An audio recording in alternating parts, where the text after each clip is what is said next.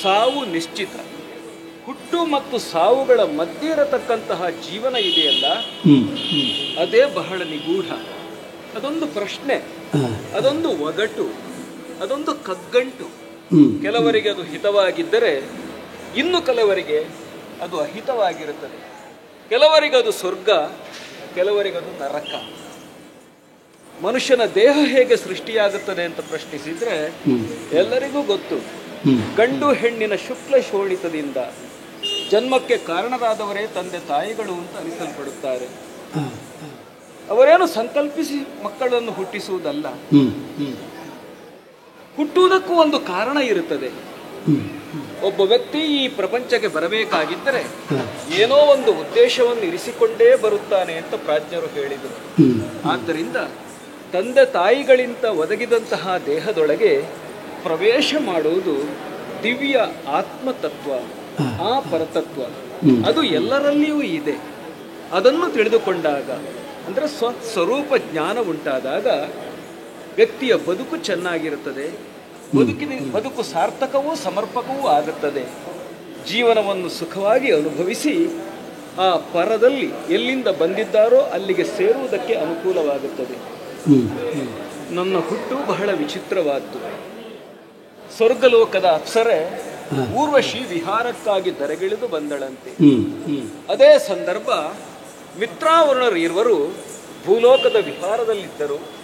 ಕಡಲ ತೀರದಲ್ಲಿ ಊರ್ವಶಿಯನ್ನು ನೋಡಿ ಮೋಹಗೊಂಡದ್ದು ಮಾತ್ರ ಅಲ್ಲ, ಅವರ ಶಕ್ತಿಪಾತವಾಯಿತಂತೆ. ಈ ರೇತಸ್ಸನ್ನು ಆಯುರ್ವೇದ ಋಷಿಗಳು ಒಂದು ಕುಂಭದಲ್ಲಿ ಇರಿಸಿ ಊರ್ವಶಿಯ ಜೀವಬಿಂದುವನ್ನು ಸೇರಿಸಿ ಅಮ್ಮನ ಬಸಿರಿನಲ್ಲಿ ಇರತಕ್ಕಂತಹ ವಾತಾವರಣವನ್ನು ನಿರ್ಮಾಣ ಮಾಡಿದರಂತೆ. ಅದರಲ್ಲಿ ನಾವು ಇಬ್ಬರು ಹುಟ್ಟಿಕೊಂಡೆವು. ಒಬ್ಬ ನಾನು, ಇನ್ನೊಬ್ಬರು ವಸಿಷ್ಠರು. ವಸಿಷ್ಠ ಮತ್ತೆ ಸೂರ್ಯವಂಶದ ಕುಲಗುರುವಾಗಿ ಅರಮನೆಗೆ ಹೋದರೆ ನಾನು ನೇರ ಋಷಿಗಳಿಗೆ ನಮಿಸಿ ಶಿವನನ್ನು ಕುರಿತು ತಪಸ್ಸನ್ನು ಆಚರಿಸುವುದಕ್ಕೆ ಹೋದೆ. ದೀರ್ಘವಾದ ತಪಸ್ಸನ್ನು ಆಚರಿಸಿ ಅನೇಕ ಅಸ್ತ್ರಶಸ್ತ್ರಗಳನ್ನೆಲ್ಲ ಸಂಗ್ರಹ ಮಾಡಿಕೊಂಡೆ. ಋಷಿಗಳಿಂದ ಅನೇಕ ಜ್ಞಾನದ ಅರಿವು ನನ್ನದಾಯಿತು. ಅವರ ಉಪದೇಶದಿಂದ ನಾನು ಜ್ಞಾನವನ್ನು ಸಂಪಾದಿಸುತ್ತಾ ಬೆಳೆಯುವಂತಾಯಿತು. ವೇದ, ವೇದಾಂಗ, ವೇದಾಂತ, ಹಾಗೆ ಶಾಸ್ತ್ರ ಪುರಾಣಗಳು ಏನೆಲ್ಲ ಜ್ಞಾನ ಪರಂಪರೆ ಇದೆಯೋ ಅದನ್ನೆಲ್ಲ ಯಾವುದೇ ಕ್ಲೇಶ ಇಲ್ಲದೆ, ಯಾವುದೇ ತೊಡಕಿಲ್ಲದೆ ಆ ಋಷಿಗಳೆಲ್ಲರೂ ನನಗೆ ಧಾರೆಯನ್ನೆರೆದರು. ಸರಿ, ವೇದ ಓದಿದರೆ ಸಾಕೆ, ಇನ್ನೇನು ಬೇಡವೇ? ಒಬ್ಬ ವ್ಯಕ್ತಿ ಕಾಲಾಂಶ ಮಾತ್ರ ಗುರುಗಳಿಂದ ಕಲಿಯುತ್ತಾನೆ. ಮತ್ತೆ ಕಾಲಾಂಶ ತನ್ನ ಸ್ವಂತ ಸಾಧನೆಯಿಂದ ಕಲಿಯಬೇಕು. ಇನ್ನು ಕಾಲಾಂಶ ಲೋಕಾನುಭವದಿಂದ ಕಲಿಯಬೇಕು. ಹೀಗೆ ಕಲಿಯುತ್ತಾ ಆತ ಪರಿಪೂರ್ಣನಾಗಬೇಕು ಅಂತ ಇದ್ರೆ ತುಂಬ ಕಾಲ ಬೇಕಾಗುತ್ತದೆ. ಗುರುಗಳಿಂದ ಕಲಿತದ್ದಾಯಿತು, ಅಭ್ಯಾಸವನ್ನು ಮಾಡಿದ್ದಾಯಿತು. ಇಷ್ಟೇ ಸಾಲದು ಎಂಬ ದೃಷ್ಟಿಯನ್ನು ಇಟ್ಟುಕೊಂಡು ಲೋಕ ಸಂಚಾರವನ್ನು ಮಾಡಿ ಅನುಭವವನ್ನು ಹೆಚ್ಚಿಸಿಕೊಳ್ಳಬೇಕು ಅಂತ ನಾನು ಸಂಕಲ್ಪವನ್ನು ಮಾಡಿದ್ದೇನೆ. ಯಾಕಂದ್ರೆ ಈ ಸಮಾಜವೇ ಒಂದು ವಿಶ್ವವಿದ್ಯಾನಿಲಯ. ಇಲ್ಲಿ ಪ್ರತಿಯೊಬ್ಬರೂ ಒಬ್ಬೊಬ್ಬ ಗುರುಗಳಾಗಿರುತ್ತಾರೆ. ಒಬ್ಬೊಬ್ಬನಿಂದಲೂ ನಾವು ಕಲಿಯುವುದಕ್ಕುಂಟು. ಅನುಭವದಿಂದ ಕಲಿತ ವಿದ್ಯೆ ಇದೆಯಲ್ಲ, ಜ್ಞಾನವಿದೆಯಲ್ಲ, ಅದು ಬಹಳ ಗಟ್ಟಿ. ಅದು ಬಡಿದು ಬಡಿದು ನೋಯಿಸಿಯೋ ತಿದ್ದಿಯೋ ಇನ್ನು ನಾನಾ ರೂಪದಿಂದ ಆ ಪಾಠಗಳು ನಮಗೆ ಸಿಗುತ್ತದೆ. ಇದನ್ನು ಅಭ್ಯಾಸ ಮಾಡಬೇಕು ಎಂಬಂತಹ ದೃಷ್ಟಿಯಿಂದ ಋಷಿಗಳಿಗೆ ವಿನೀತನಾಗಿ ನಮಿಸಿ ಅವರ ಆಶೀರ್ವಾದವನ್ನು ಪಡೆದುಕೊಂಡು ಲೋಕ ಪರ್ಯಟನೆಗಾಗಿ ನಾನು ಹೊರಟಿದ್ದೇನೆ.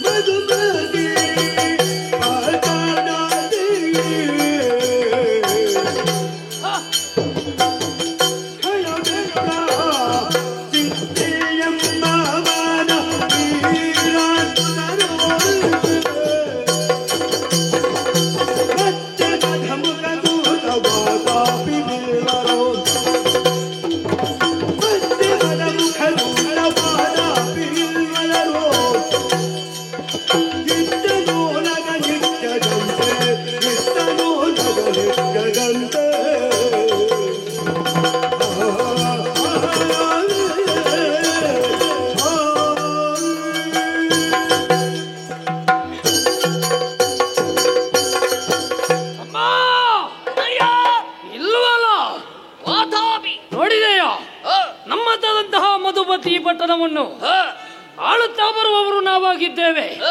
ನಮ್ಮಪ್ಪನಾದಂತಹ ವಿಪ್ರಚಿತ್ತಿ ನಮಗೊಂದು ಅವಕಾಶವನ್ನು ಮಾಡಿಕೊಟ್ಟಿದ್ದಾರೆ.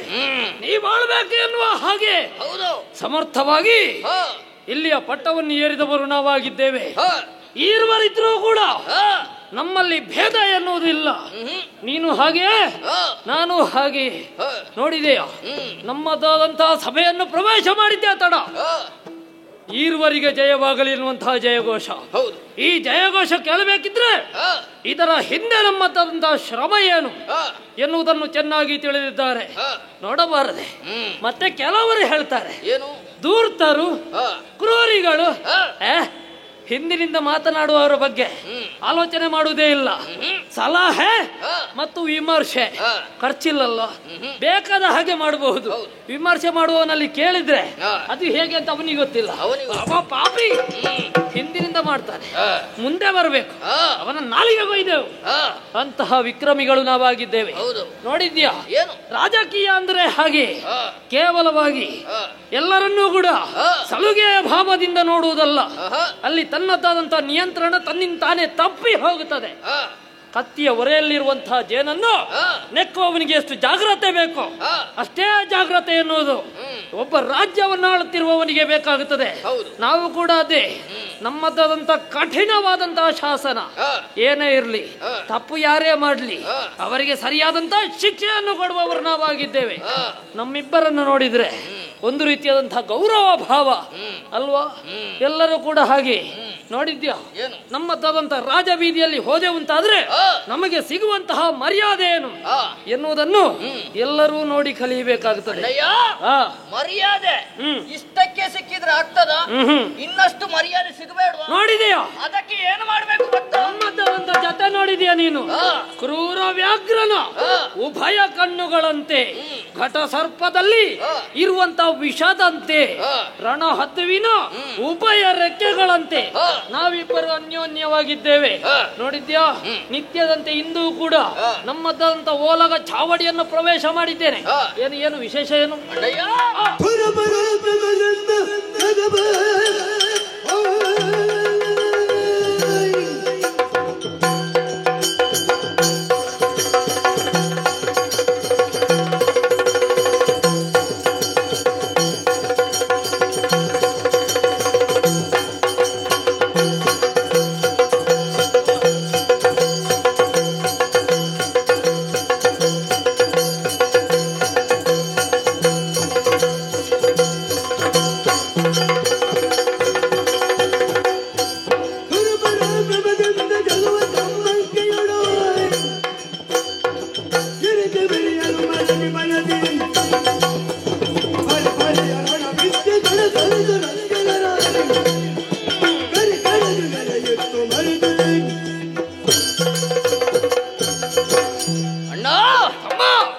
ಸಾಧನೆ ಇಲ್ಲದ ಜೀವನ ವ್ಯರ್ಥ.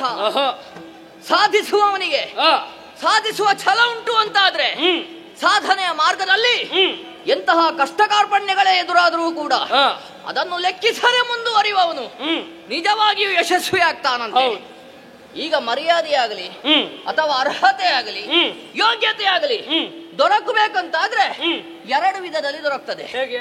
ಒಂದು ನಮ್ಮ ಹುಟ್ಟಿನ ಹಿನ್ನೆಲೆಯಿಂದ, ಮತ್ತೊಂದು ಹುಟ್ಟಿದ ಮೇಲೆ ಮಾಡುವಂತಹ ಸಾಧನೆಯಿಂದ, ಬೆಳೆದು ಬಂದಂತಹ ದಾರಿಯಿಂದ. ಹೌದು, ನಮಗೆ ಈಗಾಗಲೇ ಮರ್ಯಾದೆ ಆಗಲಿ ಅರ್ಹತೆ ಆಗಲಿ ದೊರಕಿದೆ. ಯಾಕೆ?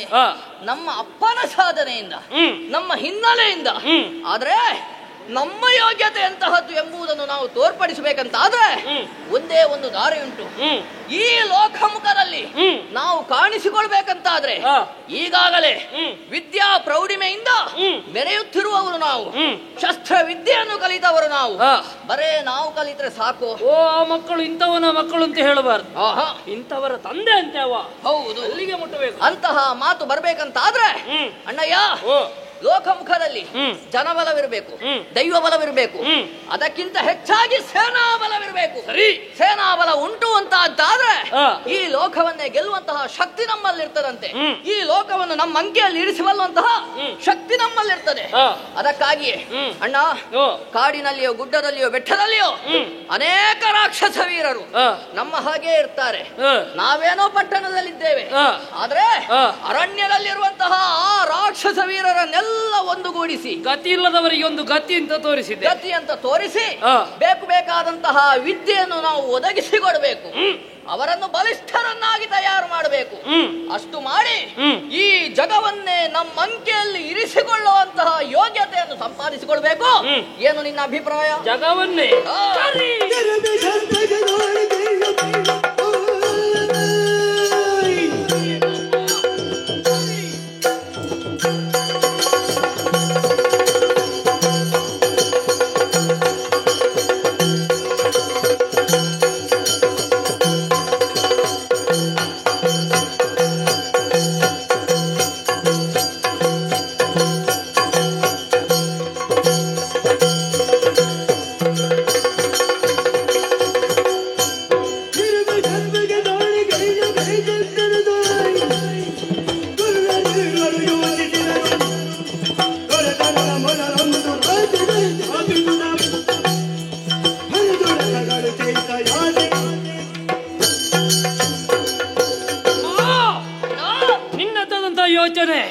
ನನಗೆ ಬಹಳ ಸಂತೋಷವನ್ನುಂಟು ಮಾಡಿತು.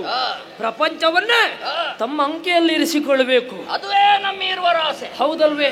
ಪ್ರಪಂಚವೇ ತಿರುಗಿ ನಮ್ಮತ್ತ ತಿರುಗಿ ನೋಡಬೇಕು, ಹೌದು ಅಲ್ವಾ?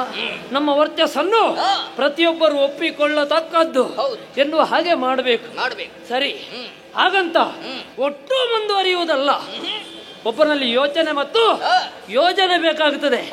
ಯೋಚನೆ ಇಲ್ಲದಿದ್ರೂ ಆಗುವುದಿಲ್ಲ, ಯೋಜನೆ ಇಲ್ಲದಿದ್ರೂ ಆಗುವುದಿಲ್ಲ. ಯೋಜನೆ ಇಲ್ಲದ ಕೆಲಸ ಯಾವತ್ತೂ ಯಶಸ್ಸನ್ನು ಪಡೆಯುವುದಕ್ಕೆ ಸಾಧ್ಯವಾಗುವುದಿಲ್ಲ, ಹೌದಲ್ವಾ? ಪ್ರಪಂಚವನ್ನೇ ಗೆಲ್ಲುವಂತಹ ಮೊದಲು ಒಂದು ಯೋಚನೆಯನ್ನು ಮಾಡಿದ್ದೇನೆ ನಾನು. ಶ್ರೀಮಂತ ರಾಷ್ಟ್ರ ಎನ್ನುವ ಹಾಗೆ ವಿದರ್ಭ ದೇಶ ಒಂದು ಇದೆ. ಹಾಗಾಗಿ ವಿದರ್ಭ ದೇಶವನ್ನು ನಮ್ಮ ವಶ ಮಾಡಿಕೊಂಡಿದ್ದ ಒಂದಾದ್ರೆ ಮೊದಲು ನಾವು ಅಲ್ಲಿಗೆ ಅಧಿಪತಿ ಆಗುತ್ತೇವೆ. ತದನಂತರದಲ್ಲಿ ಅಲ್ಲಿರುವಂತಹ ಸೇನೆಯನ್ನು ಕೂಡ ನಮ್ಮ ಜೊತೆಯಲ್ಲೇ ಸೇರಿಸಿಕೊಂಡು ನಮ್ಮ ಸೇನೆಯನ್ನು ಪ್ರಬಲ ಮಾಡುತ್ತಾ ಮುಂದುವರಿದು ಹೋಗಬಹುದು. ಅದಕ್ಕಾಗಿ ಮುಹೂರ್ತ ಯಾವಾಗ ಎನ್ನುವ ಹಾಗೆ ನೋಡ್ಲಿಕ್ಕೆ ಹೇಳಿದ್ದೇನೆ. ಅದಲ್ಲ ಎಂದೆನಿದರು ಬಂಧುರ ಮನದಲ್ಲಿ ಮುಂದೆ ನಿಂತು ನಮಗೆ ಬೇಡಲಂದ ಮಾತೆ ಮುದಗಲೇ. ಯಾರೋ ಬಂದಿದ್ದಾರಂತಲ್ಲ, ಬರಲಿ ಒಳಗೆ. ಏನು ಬಾರದು? ಬನ್ನಿ ಬನ್ನಿ. ಸಮಯ ಉಂಟಾ? ಯಾವುದಕ್ಕೆ? ಮಾತಾಡ್ಲಿಕ್ಕೆ ಸಮಯ ಉಂಟು. ಹಾಗಂತ ಹೆಚ್ಚು ಸಮಯ ನೀನು ತಗೊಳ್ಳಿಕ್ಕಿಲ್ಲ. ಹೌದೌದು, ಕಾಲಮಿತಿಯಲ್ಲಿ ಮುಗಿಸುವುದಾದ್ರೆ ನನಗೆ ಗೊತ್ತಿತ್ತು. ಹೌದು, ಯಾವಾಗ ಅದಕ್ಕೆ ನಾನು ಬಂದದ್ದು ಗೊತ್ತಿಲ್ಲ. ಹೆಚ್ಚು ಸಮಯ ಅದು ಬಿಡುವುದಿಲ್ಲ, ಬರ್ಲಿಕ್ಕೆ ಹಾಗೆಲ್ಲ ಒಟ್ಟು ಬಿಡ್ಲಿಕ್ಕೆ ಆಗ್ತದ? ಹೌದು, ಮರ್ಯಾದೆ ಇಲ್ವಾ ಅದಕ್ಕೆ? ಅಣ್ಣಯ್ಯ, ಏನೋ ಸ್ವಲ್ಪ ವ್ಯತ್ಯಾಸ ಗೋಚರಿಸ್ತಾ ಉಂಟು. ಏನು? ನಾನು ಮೊದಲು ಭಾವಿಸಿದ್ದು ಯಾವುದೋ ಒಂದು ಗಂಡಸು ಅಂದದ್ದು ಎಂಬ ಹಾಗೆ. ಸರಿಯಾಗಿ ನೋಡಿದ್ಯಾ? ಇದು ಅಣ್ಣ ಸ್ವರ ವ್ಯತ್ಯಾಸ ಆದದ್ದ ಅಂತ. ಯಾರು ನೀನು? ಗೊತ್ತಾಗಿಲ್ವಾ? ಯಾರೋ ನೀನಲ್ಲ, ಯಾರೇ ನೀನು? ಸರಿ, ನೀವು ಗೊತ್ತಾಯ್ತದು ನಾನು ಯಾರೇ? ಈಗ ನಮ್ಮ ಹತ್ರ ಹೇಗೆ ಆಗಾಗ್ಗೆ ಬಂದು ಕೆಲಸ ಮಾಡಿ ಹೋಗ್ಬೇಕು ಅಂತ ನೀವೆಲ್ಲ ಹೇಳಿದ್ದು. ನಾವೇ ಹೇಳಿದ್ದು. ನಿಮ್ಮ ಮುಖ ನೋಡದೆ ನಾವು ಹೇಗೆ ಅಂತ ಹೇಳಿ ಮುಖ ನೋಡುದು ಯಾಕೆ? ನಾವು ಹಾಗೆಲ್ಲ ಮುಖ ತೋರಿಸುವುದಿಲ್ಲ. ಹೌದು, ನನ್ನ ಹಾಗೆ ಅಲ್ಲ, ನಾವು ಕೆಲಸ ಅನೇಕರಿಗೆ ಕೊಟ್ಟಿದ್ದೇವೆ. ಅದರಲ್ಲಿ ನೀನ್ ಯಾರಂತ ನಮ್ಗೆ ಗೊತ್ತಾಗಬೇಡವೆ. ನೀನೇ ಆಗಬೇಕು ಅಂತ ನೀವು ಇಟ್ಟುಕೊಂಡದಲ್ವ? ಬಾರಿಸಿ ಯಾಕೆ ಇಟ್ಟುಕೊಂಡದ್ದು? ಹೌದು. ಯಾವುದನ್ನು ಇಟ್ಟುಕೊಂಡದ್ದು? ಕೆಲಸಕ್ಕೆ. ಕೆಲಸ. ನಿನ್ನ ಮುಖ ನೋಡದೆ ನಮಗೆ ಬೇಡ ಅಂತ ಅನಿಸ್ತಾ ಉಂಟು. ಇನ್ನು ಮುಖ ನೋಡಿದ್ರೆ ಯಾರಾದ್ರೂ ಇಟ್ಟುಕೊಳ್ಳುವ ಹಾಗೆ ಉಂಟು. ಮುಖ ಚಂದ ಉಂಟು. ಹೌದಾ? ಇಟ್ಟುಕೊಂಡದ್ದು ಕೆಲಸಕ್ಕೆ. ಈಗ ಅಂದು ನಾನು ಬಂದಿಲ್ಲಿ ಚಾಕರಿ ಮಾಡಿ ಹೋದ ನಂತರ ಈಗ 3 ತಿಂಗಳು. 3 ತಿಂಗಳು? ಒಮ್ಮೆ ನೀವು ಕರೆಯುವುದು ನೀನು ಬಾ ಅಂತ, ಒಮ್ಮೆ ಅವರು ಕರೆಯುವುದು ನೀನು ಬಾ ಹೀಗೆ ಅಂತ.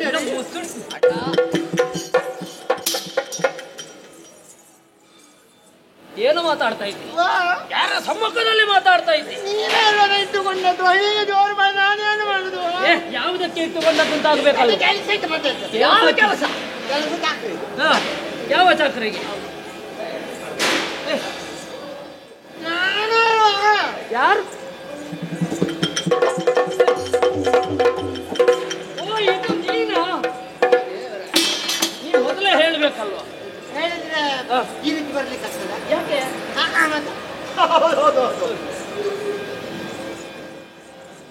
ಎಲ್ಲಿ ಯಾವ ಎಲ್ಲ ವಿಚಾರಗಳು ನಡೆಯುತ್ತದೆ ಎನ್ನುವುದನ್ನು ತಿಳಿದು ಬರ್ತೇನೆ ಎನ್ನುವ ಹಾಗೆ ಗೂಢಾಚಾರಕನಾಗಿ ಹೋದವ.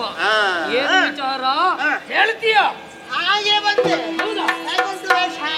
ಒಡೆಯರೆ ಪೊಡಬಿಯೊಡೆಯುರೆಡಿ ನಡೆಯುವ ಕಡೆಗೆ ವಿಧರ್ಮವದೇರಿದೆಯೋ.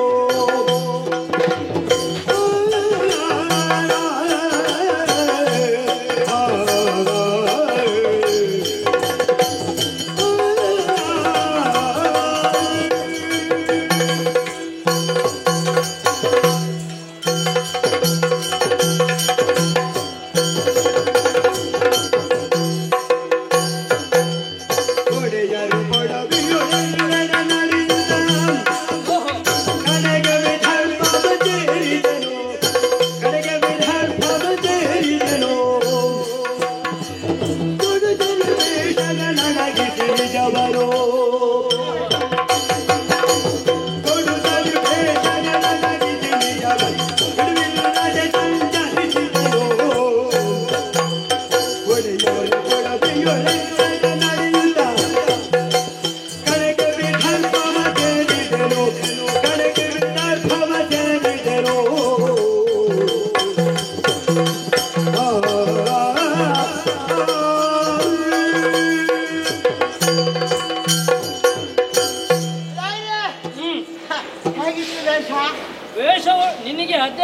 ಅಂತ ಓ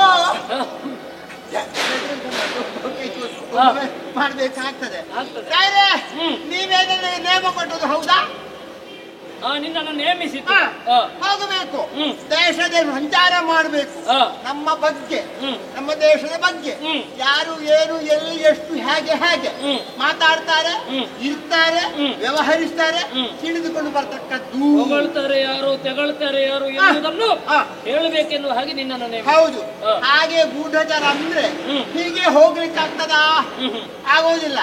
ನೇರ ನೇರ ಹೋದ್ರೆ ಗೊತ್ತಾಗ್ತದೆ, ಓ ಇದು ಇಂತಿಂತ ದೇಶದವ ಇಲ್ಲಿಗೆ ಬಂದಿದ್ದಾನೆ ಅಂತ. ಹಾಗಂತ ವಿವರ ಸಂಗ್ರಹ ಮಾಡ್ಬೇಕು ಅಂತಾದ್ರೆ ಬೇರೆ ಬೇರೆ ಬೇರೆ ವೇಷ ಮಾಡ್ಬೇಕಾಗ್ತದೆ. ಭಿಕ್ಷುಕರ ವೇಷ ಮಾಡ್ಬೇಕಾಗ್ತದೆ, ಬ್ರಾಹ್ಮಣರ ವೇಷ ಮಾಡ್ಬೇಕಾಗ್ತದೆ, ಮದ್ಯಪಾನ ಮಾಡಿ ವ್ಯವಹರಿಸುವ ವೇಷ ಮಾಡ್ಬೇಕಾಗ್ತದೆ. ಹೌದು, ಅಲ್ಲಲ್ಲಿ ಹೋಗಿ ಸತ್ಯ ಸಿಗುದು ಅಲ್ಲಿ ಆ ಜಾಗದಲ್ಲಿ. ಆಮೇಲೆ ಸ್ತ್ರೀವೇಷ ಮಾಡ್ಬೇಕಾಗ್ತದೆ. ಹೀಗೆ ಬಗೆ ಬಗೆಯ ವೇಷಗಳೆಲ್ಲ ಮಾಡಿಕೊಂಡು ನಿಮ್ಮ ಬಗ್ಗೆ ಏನು ಅಂತ ಸಂಗ್ರಹಿಸಿದ್ದೇನೆ. ಈಗ ಸ್ತ್ರೀವೇಷ ಮಾಡಿದ್ದೀನಿ. ಹೌದು, ಏನು ಸಿಕ್ಕಿತ್ತು ನಿನಗೆ? ಸ್ತ್ರೀವೇಷದ ಲಾಭ ಲಾಭ ಉಂಟಾ? ಹೌದು, ನೀನು ಲಾಭಕ್ಕಾಗಿ ಹೋದದ್ದು? ಖಂಡಿತ ಅಲ್ಲ. ಲಾಭ ಯಾವ ಲಾಭ? ವಿವರ ಸಂಗ್ರಹದ ಲಾಭ. ನಿಮ್ಮ ಬಗ್ಗೆ ಎಲ್ಲಿ ಏನೋ ಮಾತಿಲ್ಲ, ಎಲ್ಲರ ಬಾಯಲ್ಲಿಯೂ ನೀವೇ. ಎಲ್ಲರ ಬಾಯಲ್ಲಿ ನಾವು ಅಂತ ಹಾಗೆ ಕಾಣ್ತಾ ಇದ್ದೇವೆ. ತಿನ್ನುದೆಂತದು ಮತ್ತೆ ಬಾಯಲ್ಲಿ ನಿಮ್ಮನ್ನು ತಿನ್ಲಿಕ್ಕೆ ಆಗ್ತದೆ ಅಲ್ಲ, ಮತ್ತೆ ಎಲ್ಲರ ಬಾಯಲ್ಲಿ ನಿಮ್ಮ ಬಗ್ಗೆ ಮಾತು ಬರ್ತಾ ಉಂಟು. ಹೊಗಳ್ತಾ ಇದ್ದಾರೆ. ನೀವು ರೂಪದಲ್ಲಿ ಸರಿ ಸಮಾನರಿಲ್ಲ, ಶಕ್ತಿಯಲ್ಲಿ, ಸಾಮರ್ಥ್ಯದಲ್ಲಿ, ಅಂತಸ್ತಿನಲ್ಲಿ, ಸಂಪತ್ತಿನಲ್ಲಿ ಎಲ್ಲಾದ್ರೂ ನೀವೇ ನೀವು. ಹಾಗಾಗಿ ನಿಮಗೆ ಜೋಡಿಲ್ಲ. ಜೋಡಿಲ್ಲ. ನಾವು ಜೋಡಿ ಅಲ್ವೇ? ಅಲ್ಲ, ನಿಮ್ಮ ಅದೇ ನಾವೇ ಅಲ್ವಾ ಜೋಡಿ? ಅದಲ್ಲ, ಮತ್ತೆ ಇನ್ನೊಂದು ಜೋಡಿ ನಮಗೆ ಜೋಡಿ ಇಲ್ಲ. ಹಾಗಾಗಿ ಹೇಳುವುದೇ ಮಾತು ಇಬ್ಬರಿಗೂ ಸರಿ ಇಲ್ಲ. ಕೈ ಹಾಕಿ ಇಷ್ಟು ಹೊತ್ತು ಹೊಗಳಿ ಕಡೆಗೆ ನಮ್ಮನ್ನು ಕೆಳಗೆ ಹಾಕಿದ್ಯಲ್ಲ, ಎಲ್ಲಿ ಮತ್ತೆ ಸರಿ ಇಲ್ಲ ಅಂದ್ರೆ ಎಂತ ಸರಿ ಇಲ್ಲ? ಮತ್ತೆ ಅದು ನೀನು ಹೇಳಬೇಕು. ಅದಲ್ಲ, ನಿಮಗೆ ಸರಿ ಸಮಾನ. ಓಹೋ, ಸರಿ ಸಮಾನರಿಲ್ಲ. ಸಮುದ್ರಕ್ಕೆ ಸಮುದ್ರವೇ ಸರಿ, ಆಕಾಶಕ್ಕೆ ಆಕಾಶವೇ ಸರಿ, ನಮಗೆ ನೀವೇ ಸರಿ. ಎರಡು ಜೋಡಿಗಳಿಲ್ಲ. ಹಾಗೆ ಶಕ್ತಿಯಲ್ಲೂ ಹಾಗೆ ವಿರೋಧಿಗಳನ್ನು ಇಲ್ವೇ ಇಲ್ಲ. ಎಲ್ಲರೂ ನಿಮ್ಮನ್ನು ಕಂಡರೆ ಗಡ ಗಡ ಗಡ ನಡುತ್ತಾರೆ. ಒಳ್ಳೇದು. ಅದೆಲ್ಲ ಆಯ್ತಲ್ಲ, ಇಷ್ಟಕ್ಕೆ ನಿಲ್ಲಿಸುವುದಾ? ನನ್ನ ತಿರುಗಾಟ ಮುಂದೆ ಹೋಗ್ಬೇಕಲ್ಲ. ಹಾಗೆಲ್ಲ ದೇಶ ಸಂಚಾರ ಮಾಡಿ ಮತ್ತೊಂದು ದೇಶಕ್ಕೆ ಹೋದೆ. ಯಾವ ದೇಶಕ್ಕೆ ಹೋದೆ? ವಿದರ್ಭ. ಯಾವುದು? ವಿದರ್ಭ. ವಿದರ್ಭ ದೇಶ. ಓಹೋ, ಅಲ್ಲಿ ಒಂದು ವಿಶೇಷ. ವಿಶೇಷ ಅಂದ್ರೆ ಮತ್ತೆ ಯಾವುದು ಅಲ್ಲ, ಅಲ್ಲಿ ಒಂದು ಮದುವೆ, ಒಂದು ಸ್ವಯಂವರದ ಕಾರ್ಯಕ್ರಮ ಏರ್ಪಟ್ಟಿದೆ. ಹೌದು. ಯಾರಿಗಂತೆ? ಸ್ವಯಂವರ ವಿದರ್ಭದ ರಾಜರ ಮಗಳಿಗೆ, ಲೋಪಾಮುದ್ರೆ ಎಂಬವಳು. ನಾನು ಅದರ ಹುಡುಗಿ ನೋಡಿದ್ದೇನೆ. ಹುಡುಗಿ ಎಷ್ಟು ದಂದಾಗಿದ್ದಾಳೆ ಗೊತ್ತುಂಟ? ನೀ ಹೇಳಿದ್ರೆ ನಮಗೆ ಗೊತ್ತಾಗ್ತದೆ. ಬದನಾಡು ಬಳುಕುವ. ಆಮೇಲೆ ಬಡನಾಡು ಬಳುಕುವ ಚೆಲುವಿನ ಬಾಲೆಯೋ, ಬಡನಾಡು ಬಳುಕುವ ಚೆಲುವಿನ ಬಾಲೆಯೋ, ಜನದ ಮುಕುಲ ಕುಜಯುದ್ಧಗಳು, ಜನದ ಮುಕುಲ ಕುಜಯುದ್ಧಗಳು,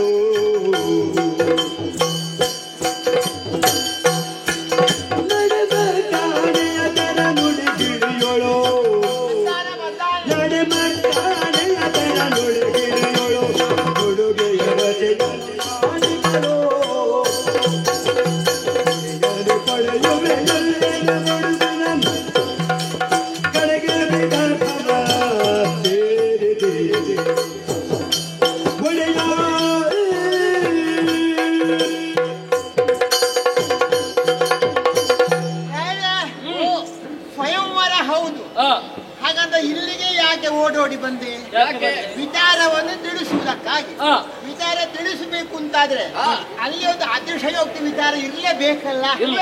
ಅಂತಂದ್ರೆ ಹೇಳಬೇಕು ಅಂತಾದ್ರೆ ಮಹತ್ತರವಾದ್ದು ಬೇಕು. ಏನು ವಿಶೇಷ? ಮಹತ್ತರವಾದ್ದು ಬೇರೆ ಯಾವುದೂ ಅಲ್ಲ, ಲೋಪಾಮುದ್ರೆ ಹೆಸರು.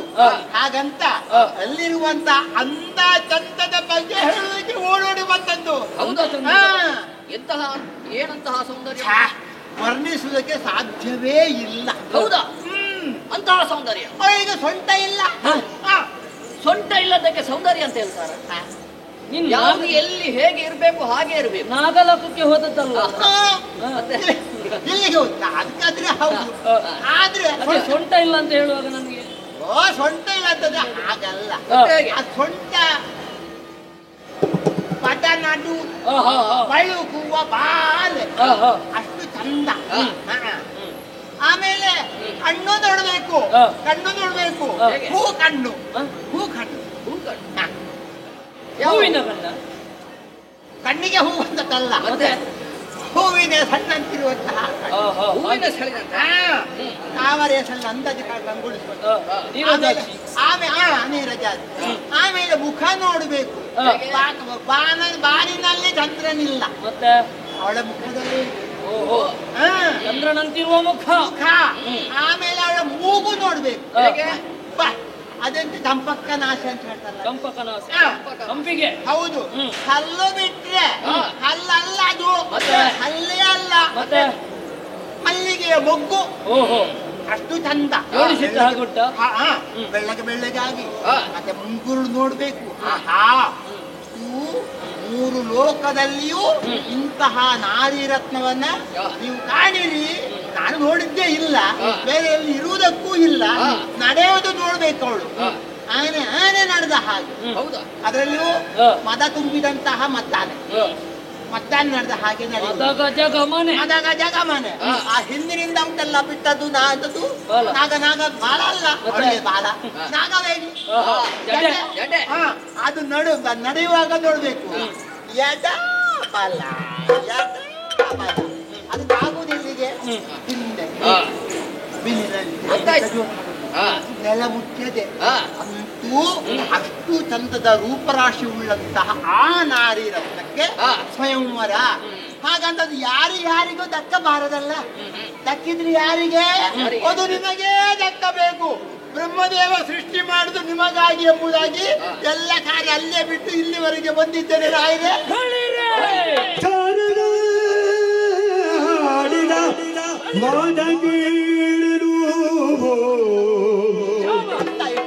ಮಾರಾಡಿದರು ಹೂಗಳಿಗಳರು, ಮಾರಾರು ಗೆದ್ದರು ಹೂಗಳಿಗಳರು,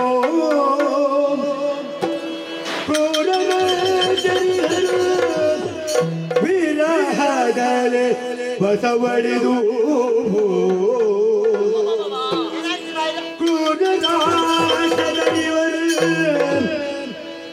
ವಿರಹದಲ್ಲಿ ಬಸವಳಿದು, ದೂರದೃಷ್ಟಿಯುಳ ಮನ ಬಯಸುತ್ತ ಪಾರಿತೋಷಣವಿಟ್ಟು ಚರಣಿಗೆ ನಾರಿಯಲ ಕೈ ಹಿಡಿಯರೆಂದು ವಿದರ್ಭ ಕೈದಿದರೋ. ಚಾರ ನುಡಿದ ಮಾತಗೆ ಹೇಳರೋ. ನೀನಿಲ್ಲಿ ಕೆಲಸ ಮಾಡಿದ್ದಕ್ಕೆ ಸಾರ್ಥಕವಾಗಿ ಹೋಯಿತು. ನಿನ್ನದಾದಂತಹ ನಿಷ್ಠೆಯನ್ನು ಮೆಚ್ಚಲೇಬೇಕು. ಅಂತಹ ಸೌಂದರ್ಯದ ರಾಶಿ ನೀ ಹೇಳಿದ್ಯಲ್ವಾ, ನೀ ಹೇಳುವಾಗಲೇ ಏನೋ ಒಂದು ರೀತಿಯಾದಂತ ವ್ಯತ್ಯಾಸ ತಳಮಳ ಆಗ್ತಾ ಉಂಟು. ಹೌದೌದು, ಮನಸ್ಸಿನಲ್ಲಿ ಒಮ್ಮೊಮ್ಮೆ ಬಿಸಿ ಬಿಸಿ, ಒಮ್ಮೊಮ್ಮೆ ತಣ್ಣಗೆ. ನಾನು ಹೇಳಿದ್ರೆ ನೋಡಿದ್ರೆ ಉಂಟಲ್ಲ, ನೀವು ಕರಗಿ ನೀರಾಗುವುದು. ಆ ಮಾರ ನಮ್ಮ ಮೇಲೆ ಛಲ ಪ್ರಯೋಗವನ್ನು ಮಾಡಿದ್ದಾನೆ ಎನ್ನುವುದರಲ್ಲಿ ಸಂಶಯ ಇಲ್ಲ. ಹಾಗಿದ್ರೆ ಅಂತಹ ಸೌಂದರ್ಯದ ರಾಶಿಯೊಂದು ಅಲ್ಲಿ ಉಂಟಂತಾದ್ರೆ ಅದು ಲೋಕದಲ್ಲಿ ವೀರರಾಗಿ ಮೆರೆಯುವಂತಹ ನಮಗೆ ಸೇರಬೇಕು. ನಿಮಗೆ ಸೇರತಕ್ಕದ್ದು ನಮ್ಮಿರುವರಿಗೆ ಸೇರಬೇಕು. ಲೋಕ ಮುಖದಲ್ಲಿ ನಿಮ್ಮಂತ ಅಪ್ರತಿಮ ವೀರರು ಯಾರೂ ಇಲ್ಲ. ಆ ಕಾರಣದಿಂದ ಹೇಳುವುದಕ್ಕಾಗಿ ಓಡೋಡಿ ಜೀವ ಬಿಟ್ಟು ಇಲ್ಲಿ ಬಂದಿದ್ದೆ. ನಿನ್ನನ್ನು ಹೀಗೆ ಬಿಡ್ಲಿಕ್ಕೆ, ನಿನ್ನನ್ನು ಹೀಗೆ ಬಿಡ್ಲಿಕ್ಕೆ ಕೊಡ್ಬೇಕು ನಿನಗೆ. ಒಳ್ಳೆ ವಿಚಾರವನ್ನು ಮುಂದೆ ಯಾರು ಹೇಳಬೇಡಿ, ಹೇಳಿದ್ರೆ ಬಿಡುವುದಿಲ್ಲ. ಪ್ರತಿಮ ಸೇವುದೇ ನಿನಗೆ ಕತ್ತಿಯಲ್ಲಿ ಅಲ್ವಾ ಕೊಡು, ಮತ್ತೆ ಕೈಯಲ್ಲಿ ಕೊಡ್ತೀವಿ. ಬಾ ಇಲ್ಲಿ ನೋಡು, ಮುತ್ತಿನದ್ದಿದ್ದು ಸಾರ, ಮುತ್ತಿನ ಸಾರ ನಿನಗೆ ಬಹುಮಾನವಾಗಿ ಈಗ ಹಿಡಿದುಕೋ. ಹೌದಲ್ವಾ? ನನಗೆ ಅಲ್ವಾ ಇದು? ನಿನಗೆ ನಾಳೆ ಪುನಃ ಕೇಳಲಿಕ್ಕಿಲ್ಲಲ್ಲ, ನಾನು ಕೊಟ್ಟಿದ್ದೀನಿ, ಕೊಟ್ಟು ಕೇಳಲಿಕ್ಕಿಲ್ಲ. ನಾಳೆ ಮಾತ್ರ ಕೆಲಸಕ್ಕೆ ಬರ್ಬೇಕು. ಕೆಲಸದಲ್ಲಿ ಇದು ಸಿಕ್ಕಿತ್ತು ಅಂತ ಹೇಳಿ ಮತ್ತೆ ನಮಗೆ ಬೇಕಾದಷ್ಟು ಉಂಟು, ನಿಷ್ಠೆ ತಪ್ಪಬಾರ್ದು. ಅಲ್ಲ, ನೀನು ಹೀಗೆ ಇನ್ನೊಂದು ಕಡೆ ಹೋಗಿ ಹೇಳಿರಲ್ಲ ಹೆಣ್ಣಿನ ವಿಷಯ. ನಮಗಿಂತ ಮೊದಲು ಇನ್ನೆರಡು ಹಾಕಿದ್ದಾರೆ ಯಾರ? ಇಲ್ವೇ ಇಲ್ಲ, ಅದು ನನ್ನ ಸ್ವಂತ ಸಂಪಾದನೆ. ನಿನ್ನದೇನಾ? ಹೋಗುವಾಗ್ಲೇ ಇತ್ತು ಅವನದ್ದು. ಹೌದು, ಹಾಗಂತ ನಿಮಗಾಗಿ ಒದಗಿ ಬಂದ ನಾರಿ ರತ್ನ ಬೇರೆ ಯಾರಿಗೂ ಸಿಗಬಾರದು. ಹಾಗೆ ಓಡೋಡಿ ಬಂದಿದ್ದೆ. ಹಾಗಂತ ನಿನ್ನ ಕೆಲಸ ಇಲ್ಲಿಗೆ ಮುಗಿಬಾರದು. ಬೇರೆ ಯಾವ ದೇಶದಲ್ಲಿ ಏನಾಡ್ತಾರೆ ಎನ್ನುವುದನ್ನು ಕೇಳಿ. ಅಪ್ಪಣೆ. ಅಮ್ಮ ಅಣ್ಣ, ನಮ್ಮ ಯೋಚನೆ ಸರಿಯಾಗಿಯೇ ಆಯ್ತಲ್ವಾ? ವಿದರ್ಭ ದೇಶಕ್ಕೆ ದಾಳಿ ಮಾಡಬೇಕು ಎನ್ನುವ ಹಾಗೆ ಯೋಚನೆ ಮಾಡಿದವರು ನಾವು.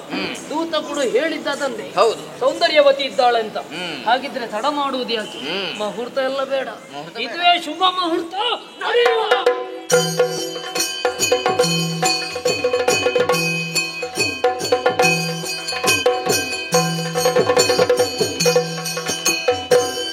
ಬಂದಳು ಮಗುವೆ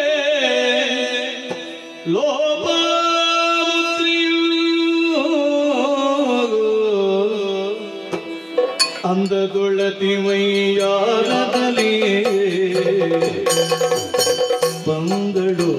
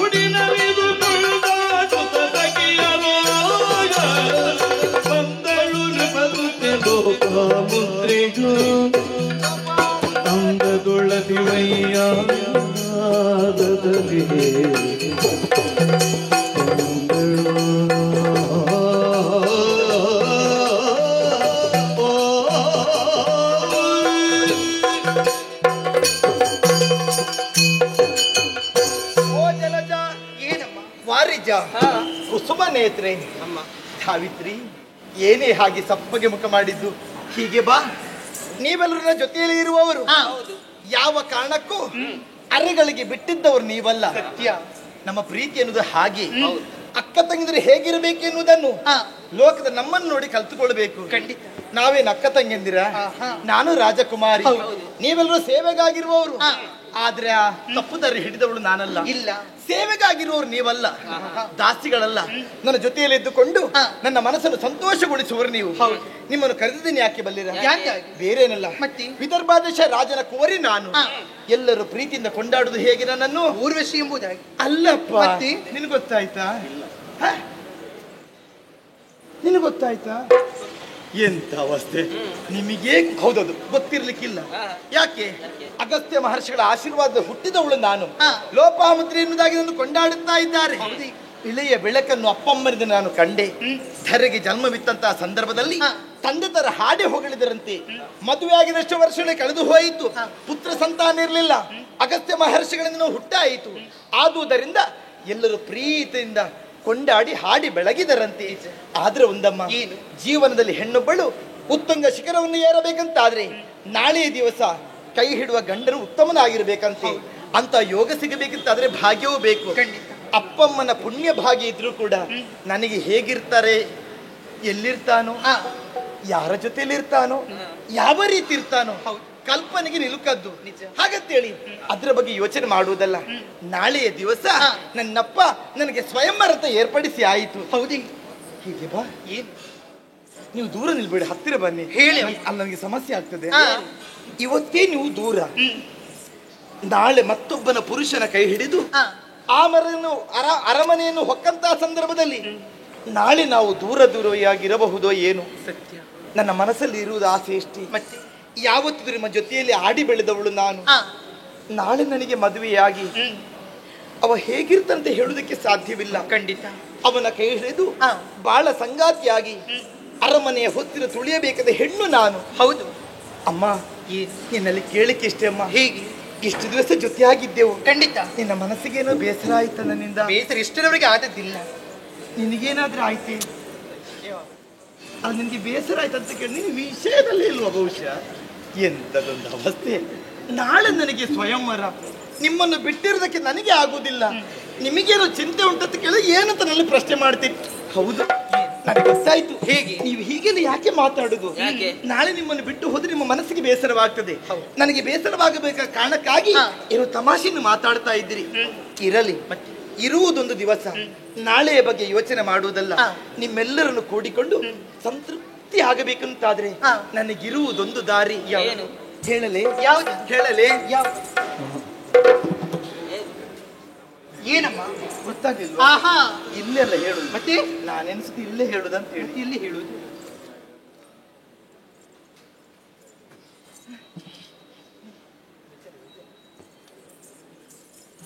ಕಾಲಹರಣ ವ್ಯರ್ಥ ಮಾಡುವುದಲ್ಲ, ಇಲ್ಲಿ ಮಾತಾಡುವುದಲ್ಲ. ನೇರವಾಗಿ ಉಪವನಕ್ಕೆ ಹೋಗಿ ಅಲ್ಲಿ ಮಾತಾಡುವ.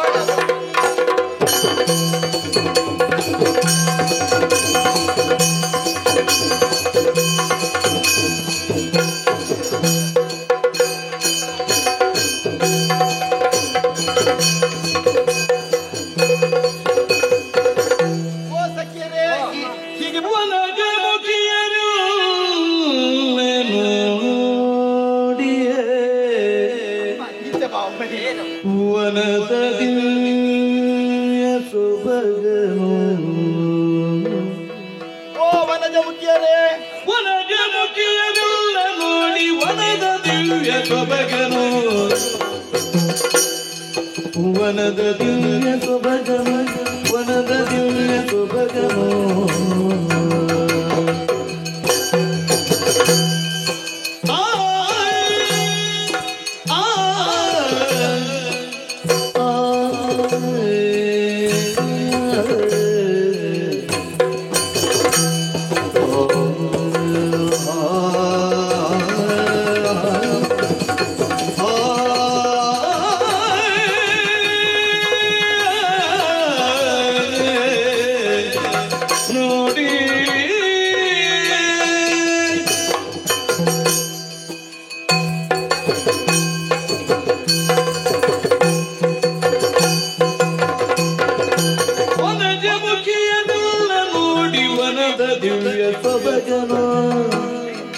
ವನದ ದಿವ್ಯ ಸೊಬಗಮ ವನದ ದಿವ್ಯ ಸೊಬಗನೋ ಮನಕ್ಕೆ ಮುದವನಿತ್ತು ನಲಿವ ವನದ ನವ್ಯ ಹಸಿರನು ಮನಕ್ಕೆ ಮುದವನಿತ್ತು ನಲಿವ ವನದ ನವ್ಯ ಹಸಿರನು ನೋಡಿ ಸೊಬಗನು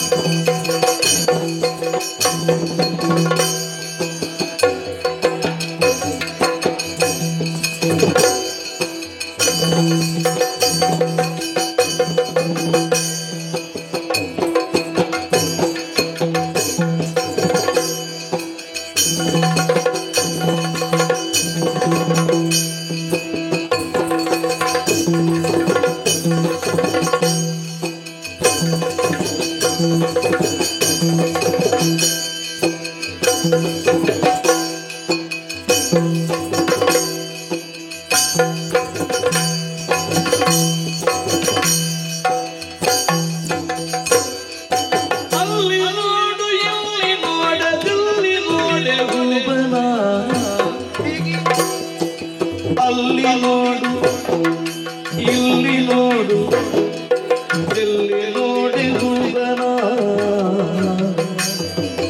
ಲಲ್ಲೆಯಾಡು ತಿರುದು ತರುವಲ್ಲಿ ರಮ್ಯ ಬಂಧನ ಲಲ್ಲೆಯಾಡು ತಿರುದು ತರು ಲಲ್ಲೆಯಾಡು ತಿರುದು ತರು ಲಲ್ಲೆಯಾಡು ತಿರುದು ತರುವಲ್ಲಿ ರಮ್ಯ ಬಂಧನ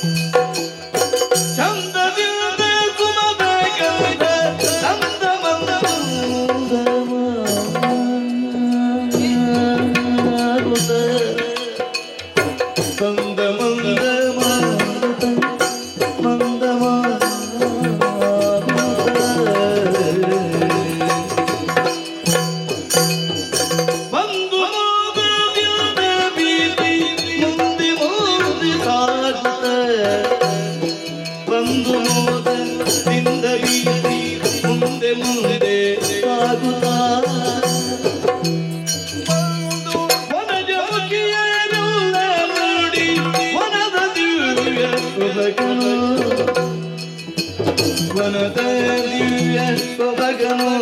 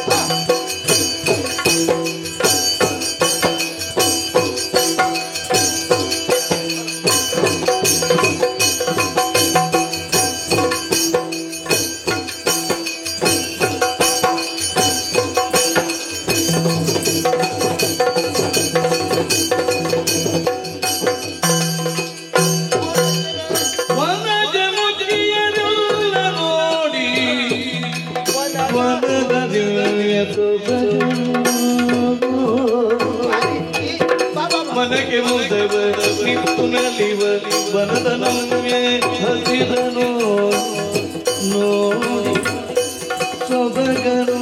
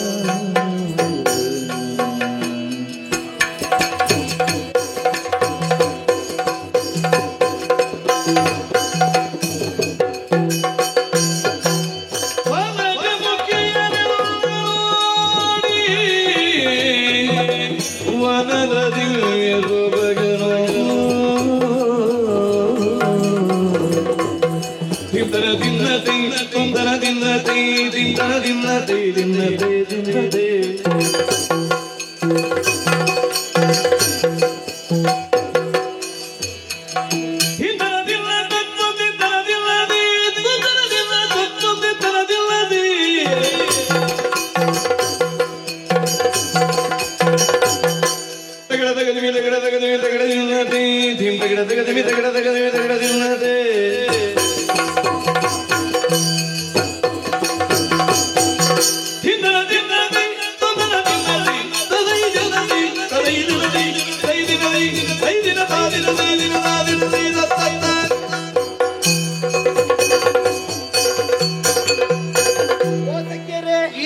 ನೋಡಿದ್ದೀರಾ? ನೇರವಾಗಿ ಬಂದು ನಮ್ಮ ಉಪವನ್ನು ಸೇರಿಕೊಂಡವರು ನಾವು. ಎಳಲತಿಯ ಲಾವಣ್ಯ ಲಹರಿ, ಮಾವುಗಳ ಮಂಗಳದ ಮಡುವು, ಕೋಗಿಲೆಯ ಕೊರಳ ಪುಣ್ಯಂ, ದುಂಬಿಗಳ ನಾಸಿಕದ ರಂಧ್ರಂ, ಹಿಮಕರುಣ ತಡಗಿದ ಬೆಂಬಲಂ, ರತೀಶ್ವರನ ಭುಜ ಬಲದ ವೀರ ಸಿರಿಯಂದಿರಿಸಿ ಬರೀತಾ ಇದೆ ನಮ್ಮ ಉಪವನ. ನೇರವಾಗಿ ಬಂದಿದ್ದೇವೆ. ಬೇಕಾದಷ್ಟು ವನದ ಸೊಬಗನ್ನು ಕಂಡು ಮನಸ್ಸು ತುಂಬಾ ಸಂತೋಷವಾಯಿತು. ಸತ್ಯ ಕಂಡೇ ಏನಾದ್ರೂ ನೀನು ಮಾತನಾಡ್ತಿರುವ ಸಂದರ್ಭದಲ್ಲಿ ಅದೆಷ್ಟು ಬರುವಂತ ಹೊತ್ತಿಗೆ ಸಂಗೀತವನ್ನು ಹಾಡಿಕೊಂಡು ಬಂದವರು. ನಿಜ. ಬರುವಂತ ಹೊತ್ತಿಗೆ ಇಲ್ಲಿಗೆ ಬಂದು ತಲುಪಿದ್ದೆ ಗೊತ್ತಾಗಲಿಲ್ಲ. ನಮ್ಮ ಸಂಗೀತ ಬೇಕಾ? ಇಂಥ ಸಂಗೀತ ಇದ್ರೆ ಮತ್ತೆ ನಮಗೇನು ಬೇಕಾ? ಬೇಡ. ಯಾವ ಸಂಗೀತ? ಭ್ರಮರ ನೋಡಿದ್ಯಾ? ಒಂದು ಹೂವಿನ ಮಕರಂದನ್ನು ಹೀರಿ ಮತ್ತೊಂದು ಹೂವಿನ ಕುಳಿತುಕೊಳ್ಳುವಂತ ಸ್ವರ. ಹೌದು. ಆ ಜೇಂಕಾರ ನಿನಾದನ್ನು ಕೇಳಿದು ಮನಸ್ಸಿಗೆ ತುಂಬಾ ಸಂತೋಷವಾಯಿತು. ಸತ್ಯ. ಅಬ್ಬ, ಅದೇನೋ ಒಳ್ಳೇದಿತ್ತು. ಆದ್ರೆ ಹತ್ತಿರದಲ್ಲಿ ನೋಡಿದ್ದೆ, ಗಮನಿಸಿದ್ದೆ? ಯಾವುದು? ಎರಡು ಗರಿ ಬಿಚ್ಚಿ ಕುಣಿಯುವುದು. ನವಿಲು. ಹೌದು. ಹೇಗುಂಟು? ಹೇಗೆ? ನವಿಲು ನರ್ತಿಸ್ತಾ ಉಂಟು. ನಿಜ. ಮೇಘಗಳನ್ನು ಕಂಡಾಗ ಯಾವ ರೀತಿ ನರ್ತಿಸ್ತದೋ ಹಾಗೆ ನಮ್ಮನ್ನು ಕಂಡಂತಹ ಸಂದರ್ಭದಲ್ಲಿ ಗರಿಬಿಚ್ಚಿ ಕುಣಿಯುತ್ತಾ ಉಂಟು. ಹೌದು. ಬಹುಶಃ ಒಳ್ಳೇದಾಯ್ತು. ಮಯೂರಿಗಳು ನಾಚಿ ಹೋಯಿತು. ನಿಮ್ಮನ್ನು ಕಂಡಾಗ ಯಾರಾದ್ರೂ ನಾಚಲೇಬೇಕು. ಹೌದಾ? ಅಬ್ಬ, ಇಂಥದ್ದು ಉಂಟಲ್ಲ, ನನಗೆ ಇವತ್ತೇ ಗೊತ್ತಿತ್ತ ವಿಷಯ. ಇವತ್ತಾದ್ರೂ ಗೊತ್ತಾಯ್ತಲ್ಲ, ಒಳ್ಳೇದಾಯ್ತು. ನಾಳೆ ದಿವಸ ನಾನು ಗಂಡನ ಮನೆಯನ್ನು ಸೇರುವವಳು. ಇವತ್ತು ನಿಮಗೆ ಸಂತೋಷಗೊಂಡೆ. ಅಷ್ಟು ಮಾತ್ರ ಅಲ್ಲ, ಮತ್ತೆ ನಾನಾ ಬಗೆಯ ಸುಮ್ಮಗಳನ್ನು ಕೊಯ್ಬೇಕು, ಮಾಲೆ ಕಟ್ಟಬೇಕು. ಇಲ್ಲೇ ಮಾತಾಡೋದು ಬೇಡ, ಹೂವನ್ನು ಅರಸುತ್ತಾ ಹೋಗೋಣ. ಮುಂದೆ ಹೋಗುದು ಸರಿ. ಹೌದು. ನೀನು ಒಟ್ಟಿಗಿರ್ಬೇಕು. ನಿನ್ನ ಜೊತೆಯಲ್ಲಿದ್ದೆ. ನೀ ತಪ್ಪಿಸ್ಬೇಡ. ನೀವು ಯಾಕೆ ದೂರ? ನನಗೆ ಹೆದರಿಕೆ ಆಗ್ತದೆ ಏನಾದ್ರು? ಇಲ್ಲ ಹಾಗೆ ಆಯ್ತಾಯ್ತು. ಹೇಗಿರುವ ಮುಂದೆ ಹೋಗೋಣ.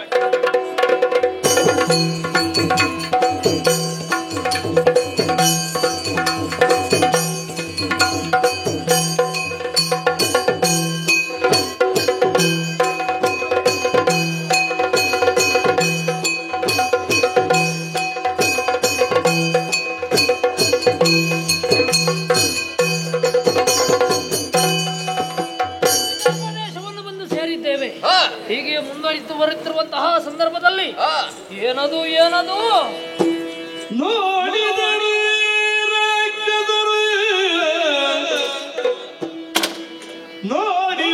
ರಾಜ್ಯದರು ಕಲ್ಲು ಬಿಟ್ಟು ಬಾಯ್ಬಿಟ್ಟು ಗಾಢ ಸುಬಗಿನೈ ಸತಿಯರೊಡಗೂಡಿ ನಿಂದಿರುವ ರೂಢಿಯೊಳಗತ್ಯಧಿಕ ಲೋಪಾಮುದ್ರೆಯನ್ನು ಕಂಡು ಬೆರಗುಗೊಂಡು ಕಾಡಿದನು ತಕ್ಷಣಕ್ಕೆ ಮನ್ಮಥನು. ಹೂಗಣೆಯ ಮೂಡಿ ಕರವೆದೆಯೊಳಗೆ ಬಳಲಿ ಬೆಳ್ಳಾಗುತ್ತವೆ. ಆಡಿದರು ತಮ್ಮೊಳಗೆ ಸೋದರರು.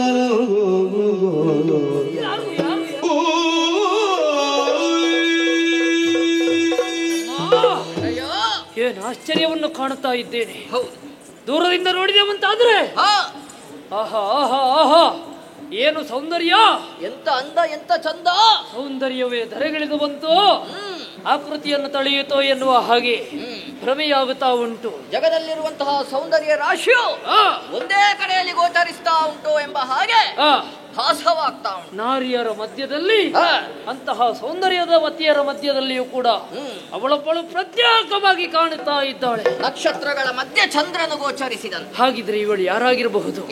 ಯಾರಾಗಿರಬಹುದು? ಇವಳನ್ನು ನೋಡಿದ ಕ್ಷಣವೇ ಮನ್ಮಥನು ಎಸೆಯುವಂತಹ ಸುಮಶರಗಳು ಒಂದೊಂದೇ ನಮ್ಮ ಎದೆಗೆ ನಾಟಿದಂತಹ ಅನುಭವ ಆಗ್ತಾ ಉಂಟು. ಬಳಲಿ ಬೆಂಡಾಗಿ ಹೋಗಿದ್ದೇವೆ. ಹಾಗಿದ್ರೆ ಇಂತಹ ಸೌಂದರ್ಯವತಿಯೊಬ್ಬಳು ಇಲ್ಲಿದ್ದಾಳಂತಾದ್ರೆ ಯಾರಾಗಿ ಯಾರಾಗಿರಬಹುದು? ಇದು ಗೊತ್ತಾಯ್ತು ಯಾರು? ಕ್ಷೀರಸಾಗರ ಮಥನದಲ್ಲಿ ಯಾರು? ಮೇಲೆ ಬಂದಿಗ ಲಕ್ಷ್ಮಿಯೋ. ಯಾರು ಯಾರು? ಕ್ಷೀರಸಾಗರ ಮಥನದಲ್ಲಿ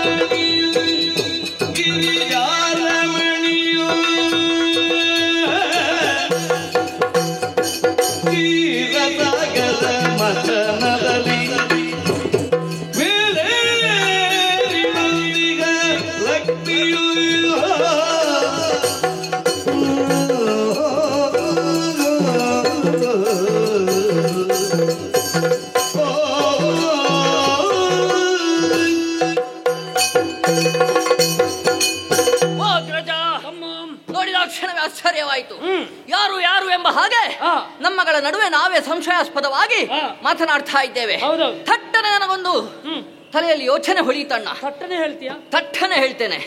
ಅಣ್ಣಯ್ಯ, ಇವಳನ್ನು ನೋಡುವಾಗ ಇವಳು ಅವಳೆಯೋ ಎಂಬ ಹಾಗೆ ನನಗೆ ಆಲೋಚನೆ ಮೂಡ್ತಾ ಉಂಟು. ಯಾರದು ಅವಳಂದ್ರೆ? ಬೇರೆ ಯಾರೂ ಅಲ್ಲ, ಕ್ಷೀರಸಾಗರ ಮತಿಸುವಂತಹ ಸಂದರ್ಭದಲ್ಲಿ ಮೇಲೇರಿ ಬಂದಂತಹ ಲಕ್ಷ್ಮೀದೇವಿ. ಲಕ್ಷ್ಮೀದೇವಿ ವೈಕುಂಠ ಲೋಕದಲ್ಲಿರುವಂತಹ ನಾರಾಯಣ ದೇವರ ಮಡದಿ. ಅವಳೇ ಆಗಿರಬಹುದು. ಎನ್ನುವಂತಹ ಭ್ರಮೆ ಅದಲ್ಲ. ಅವಳಲ್ಲದೆ ಹೋದ್ರೆ ಇನ್ನೊಬ್ಬಳಿದ್ದಾಳೆ. ಅವಳೇ ಸತ್ಯ ಲೋಕದಲ್ಲಿರುವಂತಹ ವಾಣಿದೇವಿ, ವೀಣಾಪಾಣಿ. ಅವಳಾಗಿರ್ಬೋದು. ಏನು? ಅವಳಲ್ಲ ಅಂತ ಕಾಡ್ತದೆ. ಅವಳಲ್ಲದೆ ಹೋದ್ರೆ ವೀಣೆ ಕಾಣುವುದಿಲ್ಲ ಕೈಯಲ್ಲಿ.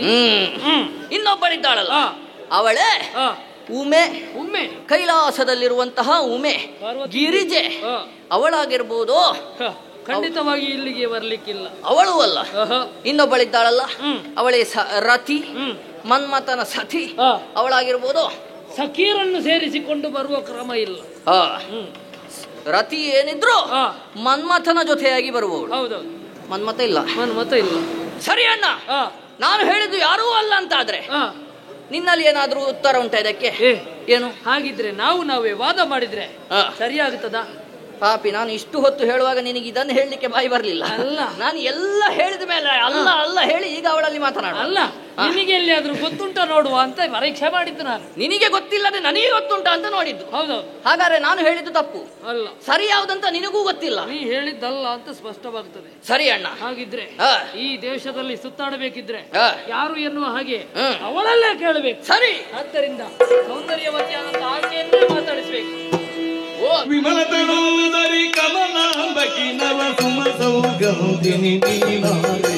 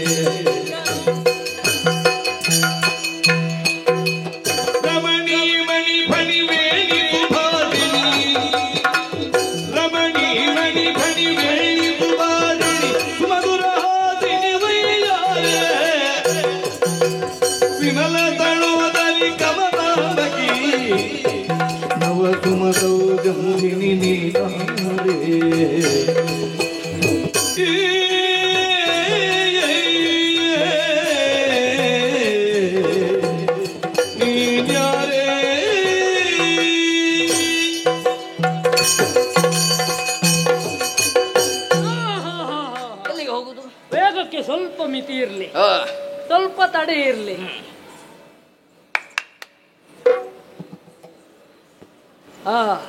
ಈಗ ಒಂದು ಸೂಚನೆ ಬಂತು. ಏನು? ಒಂದು ಸಣ್ಣಗೆ ನಗು ಬಂತು. ನಗು? ಹೌದು. ನಮ್ಮನ್ನು ನೋಡಿ ನಕ್ಕದ್ದಲ್ಲ. ಮತ್ತೆ ಅಲ್ಲ, ಅದಕ್ಕೆ ಸಮ್ಮತಿ ಉಂಟು ಅಂತಲೇ ಅರ್ಥ. ನಗುವಿನಲ್ಲೂ ಎರಡು ವಿಧ ಉಂಟು. ಯಾವುದು? ಒಂದು ಸಂತೋಷ ಆಗಿ ನಗುವುದು, ಇನ್ನೊಂದು ನಮ್ಮನ್ನು ಕಂಡು ವಿನೋದ ಆಗಿ ನಗಡು. ವಿನೋದ ಆಗಿ ಅಲ್ಲ ಅಲ್ವಾ? ಇಂತಹ ಸೌಂದರ್ಯವಂತರು ಇದ್ದಾರಲ್ವಾ ಎನ್ನುವ ಹಾಗೆ ನಕ್ಕಿರಬಹುದು. ಸರಿ. ಓ ವಿಮಲನಯನೇ, ಓ ಎಂತಹ ಸೌಂದರ್ಯವತಿ, ಒಬ್ಬರಿಂದೊಬ್ಬರು ಸೌಂದರ್ಯವತಿಯರು. ಅಣ್ಣಯ್ಯ, ವಿಮಲ ತಳೋದರೆ ಹೌದೌದು, ಸರಿಯಾಗಿದೆ. ಅವಳಿಗೆಂದೇ ಹೇಳಿದ್ದು. ನೋಡಂತೆ, ನೀಳವಾದ ಸೊಂಟ.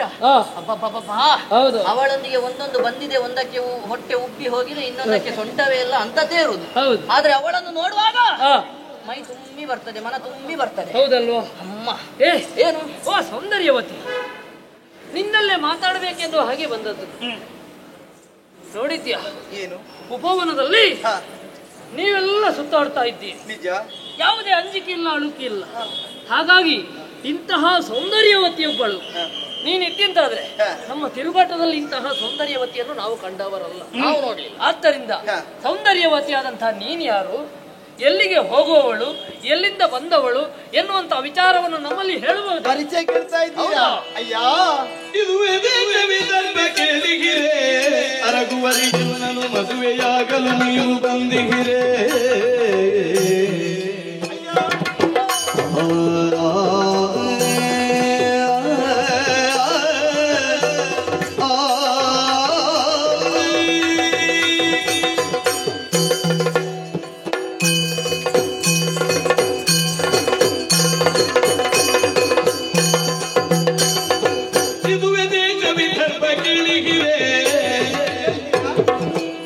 ಅರಗುವರಿಯನ್ನನು ಮದುವೆಯಾಗಲು ನೀವು ಬಂದಿಗಿರೆ, ಅರಗುವರಿಯನ್ನನು ಮದುವೆಯಾಗಲು ನೀವು ಬಂದಿಗಿರೆ.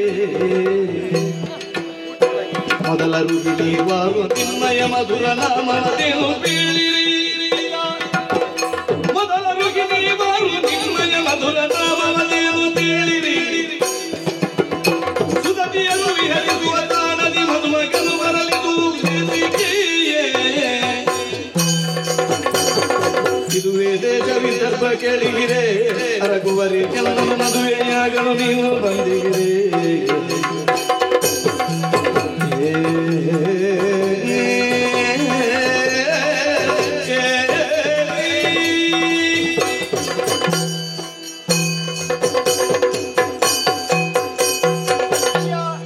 ಪರಿಚಯ ಕೇಳ್ತಾ ಇದ್ದೀರಿ, ನೇರವಾಗಿ ಇಲ್ಲಿಗೆ ಬಂದಿದ್ದೀರಿ. ಊರು ಯಾವಂತ ಗೊತ್ತಾಗ್ಲಿಲ್ವಾ? ವಿದರ್ಭ ದೇಶ, ಅರಗುವರಿ ನಾನು. ಇಲ್ಲಿಗೆ ಬರುವುದಕ್ಕೆ ಬಲವಾದ ಕಾರಣ ಉಂಟು. ಮನಸ್ಸಿನ ಬೇಸರ ಕಳೆಯುವುದಕ್ಕಾಗಿ ಸಖಿರರು ಕೂಡಿಕೊಂಡು ವನವಿಹಾರ ಜಲಕ್ರೀಡೆ ಮಾಡಿ ಮುಗಿಸಿದ್ದಷ್ಟೇ ನಾನು. ಹೌದಪ್ಪ, ಒಳ್ಳೆ ವಿಷಯ. ಮದುವೆ ಯಾರಿಗಂತ ಯೋಚನೆ ಮಾಡಬಹುದು. ಹೋಗುವಾಗ ನೀವು ಆಲೋಚನೆ, ಎಲ್ಲಿಗೆ ಮದುವೆ, ಅವರೆಲ್ಲ ಮದುವೆಗಲ್ಲ ಊಟ ಹೋಗೋದು.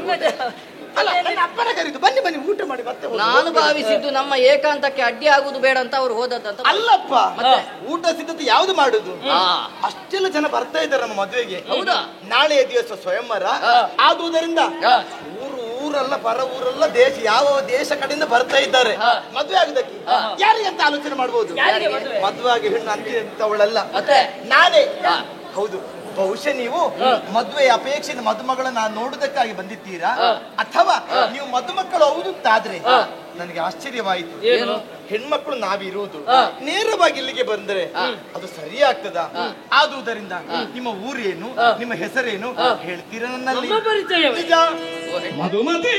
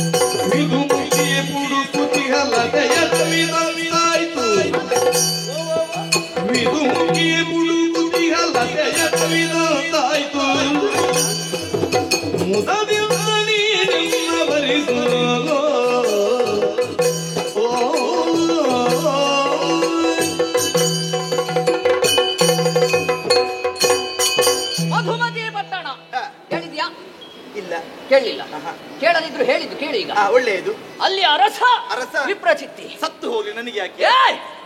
ಓ ದೇವ್ರೆ, ಅಲ್ಲ ಅವನ್ ನನಗೆ ಯಾಕೆ? ಈಗಲೇ ಕೊಂದು ಹಾಕಿ ನೀನು ಮದುವೆ ಆದ್ಮೇಲೆ ಹೇಗೆ ಉಳಿಸಿಯಾಳ ನಮ್ಮ ತಪ್ಪು ರಾಜ್ಯ. ತಿಳಿಬೇಡಿ, ನೀವು ಯಾರಂತ ಕೇಳಿದ್ರೆ ಅವರು ಸಾಯುವುದಕ್ಕೆ ಅಲ್ಲ ಮಾಡಿ ಕೇಳಿ ಯಾರು ಅವರಂತ. ಅವರು ಯಾರು? ಅವರಲ್ಲಿ ಅರಸರು, ಅವರಿಗೆ ಇರುವರು ವೀರಾದಿ ವೀರರು ಪುತ್ರರಿದ್ದಾರೆ. ಆ ಮಕ್ಕಳು ಎಲ್ಲಿದ್ದಾರೆ ಏನು? ಯಾರು ಅಂತ ಕೇಳು. ಯಾರವರು? ಯಾರು ಅಂತ ಕೇಳು. ಯಾರವರು? ನಿನ್ನೆದುರಿಗೆ ನಿಂತಹ ನಾವೇ ಆ ವೀರರು. ನಿಮ್ಮ ಹೆಸರು? ನಾನೇ ವಾತಾಪಿ. ನಾನೇ ಇಲ್ವಲ್ಲ, ಒಳ್ಳೆಯದು. ಇರುವರು ನಾವು. ನೀವು ಬರುವುದಕ್ಕೆ ಕಾರಣ ಉಂಟು. ಏನು? ಇಲ್ಲಿ ಮದುವೆ ಅಂತ ಗೊತ್ತಾಯ್ತು. ಗೊತ್ತಾಯ್ತಾ? ಗೊತ್ತಾಯ್ತು. ಗೊತ್ತಾಗಿಯೇ ಬಂದದ್ದು. ಒಳ್ಳೆಯದು. ಆದ್ರೆ ನಾವು ನೇರವಾಗಿ ಸ್ವಯಂವರ ಮಂಟಪಕ್ಕೆ ಹೋಗ್ಲಿಲ್ಲ. ಯಾಕೆ ಬಲ್ಲೆಯ? ಯಾಕೆ ಹೋಗ್ಲಿಲ್ಲ? ನೀನಿದ್ದಲ್ಲಿಗೆ ಬರಬೇಕು ಎಂಬುದೇ ನಮ್ಮ ನಿಶ್ಚಯವಾಗಿತ್ತು. ನಾನಂತ ಗೊತ್ತಿತ್ತ ನಿಮಗೆ? ನೀನಂತ ಗೊತ್ತಿತ್ತು. ಗೊತ್ತಿಲ್ಲದಿದ್ರು ನಾವು ಗೊತ್ತು ಮಾಡಿಕೊಂಡೇ ಬರ್ತೇವೆ. ಹೌದಾ? ಹೌದು. ನಿನಗೋಸ್ಕರವಾಗಿ ಬರುವಾಗ ನಿನಗೋಸ್ಕರ ನಾವು ಒಂದು ತಿಳಿದುಕೊಳ್ಳದೆ ಬಂದೆವು. ಅದು ಬೇಕು ಬೇಕು. ನಿನ್ನ ಬಗ್ಗೆ ಮೊದಲೇ ನಾವು ತಿಳಿದುಕೊಂಡಿದ್ದೇವೆ. ಹೌದು. ನಮಗೆ ವರ್ತಮಾನ ಮಾಹಿತಿ ಕಲೆ ಹಾಕುವುದರಲ್ಲಿ ನಾವು ಅತ್ಯುತ್ತಮ. ಒಳ್ಳೆ ವಿಷಯ. ಹೌದು. ಬರುವರೆ ಕಾರಣ ಇದನ್ನೇ ಮಾಡುವುದಾ? ಹೋದಲ್ಲಿ ಅಲ್ಲ, ಅಲ್ಲಲ್ಲ, ನಮಗೆ ಇಷ್ಟವಾದವರಲ್ಲಿ ಮಾತ್ರ. ಹಾಗೆ ಹಾಗೆ ಹಾಗೆ. ಒಳ್ಳೆಯದು ಒಳ್ಳೆಯದು. ಓ ಹೆಣ್ಣೆ, ಓ ವಿದುಮುಖಿಯೇ, ನಾವು ಬಂದಂತಹ ಸಂದರ್ಭದಲ್ಲಿ ನಿನ್ನನ್ನೇ ಹುಡುಕಿಕೊಂಡು ಬಂದದ್ದು. ಲತೆಯು ನಮಗೆ ತಾಗಿ ಎಡವಿ ಬಿದ್ದ ಹಾಗೆ, ನಮಗೆ ಬೇಕಾದ್ರೆ ನಮ್ಮ ಕಾಲಿಗೆ ಸಿಕ್ಕಿಕೊಂಡ ಹಾಗೆ. ಅಲ್ಲದ್ರು ಬಿದ್ರೆ ಅಂತ ಭಾವಿಸಿಕೊಂಡದ್ದು. ಹೇಳಿದ್ದು ಅದು ನಮ್ಮ ಭಾವ ಅಂತ. ಭಾವ? ಹೌದು. ಒಳ್ಳೆಯದು. ನಿನ್ನನ್ನು ನೋಡಿದ ಕ್ಷಣವೇ ಇದು ನಾವೀರುವರು ಮನಸೋತಿದ್ದೇವೆ, ನಿನ್ನಲ್ಲಿಯೇ ಕೇಳಿಕೊಳ್ತಾ ಇದ್ದೇವೆ, ನಮ್ಮನ್ನು ಮದುವೆ ಆಗ್ತೀಯಾ? ನಾಳೆ ನೋಡುವ ಬನ್ನಿರಿ, ನಾಳೆ ನೋಡುವ ಬನ್ನಿರಿ, ಅವಸರವೇಕೆ ತಾಳಿ ಸತಿಯನು ಪಡೆಯಿರಿ, ಅವಸರವೇಕೆ ತಾಳಿ ಸತಿಯನು ಪಡೆಯಿರಿ. ಹೇಳಲೇ ನಿವುದಿದು ಸ್ವಯಂವರ ತಾಳದೆ ನೀವೈದಿ ಮುಂದಿನ ಸಾಲಿನ ವೈಭವದಿ ಮಂಡಿಸಿ, ಮಾಲಿಕರು ಬರುವಿನಿಗೆ ನಾಳೆ ನೋಡುವ ಬನ್ನಿರಿ.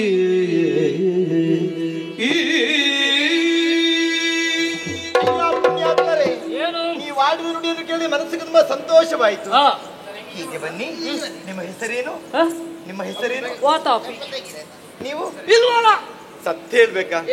ಇಲ್ಲ, ಇಂಥದ್ದಿಲ್ವೇ ಇಲ್ಲ ಪ್ರಪಂಚದಲ್ಲಿ. ನಾ ಕಾಣೆ ನೀವಿಬ್ಬರು ಅಂತ ಅಪ್ರತಿಮ ಸೌಂದರ್ಯವಂತರು. ಅಬ್ಬ, ನನಗೂ ಮನಸ್ಸಲ್ಲಿ ಆಸೆ ಇತ್ತು. ನಾನು ಮದುವೆ ಆಗಿದ್ರೆ ಗಟ್ಟಿಮುಟ್ಟಾಗಿರ್ಬೇಕು, ದಪ್ಪದ ಮೀಸೆ ಬೇಕು, ಕಣ್ಣು ಕೆಂಪಗಾಗಿರ್ಬೇಕು. ಹೌದಪ್ಪ, ದಪ್ಪದ. ಇದು ಬಂದದ್ದ? ಯಾವ ಎಣ್ಣೆ ಹಾಕ್ತಿರೋ ಏನು? ಎಂತದೇ ಇರ್ಲಿ, ಬಹಳ ಸೌಂದರ್ಯವಂತರು. ನಿಮ್ಮಂತವರನ್ನೇ ಮದುವೆ ಆಗಬೇಕೆನ್ನುವ ಆಸೆ ನನಗೂ ಮೊದಲೇ ಇತ್ತು. ಆದ್ರೆ ಏನು ಮಾಡೋಣ? ನಾಳೆ ಅಪ್ಪ ಸ್ವಯಂವರ ಏರ್ಪಡಿಸಿ ಆಗಿದೆ. ಆದುದರಿಂದ ನಾಳೆ ನೀವು ಅಲ್ಲಿಗೆ ಬನ್ನಿ. ಮುಂದಿನ ಪಂಕ್ತಿಯಲ್ಲಿ ಕುಳಿತುಕೊಳ್ಬೇಕು ನೀವಿಬ್ಬರು. ತಲೆಗೆ ಮುಸುಕೆಲ್ಲ ಹಾಕೊಳ್ಬೇಡಿ, ನನ್ಗೆ ಗೊತ್ತಾಗುದಿಲ್ಲ ಬರುವಾಗ. ನಾನು ಸುಮಮಾಲಿಕೆಯನ್ನು ಹಿಡಿದುಕೊಂಡು ಬರುವಾಗ ಕಂಡರೆ ಅಲ್ಲ, ಅಂತವರನ್ನು ಬಿಟ್ಟು ನೀವಿಬ್ಬರಲ್ಲಿ ಒಬ್ಬರನ್ನು ಖಂಡಿತ ನಾನೇ ಮದುವೆಯಾಗುತ್ತೇನೆ. ಚಿಂತೆಯನ್ನು ಬಿಟ್ಟು ಬಿಡಿ. ಆದುದರಿಂದ ನಾಳೆ ಸ್ವಯಂವರ ಅಲ್ಲಿಗೆ ಬನ್ನಿ, ಅಲ್ಲಿ ಮಾತಾಡ.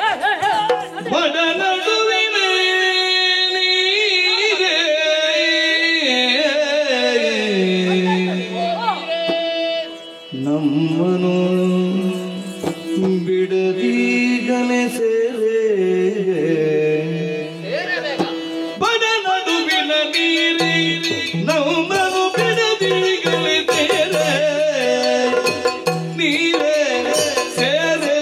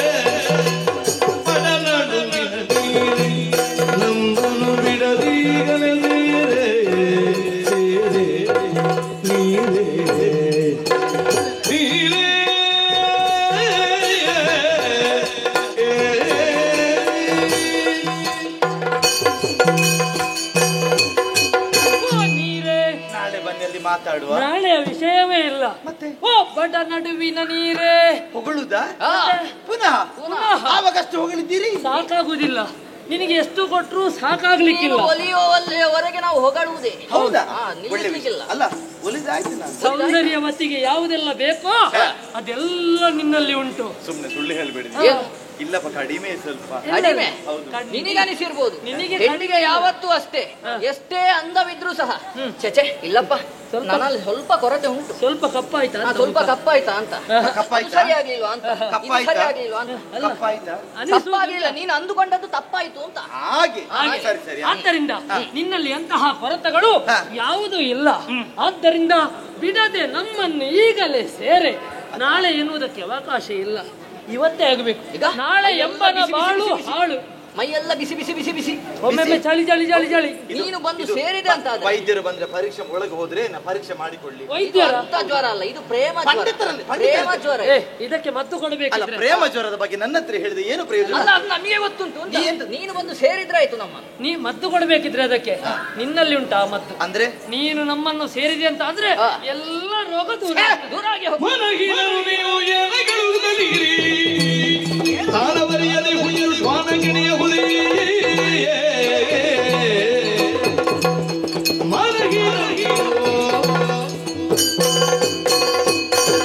ನಾನು ಒಳ್ಳೆಯವರಂತ ಗೌರವದಿಂದ ಮಾತಾಡಿದ್ದೆ.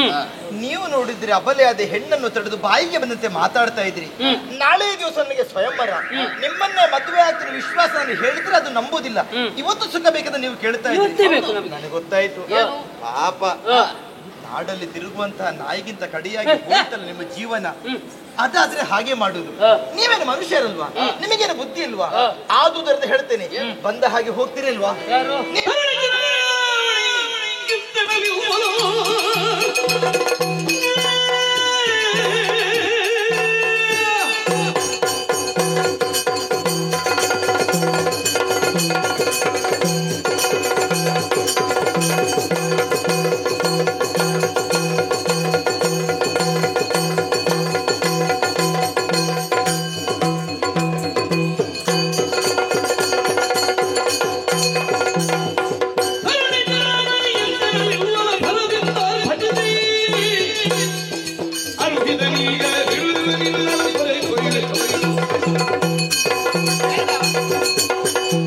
ಸೊಕ್ಕಿನ ಹೆಣ್ಣೆ ಹಾಗೆಲ್ಲ ಹೇಳ್ಬಾರ್ದು ಹೇಳ್ಬಾರ್ದು. ಅಣ್ಣ. ಯಾರು ನಿನ್ನ ಅಣ್ಣ? ನಿಮ್ಮಲ್ಲಿ ಯಾರು ಅಣ್ಣ ಯಾರು? ಕರ್ಣ ಕಠೋರವಾದಂತಹ ನುಡಿಯನ್ನ ಆಡ್ತಾ ಇದ್ದಾಳೆ. ಇದಕ್ಕಿಂತ ಅವಳಿಗೆ ಹಾ. ಕಠಾರಿಯಿಂದ ಚುಚ್ಚುವುದಿತ್ತು ನನಗೆ. ಹೌದು. ಅಣ್ಣ ಎಂಬ ಹಾಗೆ ಸಂಬೋಧಿಸ್ತಾ ಇದ್ದಾಳೆ. ಏ ಹೆಣ್ಣೆ! ಅವಳು ಹೇಳಿ ಭಾವ ನಮ್ಮದಲ್ವಾ? ಹೆಣ್ಣಿಗೆ ಒಂದು ಸ್ವಭಾವ ಇರ್ತದೆ. ತಮ್ಮ ನೀನಾದ್ರೂ ಹೇಳು ಸ್ವಲ್ಪ. ಹಾ. ನೀನಾದ್ರೂ ಹೇಳು. ಯಾರಿಗೆ? ಅವನಿಗೆ ಬುದ್ಧಿ ಹೇಳು. ನಿನಗೆ ಹೇಳುವುದನ್ನು ಕೇಳು. ಎಂತದ್ದ ಹೇಳು? ನೀ ಹೇಳುದು ನೀನು ಹೇಳ್ಬೇಡ. ಹೇಳಿದಲ್ಲ ನಾನು. ನಾವು ಹೇಳಿದ್ದನ್ನು ಕೇಳ್ಬೇಕಷ್ಟೇ ನೀನು. ಎಂತದ್ದು? ಹೆಣ್ಣಿಗೆ ಒಂದು ಸ್ವಭಾವ ಇರ್ತದೆ. ಯಾವುದು? ಲಾಲಿತ್ಯದ ಸ್ವಭಾವ. ಹಾ. ಗಂಡಸರು ಹಾಗಲ್ಲ, ಗಡಸ್ಸು ಹೆಚ್ಚು. ಹೌದಪ್ಪ. ಆದ್ರೂ ವೀರರಾದಂತಹ ನಾವುಗಳು ಹಾ. ನಿನ್ನನ್ನು ಒಲಿಸಿಕೊಳ್ಳುವುದಕ್ಕಾಗಿ ಹಾ. ಎಷ್ಟು ಲಾಲಿತ್ಯದಿಂದ ಮಾತಾಡಿದ್ವಿ. ಆದ್ರೂ ನಿನಗೆ ಅರ್ಥ ಆಗಲಿಲ್ಲ. ನಿನಗೆ ಅರ್ಥ ಆಗ್ಲಿಲ್ಲ ಸೊಕ್ಕಿನ ಹೆಣ್ಣೆ. ಬೇಡ. ನಮ್ಮಲ್ಲಿ ಇನ್ನೊಂದು ಸ್ವಭಾವ ಉಂಟು, ಗೊತ್ತುಂಟ ನಿನಗೆ? ತೋರಿಸಬೇಕಾ?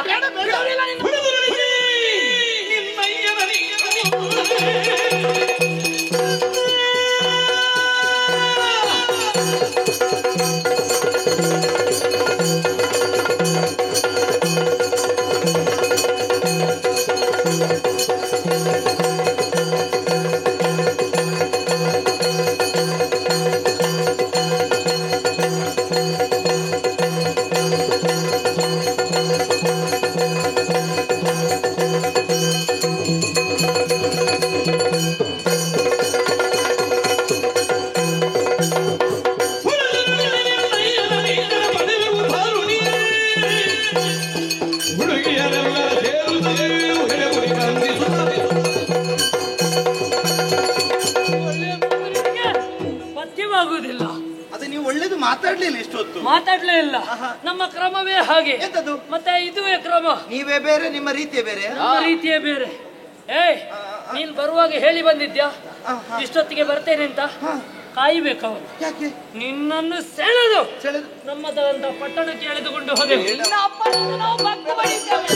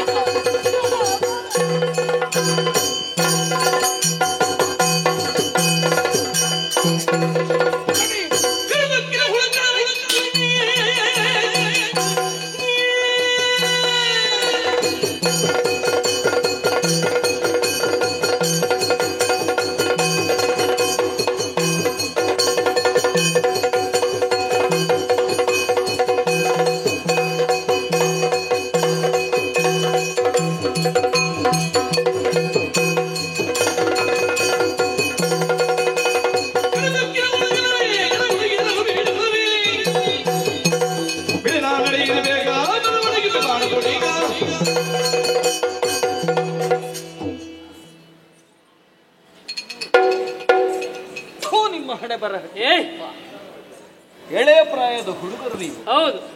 ಬಾಳಿ ಬೆಳಗಬೇಕಾದವರು. ಮೇಲ್ದುಟಿಯ ಮೇಲೆ ಮೀಸೆ ಕೊನರುತ್ತಾ ಇದೆ.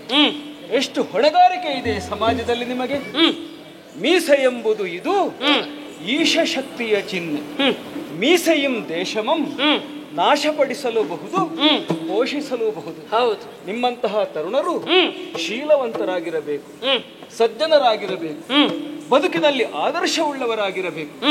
ಅದೆಲ್ಲವನ್ನು ಬಿಟ್ಟು ಪ್ರಾಣಿಗಳ ಹಾಗೆ ಆ ಹೆಣ್ಣನ್ನು ಕಾಮಕ್ಕಾಗಿ ಬಲಾತ್ಕರಿಸುತ್ತಾ ಇದ್ದೀರಲ್ಲ.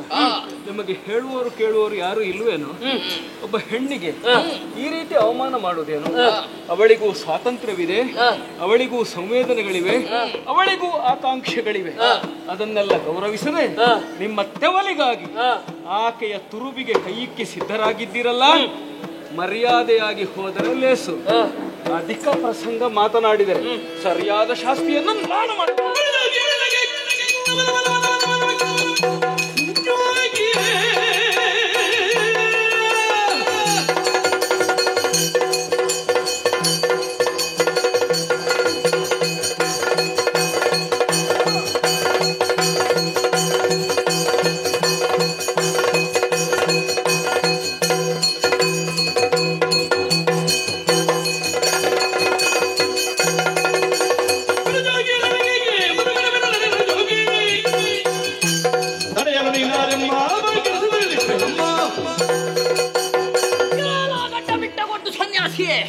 ತಡೆಯಾರು ಯಾರು ನೀನು ನಮ್ಮನ್ನು?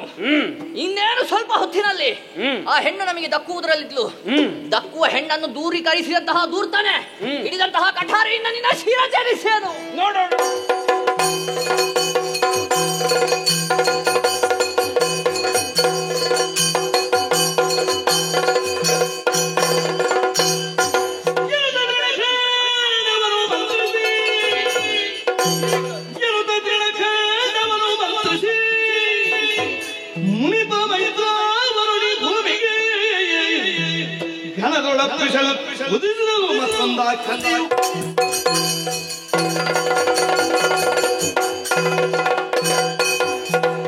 ಈ ಕೂಳರನ್ನು ಶಿಕ್ಷಿಸುವುದಕ್ಕೆ ನನ್ನ ಬಾಹುಬಲಗಳೇಕೆ?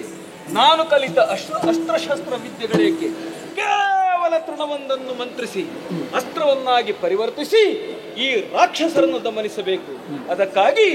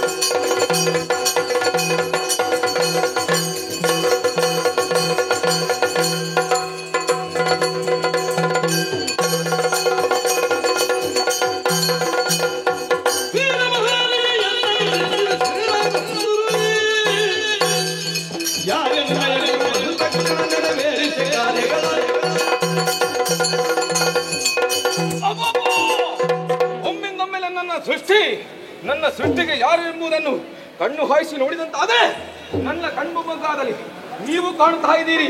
ಹಾಗಾದರೆ ನನ್ನ ಸೃಷ್ಟಿಗೆ ನೀವೇ ಕಾರಣೀಕರ್ತರು. ನಿಮ್ಮನ್ನು ತಂದೆ ಎಂದು ಒಪ್ಪಿಕೊಂಡಿದ್ದೇನೆ. ತಂದೆ, ಯಾಕೆ ನನ್ನ ಸೃಷ್ಟಿ ಮಾಡಿದ್ದೀರಿ? ನನ್ನಿಂದ ಏನಾಗಬೇಕು ತಿಳಿಸಿದಂತಾದರೆ ಕ್ಷಣ ಮಾತ್ರದಲ್ಲಿ ಪೂರೈಸ್ತೇನೆ. ಏನು ಮಾಡ್ತೀನಿ? ಏನು ಮಾಡೇನೋ?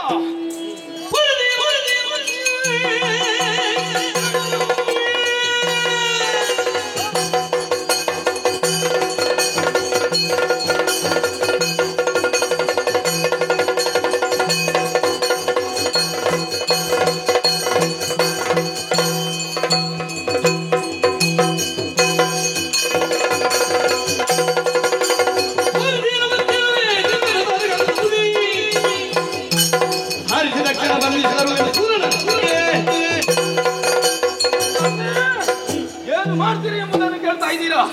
ಏನು ಮಾಡಬೇಕು? ಸಮುದ್ರದ ನೀರನ್ನು ಬತ್ತಿಸಬೇಕೆ ಅಥವಾ ಆಕಾಶದಲ್ಲಿ ಕಾಣುವಂತಹ ನಕ್ಷತ್ರವನ್ನು ಬಾಯಲ್ಲಿ ಊದಿ ರಟ್ಟಿಸಬೇಕೆ? ಅಲ್ಲದ್ರೆ ಸೂರ್ಯ ಕಾಣ್ತಾ ಇದೆ, ಆ ಸೂರ್ಯನನ್ನು ಹಿಡಿದು ನಿಮ್ಮ ಕಾಲ್ಬು ಬುಡದಲ್ಲಿ ಇಡ್ತಾನೆ. ಏನು ಮಾಡ್ಬೇಕು ಹೇಳಿ? ನಿನ್ನ ವೀರವಾಣಿಯನ್ನು ಕೇಳಿದಾಗ ರೋಮಾಂಚನವಾಗುತ್ತಾ ಇದೆ. ಯಾಕೆ? ನೀನು ನನ್ನ ಸೃಷ್ಟಿ, ನನ್ನ ಮಂತ್ರದಿಂದ ಸೃಷ್ಟಿಯಾದ ತೃಣಾಸ್ತ್ರ. ನೀನು ತೃಣಾಸ್ತ್ರನೇ. ಮಂತ್ರಕ್ಕೆ ಅದ್ಭುತವಾದ ಶಕ್ತಿ ಇದೆ. ಅದರ ಆಳ ಹರಹುಗಳೇನೆಂದು ಹೇಳುವುದಕ್ಕೆ ಸಾಮಾನ್ಯರಿಂದ ಸಾಧ್ಯವಿಲ್ಲ. 10 ಸಂಸ್ಕಾರಗಳನ್ನು ಮಾಡಿ ಮಂತ್ರವನ್ನು ಸಿದ್ಧಿಸಿಕೊಂಡರೆ ಅದರಿಂದ ಅಪೂರ್ವವಾದ ಕೆಲಸಗಳನ್ನು ಮಾಡಬಹುದು ಎಂಬುದಕ್ಕೆ ನೀನೇ ಸಾಕ್ಷಿಯಾಗಿದ್ದಿ. ಓಹೋ, ನೀನು ಮಾಡಬೇಕಾದ್ದು ಬೇರೇನೂ ಅಲ್ಲ. ಏನದು? ಅಲ್ಲಿ ಇಬ್ಬರು ಪುಂಡರಿದ್ದರು. ಅವರ ಹೆಸರು ವಾತಾಪಿ ಇಲ್ವರಂತೆ. ಒಬ್ಬ ಹುಡುಗಿಯನ್ನು ಬಲಾತ್ಕಾರವಾಗಿ ಭೋಗಿಸುವುದಕ್ಕೆ ಸಿದ್ಧರಾಗಿದ್ದಾರೆ. ಓಹೋ, ಅವರನ್ನು ತಡೆದು ಮಾತ್ರ ಬಡಿದು ಅವರಿಗೆ ಶಿಕ್ಷೆಯನ್ನು ವಿಧಿಸಬೇಕು. ಸಾಧ್ಯವೋ ನಿನ್ನಿಂದ?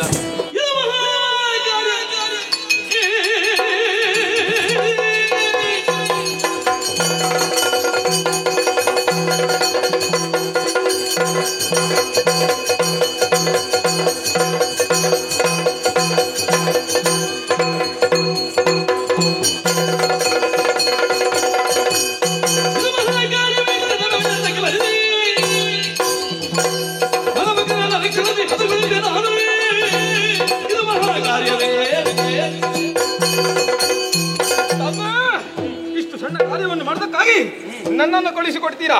ಚಿಂತಿಸಬೇಡಿ. ಎಂತದ್ದೇ ಆಗಲಿ, ಯಾರೇ ಆಗಿರಲಿ, ಅವರನ್ನು ನಾನು ತರ್ತೇನೆ. ಅಲ್ಲ, ಅವರನ್ನು ಕೊಂದು ನಿಮ್ಮ ಕಾಲ್ಬುಡಕ್ಕೆ ಕೊಂದಿರ್ತೇನೆ. ಗಡಿಬಿಡಿ ಮಾಡ್ಲಿಕ್ಕೆ ಅವಸರ ಮಾಡಕೂಡದು. ಯಾಕೆ?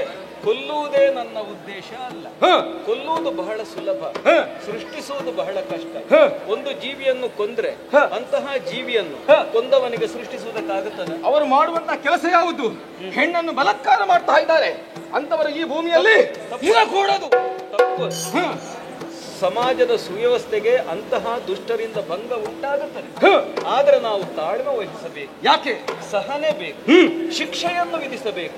ಸರಿ ದಾರಿಗೆ ತರುವುದಕ್ಕೆ ಪ್ರಯತ್ನ ಪಡಬೇಕು. ಹಾಗಾದ್ರೆ ನಾನೇನ್ ಮಾಡಬೇಕು? ಮತ್ತೂ ಆಗದಿದ್ದರೆ ಅವರ ವಧೆಯನ್ನು ಮಾಡಬೇಕು. ಕೊಳೆಯಾದ ಬಟ್ಟೆಯನ್ನು ತೊಳೆಯಬೇಕು. ಮಾಸದ ಕಲೆಯಾದರೆ ಅದನ್ನು ಸುಟ್ಟು ಹಾಕಬೇಕು. ಓಹೋ, ನೀನು ಕೊಲ್ಲಬೇಡ. ಇದು ಋಷಿ ಧರ್ಮ. ಋಷಿ ಹೃದಯ ಅಂದ್ರೆ ಹೀಗೆ. ಕೊಲ್ಲುವುದು ಮುಖ್ಯ ಅಲ್ಲ, ಅವರನ್ನು ಸರಿದಾರಿಗೆ ತರುವುದು ಬಹಳ ಮುಖ್ಯ.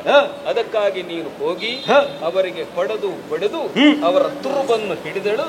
ಇಲ್ಲಿಗೆ ನನ್ನ ಪ್ರಯತ್ನವನ್ನು ನಾನು ಮಾಡ್ತೇನೆ. ಒಂದು ವೇಳೆ ಕೇಳದಿದ್ದರೆ ಅವರನ್ನು ಕೊಲ್ಲಬೇಡ, ಕರೆದು ಆಗಲಿ. ನಿಮ್ಮ ಅಪ್ಪಣೆ ಬೇಕು, ನಿಮ್ಮ ಆಶೀರ್ವಾದ ಬೇಕು. ಶುಭಂ. ಹೋಗಿ ಬರ್ತೇನೆ.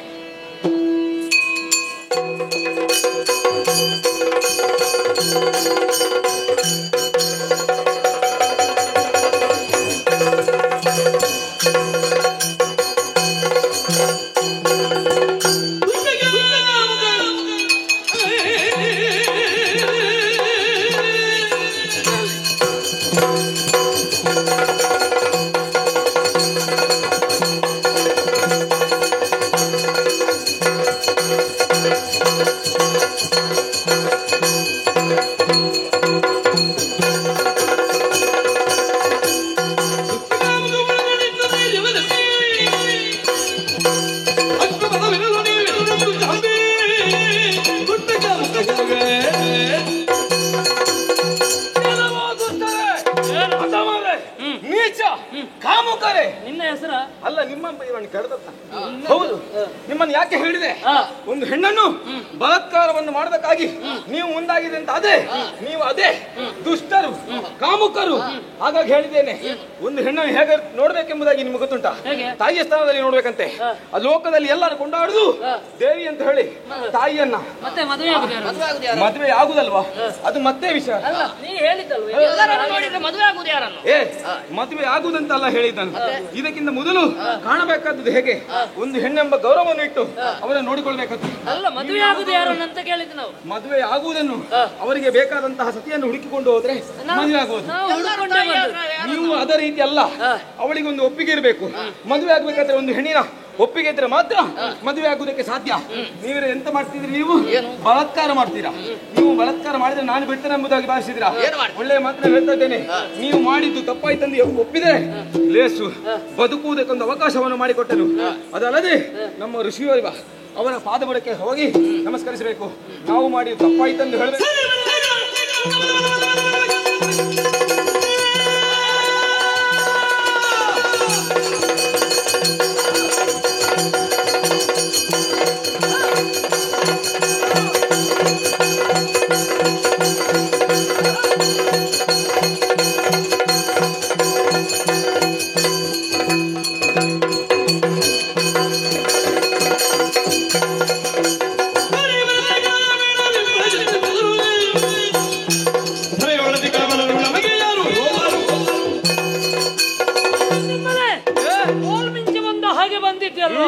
ನಮ್ಮ ಸಮ್ಮುಖದಲ್ಲಿ ನಿಮಗೆ ಬಂದು ನಮಗೆ ಬುದ್ಧಿ ಮಾತನ್ನು ಹೇಳ್ತಾ ಇದ್ದೀವಿ. ಅಧಮ್ಮ, ಅದು ನೀನು ಇಲ್ಲಿಂದ ಬಂದಿದ್ದಿಂತ ಗೊತ್ತಾಗ್ಲಿಲ್ಲ ನಮಗೆ. ಬೇಡ ನಿನಗೆ. ಏನೇ ಇರ್ಲಿ, ಬಂದದ್ದು ಯಾರೋ ಮುಂದೆ ಎನ್ನುವುದು ಸ್ಪಷ್ಟ ಆಗ್ಬೇಕು ನಿನಗೆ. ಆದ್ದರಿಂದ ವೀರರಾದಂತ ನಮ್ಮನ್ನು ಕೆಳಕೋದಕ್ಕೆ ಬಂದ್ರೆ ಇನ್ನ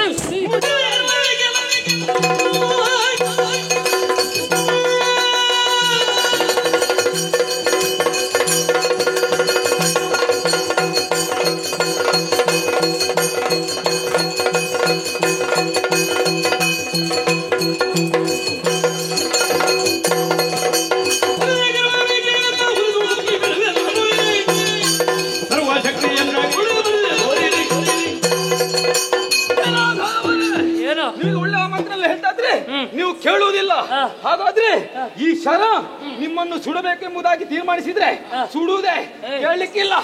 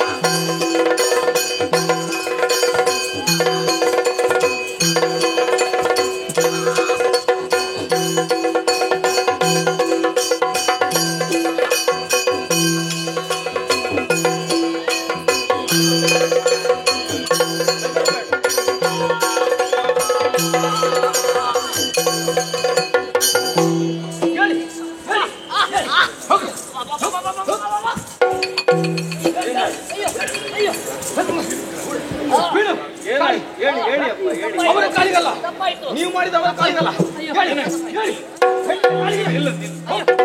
ನೀನು ಅವಸರ ಮಾಡಬೇಕು. ಸ್ವಲ್ಪ ನಿಲ್ಲು. ಏನಾಯ್ತು ಈಗ? ಆಗ ಕೇಳಿದ್ರಲ್ಲ ಕೇಳಲಿಕ್ಕೆ ನೀನ್ ಯಾರು ಅಂತ. ನಾನು ಯಾರು ಅಂತ ಗೊತ್ತಾಯ್ತಾ? ಗೊತ್ತಾಯ್ತು. ಅವನು ಎಳೆದ ಪೆಟ್ಟಿಗೆ ನನ್ನ ಕೇಶರಾಶಿ ಅವನ ಕೈಯಲ್ಲಿ ಬರ್ತಿತ್ತ ಅಂತ. ಈಗ ಬರ್ಬೇಕಿತ್ತು. ಋಷಿಗಳ ಶಕ್ತಿ ಅಂದ್ರೆ ಹಾಗೆ. ಈಗ ನೀವು ಇಷ್ಟೂ ಮಾಡಿದ್ರಲ್ಲ, ಯಾಕೆ ಮಾಡಿದ್ರಿ?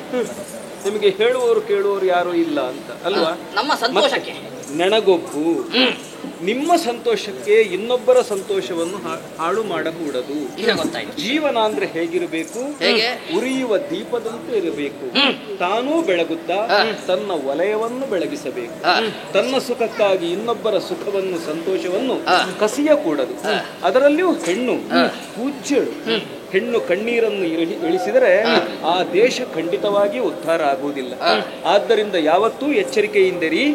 ಹೆಣ್ಣಿನ ಕಣ್ಣಿನ ನೀರು ಈ ಭೂಮಿಗೆ ಬೀಳದಂತೆ ಜಾಗ್ರತೆ ವಹಿಸಬೇಕು ನೀವಿಬ್ಬರು. ಈಗ ನನ್ನ ಕಾಲು ನೀವು ಹಿಡಿಯುವುದು ಮುಖ್ಯ ಅಲ್ಲ.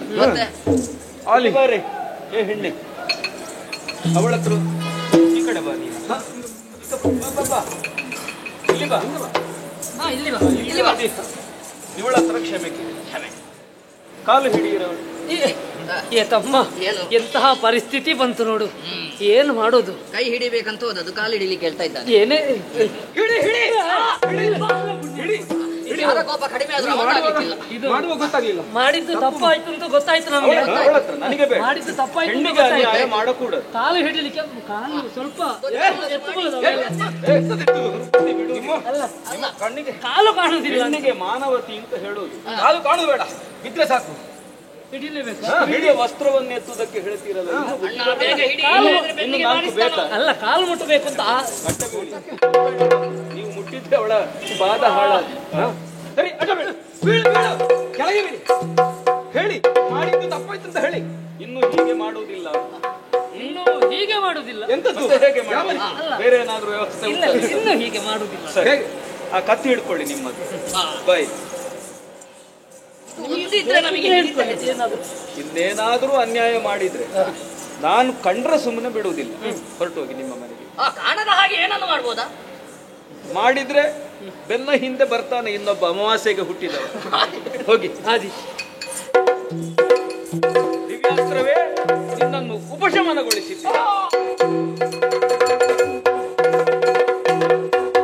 ಪುಣ್ಯಾತ್ಮರೇ, ಪವಿತ್ರವಾದ ಪಾದಗಳಿಗೆ ವಂದಿಸಿಕೊಂಡಿದ್ದೇನೆ. ನೀನು ಯಾರು ಮಾರೈತಿ? ನನ್ನ ಮಾನಪ್ರವನ್ನು ಕಾಪಾಡಿದ ದೇವರಂತ ನಾನು ಭಾವಿಸಿದ್ದೇನೆ. ವಿದರ್ಭ ದೇಶ ರಘುವರಿ ನಾನು. ನೀನು ಇಲ್ಲಿಗೆ ಯಾಕೆ ಬಂದೆ? ಜಲಕ್ರೀಡೆ ಆಡುವುದಕ್ಕಾಗಿ ಬಂದವಳು ನಾನು.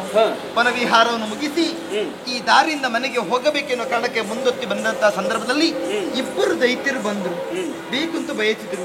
ಆ ವೇಳೆಯಲ್ಲಿ ನೀವು ಬಂದ್ರೆ ನನ್ನ ಮಾನವನ್ನು ಕಾಪಾಡಿದ ಪುಣ್ಯಾತ್ಮರು. ಓ ನನ್ನ ದೇವರೇ, ನೀವು ಯಾರಂತ ನನಗೆ ಗೊತ್ತಾಗ್ಲಿಲ್ವಲ್ಲ. ನನ್ನ ಹೆಸರು ಮೈತ್ರಾವರುಣಿ ಎಂದು. ಮೈತ್ರಾವರುಣಿ ಮಹರ್ಷಿ ನಾನು. ಸ್ವಾಮಿ, ನಿಮ್ಮ ಆಶೀರ್ವಾದದಿಂದ ಹುಟ್ಟಿದವಳು ನಾನು. ನನ್ನ ಅಪ್ಪಮ್ಮ ಹೇಳ್ತಾ ಇದ್ರು, ಪುಣ್ಯಾತ್ಮರ ಕಾಣುವಂತ ಯೋಗ ನನಗೆ ಒದಗಿ ಬಂತಲ್ಲ. ನಿನ್ನ ಹೆಸರು? ನನ್ನ ಹೆಸರು ಲೋಪಾಮುದ್ರಿ ಎನ್ನುವುದಾಗಿ. ವಿದರ್ಭದ ರಾಜಕುಮಾರಿ. ನಿಜ, ನಾನೇ. ಓಹೋ, ನೀನ ಹೇಗಿದ್ದಿ ಮಾರೈತಿ? ನೀನು ಹೇಗೆ ಆದಿ? ಬಹಳ ಒಳ್ಳೇದಾಯ್ತು. ಹೆಣ್ಮಕ್ಳು ಹಾಗೆ ಬಾಳೆ ಬೆಳೆದಾಗೆ ಬೆಳೆಯುವುದು. ಹಾ. ನೋಡಿ ಸಂತೋಷವಾಯಿತು. ನನಗೂ ನಾನಿನ್ನು ಬರ್ತೀನಿ. ನಿಲ್ಲಿ. ಒಂದು ವಿಷಯ ಮಾತಾಡಬೇಕಿತ್ತು. ಏನೇ ಅದು? ನಾಳೆಯ ದಿವಸ ನನ್ನಪ್ಪ ನನಗೆ ಸ್ವಯಂವರ ಅಂತ ಏರ್ಪಡಿಸಿದ್ದಾರೆ. ಇನ್ನ ಸ್ವಯಂವರ ನಾಳೆ. ನಿಜ. ಶುಭವಾಗಲಿ. ಒಳ್ಳೆಯ ಗಂಡು ಇಲ್ಲೇ ಸಿಕ್ಕಿ ನೀವು ಆಶೀರ್ವಾದ ನಿನ್ನ ಮಾಡು. ಬಾಳು. ಅಲ್ಲ, ಗಂಡು ಸಿಕ್ಕುವುದು ಬೇಡ, ಆಶೀರ್ವಾದ ಮಾಡುವುದು ಬೇಡ. ನಾಳೆಯ ದಿವಸ ನೀವು ಅಲ್ಲಿಗೆ ಬರಬೇಕು. ಅಲ್ಲಿ ನನಗೆ ನೀವು ಆಶೀರ್ವಾದವನ್ನು ಮಾಡಬೇಕು. ಜೀವನ ಪರ್ಯಂತಕ್ಕೂ ನಿಮ್ಮ ಜೊತೆಲಿ ಒಂದು ಯೋಗ ನನಗೆ ಬಂದ್ರೆ. ಅಯ್ಯೋ ದೇವ್ರೆ, ನನಗೆ ಮದುವೆಗೆಲ್ಲ ಬರ್ಲಿಕ್ಕೆ ಆಗೋದಿಲ್ಲ. ಹೇಳಿ ಕೇಳಿ ನಾನೊಬ್ಬ ಋಷಿ. ಲೋಕಕ್ಷೇಮ ವಿಚಾರಗಳು ನನಗೆ ತುಂಬಾ ಉಂಟು. ಇನ್ನೂ ವಿದ್ಯಾರ್ಥಿ. ಲೋಕಾನುಭವದಿಂದ ತುಂಬಾ ಕಲಿಬೇಕು ಅಂತ ಅನ್ಕೊಂಡಿದ್ದೇನೆ. ಬರ್ತೇನೆ. ನೀವು ಬರುವುದೇ ಇಲ್ವಾ? ಬರುದಿಲ್ಲ, ಬೇಡ. ನೀವು ಬರುವುದೇ ಇಲ್ವಾ? ನೀವು ಬಾರದಿದ್ರೆ ನಾಳೆ ನನಗೆ ಸ್ವಯಂವರವೂ ಇಲ್ಲ. ನೀವಿದ್ರೆ ಮಾತ್ರ ನನಗೆ ಸ್ವಯಂವರ. ಇದು ದೊಡ್ಡ ಕಥೆ ಆಯ್ತಲ್ಲ ಮಹಾರಾಯ. ಹೀಗೂ ಉಂಟೆ? ನಿನ್ನ ಅಪ್ಪ ಅಷ್ಟು ಖರ್ಚು ಮಾಡಿ ಮದುವೆ ವ್ಯವಸ್ಥೆ ಮಾಡಿ ಎಲ್ಲಾ ಹೇಳಿಕೆ ಕೊಟ್ಟು ನಾಳೆ ಮದುವೆ ನಿಂತ್ರೆ ಅವನ ಮರ್ಯಾದೆಯಲ್ಲಿ ಇಲ್ಲಿ ನಾನು ಸಾಹಿತ್ಯದರ ಮದುವೆ ಆಯ್ತಾ ನಾಳೆ ನನಗೆ? ನಿಮ್ಮಿಂದಾಗಿ ಬದುಕಿದವಳು ನಾನಲ್ವಾ? ಅದಕ್ಕಾಗಿ ನಾಳೆ ಬನ್ನಿ ನೀವು. ಆಯ್ತು ಮಾರೈತೆ, ಬರ್ತೀರಲ್ಲ? ನಾಳೆ ಸ್ವಯಂವರ ನಿಮಗೆ ಕಾಯ್ತಾ ಇರ್ತೇನೆ. ಕಾಣು. ಬರಬೇಕು, ಆಯ್ತು. ಆಶೀರ್ವಾದ ಮಾಡಬೇಕು. ಆಯ್ತು ಆಯ್ತು.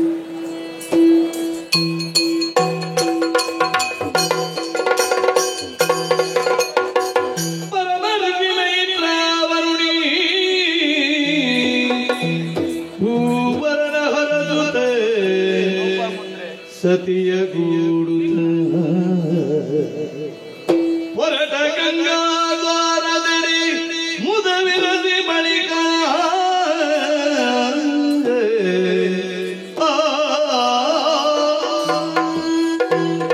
ಒಂದು ಮಾತು ನೆನಪಾಗುತ್ತಾ ಇದೆ. ಏನು ಸ್ವಾಮಿ?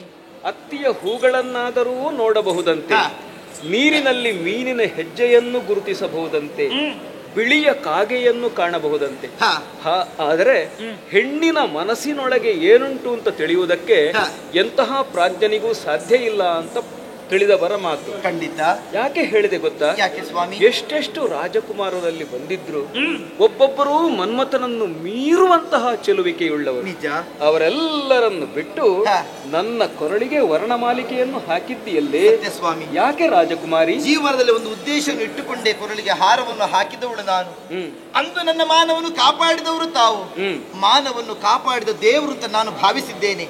ನನ್ನ ಜೀವನದುದ್ದಕ್ಕೂ ಯಾವುದೇ ಕಷ್ಟ ಬಂದರೂ ಅದಕ್ಕೆ ಸರಿಯಾದಂತಹ ಸೂಕ್ತ ದಾರಿಯನ್ನು ತೋರಿಸುವರು ತಾವೆಂದು ನಾನು ಭಾವಿಸಿದ್ದೇನೆ.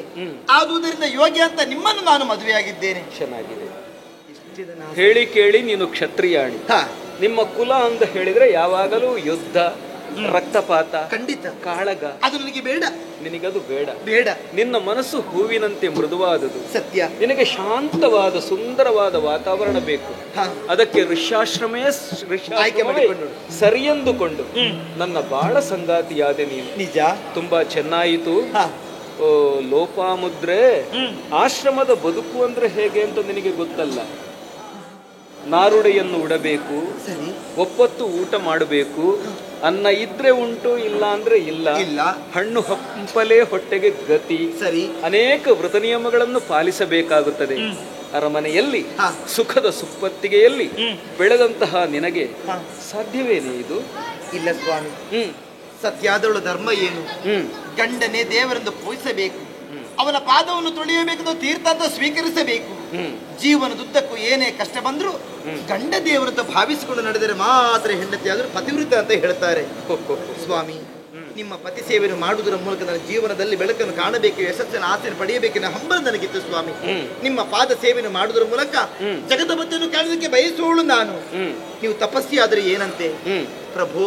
ನಿಮ್ಮನ್ನು ಮದುವೆಯಾದ ಮೇಲೆ ಋಷಿ ಆಶ್ರಮಕ್ಕೆ ಯಾವುದೇ ಚ್ಯುತಿ ಬಾರದ ಹಾಗೆ ನಡೆದುಕೊಳ್ಳುವವಳು ನಾನು.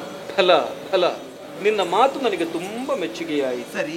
ಈಗ ಮುಂದಿನ ನಿನ್ನ ಜೀವನ ಋಷಿ ಪತ್ನಿಯಾಗಿ ನಾರು ಮಡಿಯಿಟ್ಟು. ನಿನ್ನದು ಇನ್ನು ಭೋಗ ಜೀವನ ಅಲ್ಲ, ಬೇಡ, ತ್ಯಾಗ ಜೀವನ. ಖಂಡಿತ. ಹಾಗೆ ಹೇಳೋದಿದ್ರೆ ಹೆಣ್ಣಿನ ತ್ಯಾಗದಿಂದಲೇ ಕುಟುಂಬ ವ್ಯವಸ್ಥೆ ನಿಂತಿರೋದು. ಸತ್ಯ. ಹೆಣ್ಣಿನ ಪ್ರೀತಿ, ಹೆಣ್ಣಿನ ವಿಶ್ವಾಸ, ಹೆಣ್ಣಿನ ನಂಬಿಕೆ, ಹೆಣ್ಣಿನ ಮಮತೆ, ಹೆಣ್ಣಿನ ಕಣ್ಣೀರು, ಹೆಣ್ಣು ತಾಳ್ಮೆ ವಹಿಸಿದ ಕಾರಣ ಕುಟುಂಬ ವ್ಯವಸ್ಥೆ ನಿಂತಿದೆ. ನಿಜ. ಗಂಡಿನ ಮೀಸೆಯಷ್ಟು ದಪ್ಪ ಇದೆ ಎಂಬುದರಿಂದ ಅಲ್ಲ. ಅಲ್ಲ. ಹೆಣ್ಣು ತ್ಯಾಗಮಯಿ ಅಲ್ಲದೆ ಹೋದ್ರೆ ಈ ಸಮಾಜದಲ್ಲಿ ಎಲ್ಲ ಕುಟುಂಬಗಳಲ್ಲೂ ಸಂಘರ್ಷ ಉಂಟಾಗುತ್ತಿತ್ತು. ತ್ಯಾಗಮಯಿಯಾದಂತಹ ನೀನು ಭೋಗವನ್ನು ದೂರ ಮಾಡಿ ಅದು ತೃಣಕ್ಕೆ ಸಮಾನ ಎಂದುಕೊಂಡು ನನ್ನ ಸೇವೆಗೆ ಸಿದ್ಧಳಾದಿಯಲ್ಲೇ ಬಾ ನನ್ನೊಡನೆ. ಗಂಗಾದ್ವಾರದೆಡೆಗೆ ನಡೆಯೋಣ.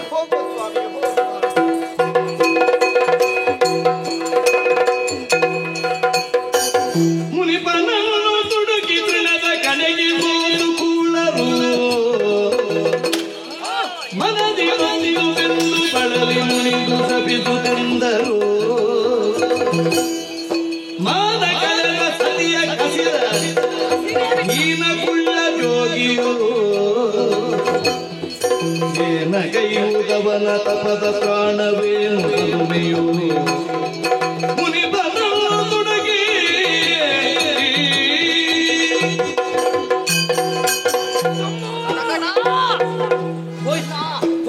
ಎಲ್ಲ ಹೋಯ್ತು. ಮಾನ ಮರ್ಯಾದೆ ಎಲ್ಲ ಹೋಯ್ತು. ಇಲ್ಲಿಯವರೆಗೆ ಸಂಪಾದಿಸಿದೆಲ್ಲವೂ ನೀರಲ್ಲಿಯೇ ಹೋಯ್ತು. ಹೌದಲ್ವಾ? ಇಲ್ಲದೆ ಹೋದ್ರೆ ಆ ಬಡ ಜೋಗಿಯ ಕಾಲು ಹಿಡಿಯುವುದು, ಆ ಕುಳ್ಳ ಮುನಿಯ ಕಾಲು ಹಿಡಿಯುವ ಹಾಗಾಯ್ತ. ಹೌದಲ್ವಾ? ಅದರಲ್ಲಿ ಕೂಡ ನಾವು ಬಯಸಿ ನಮ್ಮ ಹೆಂಡತಿಯಾಗುವವಳ ಹೌದು ಕಾಲನ್ನು ಹಿಡಿಯಲಿಕ್ಕೆ. ಅಯ್ಯೋ, ನಮ್ಮ ಪರಿಸ್ಥಿತಿಯೇ ಕೈಗೆ ಬಂದದ್ದು ಬಾಯಿಗೆ ಬರಲಿಲ್ಲ. ಮುನಿ ಇದಕ್ಕೆ ಕಾರಣ. ಹೌದು. ಅವನನ್ನು ಬಿಡಕೂಡದು, ಅವನನ್ನು ಬಿಡಕೂಡದು. ಅವನ ಹೊಗೆಯನ್ನು ಕಾಣಲೇಬೇಕು. ಏನು ಮಾಡೋಣ? ಏನು ಮಾಡೋಣ? ಅಂತಹ ಸೌಂದರ್ಯವತಿ ನಮ್ಮ ಪಾಲಿಗೆ ಬರಲೇಬೇಕು. ಮಾಡಿದ್ದ ಅಪರಾಧ ಎನ್ನುವ ಹಾಗೆ ಜೀವನ ಪರ್ಯಂತರ ಆಕೆ ಕೊರಗಬೇಕು. ಅಂತಹ ಸ್ಥಿತಿಯನ್ನು ತರಬೇಕು. ಅಣ್ಣ, ಅಷ್ಟೆಲ್ಲ ಆಗಬೇಕಂತಾದ್ರೆ ಮೊದಲು ನಮ್ಮ ದೇಹದಲ್ಲಿ ಶಕ್ತಿ ಬೇಕಣ್ಣ. ನೋಡಿದ್ಯಾ, ಬಳಲಿ ಹೋಗಿದ್ದೇವೆ ಪೆಟ್ಟು ತಿಂದು. ಅದಕ್ಕೆ ಮೊದಲಾಗಿ ನಮ್ಮ ಹೊಟ್ಟೆಗೇನಾದ್ರೂ ಸ್ವಲ್ಪ ಬೀಳ್ಬೇಕಣ್ಣ. ಹೌದಲ್ವಾ? ಕಾಣ್ತಾ ಇದೆ. ಸಮಯ ಎಷ್ಟಾಯ್ತು? ತಿನ್ನದೆ ನಾವು ತಿನ್ನದೆಷ್ಟು ಸಮಯ ಆಯ್ತು. ಅದೊಂದು ಮಾತುಂಟಲ್ಲ ಅಣ್ಣ, ಈ ಹೆಣ್ಣಿನ ಹಸಿವೆ ಬಂದವರಿಗೆ ಉದರದ ಹಸಿವೆ ಗೊತ್ತಾಗುದಿಲ್ಲ ಅಂತೆ. ನಮಿಗೂ ಹಾಗೆ ಆಯ್ತೇನ? ಹೆಣ್ಣಿನ ಹಸಿವೆ ಈಗ ಸ್ವಲ್ಪ ದೂರ ಆಯ್ತು, ಉದರ ಹಸಿವೆ ಈಗ ಗೊತ್ತಾಗ್ತದಲ್ವಾ? ತಡ ಮಾಡುವುದು ಸರಿಯಲ್ಲ. ಕಾಣ್ತಾ ಇದೆ ದೊಡ್ಡದಾದಂತಹ ಕಾಂತಾರ. ಬೇಟೆಯಾಡುವ.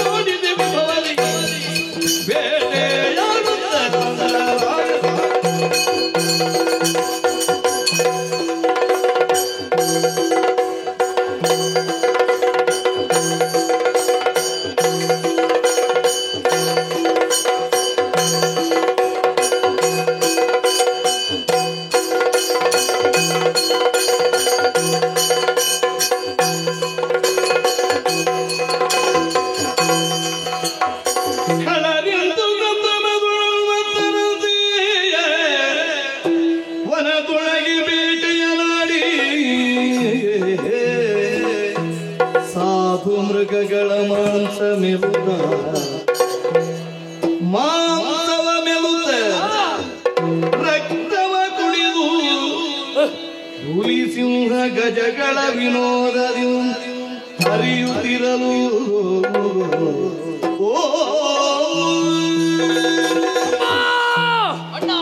ಮೃಗಬೇಟೆಯನ್ನಾಡಿದ್ದೇವೆ. ಸಾಧು ಮೃಗಗಳು ಯಾವುದುಂಟು ಅದನ್ನೆಲ್ಲ ಹಿಡಿದು ಚಿತ್ರಹಿಂಸೆ ಕೊಟ್ಟು ಕೊಟ್ಟು ಕೊಟ್ಟು ಅದನ್ನು ಕೊಂದವರಿದ್ದೇವೆ, ಅದನ್ನು ತಿಂದವರಿದ್ದೇವೆ. ಮಾತ್ರವಲ್ಲ, ಕ್ರೂರ ಮೃಗಗಳಾದಂತಹ ಸಿಂಹವನ್ನಾದರೂ ಕೂಡ ಅದರ ದವಡೆಗೆ ಕೈ ಹಾಕಿ ಸೀಳಿ ಬಿಟ್ಟವರು ನಾವಾಗಿದ್ದೇವೆ. ನೋಡಬಾರದೆ ಹಸಿವೆ ಕಡಿಮೆ ಆದಾಗುಂಟು, ಆದ್ರೆ ನಮ್ಮ ಕ್ರೌರ್ಯತೆ ಎನ್ನುವುದು ಕಡಿಮೆ ಆಗಲಿಲ್ಲ. ಏನು ಮಾಡುದಂತ ಗೊತ್ತಾಗುದಿಲ್ಲ. ತೋರಿಸಬೇಕು ನಮ್ಮ ಕ್ರೌರ್ಯವನ್ನೆಂಬ ಗೊತ್ತಾಗ್ತಾ ಇಲ್ಲ. ಸರ್ವನಾಶ ಆಗಬೇಕು, ಸರ್ವನಾಶ ಆಗಬೇಕು. ಯಾವ ಪ್ರಾಣಿಯೂ ಉಳಿಯಕೂಡದು. ನಮ್ಮ ಕಣ್ಣೆದುರು ಒಂದು ಜೀವಂತವಾಗಿರಬಾರ್ದು. ಹೌದಲ್ವಾ? ಒಂದು ಮರ ಕೂಡ ಇಡಬಾರ್ದು. ಒಂದೊಂದು ಮರಗಳನ್ನು ಕತ್ತರಿಸುತ್ತಾ ಪ್ರಾಣಿಗಳನ್ನು ಕೊಲ್ಲುತ್ತಾ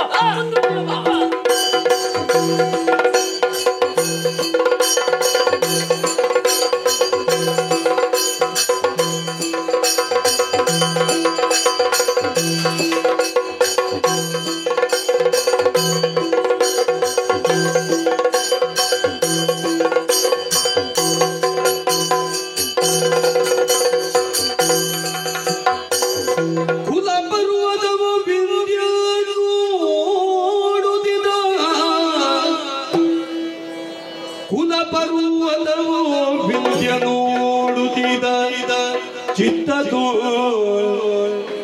ಬಲು ಯೋಚಿಸಿದ ಬಲು ಯೋಚಿಸಿದ ಕೂಡರಿಗೆ ಬೀಳ್ಬೇಡಿ ಹೋದೆ ಕೆಲಸದಿವು ಮುಂದೆ ಬರುವ ದುಷ್ಪರಿಣಾಮವೇನೆಂದು ತಿಳಿಯುವಂತೆ ಕುಲ ಪರ್ವತವೋ ವಿಂಧ್ಯ ನೋಡುತ್ತಿದ ಚಿತ್ತದೋ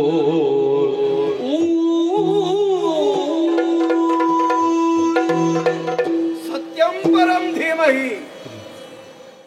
ಭಗವಂತನನ್ನು ಮನಸ್ಸ ಧ್ಯಾನಿಸಿ ಈ ಲೋಕದ ಆಗುಹೋಗುಗಳ ಕಡೆಗೆ ಗಮನವನ್ನು ಕೊಟ್ಟವನು ನಾನು. ವಿಂಧ್ಯ ನಾಮಕನಾದಂತಹ ಪರ್ವತ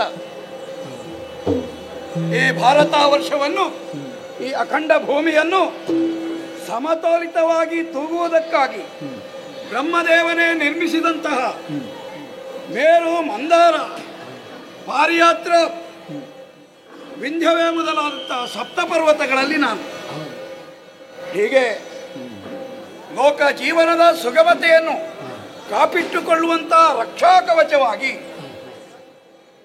ಈ ಭೂಮಿಯಲ್ಲಿ ವ್ಯವಹರಿಸುತ್ತಾ ಇದ್ದರೆ ಒಮ್ಮಿಂದೊಮ್ಮೆಗೆ ಏನೋ ನನ್ನ ಮೈಯಾದ್ಯಂತದಲ್ಲಿ ವಿಪರೀತವಾದ ಹಿಂಸೆಯಾದ ಅನುಭವ ನನಗೆ ಮೂಡಿ ಬಂತು.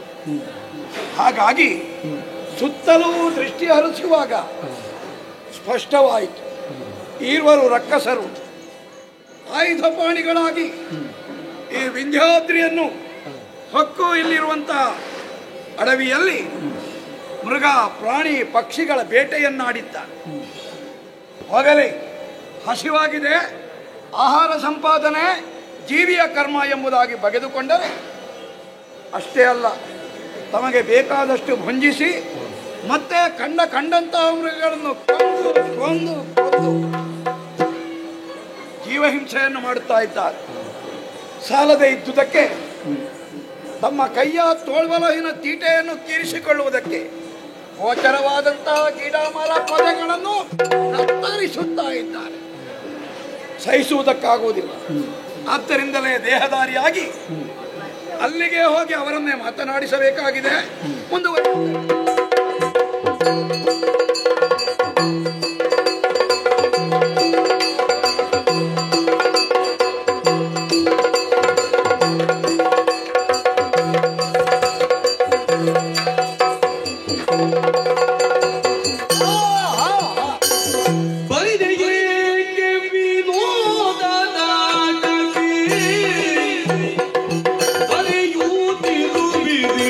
ಮೃಗಗಳ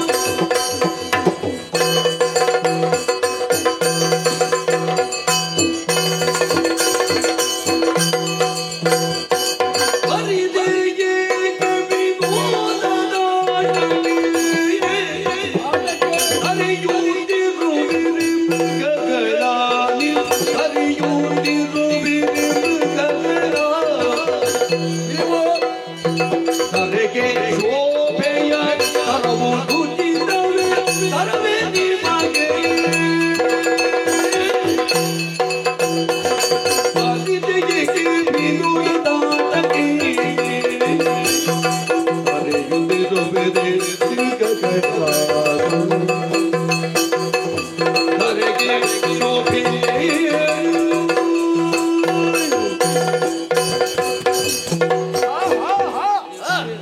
ವೀರರೇ, ತಡೆಯಿರಿ ತಡೆಯಿರಿ ತಡೆಯಿರಿ. ಹೀಗೆ ನಿಮ್ಮನ್ನು ನೋಡುವುದು ಸುಪುಷ್ಟವಾದಂತಹ ಕಾಯ, ಯೌವನ ಭರಿತರಾದಂತಹ ದೇಹ ಪ್ರಕೃತಿ. ಇಂತಹ ನೀವುಗಳು ಈ ರೀತಿಯಾಗಿ ನಿರ್ದಯತೆಯಿಂದ ಕಣ್ಣಿಗೆ ಗೋಚರವಾಗುವಂತಹ ಪ್ರತಿ ಪ್ರಾಣಿಯನ್ನು ಸಹ ಕತ್ತರಿಸಿ ಕೊಚ್ಚಿ ಕೊಚ್ಚಿ ಚೆಲ್ಲುತ್ತಾ ಇದ್ದೀವಿ. ಅಷ್ಟು ಮಾತ್ರವೇ ಅಲ್ಲ, ಅತ್ತಿತ್ತ ತಿರುಗಾಡುವಾಗ ನಮ್ಮ ಕಣ್ಣಿಗೆ ಗೋಚರವಾದಂತಹ ಗಿಡವೋ ಮರವೋ ಬಳ್ಳಿಯೋ ಹೆಚ್ಚೇನು ಸಾಮಾನ್ಯ ಗಾತ್ರದ ಪರ್ವತವೋ ನಮ್ಮ ಭುಜಗಳಿಂದಲೇ ಅದನ್ನು ಬಡಿದು ಸಡಲಿಸಿ ಚೆಲ್ಲುತ್ತಿದ್ದೀವಿ. ನೋಡಿದ್ಯಾ ಕಲ್ಲು ಪುಡಿ ಮಾಡಿದ್ದೆಲ್ಲ. ಈ ರೀತಿಯಾಗಿ ಉನ್ಮತ್ತರಂತೆ ನೀವು ವರ್ತಿಸುತ್ತಿರುವಂತಹ ಪರಿಯನ್ನು ಕಂಡರೆ ಇದು ಧರೆಗೆ ಶೋಭೆಯಲ್ಲ. ಭೂಮಿ ಎನ್ನುವುದು ನಮಗೆ ಬದುಕನ್ನು ಕೊಟ್ಟಂತಹ ತಾಯಿ. ಹೆತ್ತ ತಾಯಿ 9 ತಿಂಗಳವರೆಗೆ ಮಾತ್ರ ಹೊಟ್ಟೆಯಲ್ಲಿ ಧರಿಸಿಕೊಳ್ಳುತ್ತಾಳೆ. 9 ದಿನ ಕಳೆಯುವಾಗ ನೋವು ಬಂದು ತಾನು ಭೂಮಿಗೆ ಹೆತ್ತು ಬಿಡ್ತಾಳೆ. ಆದರೆ ಭೂಮಾತೆ ಹಾಗಲ್ಲ. ಹುಟ್ಟಿದವನು ಸಾಯುವವರೆಗಲ್ವ, ಸತ್ತ ಮೇಲೆಯೂ ಆ ಹಣವನ್ನು ಹೊತ್ತುಕೊಂಡಿರ್ತಾಳೆ. ಹಾಗಾಗಿ ಹೆತ್ತ ತಾಯಿಗಿಂತಲೂ ಅತಿಶಯವಾದ ಕರುಣೆ, ಮಮತೆ, ಪ್ರೀತಿ ಉಳ್ಳವಳು ಭೂತಾಯಿ.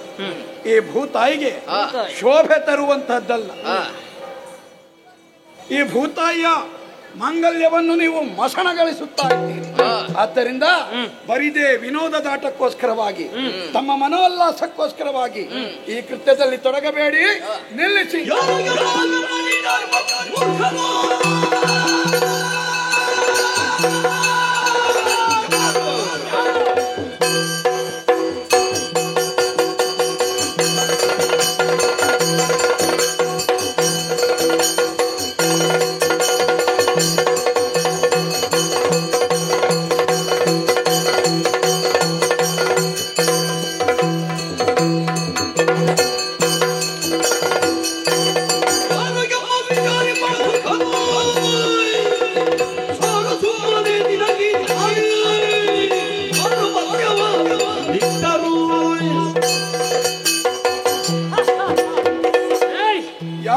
ನಮ್ಮ ಮುಂದೆ ಬಂದು ನಮ್ಮನ್ನು ವಿಚಾರಿಸ್ತಾ ಇದ್ದೀಯಾ? ಏಯ್, ಏನೋ ನೀನು ಯಾರು? ನೀ ಎಲ್ಲಿಂದ ಬಂದವನು? ನಿನಗೆ ಇರುವಂತಹ ಅಧಿಕಾರವಾದ್ರೂ ಏನು?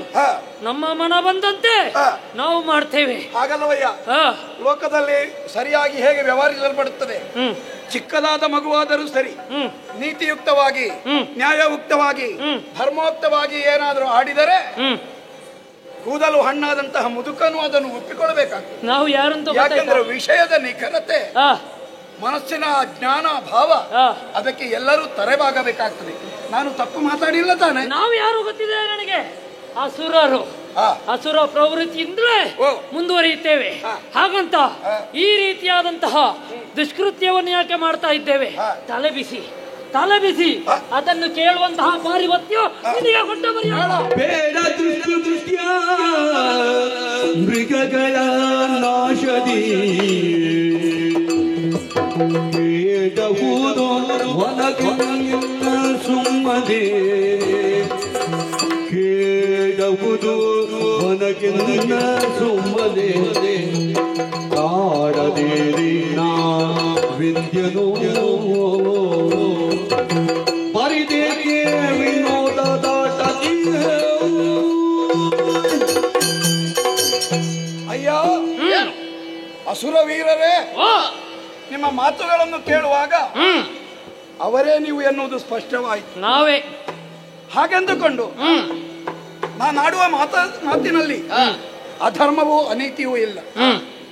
ಆದ್ದರಿಂದ ಹೇಳುವುದು ನಮಗೆ ಅದು ಬೇಕಿಲ್ಲ. ಬೇಡ. ಯಾಕೆ ಬೇಡ?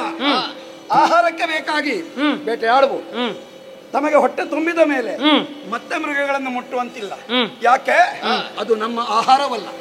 ಲೋಕದಲ್ಲಿ ಬದುಕುವಂತಹ ಪ್ರತಿ ಜೀವಿಗೂ ಆಹಾರದ ಹಕ್ಕು ಎನ್ನುವುದು ಇದೆ. ಇರುವಂತಹ ಮೃಗಗಳನ್ನು ನೀವೇ ಕೊಂದು ತಿಂದರೆ ಮತ್ತೆ ಮಾಂಸಾಹಾರಿಗಳಾದಂತಹ ಪ್ರಾಣಿಗಳು ಏನನ್ನು ತಿನ್ನಬೇಕು? ಕಲ್ಲು ಹುಲ್ಲನ್ನು ತಿನ್ನುವುದಕ್ಕಾಗುತ್ತದೆ. ಆದ್ದರಿಂದ ನಿಮ್ಮ ಆಹಾರವನ್ನು ನೀವು ತಿಂದುಕೊಳ್ಳಿ, ಯಾರೂ ಆಕ್ಷೇಪಿಸುವುದಿಲ್ಲ. ಮನಸ್ಸಿನ ವಿನೋದಕ್ಕಾಗಿ ಮಾಡುವಂತಹ ಈ ಆಟದಿಂದಾಗಿ ಏನೆಲ್ಲ ತೊಂದರೆ ಆದೀತು ಎಂದು ಎಣಿಸಿದ್ದೀರಾ? ಕಾಡು ಎನ್ನುವುದು ಭೂಮಿಗೆ ಕಣಜ ಇದ್ದ ಹಾಗೆ, ಒಂದು ರೀತಿಯಲ್ಲಿ ಧನಾಗಾರ ಇದ್ದ ಹಾಗೆ. ಕಾಡಿನಲ್ಲಿ ಪರ್ವತದಲ್ಲಿ ಏನಿಲ್ಲ ಎಂದು ಹುಡುಕುವುದಕ್ಕಿಂತ ಎಷ್ಟು ಉಂಟು ಎನ್ನುವುದನ್ನು ಯೋಚಿಸುವುದು ಉತ್ತಮ. ಕಾಲ ಕಾಲಕ್ಕೆ ಇಳಗೆ ಮಳೆ ಬರಬೇಕು ಎಂದಿದ್ದರೆ ನಮ್ಮಂತಹ ಪರ್ವತಗಳು ಬಾಂಧಳದಲ್ಲಿ ಸಂಚರಿಸುವಂತಹ ಮೋಡಗಳನ್ನು ತಡೆ ಹಿಡಿದು ಅವುಗಳು ಸ್ರವಿಸುವಂತೆ ಮಾಡುತ್ತವೆ. ಹಾಗೆಯೇ ಸ್ರಾವಕವಾದಂತಹ ಜಲವನ್ನು ನಮ್ಮ ಅಡಿಯಲ್ಲಿ ನಾವು ಸಂಗ್ರಹಿಸಿಟ್ಟುಕೊಂಡು ನಿಯಮಬದ್ಧವಾಗಿ ಅದನ್ನು ಬಿಟ್ಟುಕೊಡುವುದರ ಮುಖೇನ ಹಳ್ಳ ಕೊಳ್ಳ, ಗಿರಿ, ತೊರೆ, ಝರಿ, ಚಿಲುಮೆ, ಬುಗ್ಗೆ, ನದಿ, ಸಾಗರವೇ ಮೊದಲಾದುವುದಕ್ಕೆ ಕಾಲ ಕಾಲಕ್ಕೆ ಕೊಡುತ್ತೇವೆ. ಹಸಿದು ಬಳಲಿದಂತಹ ಪ್ರಾಣಿಗಳಿಗೆ ಕುಡಿಯುವುದಕ್ಕೆ ತೃಷಾ ನಿವಾರಕವಾಗಿಯೂ ಜೀವರಕ್ಷಕವಾಗಿಯೂ ನಮ್ಮಿಂದ ಸಂಗ್ರಹಿಸಲ್ಪಟ್ಟಂತಹ ನೀರೇ ಉಪಯೋಗಕ್ಕೆ ಬೀಳುವುದು. ನಮ್ಮಲ್ಲಿ ಸಂಗ್ರಹಿತವಾದಂತಹ ನೀರನ್ನು ಸೇವಿಸಿದಂತಹ ಗಿಡಮರಬಳ್ಳಿಗಳು ಕಾಲ ಕಾಲಕ್ಕೆ ತಮ್ಮ ಸಾಮರ್ಥ್ಯಾನುಸಾರವಾಗಿ ಉತ್ಕೃಷ್ಟವಾದಂತಹ ಫಲವಸ್ತುಗಳನ್ನು ಕೊಡುತ್ತವೆ. ಅವುಗಳನ್ನು ತಿಂದು ಕೋಟ್ಯಂತರ ಜೀವಿಗಳು ಲೋಕದಲ್ಲಿ ಬದುಕುತ್ತವೆ. ಅಷ್ಟು ಮಾತ್ರವಲ್ಲವಯ್ಯ, ಈ ವನದಲ್ಲಿ ಇರುವಂತಹ ವನೌಷಧಿ ಗಿಡಮೂಲಿಕೆಗಳ ಮೇಲಿನಿಂದ ಬೀಸಿ ಬರುವಂತಹ ಗಾಳಿ ಹಲವರ ಆರೋಗ್ಯಕ್ಕೆ ಅನುಕೂಲವಾಗುತ್ತದೆ.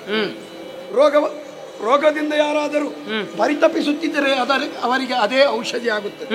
ಹಾಗೆಯೇ ಈ ವನದಲ್ಲಿ ಇರತಕ್ಕಂಥ ಅಮೃತ ತುಲ್ಯವಾದಂತಹ ಗಿಡಮೂಲಿಕೆಗಳು ಪ್ರಾಣ ರಕ್ಷಕಗಳಾಗಿವೆ. ಆದ್ದರಿಂದ ಅವುಗಳನ್ನು ವ್ಯರ್ಥವಾಗಿ ಹಾಳು ಮಾಡುವುದು ಸರಿಯಲ್ಲ.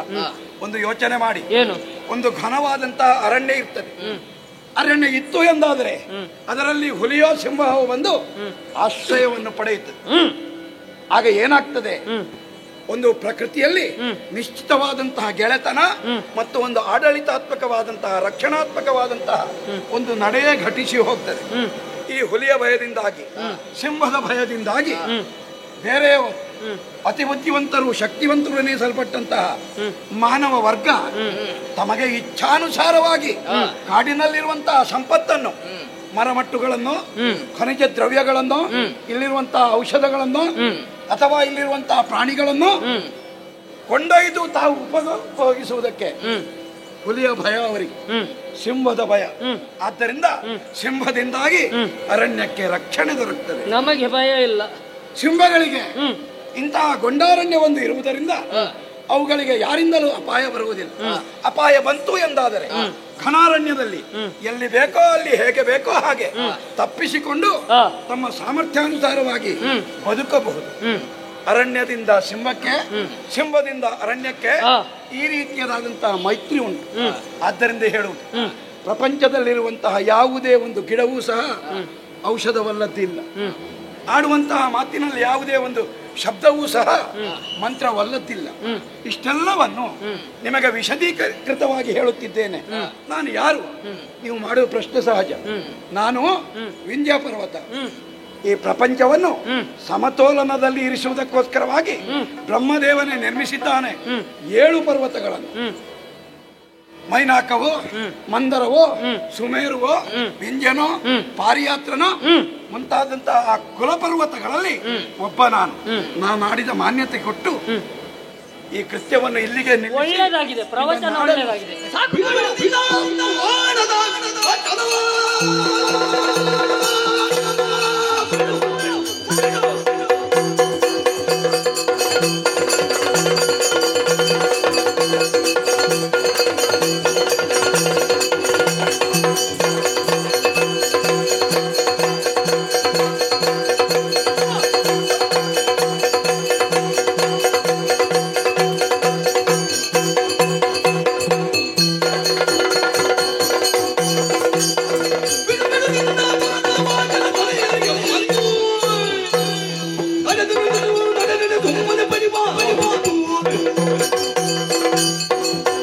ಮಾಡು ನಿನ್ನ ಧರ್ಮ ಪ್ರವಚನವನ್ನು. ಧರ್ಮ ಪ್ರವಚನ ಅಲ್ವಾ? ಮತ್ತೇನು?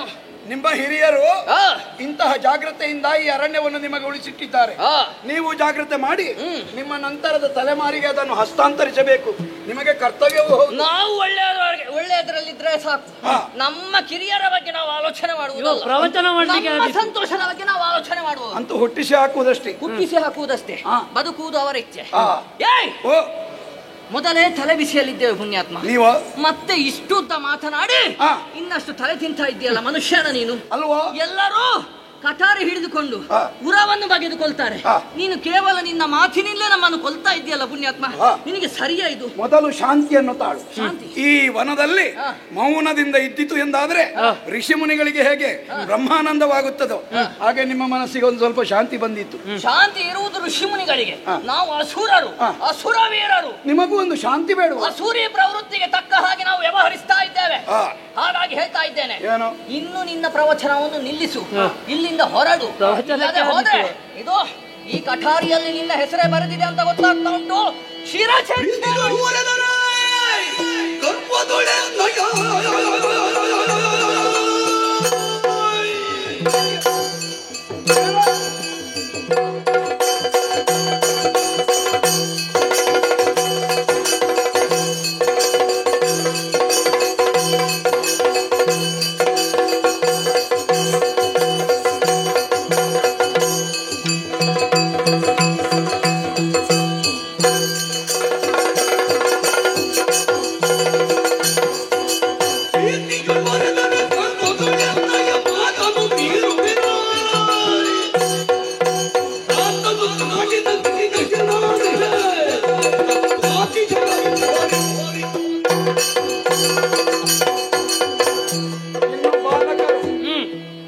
ಪೂರ್ಣ ಪ್ರಮಾಣದಲ್ಲಿ ಬೆಳವಣಿಗೆ ಆಗಲಿಲ್ಲ. ನಾವು ಹಾಗಲ್ಲ. ಯುಗ ಯುಗಮಾನಗಳಲ್ಲಿ ಶತಶತಮಾನಗಳಿಂದ ಹೊಟ್ಟಿ ಬೆಳೆದು ಪ್ರವರ್ಧಿಸುತ್ತಾ ಇನ್ನೂ ನಮ್ಮದು ಮುಗೀತು ಅಂತ ಇಲ್ಲ ಎನ್ನುವ ಕಾರಣಕ್ಕೋಸ್ಕರವಾಗಿ ಅನುಭವದ ಮಾತುಗಳನ್ನು ಹೇಳಿದೆ. ಸಾಮಾಜಿಕವಾದಂತಹ ಹೊಣೆಗಾರಿಕೆಯನ್ನು ತಿಳಿಸಿದೆ. ಪ್ರತಿಯೊಬ್ಬರೂ ತಮ್ಮ ಪ್ರತಿಯೊಂದು ಉಪಯೋಗಕ್ಕೂ ಈ ವನ ಪ್ರಕೃತಿಯನ್ನು ಬಗೆಯುತ್ತಾ ತಮ್ಮ ಸುಖ ಸೌಲಭ್ಯ ಸಂಪತ್ತನ್ನೇ ನೋಡುತ್ತಾ ಹೋದರೆ ಮುಂದೊಂದು ದಿನ ಈ ಭೂಲೋಕವೆನ್ನುವುದು ಸ್ಮಶಾನವಾಗಿ ಹೋದಿತ್ತು. ಆದ್ದರಿಂದ ಆ ಸ್ಮಶಾನಕ್ಕೆ ನೀವು ಒಂದು ಕಲ್ಲಾಗಬೇಡಿ, ನೀವು ಒಂದು ಬೇಲಿಯಾಗಬೇಡಿ ಎನ್ನುವಂತೆ ನೀತಿಯನ್ನು ಹೇಳಿದರೆ ಪ್ರೀತಿಯಿಂದ ನನ್ನನ್ನೇ ತಿರಸ್ಕರಿಸುತ್ತಾ ಇದ್ದೀರಿ. ನಿನಗೊಂದು ಕಡೆಯ ಮಾತನ್ನು ಹೇಳಬೇಕಾ? ಏನು? ಕಾಡಿನಲ್ಲಿ ಬೇಕಾದಂತಹ ಔಷಧಿಗಳುಂಟೆಂಬ ಹಾಗೆ ಹೇಳಿದ್ದೆಲ್ಲ, ಈಗಲೇ ಅದನ್ನು ಆಯ್ದು ತೆಗೆದುಕೋ. ನಿನ್ನನ್ನು ಬಡಿದು ಗಾಸಿಗೊಳಿಸ್ತೇನೆ, ಆಮೇಲೆ ಹಚ್ಚಲಿಕ್ಕೆ ಬೇಕಲ್ಲ. ಅಲ್ಲ, ಈಗ ಮಾಡೋಣ. ಮೊದಲೇ ನೀವು ಸಂಗ್ರಹಿಸಿ ಇಟ್ಟುಕೊಳ್ಳಿ, ನಿಮಗೆ ಉಪಯೋಗಕ್ಕೆ ಬರ್ಲಿಕ್ಕಿಲ್ಲ. ಯಾಕಂದ್ರೆ ಸತ್ತ ಮೇಲೆ ನಿಮ್ಗೆ ಯಾವ ಮದ್ದು? ಮಕ್ಕಳ ಸತ್ವಾತಿಶಯದಿಂದ ನುಡಿದರೆ ಮತ್ತೆ ಕೇಳ್ತಿದ್ದೀರಾ ನೋಡಿ.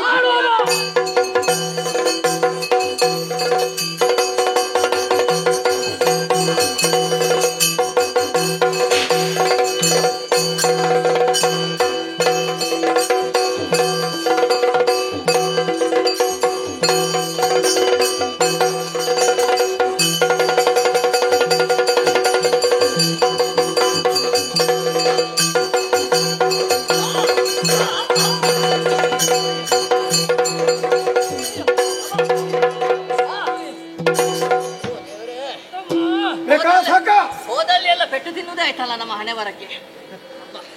ಪೆಟ್ಟು ತಿನ್ನುವ ಮಾತಾಡಬಾರ್ದು, ಪೆಟ್ಟು ತಿನ್ನುವ ಕೆಲಸ ಮಾಡಬಾರ್ದು. ಹಾಗೆ ಹೇಳಿ ನಮ್ಮ ಹಣೆ ಬರ ಬರ್ತದೆ, ಬರ್ತದ್ದು ಹಾಗೆ ಇರ್ಬೇಕು. ಬರ್ತವೆ. ಹೇಗನ್ನಿಸ್ತದೆ ಈಗ? ಈಗ ಏನಂತ ಹೇಳಿ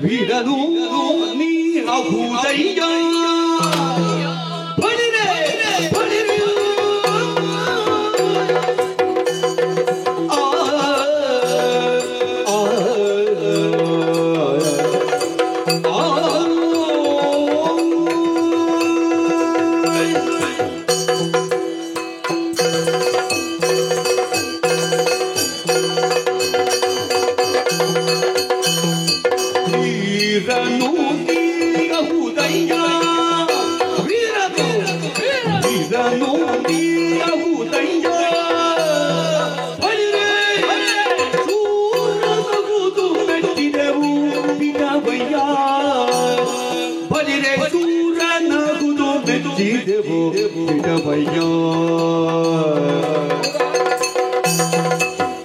ಸೇರಿ ಸೇವಿಪೆವು ನಾವ್ಯೂನ ಸೇರಿ ಸೇವಿಪೆವು ನಾವ್ಯೂನ ನೀನು ಯಾರನ್ನು ತಿಳಿದೆವು ಭಾಗ್ಯ ತಮ್ಮ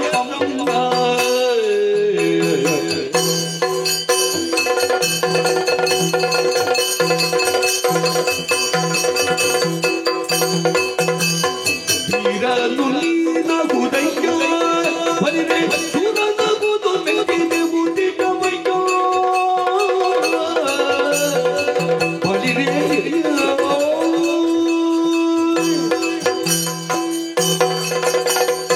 ೀರನು ಹಾಪುರೆ ಹಾಪುರೆ ಮಜರೆ ಮಜ ಭೂತುರೆ ನೀ ಬರುವಾಗ ಆಲೋಚನೆ ಮಾಡ್ಲಿಲ್ಲ ನಾವು ನೀ ಇಷ್ಟು ಎನ್ನುವ ಹಾಗೆ ಯಾರನ್ನೂ ಅಷ್ಟೇ ಆ, ಹೀಗೆ ಮೇಲ್ನೋಟಕ್ಕೆ ನೋಡಿದಲ್ಲಿಗೆ ಅವರನ್ನು ಅಳತೆ ಮಾಡಿಬಿಡಬಾರದು, ಅವಜ್ಞೆಯೂ ಮಾಡಬಾರದು. ಯಾಕಂದ್ರೆ ಬ್ರಹ್ಮನ ಸೃಷ್ಟಿಯಲ್ಲಿ ಪ್ರತಿಯೊಂದು ವ್ಯಕ್ತಿತ್ವದಲ್ಲೂ ಒಂದು ವಿಶೇಷತೆಯನ್ನು ಅಡಗಿಸಿ ಇಟ್ಟಿರ್ತಾನೆ. ಸಕಾಲಿಕವಾಗಿ ಅದು ಪ್ರಕಟವಾದಾಗ ಆತನು ಮಹಾನ್ ಎನಿಸಲ್ಪಡ್ತಾನೆ. ಏನು ಸಾಮರ್ಥ್ಯ! ಕೆಲವು ಯೋಗವಂತರಿಗೆ ಅಂತ ಅವಕಾಶಗಳು ಸಿಗ್ತದೆ, ವೇದಿಕೆ ಸಿಗ್ತದೆ. ಕೆಲವು ಹತಭಾಗ್ಯರಿಗೆ ಪ್ರತಿಭೆ ಉಂಟು, ವೇದಿಕೆ ಇಲ್ಲ. ಹಾಗಾಗಿದೆ. ಪುಣ್ಯವಶಾತ್ ನನಗೊಂದು ಒಳ್ಳೆಯ ವೇದಿಕೆ ಉಂಟು. ಸಪ್ತ ಕುಲಾಚಲಗಳಲ್ಲಿ ಒಬ್ಬನು, ತ್ರೈಮೂರ್ತಿಗಳಿಂದ ಪೋಷಿಸಲ್ಪಡುವವನು. ಆದ್ದರಿಂದ ಅನುಗ್ರಹವನ್ನು ಮಾಡುವುದಕ್ಕೂ ನಿಗ್ರಹವನ್ನು ಮಾಡುವುದಕ್ಕೂ ಸಾಮರ್ಥ್ಯ ಹೊಂದಿದವನು. ಇಷ್ಟೊಂದು ಯುಗಾಂತರಗಳು ಕಳೆದರೂ ನನ್ನ ಶಕ್ತಿಯಲ್ಲಿ ಕ್ಷೀಣತೆ ಅನ್ನುವುದಿಲ್ಲ. ಆದ್ದರಿಂದ ನಿಮ್ಮನ್ನು ನಾನು ಗೆದ್ದೆ. ನೀವು ಮಕ್ಕಳು, ನಾನು ನಿಮಗಿಂತ ಹಿರಿಯ. ನಾನು ಗೆದ್ದದ್ದು ಒಂದು ದೊಡ್ಡ ಸಂಗತಿ ಅಲ್ಲ, ನಾನು ಗೆಲ್ಲಲೇಬೇಕಾದವನು. ಆದ್ರೂ ನಿನ್ನನ್ನು ನಾವು ಸಂಬೋಧಿಸ್ತಾ ಇದ್ದೇವೆ, ವೀರನು ನೀನಹುದಯ್ಯ ಅಂತ ಒಪ್ಪಿಕೊಂಡ್ರೆ ಸತ್ವಯುತ ಎನ್ನುವುದರಲ್ಲಿ ಸಂಶಯ ಇಲ್ಲ. ಆದ್ದರಿಂದ ಸತ್ವಯುತನಾದಂತಹ ನಿನ್ನಲ್ಲಿ ಒಂದು ನಮ್ಮ ಬೇಡಿಕೆ ಇದೆ. ಹಾಗಿದ್ದರೆ ನೀವು ನನ್ನನ್ನು ಬಿಟ್ಟೇ ಹೋಗುವುದಲ್ಲ, ನಾವೀರುವರು ನನ್ನ ಜೊತೆಯಲ್ಲೇ ಇರಬೇಕು. ನೀನನ್ನು ಸೇವಿಸ್ತೇವೆ ಅಂತ. ಹಾಗಿದ್ದರೆ ನಾವು ಗೆಳೆಯರ. ಸಿಕ್ಕಿದ್ದೇ ದೊಡ್ಡ ವಿಷಯ. ತಪ್ಪು ಮಾಡುವುದು ದೊಡ್ಡದಲ್ಲ, ಜೀವನದಲ್ಲಿ ಘಟಿಸಿ ಹೋಗ್ತದೆ. ಘಟಿಸಿ ಹೋದಂತಹ ತಪ್ಪನ್ನೇ ಜೀವನ ಆದ್ಯಂತದಲ್ಲಿ ನೆನಪಿಟ್ಟುಕೊಳ್ಳುವುದು ಅದು ಮೂರ್ಖತನ. ನನಗೆ ಈಗ ಅನಿಸ್ತಾ ಉಂಟು, ಪಶ್ಚಾತ್ತಾಪ ಎಂಬ ಗುಣ ಉಂಟಲ್ಲ ನಮ್ಮಲ್ಲಿ. ನಾವಿನ್ನು ಮುಂದಕ್ಕೆ ಗೆಳೆಯರಾಗಿ ನೀವೆನಾಗಿಲ್ಲೋ ಎನ್ನ ಕಳೆತನದ್ಯೋ ಪಡೆಯಿರಿ ಸುಖವನ್ನು ಚೆಲುವಿನ ಕಾಡನು ಕೊರೆದು ಬಾಳಿ ನೆಲಜನ ಅಗಮೃಗ ಸಂಪದ ಸವಿದು ಗೆಳೆಯರು ನೀನಗಿನೋ ಬಾಳಿರಿ.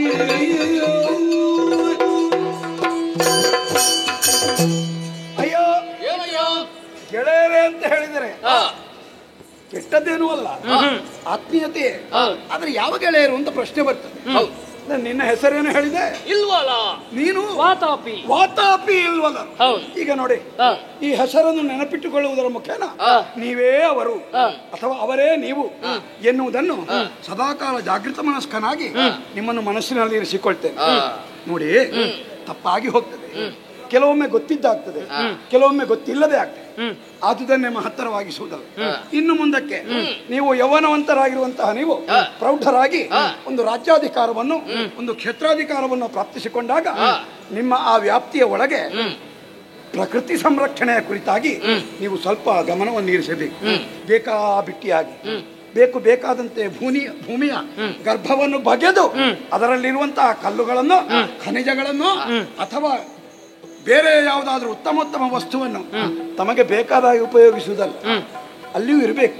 ತಮ್ಮ ಅಗತ್ಯಕ್ಕೆ ಎಷ್ಟು ಬೇಕು ಅಷ್ಟನ್ನು ನಾವು ಸ್ವೀಕರಿಸಬೇಕು. ಪ್ರಕೃತಿ ಎನ್ನುವುದು ನಮಗೆ ಔಷಧವೂ ಹೌದು, ಅಮೃತವೂ ಹೌದು. ಎಂತಹ ಔಷಧ ಅಮೃತಾತ್ಮಕವಾದಂತಹ ಪ್ರಕೃತಿಯನ್ನು ನಾವು ಗೌರವಿಸಬೇಕು. ಬೇಕಷ್ಟು ನಾವು ಅದನ್ನು ಉಪಯೋಗಿಸಬೇಕು. ಹಾಗೂ ಅದಕ್ಕೆ ಪೂರಕವಾಗಿ, ಪ್ರೇರಕವಾಗಿ ಅದು ವೃದ್ಧಿಸುವುದಕ್ಕೆ, ವಿಸ್ತರಿಸುವುದಕ್ಕೆ ನಾವು ಅನುವು ಮಾಡಿಕೊಡಬೇಕು. ನಮ್ಮ ಬಗ್ಗೆ ನಾವು ತಿಳಿದುಕೊಳ್ಳಬೇಕು. ಆದರೆ ನಿನ್ನ ಬಗ್ಗೆ ನೀನು ತಿಳಿದುಕೊಂಡದ್ದು ಸ್ವಲ್ಪ ಕಡಿಮೆ ಅಂತ ಆಯ್ತು ನನಗೆ. ನನಗೂ ಗೊತ್ತಿಲ್ಲದೊಂದು ಸುತ್ತು ಬರುವುದು ಬೇರುವಿಗೆ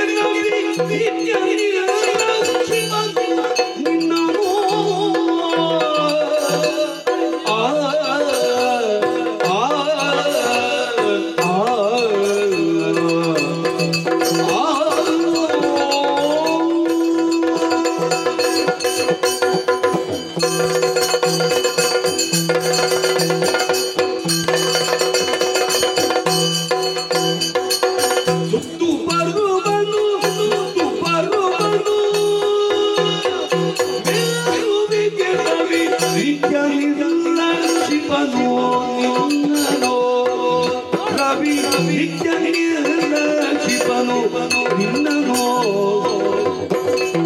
ಎತ್ತನಾದ ಮದ ಬಾತನಿಗೆ ಎತ್ತನಾದ ಮದ ಬಾತನಿಗೆ ಎತ್ತರಕ್ಕೆ ಬೆಳಗೆಳೆಯನೇ ಸುತ್ತು ಬರುವನು ಮೇಗುವಿಗೆ ರವಿಯ ನಿರ್ಲಕ್ಷಿಪನು ನಿನ್ನನೋ ಎತ್ತನದ ಮದ ಬಾತನಿಗೆ ಮಾನ್ಯ ಮಾತರಕ್ಕೆ ಬೆಳಗೆಳೆಯನೇ ಬಾ ಗೆಳೆಯನೇ ಗೆಳೆಯನೇ ಓ ಗೆಳೆಯನೇ, ವಾತಾಪಿಲ್ವಲ್ಲರೇ? ನೋಡಿದ್ಯಾ? ಆ, ಯಾರಿಗಾದರೂ ಕೂಡ ಆ, ಸ್ವಸ್ವರೂಪ ಜ್ಞಾನ ಎನ್ನುವುದು ಬೇಕಾಗುತ್ತದೆ. ಹೌದು, ಬೇಕು ಬೇಕು. ನಾವು ಎಷ್ಟು ಎನ್ನುವುದು ಅವರಿಗೆ ಅರಿವಿಗೆ ಬರಬೇಕು. ನನ್ನದೊಂದು ರೀತಿ, ಆ ನಾನು ಇಷ್ಟಿದ್ದೇನೆ, ಆ ಮತ್ತೆ ಏನು ನನ್ನಲ್ಲಿ ಅಂತ ಇಲ್ಲ. ಆ ಹಾಗೆಂದುಕೊಂಡು ಆ ನನಗೆ ನಾನು ಆಪತ್ತನ್ನು ಮಾಡಿಕೊಡ್ಲಿಕ್ಕಿಲ್ಲ. ಆ ಇನ್ನೊಬ್ಬರು ಆಪತ್ತು ಮಾಡ್ತಾರೆ ಅಂತಾದ್ರೆ ಆ. ಅವರಲ್ಲಿ ವಿನಂತಿ ಪೂರ್ವಕವಾಗಿ ಹೇಳು. ಅದು ಹಾಗೆ. ಅನಿವಾರ್ಯ ಬಂದ್ರೆ ಮತ್ತೆ ಕೈ ಎತ್ತಬೇಕಾಗ್ತದೆ. ಕೆಲವರಿಗೆ ಹಾಗೆ ಹಾ. ನೀನು ಏನು ಎನ್ನುವುದನ್ನು ಮತ್ತೊಬ್ಬರು ಹೇಳಬೇಕು, ಹಾ. ಆಗ ಗೊತ್ತಾಗ್ತದೆ ಅವ ಎಷ್ಟು ಏನು ಎನ್ನುವ ಹಾಗೆ. ಹಾಗಾದ್ರೆ ನಾನು ನನ್ನನ್ನು ಅರ್ಥವಿಸಿಕೊಳ್ಳದೆ ಆ, ನನ್ನಲ್ಲಿ ಇರುವಂತಹ ವಿಶೇಷತೆ ನೀವೇನು ಗುರುತಿಸಿದ್ದೀರಿ? ಖಂಡಿತ ಖಂಡಿತ. ಯಾವುದಪ್ಪ? ನಿನ್ನಂತಹ ಸಾಮರ್ಥ್ಯವಂತನನ್ನು ಕಂಡು ಓ. ನಿನಗೂ ಇಂತಹ ದುಸ್ಥಿತಿ ಬಂತಲ್ವಾ ಎನ್ನುವ ಹಾಗೆ. ದುಸ್ಥಿತಿ ಮತ್ತೆ ಅದು ಹೇಗೆ? ಅಲ್ಲದೆ ಹೋದ್ರೆ ಹಾ. ನೋಡಿದ್ಯಾ, ಏನು? ಸೂರ್ಯ ದಿನನಿತ್ಯವೂ ಹಾ. ಒಂದು ಸುತ್ತ ಬರ್ತಾನೆ. ಯಾರಿಗೆ? ಮೇರುವಿಗೆ. ಮೇರುವಿಗೆ ಸೂರ್ಯ ಆ, ತನ್ನ ದೈನಂದಿನ ಪ್ರಯಾಣ 58 ಆ, ಕೋಟಿ ಆ, ಯೋಜನೆಗಳು. ಹೌದು. ಅದು ಬರುವಾಗ ಆ, ಮೇರುವಿಗೂ ಪ್ರದಕ್ಷಿಣೆ ಮಾಡ್ತಾರೆ. ಒಂದು ಸುತ್ತು ಬರ್ತಾನೆ. ಹಾ. ನೋಡಿದ್ಯಾ? ಆ. ಆಲೋಚನೆ ಮಾಡು. ಓ. ಯಾರು ಅವ ಮೇರು? ಯಾರು? ಯಾರು? ಅವನು ನನ್ನ ಹಾಗೆ ಒಬ್ಬ ಪರ್ವತ. ನಿನ್ನ ಹಾಗೆ ಪರ್ವತ. ಹೌದು. ನಿನಗೆ ಗೊತ್ತಿಲ್ವಾ? ಆ. ನಮ್ಮಂತಹವನಿಗೆ ಆ. ಇನ್ನೊಬ್ಬನಿಗೆ ಒಬ್ಬ ಮಾನ್ಯತೆ ಸಿಗುತ್ತದೆ ಅಂತಾದ್ರೆ ಆ. ಅಷ್ಟು ಯೋಗ್ಯತೆ ಇದ್ದು ಆ. ನಿನ್ನನ್ನು ನಿರ್ಲಕ್ಷಿಸ್ತಾ ಇದ್ದಾನೆ, ನಿರ್ಲಕ್ಷ್ಯ ಮಾಡ್ತಾ ಇದ್ದಾನೆ ಅವ ರವಿ. ಸೂರ್ಯನ ಸೂರ್ಯ ನನ್ನನ್ನು ನಿರ್ಲಕ್ಷಿಸ್ತಾನೆ. ಮತ್ತೆ ನನ್ನ ಯೋಗ್ಯತೆ ಅವನಿಗೆ ಇನ್ನೂ ಅರ್ಥ ಆಗಲಿಲ್ಲ. ನಿಜವಾಗಿ ಸುತ್ತು ಬರಬೇಕಾದ್ದು ಯಾರಿಗೆ? ಯಾರಿಗೆ? ನಿನಗೆ ಸುತ್ತು ಬರಬೇಕಾದ್ದು. ಈಗ ನನಗೆ ಬಂದ್ರೆ ಏನು, ಮೇರುವಿಗೆ ಬಂದ್ರೆ ಏನು? ಆ. ಅಂತೂ ಒಂದು ಪರ್ವತಕ್ಕೆ ಸುತ್ತು ಬರ್ತಾನೆ. ಅಲ್ಲ, ಹಾಗಾಗುದಿಲ್ಲ. ಆ. ನಿನಗೆ ಬರಬೇಕು. ಆ. ಅಂತಹ ಯೋಗ್ಯತೆ ನಿನ್ನಲ್ಲಿ ಉಂಟು ಓ. ಎನ್ನುವುದನ್ನು ನಾವು ತರ್ಕಿಸಿದ್ದೇವೆ. ಹಾ. ಆದ್ದರಿಂದ ನಿನಗೆ ಆಗುವುದಿಲ್ಲ ಅಂತಲ್ಲ, ಆ. ನಿನಗೆ ಆಗುತ್ತದೆ. ಆ. ನೀನು ಬೆಳೀಬೇಕು. ಆ. ಬೆಳೀಬೇಕು. ಆ. ಎಲ್ಲಿವರೆಗೆ ಬೆಳೆಯುವುದು? ಎಲ್ಲಿವರೆಗೆ? ಸೂರ್ಯನಲ್ಲಿವರೆಗೆ ಬೆಳೆಯಬೇಕು. ಸೂರ್ಯಮಂಡಲಕ್ಕೆ ತಡೆಯಾಗುವವರೆಗೆ ನಾನು ಬೆಳೆಯಬೇಕು. ಅವ ಮತ್ತೆ ಸಂಚಾರ ಮಾಡಲೇಬಾರದು. ಆ. ಹಾಗೆ ಬೆಳೆದೆ ಅಂತ ಆದ್ರೆ ಅವರಿಗೆಲ್ಲ ಬುದ್ಧಿ ಬರ್ತದೆ, ನೀನು ಎಷ್ಟು ಅಂತ ಗೊತ್ತಾಗ್ತದೆ. ಆಗ ತನ್ನಷ್ಟಕ್ಕೆ ತನ್ನ ಪ್ರಯಾಣಕ್ಕಾಗಿ ಆ. ನನ್ನನ್ನು ಸುತ್ತುವರಿದು ಹೋಗ್ತಾನೆ. ನಿನ್ನ ಕಾಲು ಹಿಡಿತಾನೆ ನಿರ್ಲಕ್ಷ್ಯ ಮಾಡಿದವನೇ. ಗೆಳೆಯರಂದ್ರೆ ಹೀಗಿರ್ಬೇಕು. ಆ. ಪ್ರಾಣಕ್ಕೆ ಪ್ರಾಣ ಕೊಡುವ, ಜೀವ ಬಿಡುವ. ಅಂತೂ ನಿಮ್ಮನ್ನು ಸಂಪಾದಿಸಿಕೊಂಡದ್ದು ನನ್ನ ಯೋಗ, ನನ್ನ ಪುಣ್ಯ. ನೀವು ಕೊಟ್ಟ ಸೂಚನೆ ಉಂಟಲ್ಲ, ಇನ್ನು ತಡ ಮಾಡ್ಲಿಕ್ಕಿಲ್ಲ. ನಿಮಗೆ ಏನಾದ್ರೂ ಕಾರ್ಯೋದ್ದೇಶಗಳಿದ್ದರೆ ನೀವು ಆ ಕಡೆಗೆ ಮುಂದುವರಿಯಿರಿ. ನಾನು ನೀವು ಹೇಳಿದಂತಹ ಕಾರ್ಯದ ಕಡೆಗೆ ನನ್ನ ಚಿತ್ತವನ್ನು. ಸರಿ ಸರಿ ಸರಿ, ಆದೀತು ಆದೀತು. ಓಹೋ, ಹೀಗೂ ಒಂದು ಆಗಿ ಹೋಗಿದೆಯಲ್ಲ. ಈ ಧರಿತ್ರಿಯಲ್ಲಿ ಎಲ್ಲರಂತೆ ನಾನೂ ಸಹ ಲೋಕಮಾನ್ಯನಾಗಿರುವಾಗ ಸೂರ್ಯನೊಬ್ಬನಿಗೆ ನಾನು ಅಗಣ್ಯನಾದೇನೆ, ನಗಣ್ಯನಾದೇನೆ. ಹಾಗಿದ್ದರೆ ಈ ಮನುಷ್ಯಾಕಾರವನ್ನು ತ್ಯಜಿಸಿ ಮೊದಲಿನಂತೆಯೇ ಪರ್ವತವಾಗಿ ಕ್ಷಣ ಕ್ಷಣಕ್ಕೂ ಯೋಜನಾಂತರ ಎತ್ತರವನ್ನು ಹೆಚ್ಚಿಸುತ್ತಾ ಸೂರ್ಯಮಂಡಲವನ್ನು ಸ್ಪರ್ಶಿಸುತ್ತೇನೆ.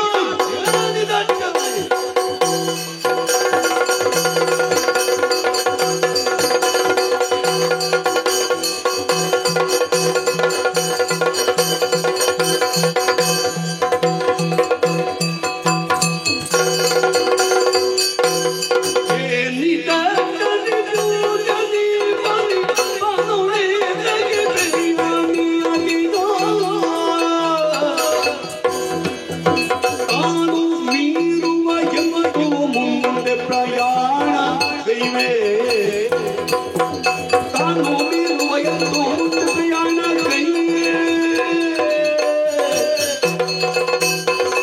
ಎನ್ನಿ ಕಟ್ಟಿದರಿಯೇ ನಿಂಗ ನೀರ್ವರಿಯೇ ಬಾನೊಳ್ಳೆದರಿಯೇ ಬೆಳೆವರಿಯತಿಯ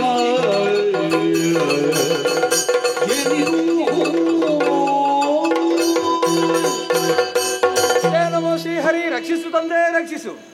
ಅದಿತಿ ಕಶ್ಯಪರಿಗೆ ಮಗನಾಗಿ ಜನಿಸಿ ಪ್ರಪಂಚದ ಬೆಳಕನ್ನು ಕಂಡವ. ಆದ್ರೆ ಯೋಗ ಅಂತ ಹೇಳುದು ಇದಕ್ಕೆ. ಆದ್ರೆ ಈ ಕಾಲಕ್ಕೆ ಪ್ರಪಂಚವನ್ನೇ ಬೆಳಗುವಂತಹ ಭಾಗ್ಯ ನನ್ನ ಪಾಲಿಗೆ ಒದಗಿ ಬಂದಿದೆ. ಇದು ತ್ರಿಮೂರ್ತಿಗಳ ದಯೆಯಿಂದ ನನ್ನ ಪಾಲಿಗೆ ಒದಗಿ ಬಂದದ್ದು. ಹಾಗಾಗಿ ಪ್ರಾಪಂಚಿಕರು ನನ್ನನ್ನು ಹೇಳುದು ಹೇಗೆ? ಸೂರ್ಯ ದೇವ ಅನ್ನೋ ಹಾಗೆ, ಸೂರ್ಯ ನಾರಾಯಣ ಅನ್ನೋ ಹಾಗೂ ಕೊಂಡಾಡ್ತಾರೆ. ಸೂರ್ಯ ನಮಸ್ಕಾರವನ್ನು ಮಾಡುವುದರ ಮೂಲಕವಾಗಿ ನನ್ನ ಮನವನ್ನು ಒಲಿಸ್ತಾರೆ. ನನ್ನದಂತಹ ಕಿರಣದ ಮೂಲಕವಾಗಿ ಅವರ ವ್ಯವಹಾರವು ಸಾಂಗವಾಗಿ ನಡೆಯುವ ಹಾಗೆ ಪೂರಕವಂತಹ ವ್ಯವಸ್ಥಿತವಂತಹ ಕಿರಣವನ್ನು ಒದಗಿಸಿಕೊಡುವ ನಾನು. ಎಂದಿನ ಹಾಗೆ ಎಂದು ಕೂಡ ನನ್ನದಂತಹ ಕಾರ್ಯಕ್ಷೇತ್ರದಲ್ಲಿ ತೊಡಗಬೇಕು ಅಂತಾದ್ರೆ ಸಪ್ತಾಹಯವೆಲ್ಲ ರಥವನ್ನೇ ಏರಿಕೊಂಡು ಅರುಣನ ಸಾರಥ್ಯದೊಂದಿಗೆ ತಿರುಗಾಟವನ್ನು ಆರಂಭಿಸ್ತೇನೆ ಅನ್ನುವ ಹಾಗೆ ಮುಂದುವರಿದ್ರೆ ನೋಡುವುದಾದರೆ ಏನು ಬಹಳ ಆಶ್ಚರ್ಯವನ್ನ ಕಾಣ್ತಾ ಇದ್ದೇನೆ. ಇದುವರೆಗೆ ಹೀಗೆ ಆಗ್ಲಿಲ್ಲ. ಇವತ್ತು ಯಾಕೆ ಹೀಗೆ ಆಗುತ್ತದೆ ಅದು ನನಗೆ ಗೊತ್ತಾಗುತ್ತಾ ಇದೆ. ಮೇರು ಪರ್ವತವನ್ನು ಸುತ್ತಾರಿಸಿ ತದನಂತರ ನನ್ನಂತಹ ಕಾರ್ಯಕ್ಷೇತ್ರದಲ್ಲಿ ತಿರುಗಾಟವನ್ನು ಪ್ರಾರಂಭ ಮಾಡಬೇಕನ್ನುವ ಹಾಗೆ ಹೊರಟಂತಹ ಕಾಲಕ್ಕೆ ಇನ್ನೊಂದು ಅಡ್ಡವಾಗಿ ಇನ್ನೊಂದು ವಿಂಧ್ಯ ಯಾಕಪ್ಪ ಈ ರೀತಿಯಾಗಿ ಮಾಡ್ತಾ ಇದ್ದಾನೆ ಒಂದು ನನಗೆ ಅರ್ಥವಾಗುವುದಿಲ್ಲ. ನನಗೂ ಅವನಿಗೂ ಯಾವುದೇ ವಿಧಂತಹ ವೈರತ್ವ ಇಲ್ಲ. ಆದ್ರೆ ಈ ರೀತಿಯಾಗಿ ಮಾಡಬೇಕು ಅಂತ ಆದ್ರೆ ಕಾರಣ ಏನು ಅಂತ ನನಗೆ ಅರ್ಥವಾಗಲಿಲ್ಲ. ಏನೋ ಮನಸ್ಥಿತಿ ಬದಲಾಗಿದೆ ಅಂತ ಅನಿಸ್ತದೆ. ಆದ್ರೆ ಆತನಲ್ಲಿ ಹೋಗಿ ನಾನೇ ಪ್ರಶ್ನಿಸುವುದು ಉಳಿತು ತಾನೇ ಅರ್ಥಸಾಗುತ್ತೇನೆ.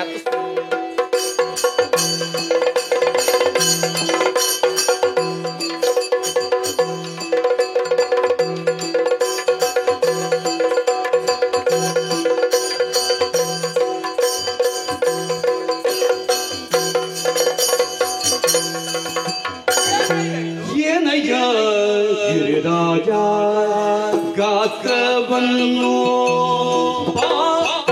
ತಾರಾಗೆ ಬೆಳೆದಿ ಮೆರೆಯುವುದೇನೋ ಏನಯ್ಯ ಆ ಆ ಆ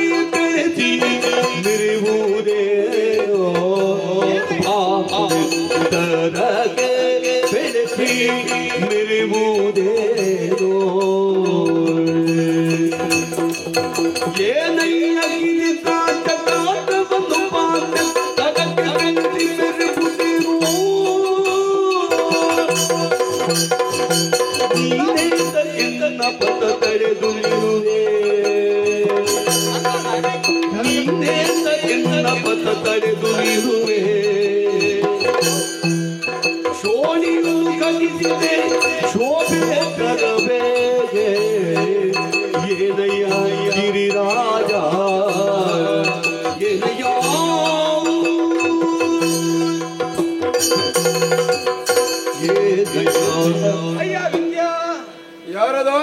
ಏನಯ್ಯ? ಸೂರ್ಯನೇ ಬಂದಿದ್ದೇನೆ. ನೀನು ಸೂರ್ಯನಾ? ಹೌದು. ಏನು ಅಂದೆ? ನಿನ್ನ ಹತ್ತಿರಕ್ಕೆ ಬರುವ ಹಾಗೆ ನೀನೇ ಮಾಡಿ. ನಾನು ಮಾಡಿ ನಾನಾಗಿ ಬಂದದ್ದಲ್ಲ. ಅಂದ್ರೆ ಇಲ್ಲಂತಾದ್ರೆ ನೀನೇ ಆಲೋಚನೆ ಮಾಡಿ. ಏನೋ ನಿನ್ನದಂತಹ ಗಾತ್ರವನ್ನು ಬಾನೆತ್ತರೆಗೂ ಏರಿಸುವುದರ ಮೂಲಕವಾಗಿ ನನ್ನ ಪಥಕ್ಕೆ ತಡೆಯಾಗಿ ನಿಂತಿ. ಆದ್ರೆ ನನ್ನ ಕಿರಣ ತಡವಾಗಿ ಈ ಪ್ರಪಂಚಕ್ಕೆ ಸ್ಪರ್ಶಿಸಿದ್ರೆ ಏನಾಗುವಂತಹ ಅನಾಹುತ ಅನ್ನುವುದು ನಿನಗೂ ಗೊತ್ತಿದೆ. ಆದರೆ ಈ ರೀತಿಯಾಗಿ ಮಾಡಬೇಕು ಅಂತ ಆದ್ರೆ ಏನಾದ್ರೂ ಒಂದು ಬಲವಾದಂತಹ ಕಾರಣವಿರಬಹುದು.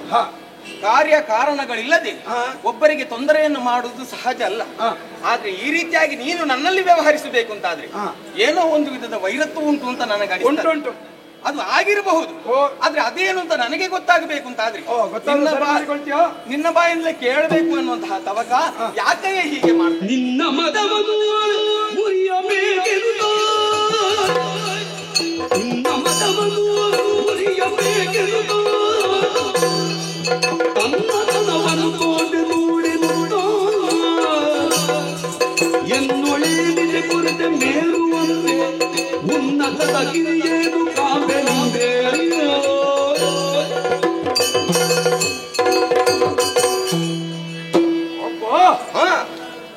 ಸೊಕ್ಕಿನ ಮನುಷ್ಯ. ಹೇಗೆ ಮನುಷ್ಯ ಅಂದ್ರೆ ಮನುಷ್ಯ ಅಂತಲ್ಲ, ಮತ್ತೆ ಸೊಕ್ಕಿನ ವ್ಯಕ್ತಿತ್ವ. ವ್ಯವಹಾರದಲ್ಲಿ ಈಗ ನಿನ್ಗೆ ಬದ್ಲಿಕ್ಕೆ ಗೊತ್ತಾಗ್ತದಲ್ಲ. ಹೌದು, ಬಂದಿದ್ದೇನೆ. ನಿನ್ನ ಮದವನ್ನು ಇಳಿಸುವುದಕ್ಕಾಗಿ ಈ ರೀತಿಯಾಗಿ ಯೋಜನಾಂತರ ಎತ್ತರಕ್ಕೆ ನಾನು ಬೆಳೆದದ್ದು. ಹೌದು, ಮದ ಎಲ್ಲಿಂದ ಆರಂಭ ಆಗಿದೆ ಏನು ಕತೆ ಅಂತ ನನಗೆ ಗೊತ್ತಾಗಿದೆ. ನೀನು ಪೂರ್ವದಿಂದ ಆರಂಭ ಮಾಡಿ ಪಶ್ಚಿಮದವರೆಗೆ ದಿನವೊಂದಕ್ಕೆ ಒಂದು ಪ್ರದಕ್ಷಿಣೆ ಬರ್ತೀಯಲ್ಲ. ಹೌದು, ಈ ಭೂಮಂಡಲಕ್ಕೆ ಪ್ರದಕ್ಷಿಣೆ ಬರುವಾಗ ನೀನು ಮೇರುಗಿರಿಯನ್ನೇ ಸುತ್ತು ಹಾಕುದು. ಯಾಕೆ? ಅವನಲ್ಲಿ ಅಂತ ಹೆಚ್ಚಿನ ಯೋಗ್ಯತೆ ಏನುಂಟು? ಓಹೋ, ಅವನು ನನ್ನಂತೆ ಕುಲಾಚಾರ. ಅವನ ಏನೆಲ್ಲ ಗುಣ ಲಕ್ಷಣ ಧರ್ಮಗಳುಂಟು ಅದೆಲ್ಲವೂ ಈ ವಿಂಧ್ಯನಲ್ಲಿ ಉಂಟು. ಸರಿ, ಹೇಗಿರುತ್ತಾ ನನ್ನನ್ನು ಕಂಡು ಕಂಡು ನನ್ನನ್ನು ಅವಜ್ಞೆ ಮಾಡಿ ಆ ಮೇರುವನ್ನೇ ಮಹತ್ತರ ಎನ್ನುವಂತೆ ಲೋಕಮುಖಕ್ಕೆ ತೋರಿಸುವುದಕ್ಕೆ ಅವನಿಗೆ ಪ್ರದಕ್ಷಿಣೆ ಬರ್ತಾ ಇತ್ತು. ಆದ್ದರಿಂದ ಇನ್ನು ಮುಂದಕ್ಕೆ ಮೇರುವಿನ ಬರುವಂತಹ ಪ್ರದಕ್ಷಿಣೆಯನ್ನು ತ್ಯಾಜಿಸಿ ನನಗೆ ಪ್ರದಕ್ಷಿಣೆ ಬಾ. ಪರಿಧಿ ಕರುವವೇಕೆ ವಿಂಧ್ಯ ಧರೆಗ ಕಾವ ದೇವರು, ಪರಿಧಿ ಕರುವವೇಕೆ ವಿಂಧ್ಯ ಧರೆಯ ಕಾವ ದೇವರು, ಅರಿವರೆಲ್ಲ ತಾನ ಮಾನ ಬಿರಿಸಿ ನಮ್ಮ ಪೊರೆವರು, ಅರಿವರೆಲ್ಲ ತಾನ ಮಾನ ಬಿರಿಸಿ ನಮ್ಮ ಪೊರೆವರು, ಪರಿಧಿ ಕರುವವೇಕೆ ವಿಂಧ್ಯ ಕರುವವೇಕೆ.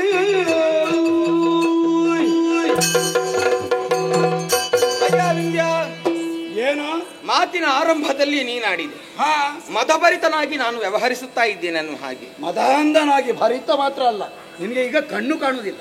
ಯಥಾರ್ಥಕ್ಕಾದ್ರೂ ನಾನು ನಿನ್ನಲ್ಲಿ ಕೇಳುದು ಒಳಿತು ಅಂತ ನಾನು ಆಲೋಚನೆ ಮಾಡಿ, ಇಲ್ಲ ಅಂತಾದ್ರೆ ಮೇರುಗಿರಿಯನ್ನು ನಾನು ಸುತ್ತಾವರಿಸಿಕೊಂಡು ನನ್ನದಂತಹ ಕಾರ್ಯಕ್ಷೇತ್ರದಲ್ಲಿ ತೊಡಗುವವ. ಆದ್ರೆ ಇದರಿಂದ ಬೇರೆ ಯಾರಿಗೂ ತೊಡಕಾಗ್ಲಿಲ್ಲ. ಬೇರೆಯವರ ಸಂಗತಿ ನನಗೆ ಬೇಡ. ನನಗಂತೂ ಅವಮಾನವಾಗಿದೆ. ಆದ್ದರಿಂದ ಅದಕ್ಕೆ ಪರಿಹಾರವಾಗಿ ಇನ್ನು ಮುಂದಕ್ಕೆ ನನಗೆ ಪ್ರದಕ್ಷಿಣೆ ಬರಬೇಕು. ಅದನ್ನೇ ಹೇಳಿದ್ದು ಮದ ಅನ್ನುವ ಹಾಗೆ. ಇದು ನಾನು ಸ್ವಇಚ್ಛೆಯಿಂದ ಮಾಡುವುದೇನು ಅಲ್ವಲ್ಲ. ಮತ್ತೆ ನಮ್ಮನ್ನು ಪೊರೆಯುವವರಿದ್ದಾರೆ. ಒಂದು ವೇಳೆ ಜಗದ ಧರ್ಮ ಅಥವಾ ಜಯದ ನಿಯಮವನ್ನು ನಾನು ತಪ್ಪಿ ವ್ಯವಹರಿಸಿದೆ ಎಂದಾದ್ರೆ ಅಪಖ್ಯಾತಿ ನನಗೆ ಸ್ಥಿರವಾಗುತ್ತದೆ. ಹೌದು, ನೀನು ಹೀಗೆ ಮಾಡಿದ್ರು ಅಪಖ್ಯಾತಿ. ವಿಂಧ್ಯನಂತಹ ಮಹಾಮಹಿಮನಿಗೆ ನಿತ್ಯದಲ್ಲಿಯೂ ಅವಮಾನ ಮಾಡುತ್ತಿರುವಂತಹ ಈ ಸೂರ್ಯ ಎಷ್ಟು ಉದ್ಧಾರ ಆದನು. ನಿಯಮ ಉಂಟಲ್ಲ, ಈಗ ಗಾಳಿ ಬೀಸುವ ಹಾಗೆ ಬೀಸಿದ್ರೆ ಒಳಿತು. ಅದರ ನಿಯಮವನ್ನು ಮೀರಿ ವ್ಯವಹರಿಸಿದ್ರೆ ಏನಾಗುತ್ತದೆ? ಪ್ರಪಂಚ ಉಳಿಯುವುದಕ್ಕೆ ಸಾಧ್ಯ ಉಂಟು. ಯಾಕೆ? ಸಾಗರವನ್ನೇ ತೆಗೆದುಕೋ, ನೀರು ಅಬ್ಬರಿಸಿ ಮೇಲೆದ್ದು ಬಂತು ಎಂದಾದ್ರೆ ಪ್ರಪಂಚ ಉಳಿಯುವುದಕ್ಕೆ ಸಾಧ್ಯ ಉಂಟು. ಅದೇ ರೀತಿಯಾಗಿ ಸೂರ್ಯನ ವ್ಯವಹಾರವು ಸಾಂಗವಾಗಿ ನೆರವೇರಬೇಕು ಅಂತ ಆದ್ರೆ ಯಾರೂ ನನಗೆ ಅಡ್ಡಿಯನ್ನು ಮಾಡಕೂಡದು. ಮದಭರಿತನಾಗಿ ವ್ಯವಹರಿಸುವುದು ಬೇಡ. ಅಯ್ಯ, ನನ್ನ ಕೆಲಸಕ್ಕೆ ಚ್ಯುತಿಯನ್ನು ಮಾಡಬೇಡ.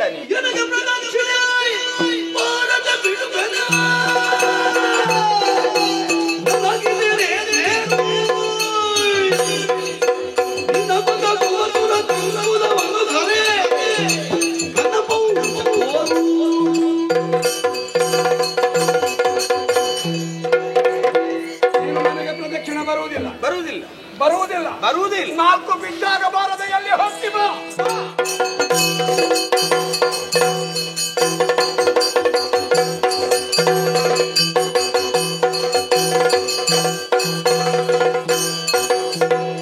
ಈಗ ಸರಿಯಾಯ್ತು. ಬಿಸಿಯಾಗದೆ ಬೆಣ್ಣೆ ಕರಗದು. ಆದ್ರೆ ಬಿಸಿ ಇರುವವರೆಗೂ ಒಮ್ಮೊಮ್ಮೆ ಬಿಸಿ ಮಾಡಬೇಕಾಗ್ತದೆ. ನೋಡೋಣ. ಈಗ ಹೆದರಿದಂತಹ ರವಿ ನಾಳೆಯಿಂದ ನನ್ನನ್ನು ಮೊದಲುಗೊಂಡು ಪ್ರದಕ್ಷಿಣೆ ಆರಂಭಿಸಿಯಾನು ಅಂತಹ ಒಂದು ಸತ್ಕಾಲದ ನಿರೀಕ್ಷೆಯಲ್ಲಿರ್ತೇನೆ.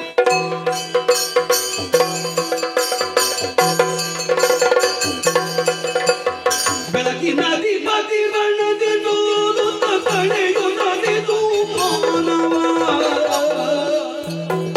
ಇಳೆಗೆ ತನುವನ್ನು ಕವಿಸಿ ಮದಮುಗ ಬೆಳೆಯುತ್ತೀಗ ನೀವು ಏನ ಕೈವೇನೋ ಗಣದಿ ಸೋಲು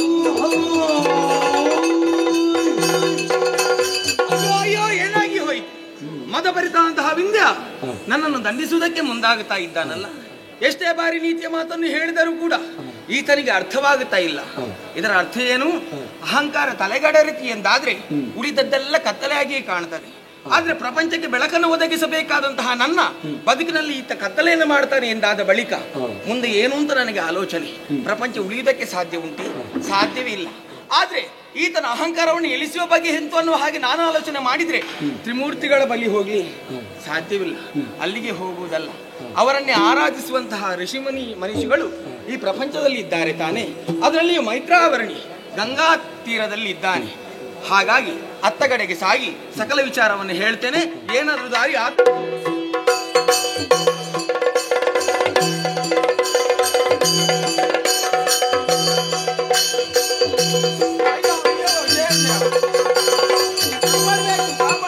ಸೂರ್ಯನೇ ತಂದು ಮೈತ್ರಾವರಣಿಯ ಪಾದ ಸಾರಥ ಕೆರಗಿದನು.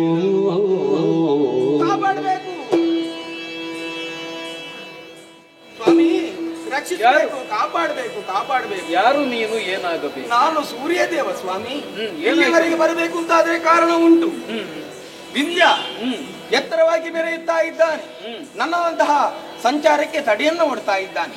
ನಾನು ಪ್ರಶ್ನಿಸುವುದಕ್ಕೆ ಹೊರಟೆ ಎಂದಾದ್ರೆ ನನ್ನನ್ನು ದಂಡಿಸುವುದಕ್ಕೆ ಮುಂದಾಗಿದ್ದಾನೆ. ಈಗ ಅನ್ಯ ದಾರಿ ಕಾರಣದಿಂದ ನನ್ನ ಪದತಳದಲ್ಲಿ ಬಿದ್ದಿದ್ದೇನೆ. ಸ್ವಾಮಿ ನೀನೇ ರಕ್ಷಿಸಬೇಕು. ಚರಣಕ್ಕೆ ನೋಸತಿ ಸವಿಗಿದೆ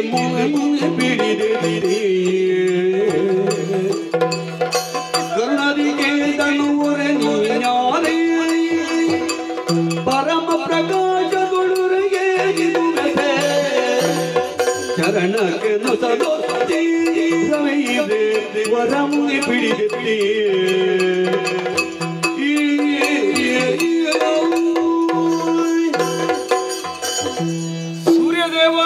ಸ್ವಾಮಿ ನಿನ್ನ ಪ್ರಖರ ಕಿರಣವನ್ನು ಕುನಿಸಿ ಭಯಭೀತನಾಗಿ ತರಹರಿಸುತ್ತಾ ಇಲ್ಲಿಗೆ ನೀನು ಓಡೋಡಿ ಬಂದೆ. ಇಲ್ಲಿಗೆ ಬಂದಿದೆ, ಕಾರಣವನ್ನು ಹೇಳಿದೆ.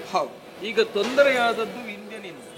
ಅದು ನಿನಗೆ ಮಾತ್ರ ಅಲ್ಲ, ಆತನಿಂದ ಲೋಕಕ್ಕೆ ತೊಂದರೆಯಾಗಿದೆ. ಪರೋಕ್ಷವಾಗಿ ಅದೇ ತಾನೆ.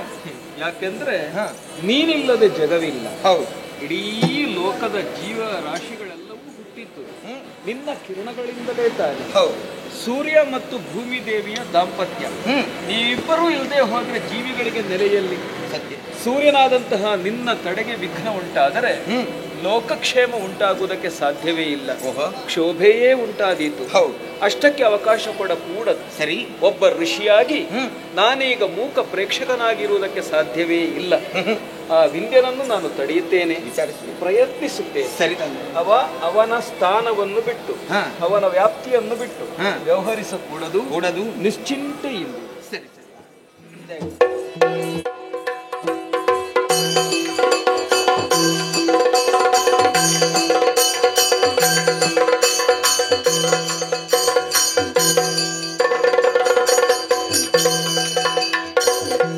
ಏನಯ್ಯ ಪರ್ವತರಾಯ ನೀನು ಬಾಂದೆ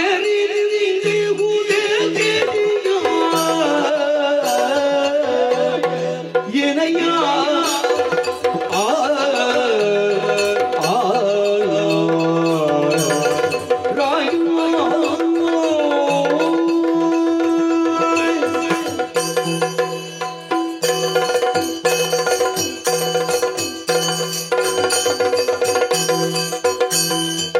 ಏನಯ್ಯ ಪರ್ವತ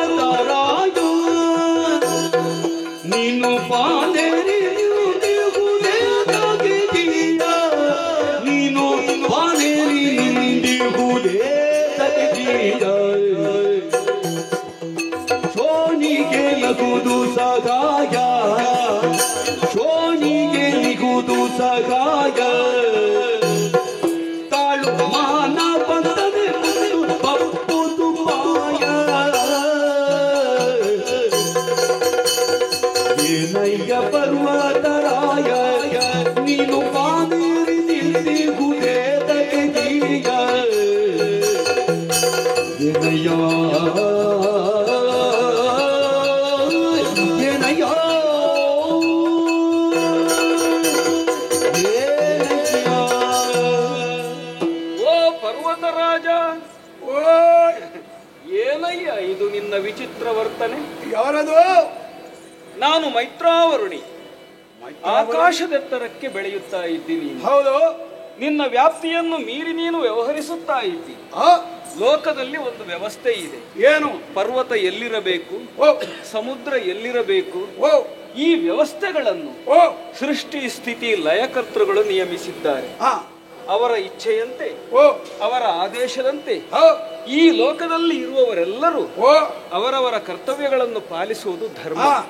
ಇದರಿಂದ ಲೋಕದಲ್ಲಿ ಮೇಲಾಟವಿರುವುದಿಲ್ಲ. ಓ ಪ್ರತಿಯೊಬ್ಬರೂ ತನ್ನ ಸ್ಥಾನವನ್ನು ಮೀರಿ ಸ್ಪರ್ಧೆಗೆ ಇಳಿದರಾದರೆ ಆದ್ರೆ ಲೋಕದ ವ್ಯವಸ್ಥೆ ಎಲ್ಲ ಉಲ್ಲೋಲ ಕಲ್ಲೋಲವಾಗುತ್ತದೆ.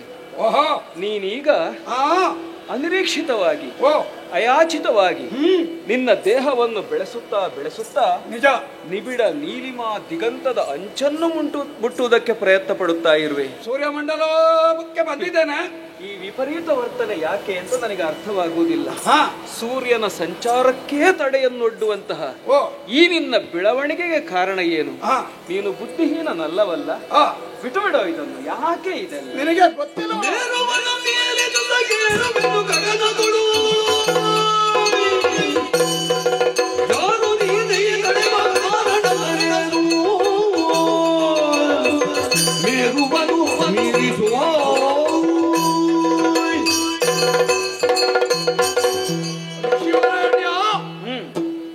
ಸಪ್ತ ಕುಲಾಚಲಗಳಲ್ಲಿ ಒಬ್ಬನಾದವನು ನಾನು.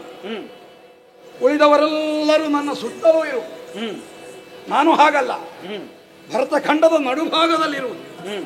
ನಾನು ಒಬ್ಬನೇ ಇರುವುದು ಅಲ್ಲ, ನನ್ನ ಜೊತೆಯಲ್ಲಿ ನೋಡು ಸಹ್ಯನೂ ಇದ್ದಾನೆ. ಹಾಗಿದ್ದರೆ ನಾನು ಇನ್ನೊಬ್ಬರೊಟ್ಟಿಗೆ ಹೊಂದಿಕೆ ಆಗದೇ ಇರುವವನು ಅಲ್ಲ, ಅಥವಾ ನನ್ನಂತವರನ್ನು ಕಾಣದವನೂ ಅಲ್ಲ. ಅಂತಹ ಕುಲಾಚಲಗಳಲ್ಲಿ ಒಬ್ಬನಾದಂತಹ ನಾನು ಇರುತ್ತಾ ನನ್ನಂತೆ ಆದ ಮತ್ತೋರ್ವ ಮೇರುವನ್ನು ಆ ನಿನ್ನ ಸೂರ್ಯ ದಿನಂಪ್ರತಿ ಪ್ರದಕ್ಷಿಣೆ ಮಾಡ್ತಾನೆ. ನಿಯತಿ. ಇದಕ್ಕೆ ಕಾರಣ ನನ್ನ ಕುರಿತಾಗಿ ಅವಜ್ಞೆ, ಮೇರುವಿನ ಕುರಿತಾಗಿ ಯಾವುದೋ ಒಂದು ಕಾರ್ಯಕಾರಣ ಸಂಬಂಧದಿಂದ ವಿಶೇಷವಾದಂತಹ ಆಸಕ್ತಿ, ಅಕ್ಕರೆ. ಆದ್ದರಿಂದ ಅವನಿಗೆ ವಿಚಾರವನ್ನು ನಾನೇ ನೇರವಾಗಿ ಹೋಗಿ ತಿಳಿಸಿದೆ. ಮೇರುವಿನಂತೆ ನಾನು ಸದಾಶಯವನ್ನು ಹೊಂದಿದವನು. ಅವನಲ್ಲಿ ಇರಬೇಕಾದಂತಹ ಸಕಲ ಗುಣಲಕ್ಷಣಗಳು ನನ್ನಲ್ಲಿವೆ. ನರ್ಮದೆಯಂತ ಸಿಂಧೂ ತೀರ್ಥ ನನ್ನಿಂದಲೇ ಸ್ರವಿಸುತ್ತದೆ. ಹೀಗಿರುತ್ತಾ ಆ ರೀತಿ ಆತನು ವರ್ತಿಸಿದೆ ಎಂದಾದಾಗ ಅವನಿಗೆ ಬುದ್ಧಿ ಕಲಿಸುವುದಕ್ಕೆ ಬೆಳೆದಿದ್ದೇನೆ ಸೂರ್ಯಾಂಗಣಕ್ಕೆ. ಹರಿಗಳು ನಮಿಸಿರುವ ಸೂರ್ಯದ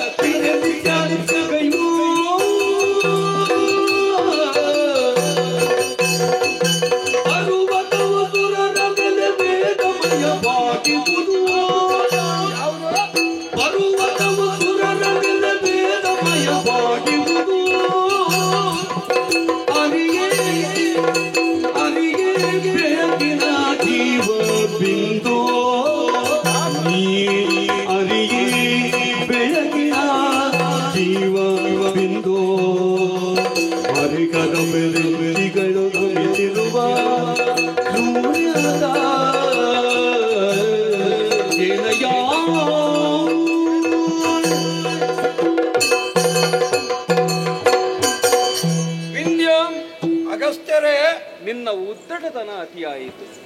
ಔದಾಟ್ಯವು ಹೌದು, ಯಾಕೋ ಮೇರುವಿಗೆ ಸೂರ್ಯ ಸುತ್ತು ಬರಬೇಕೆಂಬುದು ಆ ಇದು ನಿಯತಿ. ಇರಲಿ. ಅದರಂತೆ ಓ ಆತ ಪ್ರದಕ್ಷಿಣೆ ನಿತ್ಯವೂ ಬರುತ್ತಾ ಇದ್ದಾನೆ. ಹ ಇದರಿಂದ ಲೋಕ ವ್ಯವಸ್ಥೆ ಚೆನ್ನಾಗಿರುತ್ತದೆ. ಓ ಸೂರ್ಯದೇವ ಸಾಮಾನ್ಯನಲ್ಲ, ಹ ಅದಿತಿ ದೇವಿ ಕಶ್ಯಪರ ಕಂದ ತಾನೆ. ಆದಿತ್ಯ.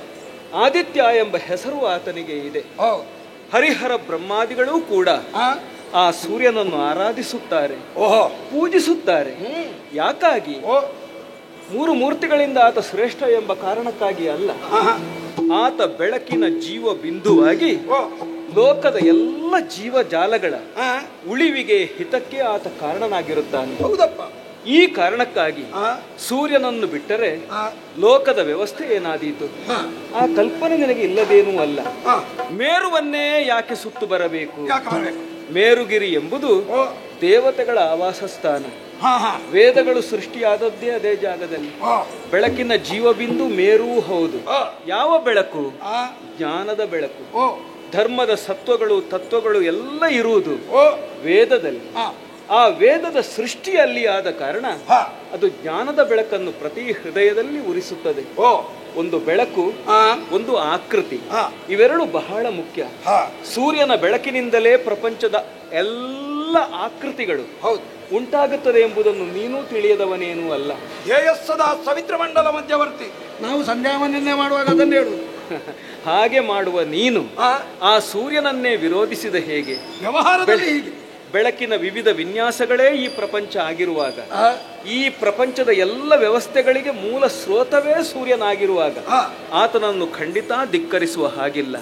ಆ ಬಳಿಕ ಮನುಷ್ಯನ ಜೀವನ ಉಜ್ಜೀವನವನ್ನು ಗೊಳಿಸತಕ್ಕಂತಹ ಓ ಜ್ಞಾನದ ಬೆಳಕು, ವೇದ ಸೃಷ್ಟಿಯಾದಂತಹ ಪ್ರದೇಶ, ಹ ದೇವತೆಗಳ ಆಡುಂಬಲವಾದಂತಹ ಮೇರುಗಿರಿ ಓ ಈ ಪ್ರಪಂಚದಲ್ಲಿ ಉನ್ನತವಾದ್ದು. ಹ ಆದ್ದರಿಂದ ಶ್ರೇಷ್ಠವಾದ ಆ ಗಿರಿಗೆ ಹ ಪ್ರದಕ್ಷಿಣೆ ಬರಬೇಕೆಂಬ ನಿಯಮವಿರುವಾಗ ಹ ಅದನ್ನು ಏಕಾಏಕಿ ಉಲ್ಲಂಘಿಸಿ ಹ ಈ ರೀತಿ ಔಧತ್ಯವನ್ನು ತೋರಿ ಹ ಬೆಳೆದರೆ ಹೇಗಾದೀತಯ್ಯ? ಅಗಸ್ತ್ಯರೇ,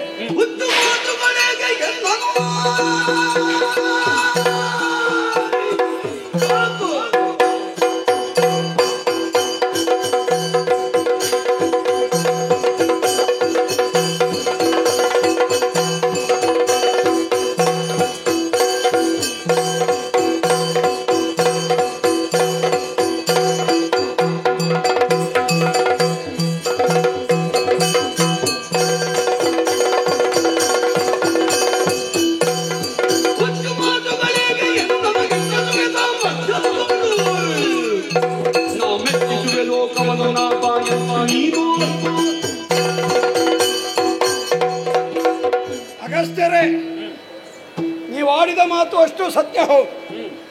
ಹಾಗೆಂದುಕೊಂಡು ಸೂರ್ಯನಿಗೆ ಪ್ರದಕ್ಷಿಣೆ ಬರುವಂತೆ, ಸೂರ್ಯನು ಪ್ರದಕ್ಷಿಣೆ ಬರುವಂತೆ ಆ ಮೇರುವಿನ ಮುಂದೆ ಮಾತ್ರವಲ್ಲ, ಒಂದು ಪ್ರದಕ್ಷಿಣೆ ನನಗೂ ಬರಬೇಕು. ಅದು ಆಗುವುದಿಲ್ಲ ಅಂತ. ಅವನಿಗೆ ಮಾತ್ರ ಪ್ರದಕ್ಷಿಣೆ, ಬೇರೆಯವರಿಗೆ ಇಲ್ಲ ಅಂತಾದ್ರೆ ನಾವು ಸುಮ್ಮನಿರುವವರಲ್ಲ. ನಿಮ್ಮ ಈ ಹುಚ್ಚು ಮಾತುಗಳನ್ನೆಲ್ಲ ಬಿಟ್ಟು ಬದಿಗೆ ಸರ ಇರಿ. ನಿನಗೆ ಬಂದುದನ್ನು ನೋಡಿಕೊಂಡೇನು. ಬೆಳೆಯುತ್ತೀಯ ನೀನು? ಓಹೋ, ನೋಡ, ಬೆಳೆ ನೋಡೋಣ. ನೋಡಿರಿ ನೋಡಿ.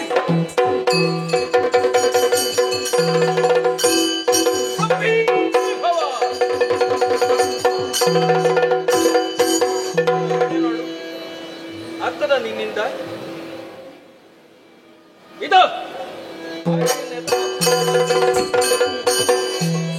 ಅರಿತು ಮೈತ್ರ ವರುಣಿ ಮುನಿಪನ ವರ ಮಹಿಮೆ ಮದ ಗರ್ವವನು ತುರಿದು ಪಾದಕ್ಕೆ.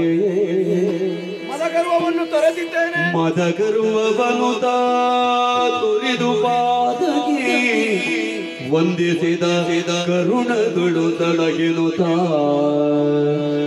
ಅರಿತು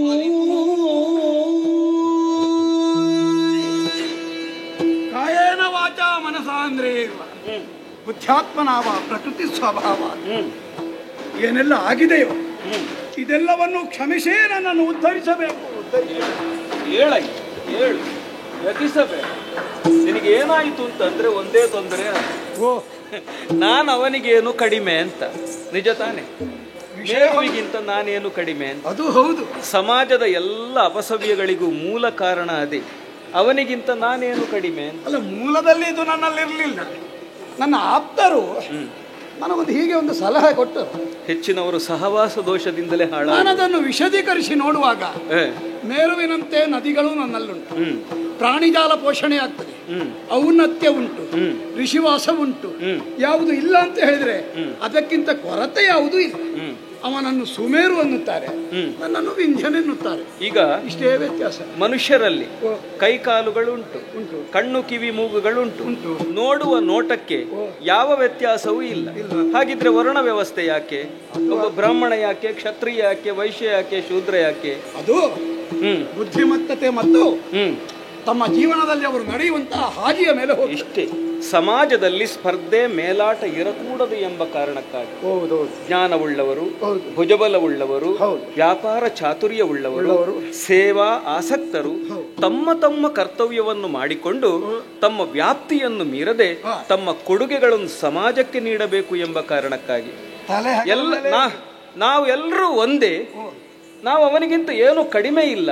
ಹೀಗಾದರೆ ಏನಾಗುತ್ತದೆ? ಸಮಾಜದಲ್ಲಿ ಮೇಲಾಟ ಉಂಟಾಗುತ್ತದೆ, ಇದು ಸಂಘರ್ಷಕ್ಕೆ ಕಾರಣವಾಗುತ್ತದೆ. ಆಮೇಲೆ ಸ್ಥಾಗಿತ್ಯವೇ ಗತಿ ಇರಬೇಕು.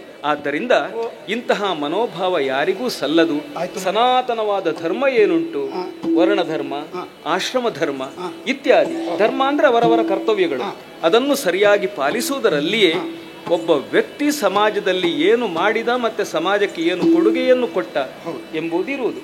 ನನ್ನಂತಹ ಋಷಿಗಳು ಈ ವ್ಯವಸ್ಥೆಯನ್ನು ನೋಡಿಕೊಳ್ಳುವುದಕ್ಕಾಗಿಯೇ ಇರುವುದು. ಋಷಿಗಳಂದ್ರೆ ನೀರಿನಲ್ಲಿ ಕುಳಿತುಕೊಂಡು ತಪಸ್ಸು ಮಾಡುವುದು ಅಲ್ಲ, ಮೂಗು ಹಿಡಿದು ಧ್ಯಾನ ಪ್ರಾಣಾಯಾಮ ಮಾಡುವುದು ಇಷ್ಟೇ ಅಲ್ಲ.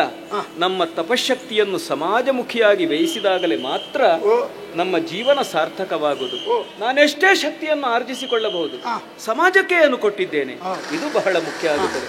ಆದ್ದರಿಂದ ಒಬ್ಬ ಸಾಮಾಜಿಕನಾಗಿ ನನ್ನ ಕರ್ತವ್ಯ ಪ್ರಜ್ಞೆ ಉಳ್ಳವನಾಗಿ ಲೋಕದ ಅವ್ಯವಸ್ಥೆಯನ್ನು ಮಾಡಿದ ನಿನ್ನನ್ನು ನಾನು ಪ್ರಶ್ನಿಸಬೇಕಾಯಿತು. ಈಗ ನೀನು ಇಷ್ಟು ಬೆಳೆದಾಯಿತು, ಇನ್ನು ಈಗ ವರ್ಣ ಮಾತ್ರ ಕಲಿಸಿದಾತಂ ಗುರು ಅಂತ ಲೋಕ ಹೇಳ್ತಾರೆ. ಈಗ ನೀವು ನನಗೆ ನನ್ನಲ್ಲಿದ್ದಂತಹ ಅಹಂಕಾರವನ್ನು ತೊಲಗಿಸಿ ಸಮಭಾವವನ್ನು ಹೊಂದುವಂತೆ ಸೋಹಂ ಸೋಹಂ ಅಂತ ನೀವು ಅಲ್ಲಿಯೇ ವಾಸ ಮಾಡುದು.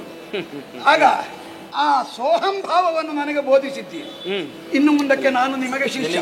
ನಿನಗೆ ಅದೇ ಇಲ್ಲದ್ದು, ನಾನು ನಿಮಗೆ ಶಿಷ್ಯ. ಹೇಳು, ನೀವು ಹೇಳಿದ ಹಾಗೆ ನೀನು ಸೋಹಂ ಹೇಳಿದ್ದು ಒಳ್ಳೆದಾಯ್ತು. ಹೇಳು, ನಿಮಗೆ ಬೇಕಾದ ಹಾಗೆ ಸೇವೆ ಮಾಡಿಕೊಂಡಿರ್ತೇನೆ. ಮೇಲೆ ಹೇಳು. ಅನತ್ಯ ಆಗ್ಬೇಕು. ಇದು ಸೋಹಂ ಎಂಬುದು ಒಂದು ಮಂತ್ರ, ಹಂಸ ಮಂತ್ರ ಅಂತ ಅದಕ್ಕೆ ಹೆಸರು. ಅರ್ಥ ಬಹಳ ಸುಲಭ, ಅದರ ಸರಳ. ಅಂದ್ರೆ ಅದು ನಾನು, ಸಾ ಅಹಂ, ಸಾ ಅಹಂ ಅಲ್ವಾ? ನನಗೀಗ ನೀವು ದೇವರು ಬಂದಾಗ ಅದು ನಾನು, ಪರಮಾತ್ಮ ಬಂದ ಹಾಗೆ ನೋಡಯ್ಯ. ಎಲ್ಲ ಜೀವರಾಶಿಗಳ ಹೃದಯದಲ್ಲೂ ಕೂಡ ಈ ಮಂತ್ರ ಧ್ವನಿಸುತ್ತಾ ಇರುತ್ತದೆ. ಅದನ್ನು ತಿಳಿಯುವ ಸಾಮರ್ಥ್ಯ ಇರುವುದು ಮನುಷ್ಯನಿಗೆ ಮಾತ್ರ. ನಿಮ್ಮಲ್ಲಿ ನನಗೆ ಪ್ರಕಾಶಿಸಿದೆ. ಅದನ್ನು ತಿಳಿದಾಗ ಮನುಷ್ಯ ನಿಜವಾದ ಮನುಷ್ಯನಾಗಿ ಬಾಳುವುದಕ್ಕೆ ಅವಕಾಶ ಸಿಗುತ್ತದೆ. ಅದನ್ನು ಮರೆತಾಗ ಅವನು ಮನುಷ್ಯನಾಗಿ ಉಳಿಯುವುದಿಲ್ಲ. ದೇವತೆಗಳಾದರೂ ಅಷ್ಟೇ. ಅಂದ್ರೆ ಸ್ವರೂಪ ಜ್ಞಾನ ವಿಹೀನರಾಗಿ ಬಿಡುತ್ತಾರೆ. ಇದು ಸಲ್ಲದು. ನಮ್ಮನ್ನು ನಾವು ತಿಳಿದುಕೊಂಡಾಗ ಈ ಲೋಕವನ್ನು ತಿಳಿಯುವ ಸಾಮರ್ಥ್ಯ ಉಂಟಾಗುತ್ತದೆ. ನೀನೀಗ ನಿನ್ನ ಅಹಂಕಾರವನ್ನು ತ್ಯಜಿಸಿದ್ದು, ಎಲ್ಲ ಹಾಳು ಮಾಡೋದು ಅಹಂಕಾರ, ನಾನು ನಾನು ನಾನು ಎಂಬುದು. ಅದನ್ನೀಗ ಬಿಟ್ಟಾಗ ನೀನು ಪರಿಶುದ್ಧನಾಗಿದ್ದಿ. ಮಾತ್ರವಲ್ಲ, ನನ್ನೊಂದು ಕೇಳಿ ಏನು ಸೇವೆ ಬೇಕು ಮಾಡ್ತೀಯ, ಮಾಡುವುದಕ್ಕೆ ಸಿದ್ಧನಿತಿ. ಒಂದು ಉಪಕಾರ ಮಾಡಬೇಕು. ಏನಾಗಬೇಕು? ನಾನು ದಕ್ಷಿಣಾಪಥಕ್ಕೆ ಒಂದು ಯಾತ್ರೆಯನ್ನು ಹೊರಟವನು. ಅಂದ್ರೆ ತಿರುಗಾಟ, ತೀರ್ಥಯಾತ್ರೆ ಅಂತ ಅಲ್ಲ. ಉತ್ತರದಿಂದ ಕೆಳಕ್ಕೆ ಅಂದ್ರೆ ಲೋಕಾನುಭವ ಬೇಕು. ಹೌದಪ್ಪ. ಹಲವು ನಾಡು, ಹಲವು ಜೀವನ, ಹಲವು ಸಂಸ್ಕೃತಿ. ನಮ್ಮ ಭೂಮಿಯೊಳಗೆ ಎಷ್ಟೆಲ್ಲ ಸಂಸ್ಕೃತಿಗಳಿಲ್ಲ, ಬಹುಮುಖಿಯಾದ್ದು ತಾನೇ ಅದು. ಅವೆಲ್ಲವನ್ನು ನಾವು ತಿಳ್ಕೊಳ್ಬೇಕು. ಯಾಕೆ ಅಂತಲ್ಲ, ಅದು ಜ್ಞಾನದ ಆರ್ಜನೆಯ ಲಕ್ಷಣ. ಬೇಕಾಗಿ ಅಲ್ಲ, ಬೇಡ ಅಂತ ಹೇಳುವುದಕ್ಕೂ ಆಗುವುದಿಲ್ಲ. ಈ ಸಂಪಾದನೆ ನನ್ನ ಪ್ರಧಾನ ಲಕ್ಷ್ಯ. ನಾನು ದಕ್ಷಿಣಾಪಥಕ್ಕೆ ಹೋಗ್ಬೇಕು ಅಂದ್ರೆ ನೀನು ಅಡ್ಡವಾಗಿ ಬೆಳೆದು ನಿಂತಿದ್ದಿ. ನಾನೀಗ ಮೇಲಕ್ಕೆ ಹೋಗಿದ್ದೆ. ಇನ್ನೊಂದು ಕೆಲಸ ಮಾಡ್ಬೇಕು. ಏನಾಗಬೇಕು? ನೀನು ಮಲಗಿಕೊಳ್ಬೇಕು. ನಿನ್ನ ನೀಟ ಅಲ್ಲ, ಹೀಗೆ ನೀವು ದಾಟಿ ಹೋಗುವುದಕ್ಕೆ ಅನುಕೂಲ ಆಗ್ತದೆ. ನಾನು ಆಚೆ ಹೋಗ್ಲಿಕ್ಕೆ ನೀನೊಂದು ಅವಕಾಶವನ್ನು ಮಾಡಿಕೊಡ್ಬೇಕು. ಒಂದು ನಿಬಂಧನೆ ಉಂಟು. ಏನು? ನಾನು ದಕ್ಷಿಣಕ್ಕೆ ಹೋದವನು ತಿರುಗಿ ಬರುವ ತನಕ, ಅಂದ್ರೆ ಉತ್ತರಕ್ಕೆ ನಾನು ಬರುವ ತನಕ ನೀನು ಹೇಳಕೂಡದು, ಇನ್ನು ಮಲಗಿಯೇ ಇರಬೇಕು. ನಿಮ್ಮನ್ನು ನಾನು ದಕ್ಷಿಣಕ್ಕೆ ಕಳಿಸಿ, ಇದರಿಂದ ನೀನು ಸಣ್ಣವನಾಗುವುದಿಲ್ಲ. ಇಲ್ಲ ಇಲ್ಲ, ಗುರು ಸೇವೆ ಅಷ್ಟೇ ಅಲ್ಲ, ವೈಕುಂಠದಲ್ಲಿ ಶ್ರೀಮನ್ನಾರಾಯಣ ಮಲಗಿಯೇ ಇರುವುದಲ್ವೇ? ಅವನು ಮಲಗಿಯೇ ಇರುವುದು, ಅನಂತನು ಮಲಗಿಯೇ ಇರುವುದು ಅಲ್ವಾ? ಹೌದು. ಆದ್ದರಿಂದ ಇದರಿಂದ ನಿನ್ನ ಮಾನ ಮರ್ಯಾದೆ ಹೋಗುವಂತದ್ದೇನಿಲ್ಲ. ಈಗ ನನಗೆ ಮಾನದ ಪ್ರಶ್ನೆ ಇಲ್ಲ. ಮಲಗಿಕೊಂಡಿರು, ಯೋಚನೆ ಮಾಡಬೇಕು. ಈಗಿಂದೀಗಕ್ಕೆ ಮಲಗ. ಇದು ನಾನು ಗುರುಮಂತ್ರವನ್ನೇ ಜಪಿಸುತ್ತಾ ಗುರುಭ್ಯೋ ನಮಃ, ಗುರುಭ್ಯೋ ನಮಃ.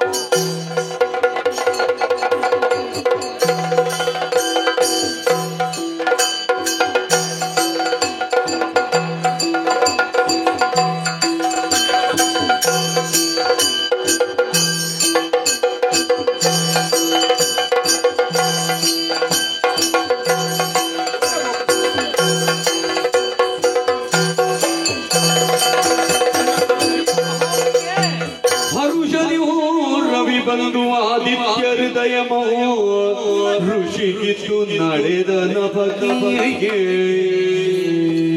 ಅಯ್ಯ ಮಹಾಮುನಿಯೇ, ನೀನು ಮಾಡಿದಂತಹ ಈ ಕೆಲಸದಿಂದ ಬಹಳಷ್ಟು ಸಂತೋಷಗೊಂಡಿದ್ದೇನೆ. ಇದುವರೆಗೆ ಈ ಸೂರ್ಯನಿಗೆ ಕಂಟಕ ಸದೃಶನಾಗಿ ಮೆರೆಯುತ್ತಾ ಇದ್ದಂತಹ ವಿಂಜನನ್ನ ಮದವನ್ನು ಇಳಿಸುವುದರ ಮೂಲಕವಾಗಿ ಪ್ರಪಂಚಕ್ಕೆ ತೋರಿಸಿದ ಮದ ಅನ್ನುವುದು ಶಾಶ್ವತ ಅಲ್ಲ ಅನ್ನುವ ಹಾಗಾಗಿ ಸಂತೋಷಗೊಂಡಂತಹ ನಾನು ಆದಿತ್ಯ ನಿನಗೆ ಆದಿತ್ಯ ಹೃದಯವನ್ನ ಬೋಧಿಸುವುದಕ್ಕಿದ್ದೇನೆ. ಹೀಗೆ ಅಷ್ಟು ಮಾತ್ರವಲ್ಲ, ಧನ್ಯೋಸ್ಮಿ. ಅಘ ಅಂದ್ರೆ ಪರ್ವತವನ್ನು ಸ್ತಬ್ಧಗೊಳಿಸಿದ ಕಾರಣ ಇದುವರೆಗಿದ್ದದ್ದು ನೀನು ಮೈತ್ರಾವರಣಿಯಾಗಿ, ಇನ್ನು ಮುಂದೆ ಹಾಗಲ್ಲ. ಅಗಸ್ತ್ಯನಾಗಿ ಪ್ರಪಂಚದಲ್ಲಿ ಕಾಣಿಸಿಕೊಳ್ಳುವೆ, ಅಗಸ್ತ್ಯನಾಗಿ ಕಾಣಿಸಿಕೊಳ್ಳುವೆ. ಅನುಗ್ರಹದಿಂದ ಇಷ್ಟ ಆಯಿತು. ಈ ತಿರುಗಾಟದಲ್ಲಿ ಸಂಪಾದನೆಯೂ ಆಯಿತು, ಹೆಸರು. ಇನ್ನು ಮುಂದೆ ನನ್ನ ತಿರುಗಾಟ ಸುಲಭ ಆಯ್ತಲ್ಲ. ಇನ್ನು ನಿನ್ನ ಪಾಡಿಗೆ ನೀನು ಹೋಗು.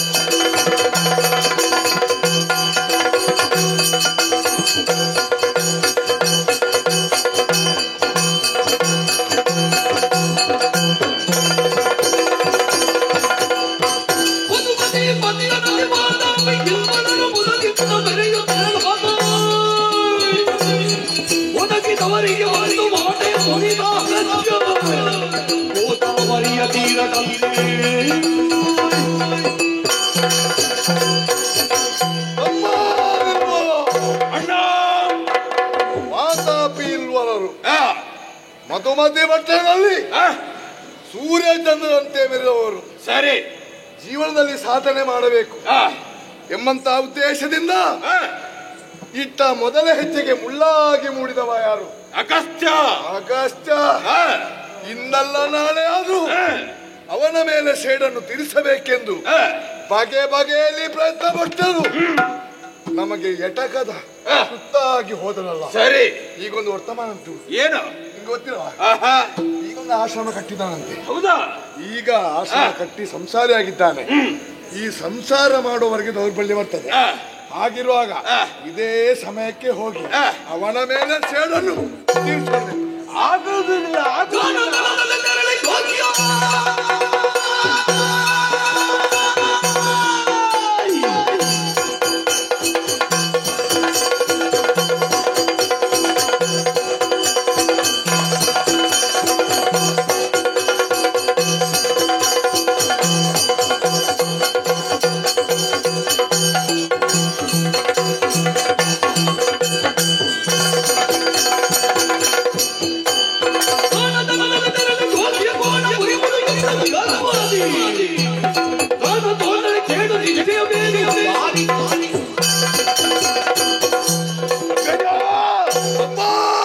ಸಿಟ್ಟಿದೆ ಎನ್ನುವ ಕಾರಣಕ್ಕೆ ಬೇಕಾಗಿ ಅಗಸ್ತ್ಯನ ಮೇಲೆ ಕೈ ಮಾಡಿದ್ರೆ ನಮ್ಮನ್ನು ಸುಟ್ಟ ಬೂದಿ ಮಾಡಿಯಾನು. ಮಹಾ ತಪಸ್ವಿ ಆತ ಅಲ್ಲವೇ? ತಪೋಬಲದಿಂದ ಏನನ್ನು ಬೇಕಾದ್ರೆ ಸಾಧಿಸುವಂತ ಯೋಗ್ಯತೆ ಉಂಟು ಅವನಿಗೆ. ಬ್ರಹ್ಮ ತೇಜಸ್ಸು ಹೌದು, ವಿಜೃಂಭಿಸ್ತಾ ಉಂಟಲ್ಲಿ. ಹಾಗಾದ್ರೆ ಆ ಕಾರಣದಿಂದ ನೇರವಾಗಿ ಯುದ್ಧ ಮಾಡಿದ್ರೆ ಜಯ ಪಡೆಯಕ್ಕೆ ಅಸಾಧ್ಯವಾಗ್ತದೆ. ಹೌದೌದು. ನೀನು ಹೇಳಿದ ಹಾಗೆ ಗೃಹಸ್ಥಾಶ್ರಮ ಧರ್ಮವನ್ನು ಪಾಲಿಸುವಾಗ ನಾವು ಹೋಗಿ ಅವನಲ್ಲಿ ನಮ್ಮದ್ದಾಗಿರುವಂತಹ ಬಯಕೆಯನ್ನು ಕೇಳಿದ್ರೆ ಪ್ರಯೋಜನವಾದೀತೆ. ಅದೌದು. ನೇರ ಬೆರಳು ಹಾಕುವುದರಿಂದ ತುಪ್ಪ ಸಿಗುವುದಿಲ್ಲ. ಹಾಗಿರುವಾಗ ನೇರ ಮಾರ್ಗದಿಂದ ನಡೆದರೆ ನಮಗೆ ಏನು ಸಾಧಿಸಕ್ಕೆ ಆಗುವುದಿಲ್ಲ. ನಮಗೆ ನಮ್ಮ ಸ್ವಭಾವ ಹೇಗೆ ಗಂಡಾಗುಂಡಿ ಮಾಡಿ ಆದ್ರೂ ಗಡಿಗೆ ತುಪ್ಪ ಕುಡಿಬೇಕು. ಹೇಗಾದ್ರೂ ಮಾಡಿ ನಾವು ಎನಿಸಿದನ್ನು ಸಾಧಿಸುವುದಕ್ಕಾಗಿ ಏನಾದ್ರೂ ಎಲ್ಲಾದ್ರೂ ತಗ್ಗುವಲ್ಲಿ ತಗ್ಗಿ ಬಗ್ಗುವಲ್ಲಿ ಬಗ್ಗಿ ಅವನನ್ನು ಮೋಡಿಗೆ ಸಿಲುಕಿಸಿ ಮುಗಿಸುವಂತ ಯೋಚನೆ ಮಾಡುವುದು ಸರಿಯಲ್ಲ. ಹೋಗೋಣ.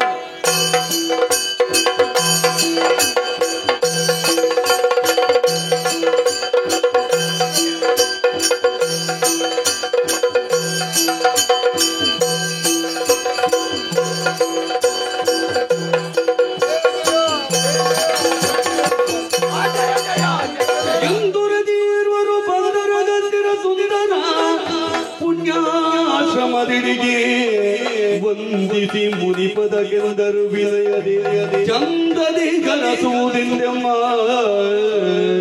ಬಂದರು. ಮಹಾಮಣಿಗಳೇ ಒಂದಾನೆ. ಇಷ್ಟೊಂದು ನಮಸ್ಕಾರಗಳು ನನ್ನದ್ದು ಕೂಡ. ನೀವು ನಿಮ್ಮ ಬಗ್ಗೆ ಅವನಿಗೆ ಅಪೂರ್ವವಾದಂತಹ ಒಂದು ಭಕ್ತಿ ನಮಗೆ. ದೇವರು ಒಳ್ಳೆ ಭಕ್ತಿ, ಸಾಕ್ಷಾತ್ ಪರಮೇಶ್ವರ ಇಲ್ಲಿಗೆ ಬಂದ.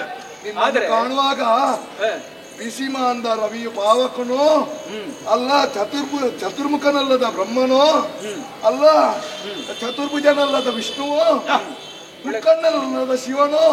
ಕವಿ ಹಾಗಲ್ಲ. ಈಗ ನೀನು ಜನ ಯಾರು? ನೀವಾರು ಜನ ತಮ್ಮ ಅಣ್ಣ. ನಮ್ಮ ಮುಖದಲ್ಲಿ ಏನಾದ್ರೂ ವ್ಯತ್ಯಾಸ ಆಗಿದೆ? ಸ್ವಭಾವವೇ ಬದಲಾಗಿದೆ. ಗೊತ್ತಾಗುದು ಗೊತ್ತಾಗ್ಲಿಲ್ಲ ಗುರುಗಳೇ.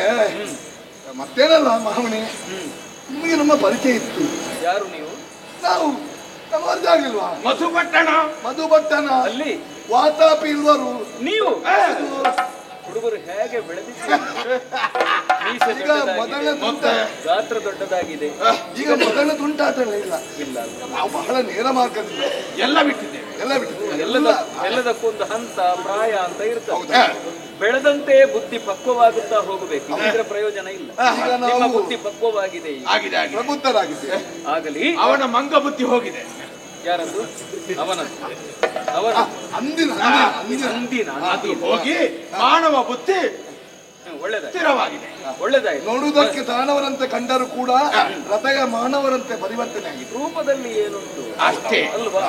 ನೀವು ಒಳ್ಳೆಯವರಾದ್ರೆ ಸಾಕು. ಆವತ್ತು ನಿಮ್ಮನ್ನು ಕೊಲ್ಲಬೇಕು ಅಂತ ಹೇಳುವಾಗ ನಾನೇ ಬೇಡ ಅಂತ ಹೇಳಿದ್ದೇನೆ. ಬದುಕಿಕೊಳ್ಳಬೇಕು, ನೀವು ಬದುಕಿ ಸಾಧಿಸಬೇಕು, ನೀವು ಒಳ್ಳೆಯವರಾಗಬೇಕು. ನಮ್ಮ ಬದುಕಿಗೆ ಒಂದು ಅರ್ಥ ಕೊಟ್ಟವರೇ ನೀವು. ಒಳ್ಳೆಯವರಾದುದರಿಂದ ನನಗೆ ಸಂತೋಷವಾಗಿದೆ. ಆದ್ರೆ ಲೆಕ್ಕಕ್ಕಿಂತ ಹೆಚ್ಚು ನಮಸ್ಕಾರ ಮಾಡಿದ್ರೆ ಏನೋ ಚಮತ್ಕಾರ ಅಂತ ಅರ್ಥ. ಆಗಲ್ಲ. ಏನಾಗ್ಬೇಕು ನಿಮಗೆ? ಮಹಿಮೆಗೆ ಅವನಿಯೊಳು ಸರಿಯಾರೋ ಭುವನಗಳು ನೀನೋರ್ವ ಶಿವನಿಗೋ ಮಿಗಿಲೋ, ಭುವನಗಳು ನೀನೋರ್ವ ಶಿವನಿಗೋ ಮಿಗಿಲೋ. ನೀ ತಿಳಿದು ರಕ್ಷಿಸಿದೆ ಮಾತೆಗೆ ಕ್ಷಮಿಸೋ, ನೀ ತಿಳಿದು ರಕ್ಷಿಸಿದೆ ಮಾತೆಗೆ ಕ್ಷಮಿಸೋ. ನಾವು ವಾತಾಪಿಯುವರು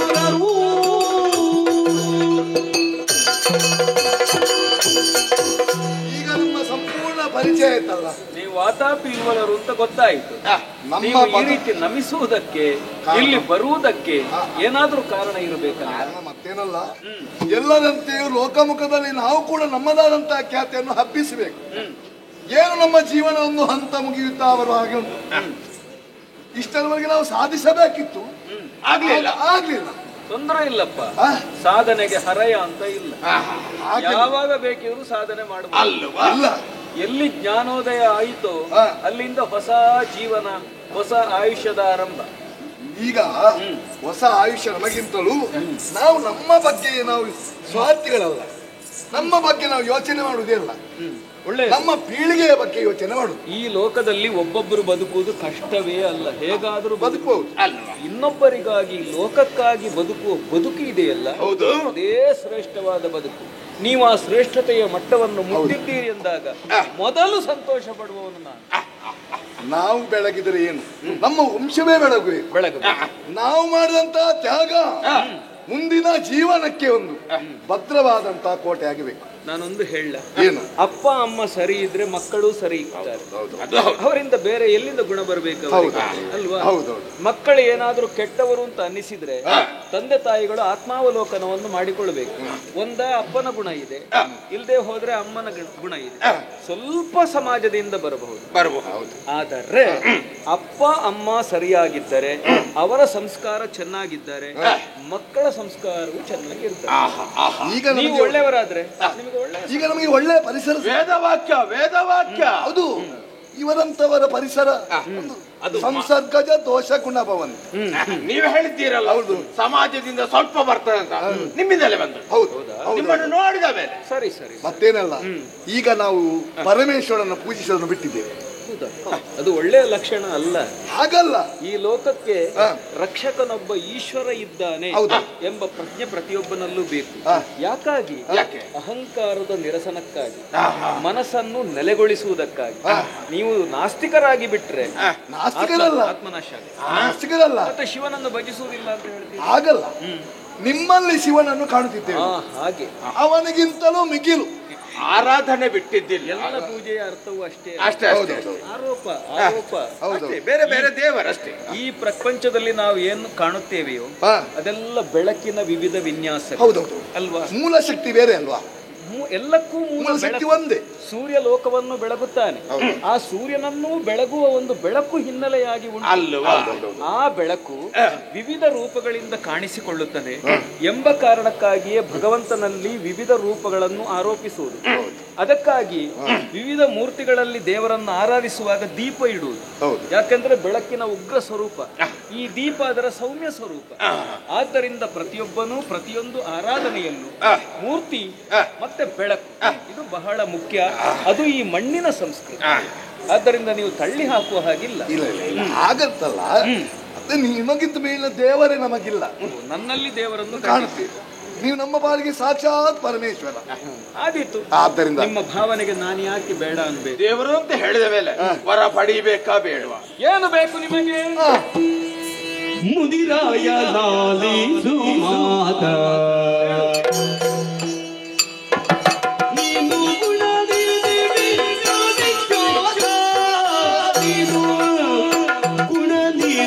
ವಿಶ್ವವಿಖ್ಯಾತ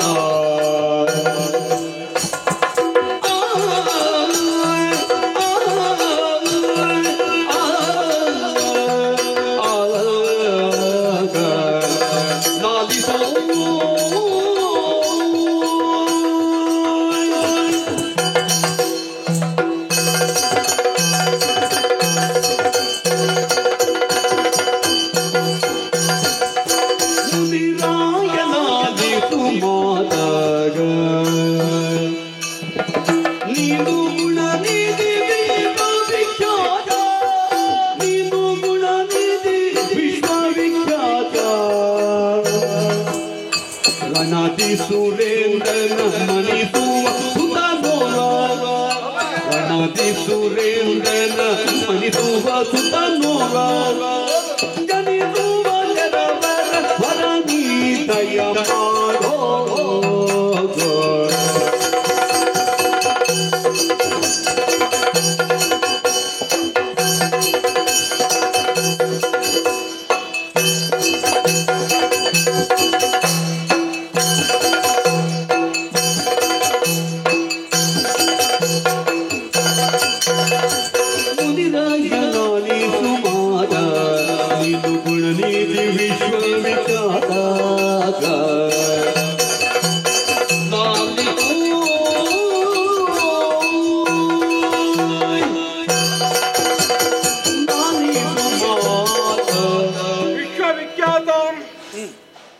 ನಾವು ಕೂಡ ಗೃಹಸ್ಥಾಶ್ರಮ ಧರ್ಮವನ್ನು ಪಾಲಿಸಿಕೊಂಡು ಬರ್ತಾ ಇದ್ದೇವೆ. ಕೇವಲ ಆಶ್ರಮ ಪ್ರವೇಶ ಮಾಡಿದ ಮೇಲೆ ನಿಮಗೆ ಮದುವೆ ಆಯ್ತಾ? ಮಕ್ಕಳಾಯ್ತಾ? ಇಲ್ಲ, ಮಕ್ಕಳನ್ನು ಪಡೆಯಬೇಕು. ಹಾಗಂತಲೇ ಪಡೆದಂತ ಮಕ್ಕಳು ಹೇಗಿರ್ಬೇಕು? ವಿಶ್ವವಿಖ್ಯಾತರಾಗಿರ್ಬೇಕು. ಲೋಕದಲ್ಲೇ ಪ್ರತಿಯೊಬ್ಬರು ತಲೆ ಎತ್ತಿ ನೋಡುವ ಹಾಗಾಗಬೇಕು. ಎಲ್ಲ ತಂದೆ ತಾಯಿಗಳು ಬಯಸುವುದು ಇದನ್ನೇ. ನನ್ನ ಮಗ ಬೆಳಿಬೇಕು, ತುಂಬಾ ಕಲಿಬೇಕು, ಇಡೀ ವಿಶ್ವದಲ್ಲಿ ಪರ್ಯಟನೆ ಮಾಡಬೇಕು ಅಲ್ವಾ? ವಿಶ್ವಕ್ಕೆ ನೇತಾರನಾಗಿರ್ಬೇಕು. ಹೆಚ್ಚೇನು ಸುರಪ ಮುಖ್ಯಮರರೇ ಬಂದರು, ಯುದ್ಧದಲ್ಲಿ ಸೋಲಿಸಬಾರದು ಅಂತಹ ಒಬ್ಬ ಧೀರ ಕುವರನನ್ನು ಪಡೆಯಬೇಕು ಎಂಬಂತ ಬಯಕೆ ಮೂಡಿದೆ. ಆದರೆ ಹಿನ್ನೆಲೆ ಎನ್ನುವುದು ಬೇಕಾ ಬೇಡ್ವಾ? ಆ ಕಾರಣದಿಂದ ತಮ್ಮದೊಂದು ಆಶೀರ್ವಾದ, ಇಷ್ಟಾರ್ಥ ಸಿದ್ಧಿಯಾಗಲಿ ಎಂಬುದಾಗಿ ಇಷ್ಟಿದ್ರೆ ಸಾಕು. ದಯಮಾಡಿ ಆಶೀರ್ವಾದ ಮಾಡಿ. ಸಲ್ಲದಿದ್ದಾಗ ಕಾರ್ಯವೆನಗೆ ನೀವು ಇಲ್ಲದೈದಿರಿ ನಿಮ್ಮ ಮನೆಗೆ, ನೀವು ಇಲ್ಲದೈದಿರಿ ನಿಮ್ಮ ಮನೆಗೆ.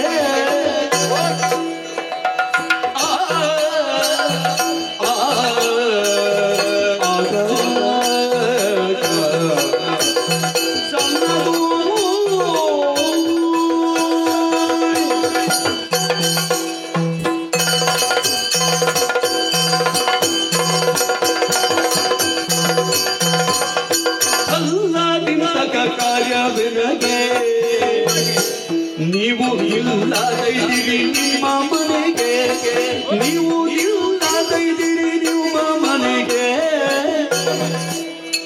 ಒಲ್ಲರ ಸದಗುಣವೆಲ್ಲ ವಿದ್ವೇಷದಿ ನಿಲ್ಲದ ಧರ್ಮದ ಎಲ್ಲರ ಬರು.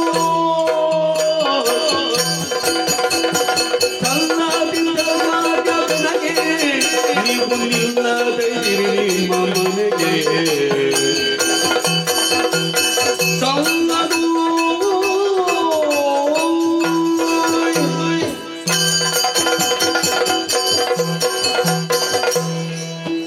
ವಾತಾಪಿ ಇಲ್ವಲರೇ? ತುಂಬಾ ಹೊಗಳಿದಿರಿ ನನ್ನನ್ನು. ಹೌದು, ಹೊಗಳಿಕೆ ಎಂಬುದು ಹೊನ್ನಶೂಲ ಅಂತ ತಿಳಿದವರ ಮಾತು. ನನ್ನದೊಂದು ಅಭ್ಯಾಸ ಉಂಟು. ಏನು? ನಾನು ಹೊಗಳಿಕೆಗೆ ಜಗ್ಗುವುದಿಲ್ಲ, ಬಗ್ಗುವುದಿಲ್ಲ. ಈ ಕಿವಿಯಲ್ಲಿ ಕೇಳುತ್ತೇನೆ, ಈ ಕಿವಿಯಿಂದ ಬಿಡುತ್ತೇನೆ. ಒಳ್ಳೆ ಅಭ್ಯಾಸ, ಬೇಕದು ಬೇಕು. ಬೆಟ್ಟದ ತುದಿಯಲ್ಲಿ ಹುಲ್ಲು ಕೂಡ ಹುಟ್ಟುವುದಿಲ್ಲ ಅಂತ ಒಂದು ಮಾತಿದೆ, ಒಬ್ಬ ಮಹಾನುಭಾವ ಹೇಳಿದ ಮಾತದು. ಹಾಗೆಯೇ ಹೊಗಳಿ ಹೊಗಳಿ ನೀವು ನನ್ನನ್ನು ಎತ್ತರದಲ್ಲಿ ಇರಿಸಿದ್ರೆ ನನ್ನಿಂದ ಯಾವ ಕೆಲಸವೂ ಮುಂದೆ ಆಗುವುದಿಲ್ಲ.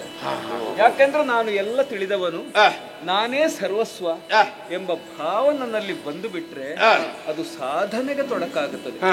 ಆದ್ದರಿಂದ ನಿಮ್ಮ ಹೊಗಳಿಕೆಯನ್ನು ನಾನು ಸಮಚಿತ್ತದಿಂದ ಸ್ವೀಕರಿಸಿ ಹಾಗೆಯೇ ಮರಳಿ ನಿಮಗೆ ಒಪ್ಪಿಸಿದ್ದೇನೆ.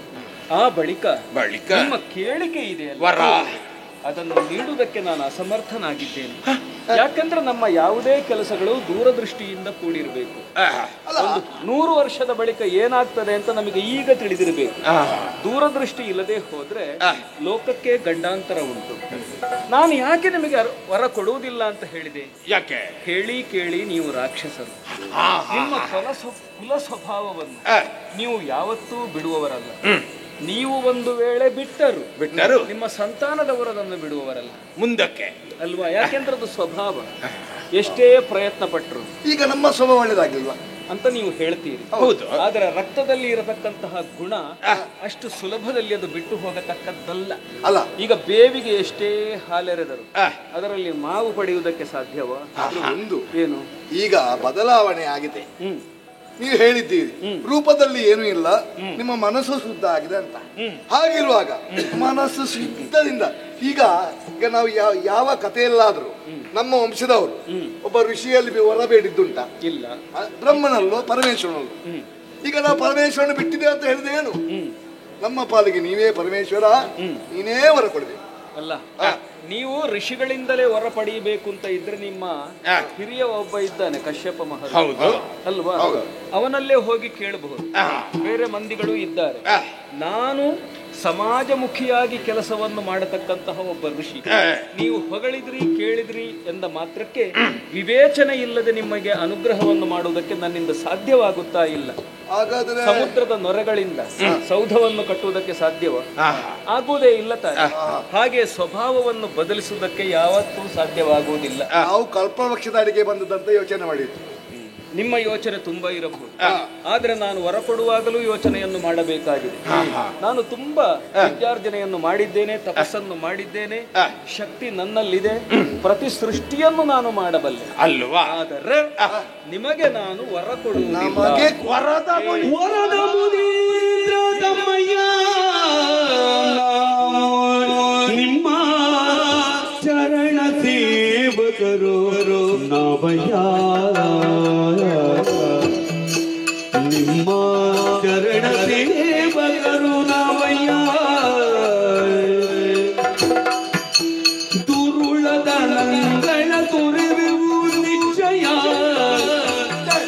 ವರವಿತ್ತು ಸಲಹೆ ಮಗರುಣ ಗುಣಾರ್ವ ಮುನಿರಾಯ ಲಾಲಿಸೋ ಮಾತಾರ ನಾವಯ್ಯ.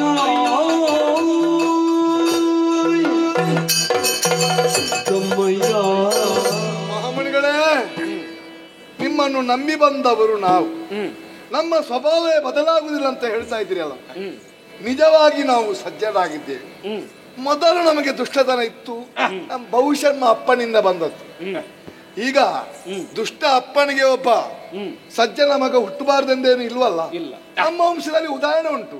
ಹಿರಣ್ಯಕಶ್ಯಪನ ಮಗ ಪ್ರಹ್ಲಾದ ದುಷ್ಟನ ಅಲ್ಲ ಅಲ್ಲಲ್ಲ. ಹಾಗಿರುವಾಗ ನಮ್ಮ ಮಗ ನಿಮ್ಮ ಅನುಗ್ರಹದಿಂದ ಹುಟ್ಟಿದ್ರೆ ಅವ ಹೇಗೆ ದುಷ್ಟನಾಗುವುದು ಅಲ್ವಾ? ನಿಮ್ಮ ಅನುಗ್ರಹದಿಂದ ಸತ್ವ ಇಲ್ವಾ? ತರ್ಕವೇನೋ ಚೆನ್ನಾಗಿ, ಆದ್ರೆ ನಿಮಗೆ ಅನುಗ್ರಹವನ್ನು ಮಾಡುವುದಕ್ಕೆ ನನ್ನ ಮನಸ್ಸು ಒಡಂಬಡುವುದಿಲ್ಲ. ಯಾಕೆಂದ್ರೆ ಬಹಳ ಇತಿಹಾಸದ ಬಗ್ಗೆ ಅನೇಕ ವೀರರ ರಾಕ್ಷಸರ ಕಥನಗಳನ್ನು ನಾನು ಕೇಳಿದವನು. ಮೊದಲು ಚೆನ್ನಾಗಿಯೇ ಇರ್ತಾರೆ, ಧೂರ್ತರ ಲಕ್ಷಣವೇ ಅದು. ಮುಖಂ ಪದ್ಮ ಪ್ರಸನ್ನಂಚ ವಾಣಿ ಚಂದನ ಶೀತಲ ಹೃದಯಂ ಕರ್ತರಿ ತುಲ್ಯಂ ತ್ರಿವಿಧಂ ಧೂರ್ತ ಲಕ್ಷಣಂ. ನಮ್ಮಲ್ಲಿ ಒಂದಾದ್ರೂ ನೀವು ಕಂಡಿರೋದನ್ನು ಅಲ್ಲ. ಸಮಯ ಸಾಧಕರು ಏನ್ ಮಾಡ್ತಾರೆ, ಚೆನ್ನಾಗಿ ನಗಾಡ್ತಾರೆ, ಅರಳಿದ ಕಮಲದ ಹಾಗೆ ಮುಖ ಇರುತ್ತದೆ, ಮಾತು ತಂಪು ತಂಪು ಶ್ರೀಗಂಧದ ಹಾಗೆ. ಆದರೆ ಒಡಲೊಳಗೆ ಏನೋ ಒಂದು ಉದ್ದೇಶವನ್ನು ಇರಿಸಿಕೊಂಡೇ ಅವರ ಕಾರ್ಯಪ್ರವೃತ್ತರಾಗ್ತಾರೆ. ಈಗ ಒಬ್ಬ ಹುಡುಗನನ್ನು ಕೊಡಿ ಅಂತ ನೀವು ಕೇಳಿದ್ದು, ಯಾರು ನಿನಗೆ ಕೊಡ್ಲಾ ನಿನಗೆ ಕೊಡ್ಲಾ? ಅವನಿಗೆ ಕೊಟ್ಟು ದೊಡ್ಡವನಾದ ಮೇಲೆ ಅವ ನಿನ್ನನ್ನು ಒದ್ದು ಹೊರಗೆ ಹಾಕಿದ್ರೆ ಏನ್ ಮಾಡಿ? ನಿಮ್ಮ ಜೊತೆ ಬರ್ತೇನೆ, ನೀವು ಕೊಡಿ. ನಿಮ್ಮ ಸೇವೆ ಮಾಡ್ತಾ ಇದ್ದೀವಿ, ನಮಗೆ ಏನು ಬೇಡ ಬೇಡ. ನಿಮ್ಮ ಸೇವೆ ನಿಮಗೆ ಶಿಷ್ಯರಿದ್ದಾರ ಅಂತೂ ಹೇಳಿದ ಹಾಗೆ ನೀವು ಹಿಂದೆ ಯಾರೂ ಮಾಡಿದ್ದಿಲ್ಲ. ನಿಮ್ಮ ಪ್ರವೃತ್ತಿಯನ್ನು ನೀವು ಯಾವತ್ತೂ ಬಿಡುವವರಲ್ಲ ಎಂಬುದು ನನಗೆ ಸ್ಪಷ್ಟ ಇದೆ. ನಿಮ್ಮ ಗುಣದ ಬಗ್ಗೆ ನನಗೆ ಇನ್ನೂ ಭರವಸೆ ಮೂಡಿಲ್ಲ. ನಿಮ್ಮನ್ನು ಇನ್ನೂ ಸ್ವಲ್ಪ ನೋಡಬೇಕು. ನೀವು ಇನ್ನೂ ಪಕ್ವವಾಗಿ ಈಗಾಗಲೇ ಇನ್ನೂ ಸಜ್ಜನರಾಗಿ ನನ್ನ ಬಳಿಗೆ ಬಂದ್ರೆ ಆಗ ನೋಡೋಣ. ಸಂಧ್ಯಾ ವಂದನೆಗೆ ಹೊತ್ತಾಯಿತು, ಹೊರಟು ಹೋಗಿ.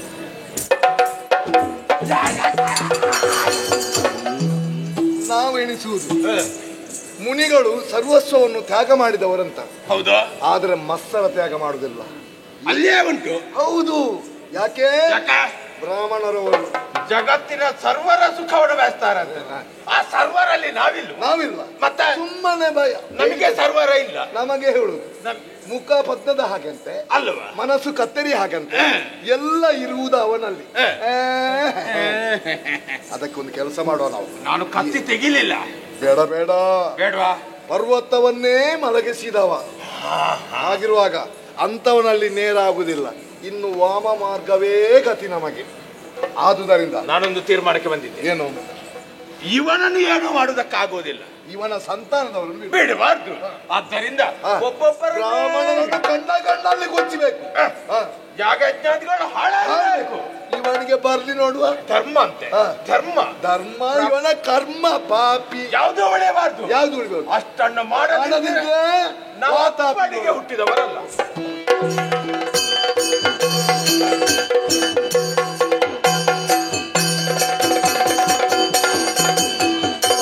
ಗೋದಾವರಿ ತೀರದು ಒಂದಿನ ವರದಿ ನಿಜರು ಕೆಳರುಂದಾಗೆ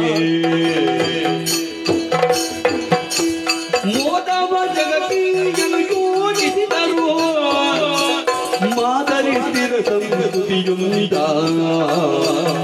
ಓದಿ ವಿಜರು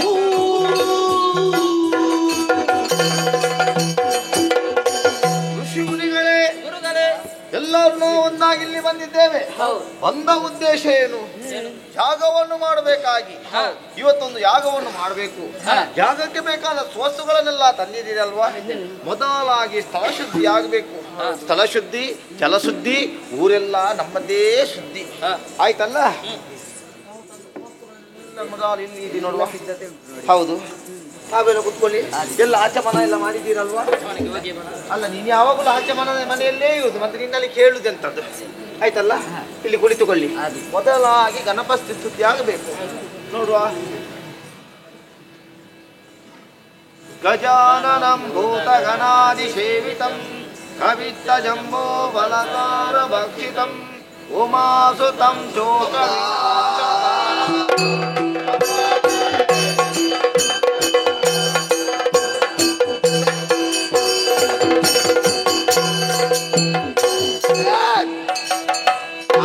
ಕಡೀರಿ.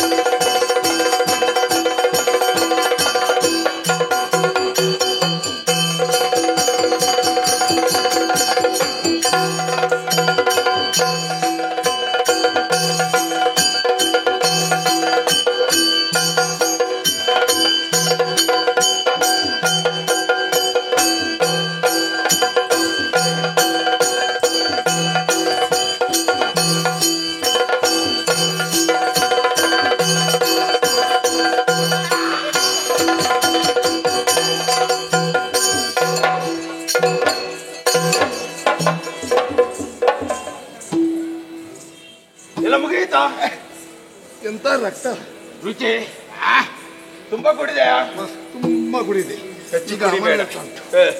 ಇರಲಿ ತಮ್ಮ, ಇದ್ದವರೆಲ್ಲ ಸತ್ತಿದ್ದಾರೆ. ಬ್ರಹ್ಮ ವಂಶವೇ ನಾಶ ಆಗ್ಬೇಕು.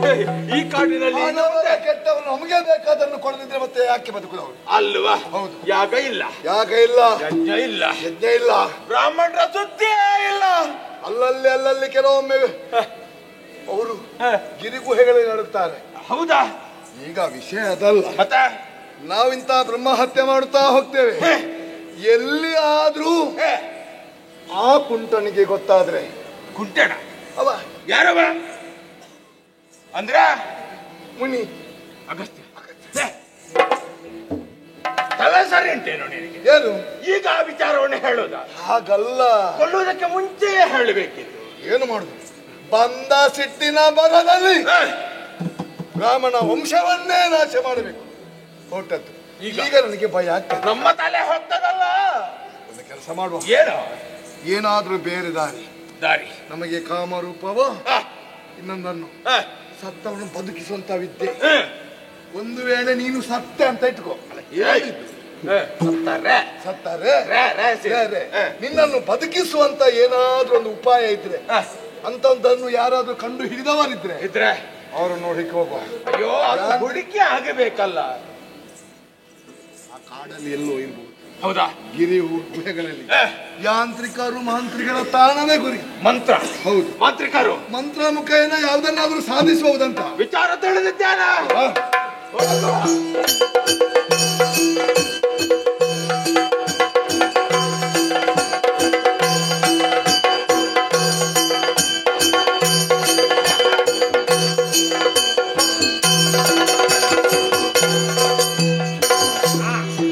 ನರಕಪಾಲದ ಮಾಲೆ ಮನುಜಾರಿನು ಬಿನರೋಣ, ನರಕಪಾಲದ ಮಾಲೆ ಮನುಜರಿನು ಬಿನದಂಡ, ಕರದುಳು ತ್ರಿಶೂಲ ಒಳಗಿಟ್ಟಿದ್ದೇನೆ. ಕರದುಳು ತ್ರಿಶೂಲ ಒಳಗಿಟ್ಟಿದ್ದೇನೆ ಮಹಾರಾಜ. ರುದ್ರಾಕ್ಷಿ ಅದು ಉಂಟು. ಅದು ರುದ್ರಾಕ್ಷಿ ಅದು ನನ್ನ ಕ್ರಮ ಹಾಗೆ. ಅದು ಹರಡಿಸಲು ನನ್ನ ಪದ್ಮಾಸನ ಒಂದು ಕಾಲಿದ್ದು ನಫಗೆ ಜಟಿ ರಕ್ತಾಂಬರವನುಟ್ಟು ಪೂರ ಕೆಂಪೆ ರಕ್ತಾಂಬರವನುಟ್ಟು ನನಗೆ ಭೂಷಣ ವರಭಯೋಕರ ರೂಪದಿ ಕಾಣ್ತದ. ವರಭಯೋಕರ ರೂಪದಿ ನರದ ಪಾಲದ ಮನೆ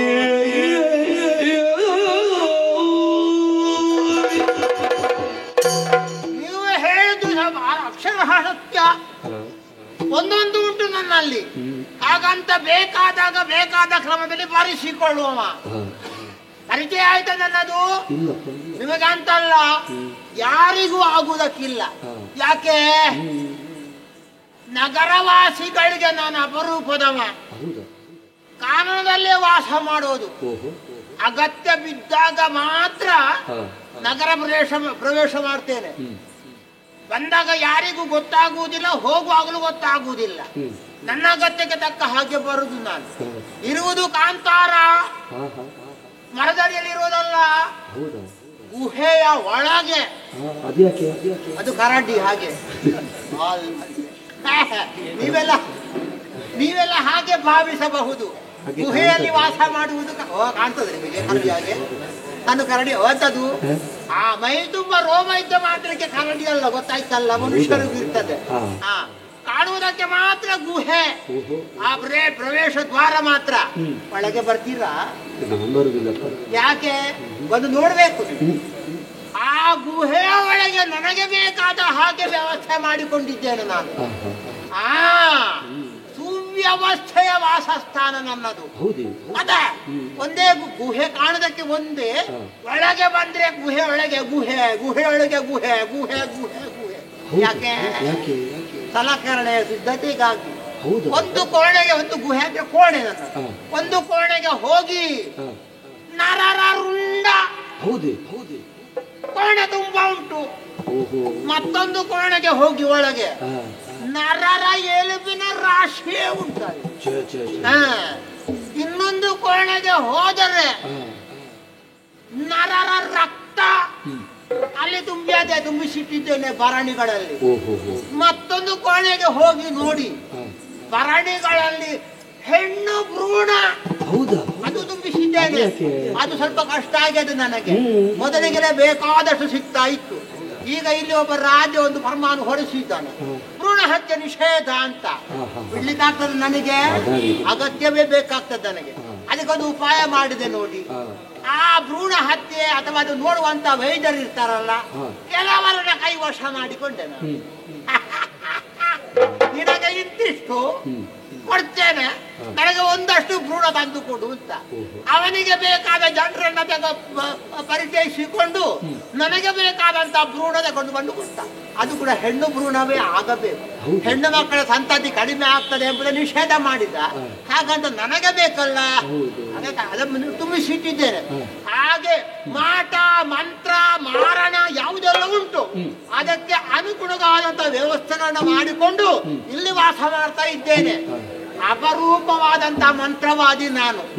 ನಿಮ್ಮನ್ನ ಈಗಲೇ ಕ್ಷಣ ಮಾತ್ರದಲ್ಲಿ ಇಲ್ಲಿಂದ ಮಾಯ ಮಾಡಬಲ್ಲೆ.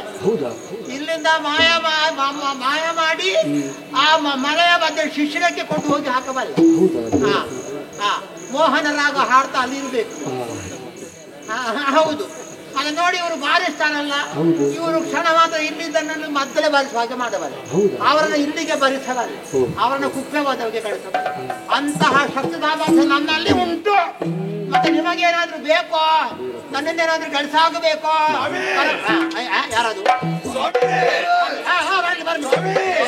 ಪರಮ ಬೀಜಾಕ್ಷರಗಳ ಜಪಿಸುತ್ತಲೇ ಕುಳಿತವರ ಮಾಂತ್ರಿಕನ ಬಳಿಕ ವಾತಾಪಿಲ್ವರರು ಬರುದ ಪುಣ ಮಾಡುತ್ತಿರಲು ಮಂತ್ರ ಜಪವನ್ನು ನಿಲ್ಲಿಸಿ ದಿಟ್ಟಿಸುತ್ತ ಕೇಳ್ದ ನಿಂತು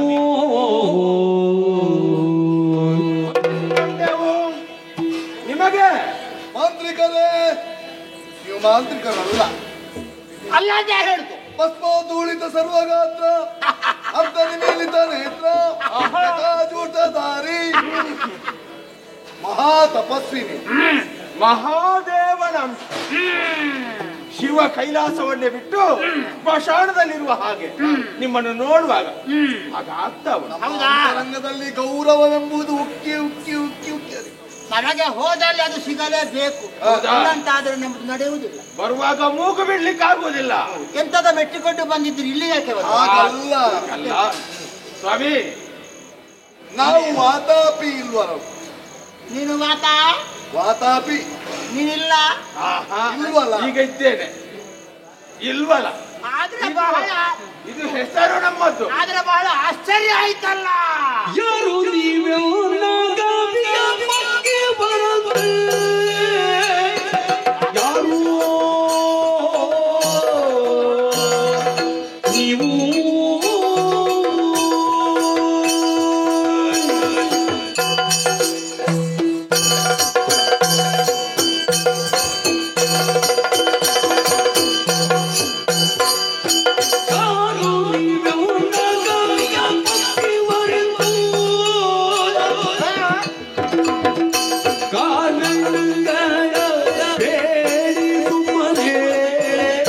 ಕಾದಣ್ಣಗಳ ಬೇಳೆ ಸುಮ್ಮನೆ ಮಾರಿ ಗೌತನವಾದೆ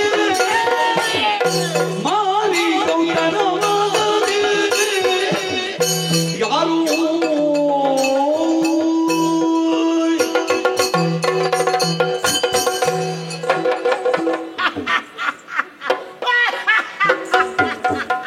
ನಮಗೆ ಭಯ ಆಗ್ತದೆ. ಸಮಾಧಾನರಾಗಬೇಕು, ಶಾಂತರಾಗಬೇಕು. ಯಾಕೆ ಒಮ್ಮೆಗೆ ಗಂಗಣ್ಣ ಗೊತ್ತಾಗ್ಲಿಲ್ಲ. ನನ್ನ ಪ್ರದೇಶಕ್ಕೆ ಅಪರಿಚಿತ ವ್ಯಕ್ತಿಗಳು ನೇರವಾಗಿ ಬಂದಿದ್ದೀರಿ. ಅಪ್ಪಣೆ ವಿನಃ ಪ್ರವೇಶ ಇಲ್ಲ ಆದ್ರೂ ಬಂದಿದ್ದೀರಿ. ಆದರೆ ಪ್ರಶ್ನೆ, ನನ್ನ ಬಳಿಗೆ ಬರ್ಬೇಕು ಅಂತ ಆದ್ರೆ ನಿಮ್ಮಲ್ಲೊಂದು ವಿಶೇಷವಾದಂತ ಶಕ್ತಿ ಉಂಟು ಅಂತ ಗೊತ್ತಾಯ್ತು. ಏನೋ ವಾತಾಪಿ, ಏನು ಇಲ್ವಲ್ಲ, ರಕ್ಕಸರು ಅಂತ ಅರ್ಥ ಆಯ್ತು. ಆ ವಿಚಾರ ಅಂತಿರ್ಲಿ. ಆದರೆ ಈ ರಕ್ಕಸರಿಗೆ ಕೆಲವು ವಿದ್ಯೆ ಗೊತ್ತುಂಟು. ಕ್ಷಣ ಮಾತ್ರಕ್ಕೆ ಬರುವಂತದ್ದು, ಪೂರ್ಣ ರೂಪಕ್ಕೆ ಬರುವಂತದ್ದು. ಆದರೆ ಈ ಮಂತ್ರವಾದಿಯ ಬಳಿ ದಂಡಘೋರ ಮಂತ್ರವಾದಿಯ ಬಳಿಗೆ ಒಟ್ಟಿಗೆ ದಂಡಘೋರ ಆಯ್ತಲ್ಲ, ಬರ್ಬೇಕು ಅಂತಾದ್ರೆ ಏನೋ ಕಾರಣ ಇರಬಹುದು. ಖಂಡಿತ. ಆದ್ರೆ ಒಂದು ಏನಾದರೂ ಕಪಟ ವಂಚನೆ ಇಲ್ಲಿದ್ರೆ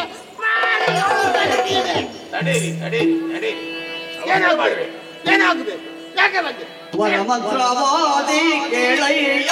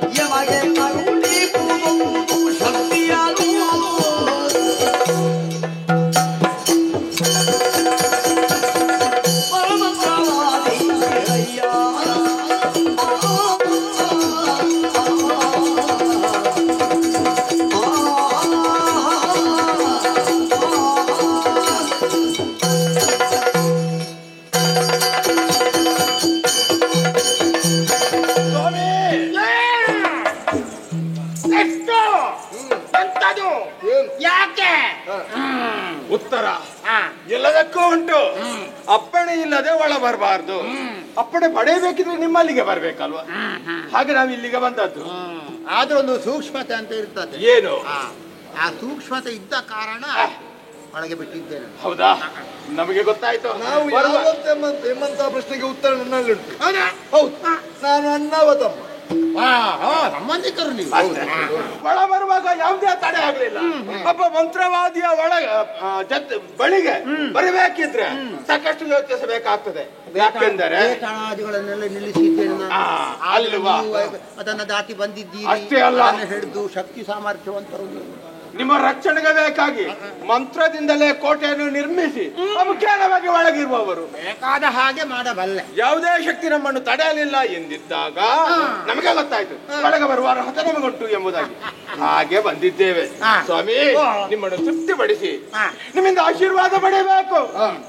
ನಿಮ್ಮನ್ನು ಗುರುಗಳು ಎಂಬುದಾಗಿ ಸ್ವೀಕರಿಸಬೇಕು. ಮಹಾನೀಯರಾದಂತಹ ನಿಮ್ಮ ಪಾದದರ್ಶನದಿಂದ ನಮ್ಮ ಜನ್ಮ ಪಾವನಗೊಳಿಸಬೇಕೆಂಬಂತಹ ಉದ್ದೇಶದಿಂದ ಬಂದಿದ್ದೇವೆ.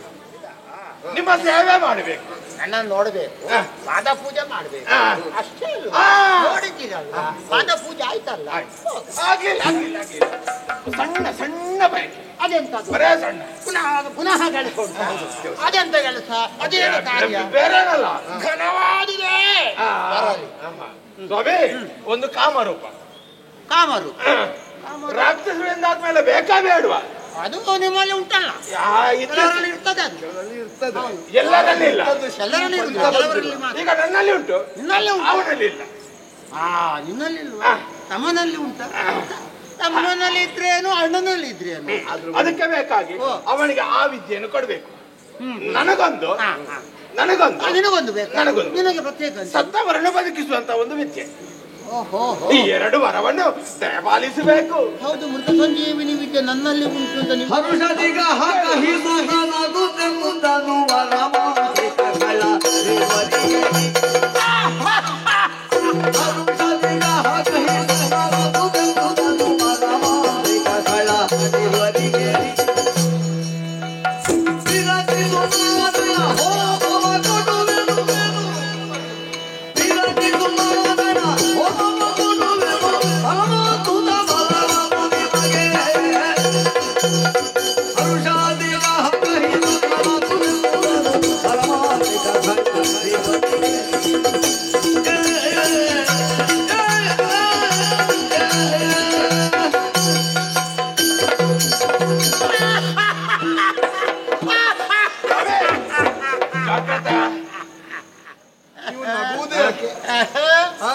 ನನಗೇನಾಗದು. ನಿಮ್ಮ ಮಾತು ಕೇಳಿ ಗಹಿಸುವ ನಗೆ ಬಂತು ನನಗೆ. ಯಾಕೆ? ಸಂತೋಷವಾಯ್ತು. ಸಂತೋಷದಿಂದ? ಹೌದು. ಯಾಕೆ?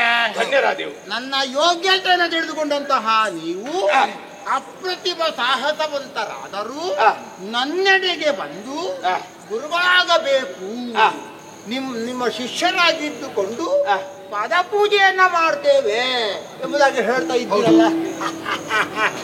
ಶಿಷ್ಯಂದ್ರೆ ಬೇಕು, ಸಾಮಾನ್ಯರಾದವರಲ್ಲ, ಅಸಾಮಾನ್ಯ ವ್ಯಕ್ತಿಗಳು. ಶಿಷ್ಯಂತ ಸ್ವೀಕಾರ ಮಾಡಿದ್ರೆ ಗುರು ಮಠಕ್ಕೆ ಶೋಭೆ ಅಥವಾ ಗುರುವಿಗೆ ಶೋಭೆ. ಸರಿ, ಹಾಗಾದ್ರೆ ಅವನಿಗೆ ಕಾಮರೂಪದ ವಿದ್ಯೆ ಅದನ್ನ ಬೋಧನೆ ಮಾಡಬೇಕು.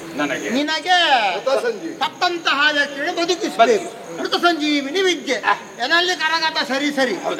ಹಾಗಂತ ಎರಡೂ ಮಾಡಬಹುದು, ಎರಡೂ ಕೊಡಬಹುದು. ಮತ್ತೆ ಧರ್ಮಕ್ಕಾಗೋದು ಎಷ್ಟು ಬೇಕು ಹೇಳಿ. ಅದಕ್ಕೆ ಏನು ಕರ್ಮ ಆಗ್ಬೇಕು? ಧರ್ಮಕ್ಕಾಗ್ಲಿಕ್ಕಿಲ್ಲ, ಕರ್ಮವೇ ಬೇಕು. ಯಾವುದು? ಇನ್ನ ದನ ಕನಕದ ಆಸೆಯನ್ನು ಬಚ್ಚಿಡು. ಯಾಕೆ? ಕ್ಷಣ ಮಾತ್ರ ಬೇಕಾದ ಸಂಪಾದಿಸವಲ್ಲ. ಹಾಗಾಗಿ ಯಾಗ ಯಾಗ ಯಾಗ ಆಗಬೇಕು. ಯಾಗ ಯಾವ ನಿಮಗೆ ಕೊಡಬೇಕು ಅಂತ ವಿಚಾರ ಇದ್ದಲ್ಲಿ ಯಾಗ ಆಗಬೇಕು. ಯಾವ ರೀತಿಯ ಯಾಗ? ಮಾರಣಾದ್ವರವೇ ಆಗಬೇಕು. ಹೌದು, ಮಾರಣ ಹೋಮವೇ ಆಗಬೇಕು. ಅದು ಆಗಬೇಕು ಅಂತ ಆದ್ರೆ ನೀವು ಸಿದ್ಧತೆ ಮಾಡಬೇಕು. ಮಾಡುವ ಬೇಕಾದನ್ನು ಒದಗಿಸಿ ಕೊಟ್ಟಲ್ಲಿ ನೀವು ಕೇಳಿದಂತ ಯಾವ ವಿಚಾರ ಉಂಟೋ ಅದನ್ನ ಮಾಡಬಹುದು, ಕೊಡಬಹುದು. ಮಾಂತ್ರಿಕರೇ, ನಿಮಗೆ ಏನು, ಎಷ್ಟು, ಎಲ್ಲಿ, ಯಾವಾಗ ಹೇಳಿದ್ರೆ ಸಾಕು. ಹೌದಾ? ಮಾರಣಾದ್ವರಕ್ಕೆ ಏನೆಲ್ಲ ಬೇಕು ಅದನ್ನೆಲ್ಲ ಒಂದಿಷ್ಟಲ್ಲ, ದೊಡ್ಡ ಪಟ್ಟಿಯೇ ಉಂಟು. ಅದನ್ನ ಕೊಡ್ತೇವೆ. ಅದನ್ನ ಮಾಡುವ ಮೂಲಕ ಅದನ್ನ ಯಾಗದಲ್ಲಿ ಯಾರಿಗೆ ಸಂತೃಪ್ತಿ ಆಗಬೇಕು ಅದನ್ನೆಲ್ಲ ಸಂತೃಪ್ತಿಗೊಳಿಸಿ ಆ ನಂತರ ನಿಮಗೆ ಬೋಧನೆ ಮಾಡ್ತೇನೆ. ಆಯ್ತಾ? ಯಾಗ ಮಾಡುವ, ಯಾಗಕ್ಕೆ ತೊಡಗುವ. ಹೀಗೆ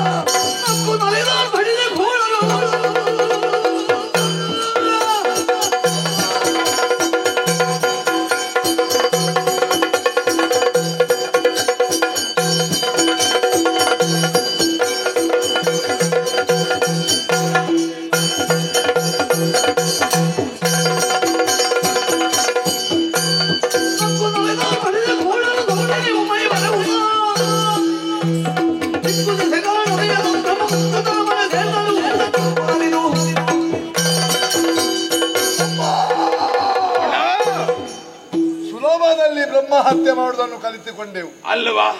ಮೊದಲು ಹಾಗಲ್ಲ, ಭೀಕರವಾದಂತಹ ಕೃತ್ಯವೆಂದು ಕಂಡವರಿಗೆ ಕಾಣಿಸ್ತಿತ್ತು. ಹೌದು. ಈಗ ಹಾಗಲ್ಲ, ಪ್ರಚಾರವೇ ಇಲ್ಲ. ಹೌದು. ನಾನು ಹಾಡಾಗೋದು ಮೇಕೆ. ಹೌದು. ಬಂದ ಬ್ರಾಹ್ಮಣರಿಗೆ ತಿನ್ನಿಸು, ಅಲ್ಲಿಂದಲೇ ಮತ್ತೆ ನಾನು ಹೊಡೆದು ಬರುತ್ತು. ಹೇಗೆ ಯಾರಿಗಾದ್ರೂ ಗೊತ್ತಾಗ್ತದ? ಯಾರಿಗೂ ಗೊತ್ತಾಗ್ಲಿಲ್ಲ. ಮೃಷ್ಟಾನ್ನ ಭೋಜನ ಉಂಟಂತ ಕೇಳಿದ್ರೆ ಸಾಕು, ಬ್ರಾಹ್ಮಣರ ಹಿಂದೆ ಬರ್ತದೆ ಅಲ್ವಾ?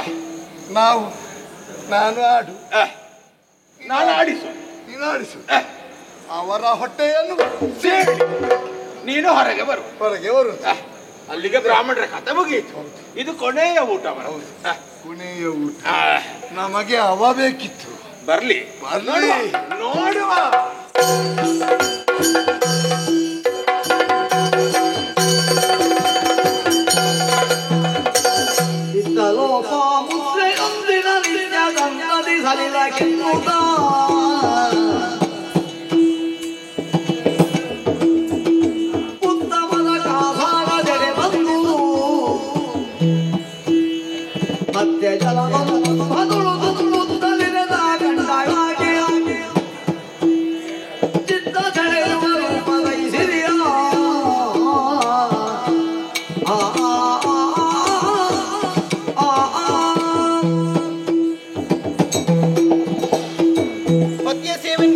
ಮಾಡುತ್ತಾ ಬಂದವಳು ನಾನು.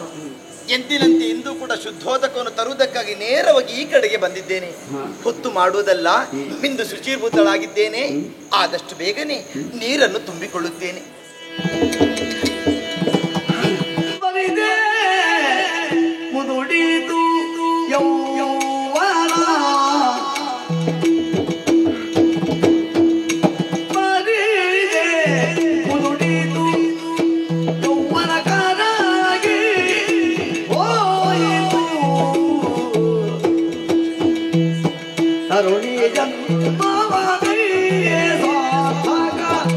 ಏನಿದೆ?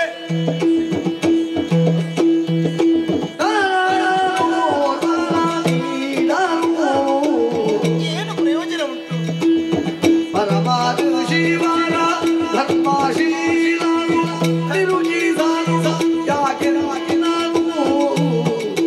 ಯಾಕೆ ಗೊತ್ತಾಗಿಲ್ಲ?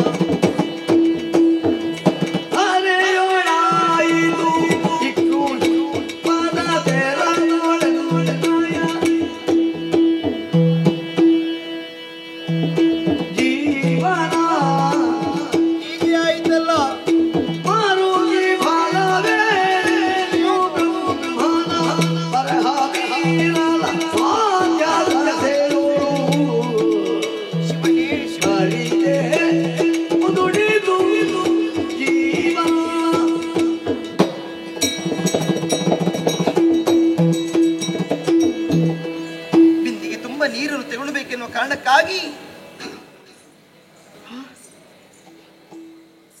ನಾನಿಂತಹ ದೃಶ್ಯವನ್ನು ಕಾಣುತ್ತಾ ಇದ್ದೇನೆ. ನೀರಿನಲ್ಲಿ ನನ್ನ ಪ್ರತಿಬಿಂಬವನ್ನು ಕಾಣುತ್ತಾ ಇದ್ದೇನೆ.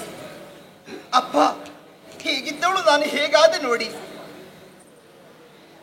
ಅಂದು ಸ್ವಯಂವರ ಮಂಟಪದಲ್ಲಿ ಕೊರಳಿಗೆ ಹಾರವನ್ನು ಹಾಕಿದೆ.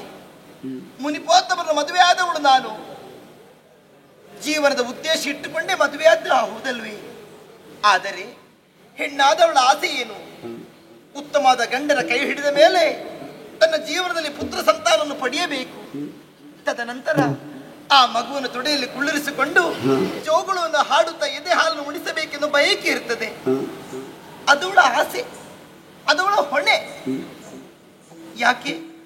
ವಂಶ ಬೆಳೆಯಬೇಕಂತಾದ್ರೆ ಮಕ್ಕಳು ಬೇಕು, ತಾಯಿ ಅಂತ ಕರಿಬೇಕಂದ್ರೆ ಮಗು ಬೇಕು. ಆ ಭಾಗ್ಯದಿಂದ ನಾನು ವಂಚಿತಳಾದೆಯಲ್ಲ. ಸ್ವಾಮಿಯವರಲ್ಲಿ ವಿಷಯ ತಿಳಿಸಬೇಕಂತ ಹೇಳಿದ್ರೆ ಸಮಸ್ಯೆ ಆದೀತು. ಅಲ್ಲ, ನನ್ನ ಬಗ್ಗೆ ಅವರು ಯಾಕೆ ಯೋಚನೆ ಮಾಡಲಿಲ್ಲ? ಯಾಕೆ ಯೋಚನೆ ಮೂಡಲಿಲ್ಲ ಅವರಿಗೆ? ಯೋಚಿಸುತ್ತಿರುವ ಸಮಯದಿ ಮುನಿಯನು ಬಂದು ಸತಿಯಳ ಸರಿಹದಿಲ್ಲಲು ನೋಡಿರವಳೆಯು ನಾಚಿ ಮುದುಡಿದಳು. ಮನದೊಳೆ ಬೀಳು ಗೃಹದಲ್ಲಿ ನಿನಗೆ ಕೊರೆತಗಳಿಹುದೆ. ನಾನ ಕ್ಷಣದಿ ಸಲಿಸುವೆ ಬಯಕೆಗಳ ಹೃದಯೇಶ್ವರಿಯ ಮುದಡಿ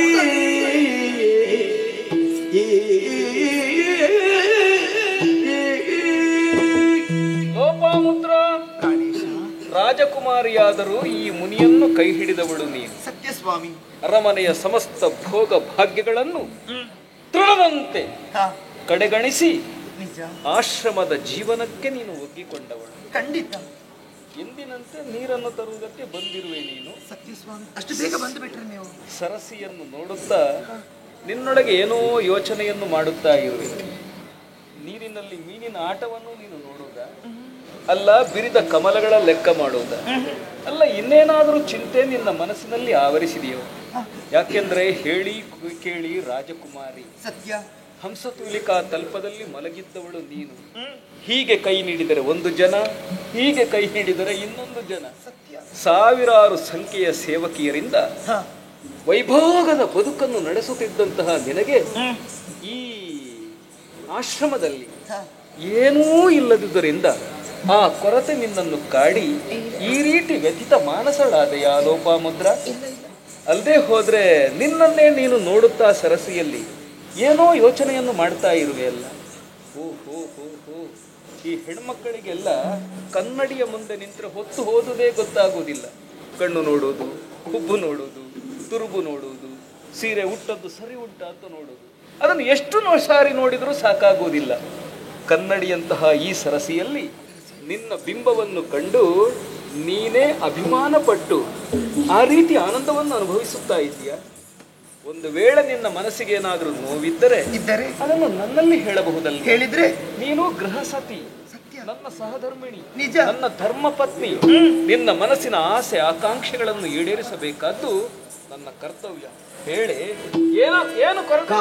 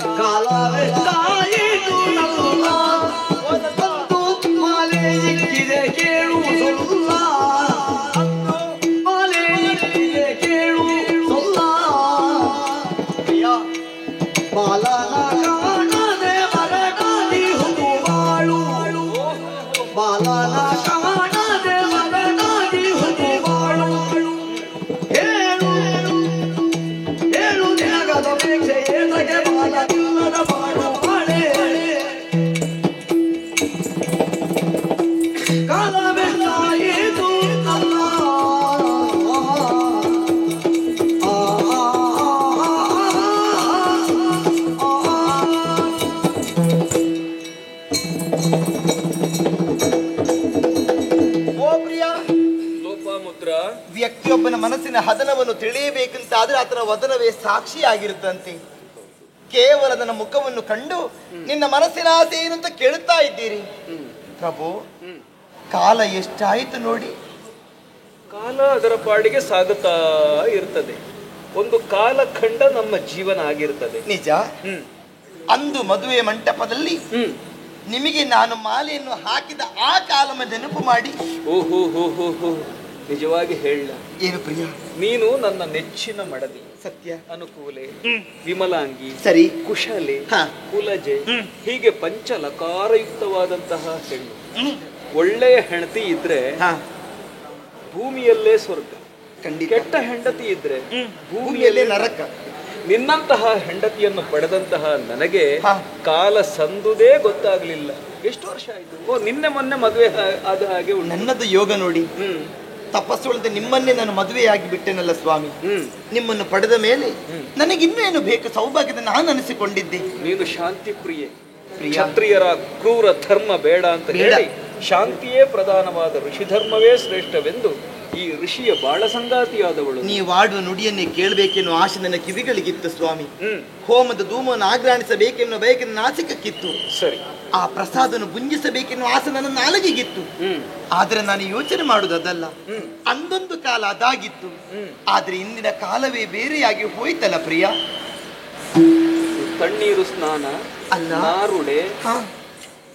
ಸಪ್ಪೆ ಅನ್ನ, ಅಯ್ಯೋ ಅದ್ರ ಬಗ್ಗೆ ನೆಲದಲ್ಲಿ ಮಲಗುವುದು ಕಷ್ಟ ಆಗ್ತದೇನ ನಿನಗೆ? ಇಲ್ಲ ಪ್ರಿಯ, ಹೇಳಿ ಕೇಳಿ ರಾಜಕುಮಾರಿ ನೀನು, ನಿಜ. ಒಗ್ಗಿಕೊಡ್ಬೇಕಲ್ಲ ಬದುಕಿಗೆ. ಕಷ್ಟ ಬದುಕಿನಲ್ಲಿ ಒಗ್ಗಿಕೊಂಡೇ ಸುಖ ಬಂದು ಮತ್ತೆ ಕಷ್ಟ ಬರಬಾರದು. ಕಷ್ಟ ಬಂದು ಸುಖ ಬಂದ್ರೆ ಅದನ್ನು ಅನುಭವಿಸುವುದಕ್ಕಾಗುತ್ತದೆ. ಆಗ್ತದೆ.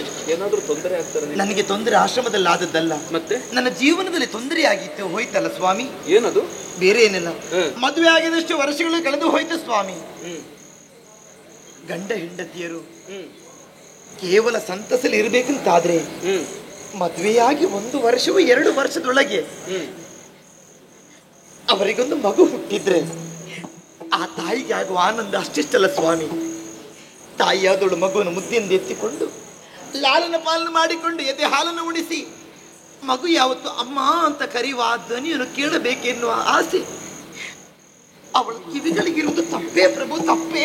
ಲೋಪಾಮುದ್ರ, ನಾನು ತಪಸ್ಸಿಯ ಕಾಮನಿಂದಲೇ ದೂರವಾಗುತ್ತ ಲೋಕದ, ಈ ಕಾಮನಿಂದಲೇ ದೂರವಾಗುತ್ತ ಲೋಕದ ಕ್ಷೇಮಗೆ ಸಮಗೈವೆನು.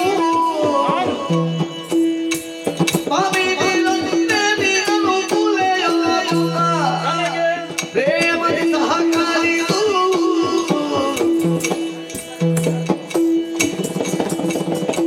ಕಾಮನಿಂದಲೇ ದೂರವಾಗುತ್ತ ಲೋಕದ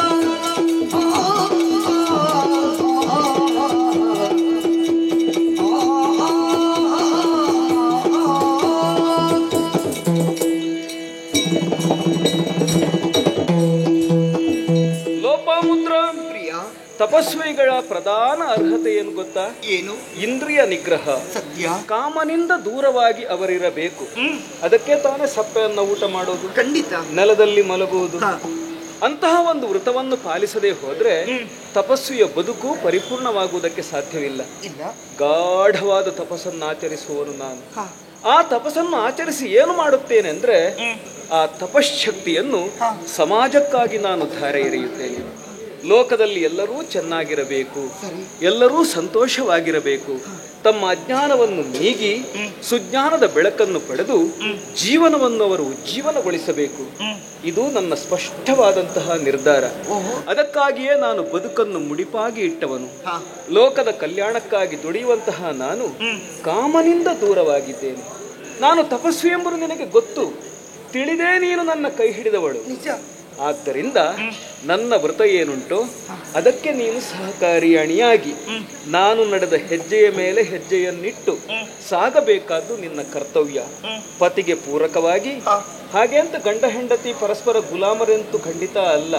ಅದು ಗೌರವದ ಗೆಳೆತನ. ಪರಸ್ಪರ ಸಹಕಾರವನ್ನು ನೀಡಬೇಕು. ಸತ್ಯಪ್ರಿಯ. ತಪಸ್ವಿಯಾದ ನನ್ನ ಉದ್ದೇಶವನ್ನು ಈಡೇರಿಸುವುದಕ್ಕೆ ನನ್ನ ಸಹಧರ್ಮಿಣಿಯಾಗಿ ನೀನು ಸಹಕಾರಿಣಿಯಾಗಿರಬೇಕೇ ಹೊರತು ಈ ರೀತಿ ಕಾಮನೆಗಳನ್ನು ವ್ಯಕ್ತಪಡಿಸಕೂಡ.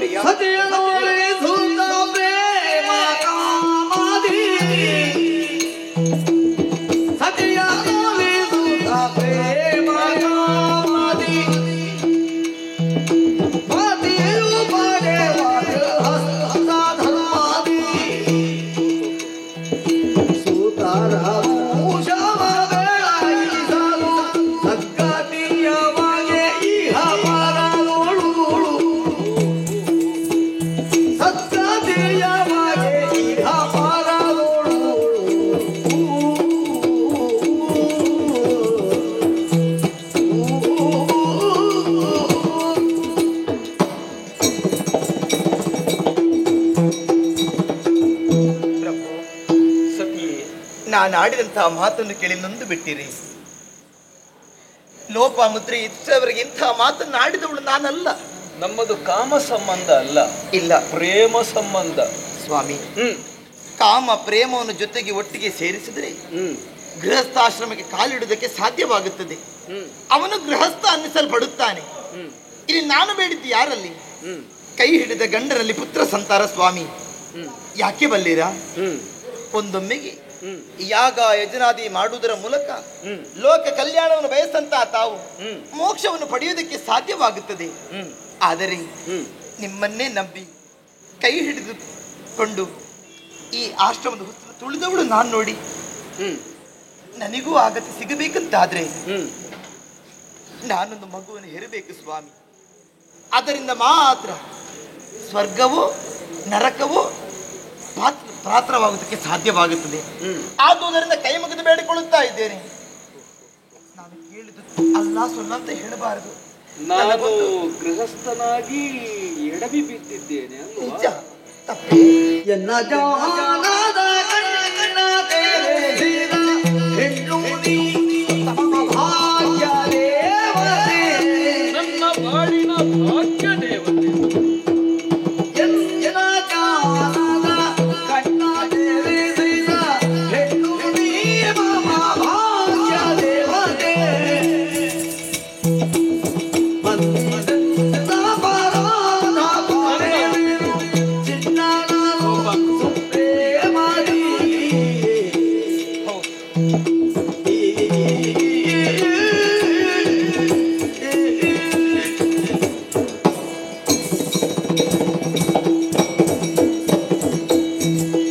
ಲೋಪಾಮುದ್ರ ಪ್ರಾಣೇಶ, ತಪ್ಪಾಯಿತು. ಹೇಳಬಾರದು ಸ್ವಾಮಿ, ಹೇಳಬಾರದು. ಎಡವಿ ಬಿದ್ದೆ ನಾನು. ನೀನು ನನ್ನನ್ನು ಕೈ ಹಿಡಿದು ಎತ್ತಿ ಬಿಟ್ಟೆ. ನನ್ನನ್ನು ನಾನು ಅರ್ಥ ಮಾಡಿಕೊಂಡಿದ್ದೇನೆ, ನಿನ್ನನ್ನು ನಾನು ಅರ್ಥ ಮಾಡಿಕೊಳ್ಳಿಲ್ಲ. ಹೆಣ್ಣಿನ ಜನ್ಮ ಸಾರ್ಥಕವಾಗುವುದು ಕಂದನನ್ನು ಪಡೆದಾಗಲಿ ಮಾತ್ರ. ಕಲಹಂಸ ಸುಳಿಯದ ಗೊಳಂ, ಅಮೃತ ಮರೀಚಿ ಇಲ್ಲದ ಅಂಬರ ಚಕ್ರಂ, ಸತ್ಯ. ಕಳಭ ಸಂಚರಿಸದ ವನವಳಯಂ, ರುಚಿಕುಮೇ ಎಂದು ಕವಿಯೊಬ್ಬ ಹಾಡಿದ್ದಾನೆ. ಎಷ್ಟು ಅರ್ಥಪೂರ್ಣವಾದ ಮಾತದು ಅಂತ ನನಗೀಗ ಅನಿಸುತ್ತಾ ಇರುವುದು. ಸರಿ ಪ್ರಿಯ.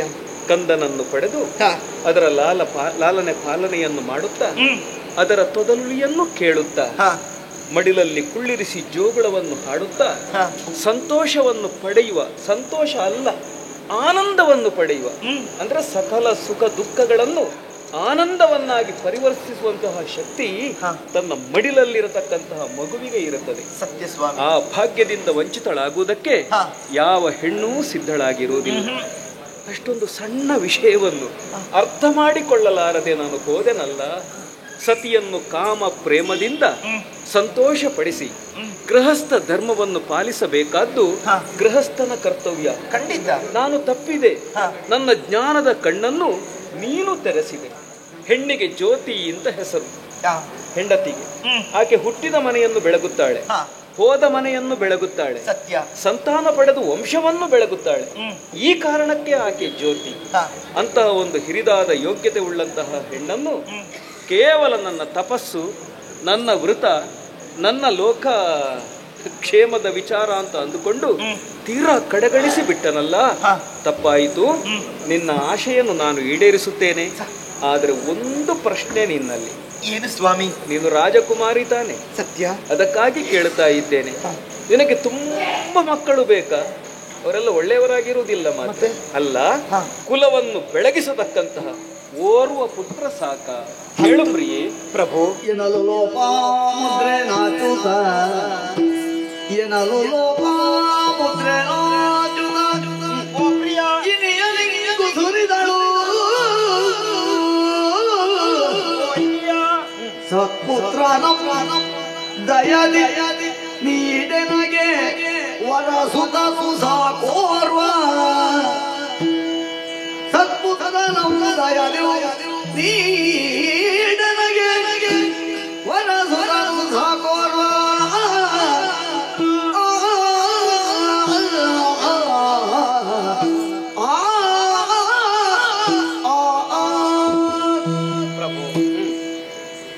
ಕೆಟ್ಟ ಮಕ್ಕಳು ತಾಯಿಯಾಗುವುದಕ್ಕಿಂತ ಕುಲೋದ್ಧಾರಕನಾದ ಒಬ್ಬ ಮಗನಿದ್ದರೆ ಆ ತಾಯಿಗೆ ಆಗುವ ಆನಂದ ಅಷ್ಟಿಷ್ಟಲ್ಲ.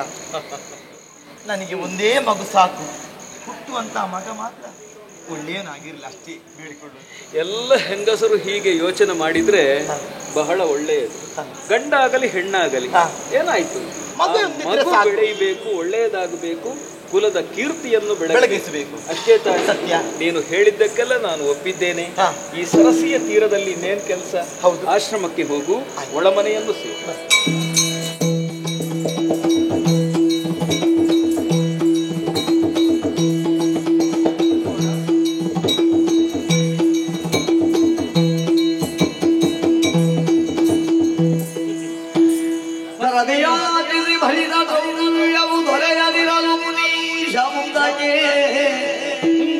ತೆರಳಿದನು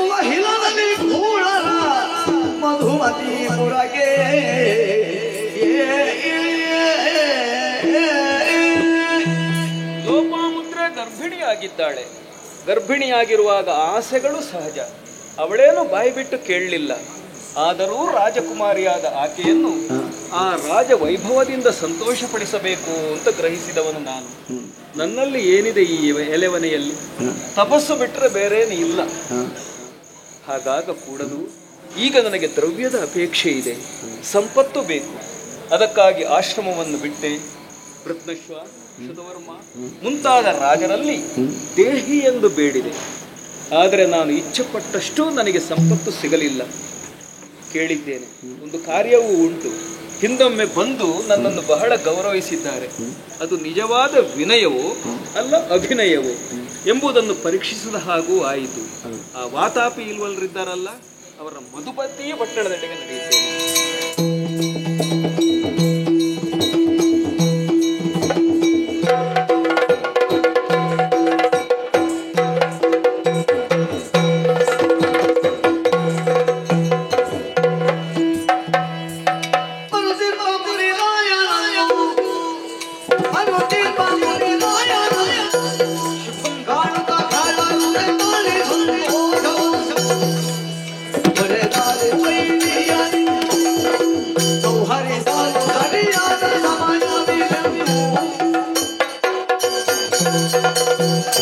ಮಹಾನುಭಾವರು ತಪೋನಿಧಿಗಳು ವಾತಾಪಿ ಹೌದು ಇಲ್ವಲ್ಲ? ವಂದಿಸಿಕೊಂಡಿದ್ದೇನೆ. ನಿಮ್ಮಂತ ಮಹನೀಯರು ಪಾದ ಬೆಳೆಸಿದ್ದೀರಂದ್ರೆ ನಮ್ಮ ಭಾಗ್ಯಕ್ಕೆ ಮೂರು ಲೋಕದಲ್ಲಿ ಏನೆಯೇ ಇಲ್ಲ. ಪಾದ ಬೆಳೆಸಿದ್ದು ಹೌದು, ನೀವು ಪಾದ ಬೆಳೆಸಿದ್ದೀರಿ. ನಿಮ್ಮ ಪಾದ ಸೇವೆಯನ್ನು ಮಾಡಿ ನಾವು ಕೃತಾರ್ಥರಾಗಿ ನನಗೆ ಈಗ ನೆನಪಾಗ್ತದೆ. ಏನು? ಇನ್ನು ನಿಮ್ಮನ್ನು ಪರೀಕ್ಷೆ ಮಾಡಬೇಕು. ಆ ಬಳಿಕ ನಮಗೆ ಏನು ಬೇಕು ಇನ್ನು ಪರೀಕ್ಷೆ ಮಾಡಿಕೊಂಡಂತ ಹಾಗೆ ಹೇಳಿದ್ದಾರೆ. ನಮ್ಮ ನಮ್ಮ ಆತಿಥ್ಯದಲ್ಲಿ ಏನು ಕಡಿಮೆ ಆಗಲಿಲ್ಲಲ್ಲ? ಆತಿಥ್ಯದಲ್ಲಿ ಕರೆಸಿದ್ದೀರಿ, ಹೌದು, ಕೂತುಕೊಳ್ಳಿಸಿದ್ದೀರಿ, ಗೌರವಿಸಿದ್ದೀರಿ. ಅಮ್ಮ ಇಲ್ಲಿ ಬಾ. ನಮ್ಮ ಗುರುಗಳು ಬರುವಾಗ ಹೀಗೆ ನಿಂತ್ಕೊಳ್ಳುದ? ಆಶ್ಚರ್ಯಚಕಿತನಾದೆ.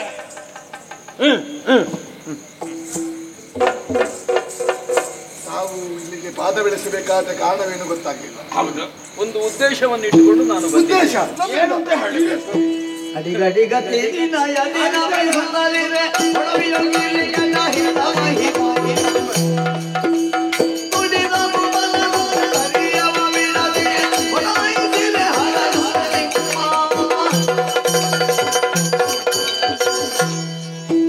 ನೀವು ಬಹಳ ದೊಡ್ಡವರು, ಜಯ ಜಯ. ನಮ್ಮ ಮುಂದೆ ಅಲ್ಲ, ಶ್ರೀಮಂತರು, ಆಹಾ, ಮಧುಪತಿ ಪಟ್ಟಣದ ಅರಸರು. ನಾವು ಋಷಿಗಳು. ನಮಗೆ ಸರಿಯಾದ ಮನೆ ಇಲ್ಲ, ನೆಲೆ ಇಲ್ಲ, ಸಂಪತ್ತಂತೂ ಇಲ್ಲವೇ ಇಲ್ಲ. ಜ್ಞಾನ ಸಂಪತ್ತುಂಟು, ಸಾಕಾಗುವುದಿಲ್ಲ ಈ ಸಮಾಜದಲ್ಲಿ. ಸಾಕಾಗುದಿಲ್ಲ. ಯಾಕೆಂದ್ರೆ ಈ ಸಮಾಜ ತುಂಬಾ ಭಾವಹೀನವಾಗಿದೆ, ಓಹೋ, ಕ್ರೂರವಾಗಿದೆ. ನನ್ನಂತವರನ್ನು ಕಂಡು ನೋಡಿ ಕೊಡತಕ್ಕಂತಹ ಔದಾರ್ಯ ಯಾರಿಗೂ ಇಲ್ಲ. ಹಾಗೆ ಹೇಳ್ಬಾರ್ದು ತಾವು. ನಮ್ಮಂತವರ ಬಡತನ ಇದೆಯಲ್ಲ, ಋಷಿಗಳದ್ದು, ಹೌದು, ಬ್ರಾಹ್ಮಣರದ್ದು, ಈ ಬಡತನ ತುಂಬಾ ಕ್ರೂರವಾಗಿರ್ತದೆ. ನಮಗಿಂತ ಸಣ್ಣವರಲ್ಲಿ ನಮಗೆ ಕೇಳಲಿಕ್ಕಾಗ್ತದೆ. ನನಗೇನೋ ದ್ರವ್ಯದ ಅವಶ್ಯಕತೆ ಬಿತ್ತು, ಆಗ ನಿಮ್ಮ ನೆನಪಾಯಿತು. ಯಾಕಂದ್ರೆ ನೀವು ಅಂದ್ರೆ ತುಂಬಾ ವಿನಯವನ್ನು ತೋರಿ. ಹೌದೌದೌದು, ನಮ್ಮ ಬಗ್ಗೆ ನಿಮ್ಗೆ ಲಕ್ಷ್ಯ ಉಂಟು. ಹಾಗಾದ್ರೆ ಹೌದು, ಸಂಪತ್ತು ಏನು ಸ್ವಾಮಿ, ಇಂದು ಬರ್ತದೆ ನಾಳೆ ಹೋಗ್ತದೆ. ನಿಮ್ಮಂತ ಮಹನೀಯರು ಬರುವುದೇ ದೊಡ್ಡ ವಿಷಯ ಅಲ್ಲ. ಭಾವ ಇರಬೇಕು. ಭಗವಂತ ಕೊಟ್ಟಿದ್ದಾನೆ, ಇವತ್ತು ಇದೆ, ನಾಳೆ ಇರ್ತದೆ ಅಂತ ಹೇಳಲಿಕ್ಕೆ ಇಲ್ಲವೇ ಇಲ್ಲ. ನೆರೆದೊಂದು ಜಾತ್ರೆಗೆ ಹರಿದೊಂದು ಸಂತೆ ಹೋಗುವ. ಆಕಾಶದಲ್ಲಿ ನಾವು ನೋಡ್ತಾ ನೋಡ್ತಾ ಇದ್ದ ಹಾಗೆ ಹೊಳೆಯುವ ತಾರೆ ಒಂದು ಪಕ್ಕನೆ ಇಳೆಗೆ ಉರುಳಿ ಉಲ್ಕೆ ಆಗುದಿಲ್ವಾ? ಹೌದು, ಆಗ್ತದೆ. ಎಷ್ಟು ಹೊತ್ತು ಬೇಕು ಅಂತ ಹೇಳ್ತಾರೆ. ಆ ರೀತಿ ಈ ಜೀವನದಲ್ಲಿ ಸಂಪತ್ತುಗಳು ಕಳೆದು ಹೋಗುವುದು ಉಂಟು ಉಂಟು ಉಂಟು ಉಂಟು. ಆಗ ಆ ಸಂಪತ್ತಿನ ಸಾರ್ಥಕತೆಯಾಗುವುದು ಯಾವಾಗ? ಬ್ರಾಹ್ಮಣರಿಗೆ ದಾನ ಮಾಡಿದಾಗ, ಋಷಿಗಳಿಗೆ ಕೊಟ್ಟಾಗ ಕೊಡ್ಬೇಕು.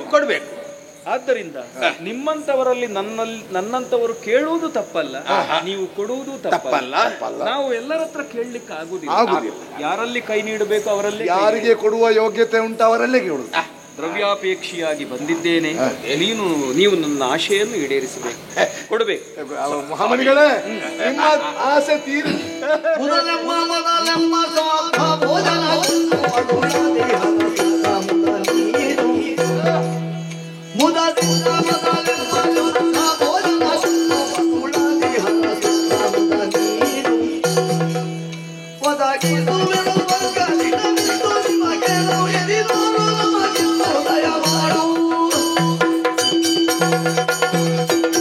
ನೀವು ಈ ಕಡೆಗೆ ಬರ್ತೀರಿರುವಂತಹ ಆ ಕಲ್ಪನೆ ನಮಗಿರದೆ ಹೋಯಿತು.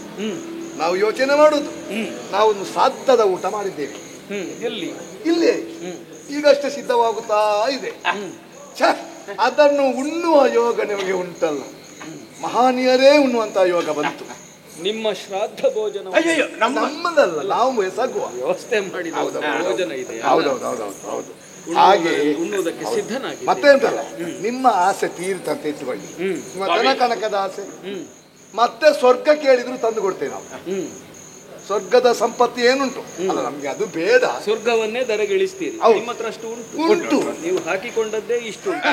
ಇನ್ನು ಒಳಗೆ ಎಷ್ಟಿರ್ಲಿ? ಹಾಗೆ ಹಾಕಿಕೊಂಡೇ ಹೆಚ್ಚಾಗಿ. ಹಾಗೆ ಮತ್ತೇನಲ್ಲ, ಆದಷ್ಟು ಶೀಘ್ರವಾಗಿ ನಾವು ಕೊಡುವಂತಹ ಆತಿಥ್ಯವನ್ನು ಸ್ವೀಕರಿಸಬೇಕು. ನೀವು ಬ್ರಾಹ್ಮಣರಿಗೆ ಭೋಜನವನ್ನು ನೀಡಿದರೆ ಯಜ್ಞದ ಫಲ ಬರುತ್ತದೆ ಅಂತ ತಿಳಿದವರು ಹೇಳಿದ್ದಾರೆ ಅಲ್ವಾ? ಅದಕ್ಕಾಗಿಯೇ ಎಲ್ಲ ಕಾರ್ಯಕ್ರಮಗಳಲ್ಲಿ ಅನ್ನ ಸಂತರ್ಪಣೆ, ಬ್ರಾಹ್ಮಣ ಭೋಜನ ಸಂತರ್ಪಣೆ ಎಲ್ಲ ಇರುವುದು. ಈಗ ನೀವು ಆ ಇಚ್ಛೆಯನ್ನು ಅಲ್ಲ, ಬ್ರಾಹ್ಮಣರು ಪ್ರತ್ಯೊಂದು ಹೊಟ್ಟೆಗೆ ಅನ್ನ, ಬೆನ್ನಿಗೆ ಚಿನ್ನ ಇದ್ರೆ ಪ್ರತ್ಯವರು. ನಾವು ಯಾವಾಗಲೂ ಸಂತುಷ್ಟರು, ಇದ್ದುದರಲ್ಲಿ ತೃಪ್ತಿ ಪಡೆಯುವುದು, ನಾಳೆಗಾಗಿ ತೆಗೆದಿಡುವವರಲ್ಲ. ಆದ್ದರಿಂದ ನೀವು ಗೌರವದಿಂದ ನೀಡುವ ಭೋಜನವನ್ನು ಸ್ವೀಕರಿಸುವುದಕ್ಕೆ ನಾನು ಸಿದ್ಧನಾಗಿದ್ದೇನೆ. ಯಾಕೆಂದ್ರೆ ಹೊತ್ತು ಮಧ್ಯಾಹ್ನ. ಆದರೆ ಸ್ನಾನ ಮಾಡದೆ, ಸಂಧ್ಯಾವಂದನೆಯನ್ನು ಮಾಡದೆ, ತ್ರಿಸಂಧ್ಯಗಳಲ್ಲಿ ನಾವು ಸಂಧ್ಯಾವಂದನೆಯನ್ನು ಮಾಡುತ್ತೇವೆ. ಒಂದು ಬೆಳಿಗ್ಗೆ, ಒಂದು ಮಧ್ಯಾಹ್ನ, ಒಂದು ಸಂಜೆ. ಈಗ ನದಿಯಲ್ಲಿ ಸ್ನಾನವನ್ನು ಮಾಡಿ ನನ್ನ ಕರ್ಮಗಳನ್ನು ಪೂರೈಸಿ ಬರ್ತೇನೆ. ನಿಮ್ಮ ಕರ್ಮಗಳನ್ನು ಪೂರೈಸಿ.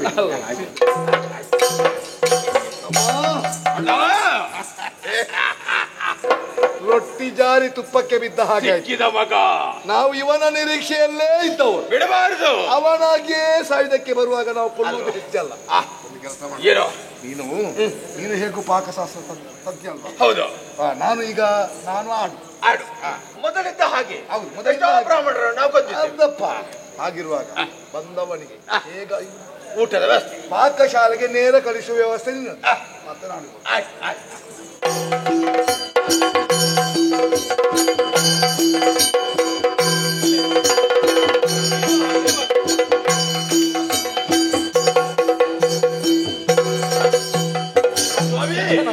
ಸ್ನಾನ ಆಯ್ತಾ? ಬಹಳ ಬೇಕು. ಎಲ್ಲ ಕೆಲಸ ಆಯ್ತು. ಒಳ್ಳೆದಾಯ್ತು, ತುಂಬಾ ಸಂತೋಷವಾಯ್ತು. ಈಗಾಗಲೇ ಅಡುಗೆ ಸಿದ್ಧವಾಗಿದೆ. ಸ್ವಾಮಿ, ಪಾಕಶಾಲೆಯನ್ನು ಸೇರ್ಬೇಕು. ನಮ್ಮವರಿದ್ದಾರಲ್ಲಿ ನಿಮಗೆ ಬೇಕಾದ ಹಾಗೆ ಬಡಿಸ್ತಾರೆ, ಊಟ ಮಾಡ್ಬೇಕು. ಯಾರಲ್ಲಿ ಎಲ್ಲ ವ್ಯವಸ್ಥೆ ಮಾಡಿ.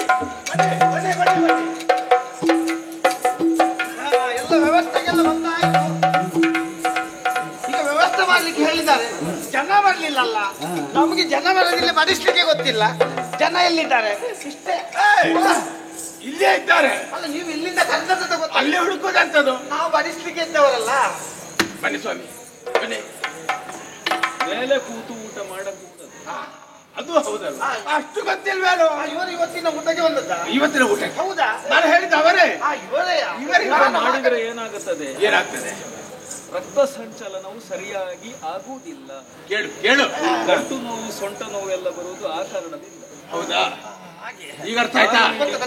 ಊಟ ಮಾಡುವುದರಿಂದ ಭೂಮಿಯ ಸ್ಪರ್ಶ ಆಗ್ಬೇಕಂತ ಹೇಳಿದವರು. ಅರ್ಥ ಆಯ್ತಾ? ಆಗ್ಲೇ ಅವರಿಗೆ ಆಶೀರ್ವಾದ ಎಲ್ಲಿಯಾದ್ರೆ ನಮಗೆ ಬಡಿಸಿದ್ರೆ ಆಯ್ತು. ತಾತ ಎಲೆತ ಎಲೆ ಒಂದು ಸಾಕ ಎಲೆ. ನೀವು ಊಟ ಮಾಡ್ತೀರಾ ಈಗ? ಇಲ್ಲ, ಅವ್ರಿಗೆ ಮಾತ್ರ. ಆಯ್ತು ಆಯ್ತು, ಅವ್ರು ಊಟ ಮಾಡ್ಲಿ. ಈಗ ಎಲೆಯ ತುದಿ ಎಡಭಾಗಕ್ಕಿರಬೇಕು. ಸರಿ ನೋಡಿಕೋ, ಜಾಗ್ರತೆ. ಎಲ್ಲ ತಿರುಗಿಸಿದ್ರ? ಇಲ್ಲ, ಹಾಗೆ ಅದು ಹಾಗೆ ಹಾಗೆ.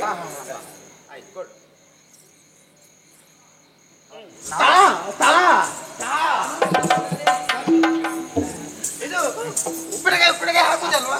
ಹಾಕುದೇ.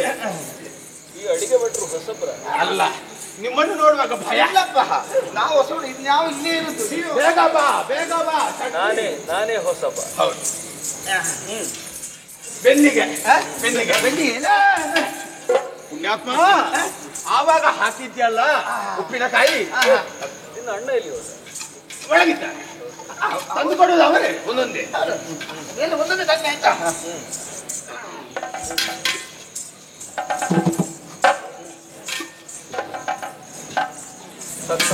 ಬೇಗ ಬೇಗ ಎಲ್ಲ ಬಡಿಸಿ ಆಯ್ತಲ್ಲ?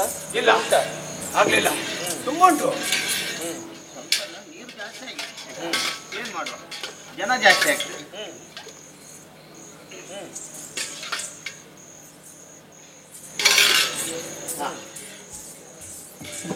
ಬೇಗ ಸಿಹಿ ಎಲ್ಲ ತಾತ ಅಲ್ಲಿಯೇ ಇಡು, ಅಲ್ಲಿ ಇಡು.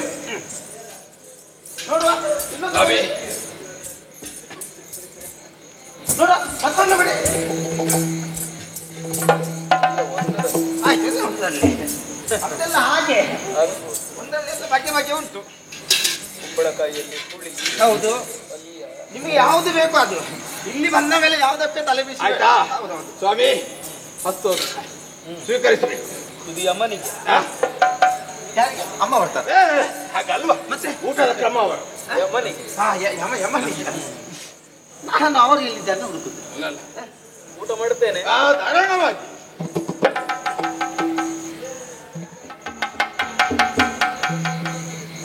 ಅಲ್ಲ, ಊಟ ಮಾಡ್ತಾರೆ ಅಂತ ಹೀಗೆ ಮಾತಾಡ್ಬೇಡ, ಮಾತಾಡ್ಬೇಡ.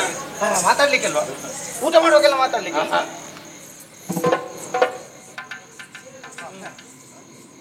ಒಳ್ಳೆ ಊಟ ಮಾಡ್ತಾರೆ ಸ್ವಾಮಿ, ಊಟ ಮಾಡಿ ಮಾಡಿ ಮಾಡಿ. ಬೇಕಾದನ್ನು ಕೊಡು, ಸ್ವಲ್ಪ ಹಾಕುವಲ್ಲ. ಇದು ಕೊನೆಯ ಊಟ. ಮತ್ತೆ ಊಟ ಇಲ್ಲ ಈಗ.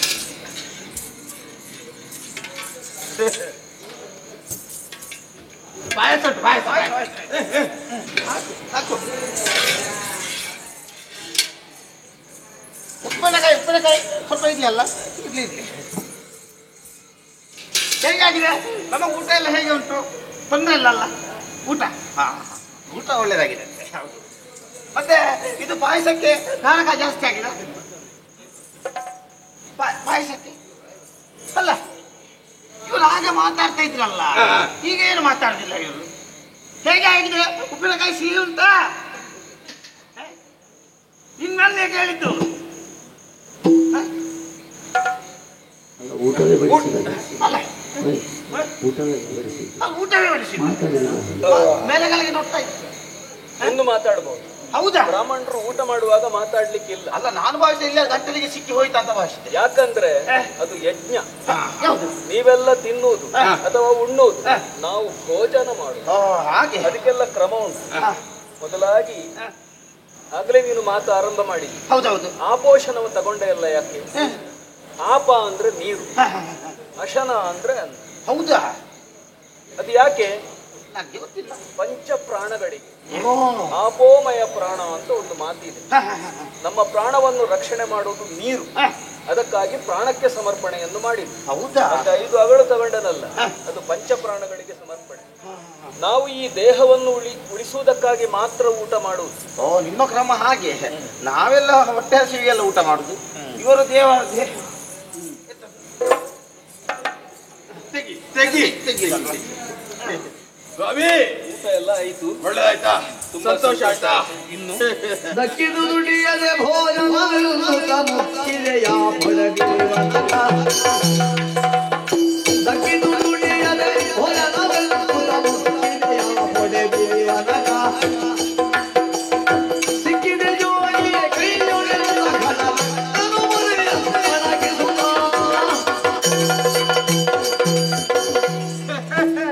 ಸ್ವಾಮಿ, ಹೇಗೆ ಊಟ?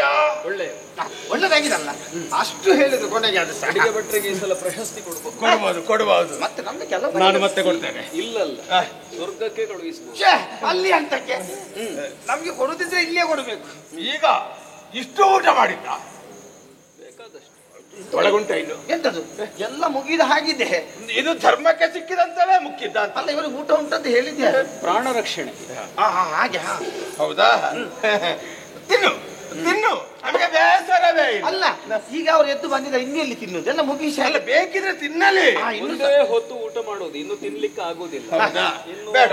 ನಿನ್ನ ಇವರೊಂದು ಕರೆ. ಯಾರು? ನಿನ್ನ ಅಣ್ಣನ ಹೌದು ಹೌದು ಅವರು ಬರ್ತಾರೆ.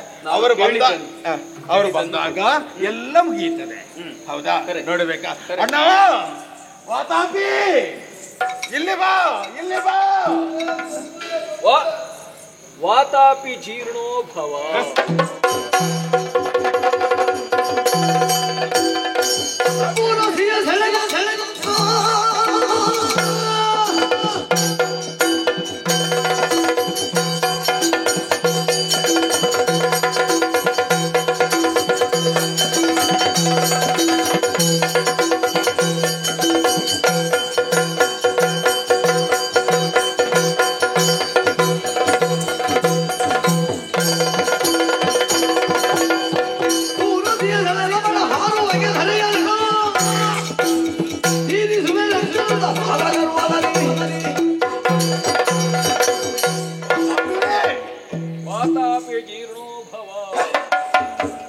ವಾತಾಪಿ ಸುದ್ದಿಯೇ ಇಲ್ಲ ಅಂದರೆ ಒಳಗೆ ಕತೆ ಮುಗಿಯಿತು. ಬಿಚ್ಚಬೇಕು ನಿನ್ನನ್ನು ಸಾಯಿಸಬೇಕು ಅಂತಲೇ ನಾವು ಉಪಾಯ ಮಾಡಿದ್ವಿ. ಈ ವೇಳೆಗೆ ನನ್ನ ಅಣ್ಣನ ಕಥೆಯನ್ನು ಮುಗಿಸಿದೆಯಾ? ನನಗದು ಗೊತ್ತಿತ್ತು ನೀವೆಂತ ದೂರ್ತರು ಅಂತ. ಹೌದಾ? ಆಗ ಬಂದಾಗ ನಿಮ್ಮ ಎಲ್ಲ ಸ್ವಭಾವಗಳನ್ನು ಸ್ಪಷ್ಟ ಹೇಳಿದ್ದೆ. ಮತ್ತೆ ಮತ್ತೆ ನನ್ನನ್ನು ವಂಚಿಸುವುದಕ್ಕೆ ಪ್ರಯತ್ನ ಪಟ್ಟಿದ್ದೀನಿ. ಹೌದು. ಏನಾಯ್ತು? ಅವ ಸತ್ತ. ಸತ್ತ. ನಾನಿದ್ದೇನಲ್ಲ, ಏನ್ ಮಾಡ? ಅವನನ್ನು ಸಾಯಿಸ್ತಾ ನಿನ್ನ ಕತ್ತನ್ನು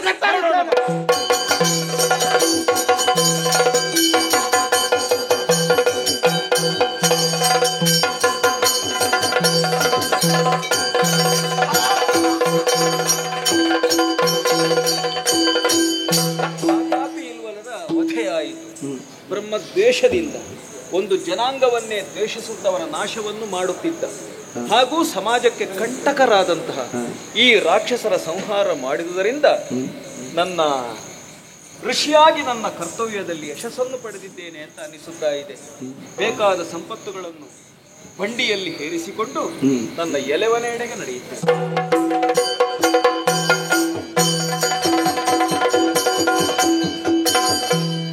ಸುಂದರ ಸತಿ ಕಾಟ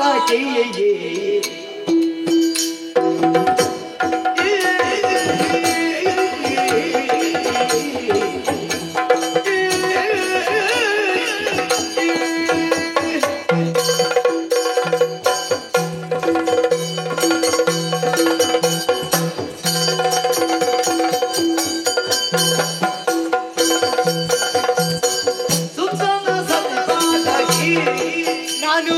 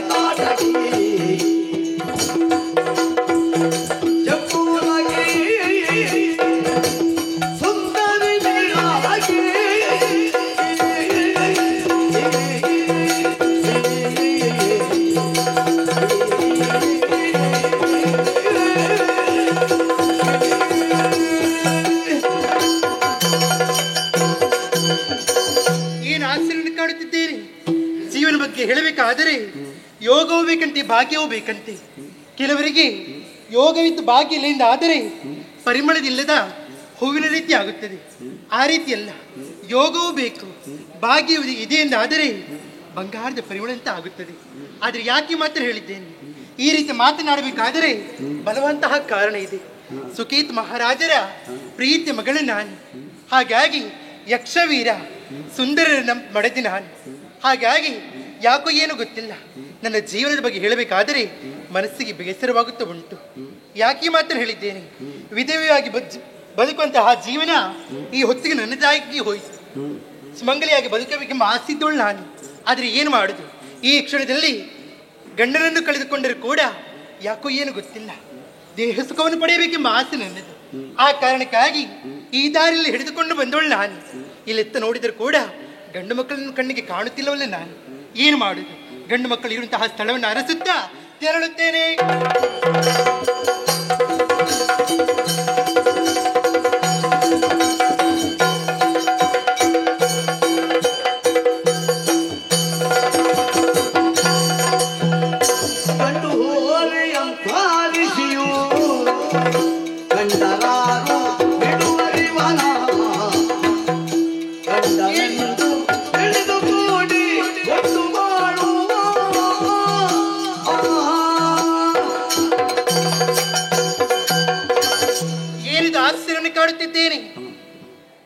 ಹುಡುಗನನ್ನು ಅರಸುತ್ತ ಬಂದಳು ನಾನು.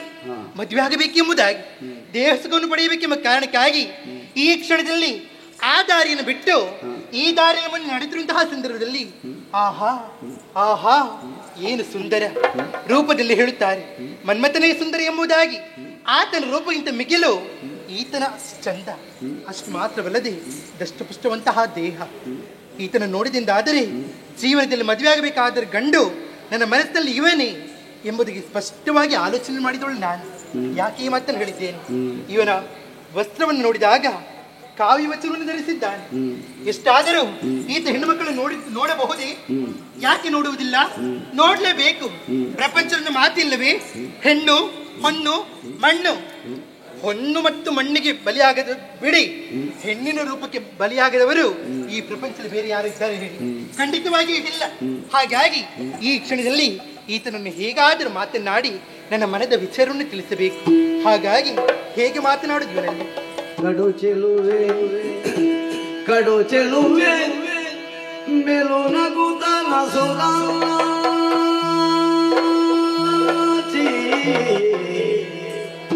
ಕಡೆ ಗಣ್ಣ ನೋಟದಿ ನಸು ನಗುತ್ತ ಕಡೆ ಗಣ್ಣ ನೋಟದಿ ಬೆಡಗು ಬಿಂದಾಣದಲ್ಲಿ ನೆಲಗೀಚಿ ಬೆಡಗು ಬಿಂದಾಣದಲ್ಲಿ ನೆಲಗೀಚಿ ಬಡ ನಡುವ ಬಳುಕಿಸುತ್ತ ಬಡ ನಡುವ ಬಳುಕಿಸುತ್ತ ನಖಗಳ ಕಡೆಯು ಕೆದೆಯು ಬೀಸುತ್ತ ನಖಗಳ ಕಡಿಯುತ್ತ ಎದೆಯುಪ್ಪಿಸುತ್ತ ಬೆರಳಿಗೆ ಜಡೆಯ ಸುತ್ತ ಏನಿದು? ಬೆರಳಿಗೆ ಜಡೆಯ ಸುತ್ತುತ್ತ ಕಣ್ಣುಡಿಯೊಳವಳೊಡಲ ಭಾವವ ನುಡಿದಳಿ ಪರಿಯೇ ಕಡು ಚೆಲುವೆ ಮೇಲು ನಗುತ್ತ ನಸುನಾಚಿ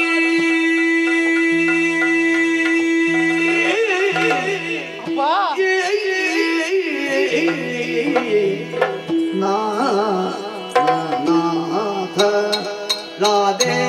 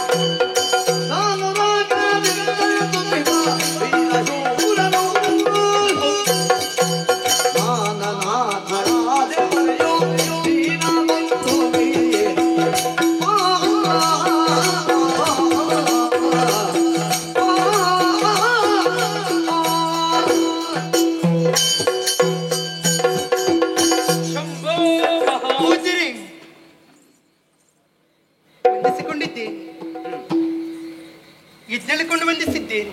ಹೇಳು ಮೇಲೆ ಒಮ್ಮೆ ಮಾಡಿದ್ರೆ ಸಾಕು. ಹೌದಾ? ಬಲದ ಬದಿಯಲ್ಲಿ ವಂದಿಸಿಕೊಂಡಿದ್ದೇನೆ. ಏನು ಆಶ್ಚರ್ಯವನ್ನು ಕಾಣುತ್ತಿದ್ದೇನೆ. ನಿಮ್ಮನ್ನು ನೋಡಿದ ಕ್ಷಣದಲ್ಲಿ ನನ್ನನ್ನು ನಾನು ಮರೆತು ಬಿಟ್ಟೋಳು. ನಾನು ಯಾಕೋ ಗೊತ್ತಿಲ್ಲ, ಈ ಹೊತ್ತಿನಲ್ಲಿ ನನ್ನ ಮನೆದೊಂದು ಆಸೆ. ಇನ್ನು ಮುಂದಕ್ಕೆ ನಾನು ಹೀಗೆ ಹುಡುಗನನ್ನು ಹುಡುಕುತ್ತಾ ಬರುವುದು ಸರಿಯಲ್ಲ. ಈ ಕ್ಷಣದಲ್ಲಿ ನನಗೆ ಉತ್ತಮಂತಹ ವರ ಯಾರ ಮುಂದಕ್ಕೆ ತಿಳಿದ ಹೊತ್ತಿನಲ್ಲೇ ಮನದ ಆಲೋಚನೆ ಬೇರೆ ಏನೂ ಅಲ್ಲ. ಇನ್ನು ಮುಂದಕ್ಕೆ ಕೂಡ ಸದಾಕಾಲ ನಿಮ್ಮ ಪಾದ ಸೇವೆಯಲ್ಲಿ ತೊಡಗಬೇಕು. ಹಾಗಾಗಿ ಪಾದ ಸೇವೆಯಲ್ಲಿ ತೊಡಗಬೇಕೆಂಬ ಆಸೆ ನನ್ನದು. ನನ್ನ ಮನದ ಆಸೆಯಂತೆ ಅರೇ ಕ್ಷಣ ನನ್ನನ್ನು ಅಗಲಿಕೊಂಡು ನೀವು ಇರಬಾರದು. ಹಾಗಾಗಿ ನನ್ನ ಜೊತೆ ಇರಬೇಕೆಂಬ ಆಸೆ ಈಡೇರಿಸುವಿರಾ? ಮಾತನಾಡೆ ಹಗುರವಾಗುವೆ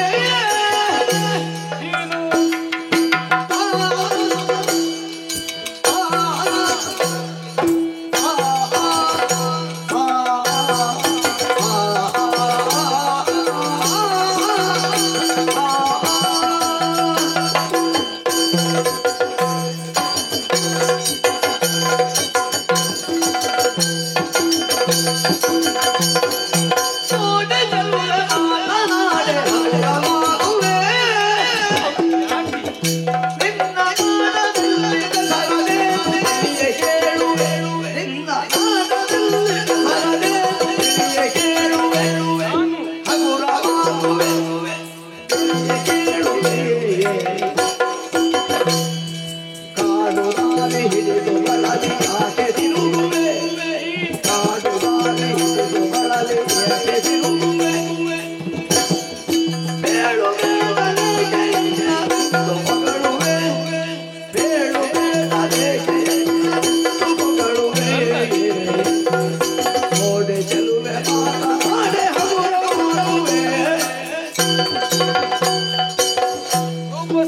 ಏನಿದು?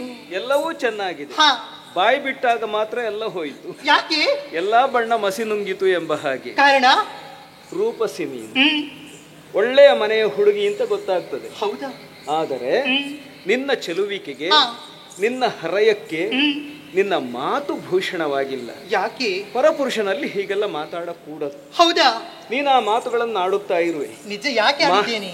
ಮಾತು ಸ್ವಲ್ಪ ಸರಿಯಾದ್ರೆ ಹಾ, ಆಗ್ಬಹುದು. ಹೌದಾ? ಯಾವ ಕೊರತೆಯೂ ಇಲ್ಲ. ನಿಮ್ಮಲ್ಲಿ ಈ ರೀತಿ ಮಾತನಾಡಬೇಕಾದ್ರೆ ಕಾರಣ ಉಂಟು. ಏನದು? ನಾನೊಬ್ಬಳು ಅನಾಥಳು, ಆ ಕಾರಣಕ್ಕಾಗಿ ಹೇಳಿದ್ದೇನೆ. ಅದನ್ನೇ ನಾನು ಪ್ರಶ್ನೆ ಮಾಡ್ತಾ ಇದ್ದೇನೆ. ಹಾ. ನೀನ್ ಯಾರು? ಕಾಡು ದಾರಿಯಲ್ಲಿ ಒಬ್ಬಳೇ ಯಾಕೆ ಹೊರಟೆ? ಹೌದಾ? ನಿನ್ನಂತಹ ಹರೆಯದ ಹುಡುಗಿಯರು ಒಬ್ಬೊಬ್ಬರಾಗಿ ತಿರುಗಾಡುವ ಕ್ರಮ ಇಲ್ಲ. ಸತ್ಯ. ನೀನು ಏಕಾಂಗಿನಿಯಾಗಿರುವೆ. ನನ್ನನ್ನು ಸಂಧಿಸಿ ನನ್ನಲ್ಲಿ ಈ ರೀತಿ ಎಲ್ಲ ಮಾತಾಡುವುದಕ್ಕೆ ಹಾ. ಏನು ಕಾರಣ ಹೇಳೆ? ಕಾರಣ ಕೇಳ್ತಿದ್ದೆ.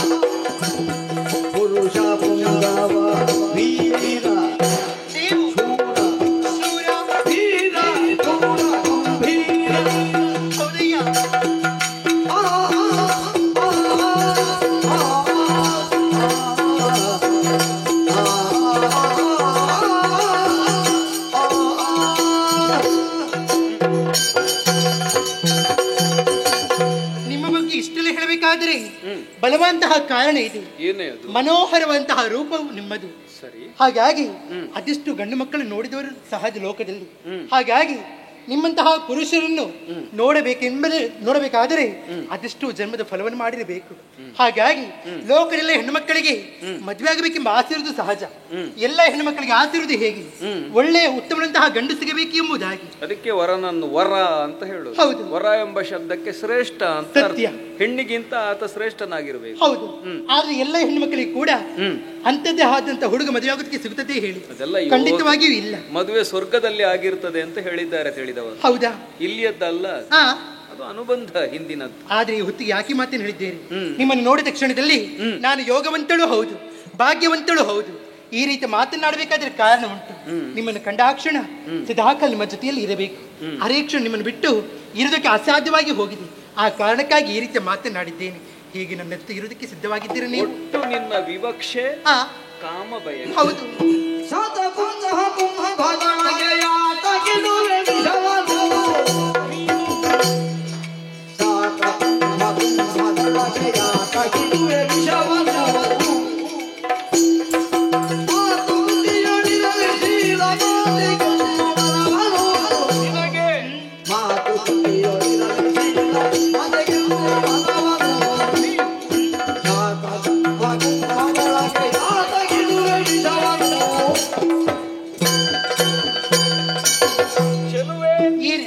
ಶಾತಕುಂಭ ಅಂದ್ರೆ ಬಂಗಾರ. ಹೌದು. ಆ ಬಂಗಾರದ ಪಾತ್ರೆಯೊಳಗೆ ಹಾಲನ್ನಿರಿಸಬೇಕೇ ಹೊರತು ಯಾರಾದರೂ ವಿಷವನ್ನಿಡುತ್ತಾರೆ? ಖಂಡಿತವಾಗಿಯೂ ಇಲ್ಲ. ನಿನ್ನ ಅವಸ್ಥೆ ಹಾಗಾಗಿದೆ. ಕಾರಣ ರೂಪ ಇದೆ, ಯೌವನ ಇದೆ. ಇಂತಹ ಈ ಹರೆಯದಲ್ಲಿ ನಿನ್ನ ಮನಸ್ಸನ್ನು ನಿಗ್ರಹಿಸಿಕೊಂಡು ನೀನು ಚೆನ್ನಾದ ಬಾಳ್ವೆಯನ್ನು ಬಾಳಬೇಕು. ಇಂದ್ರಿಯ ಸಂಯಮವನ್ನು ಕಳೆದುಕೊಂಡು ಹುಚ್ಚು ಮನಸ್ಸಿನ ಆಟಕ್ಕೆ ತುತ್ತಾಗಿ ನಿನ್ನನ್ನು ನೀನು ಕಳೆದುಕೊಳ್ಳುವುದರಲ್ಲಿ ಅರ್ಥವಿಲ್ಲ. ಜೊತೆಗೆ ನಾನೊಬ್ಬ ತಪಸ್ವಿಯಾಗಿ ಕಾಮನಿಂದ ದೂರ ಇರುವವನು. ಹೌದಾ? ನನ್ನಲ್ಲಿ ಇಂತಹ ಕೇಳಿಕೆಗಳು ಸಲ್ಲ. ದೂರ ನಡೆ. ನನ್ನೊಂದು ಮಾತನ್ನು ಕೇಳುತ್ತೀರಾ?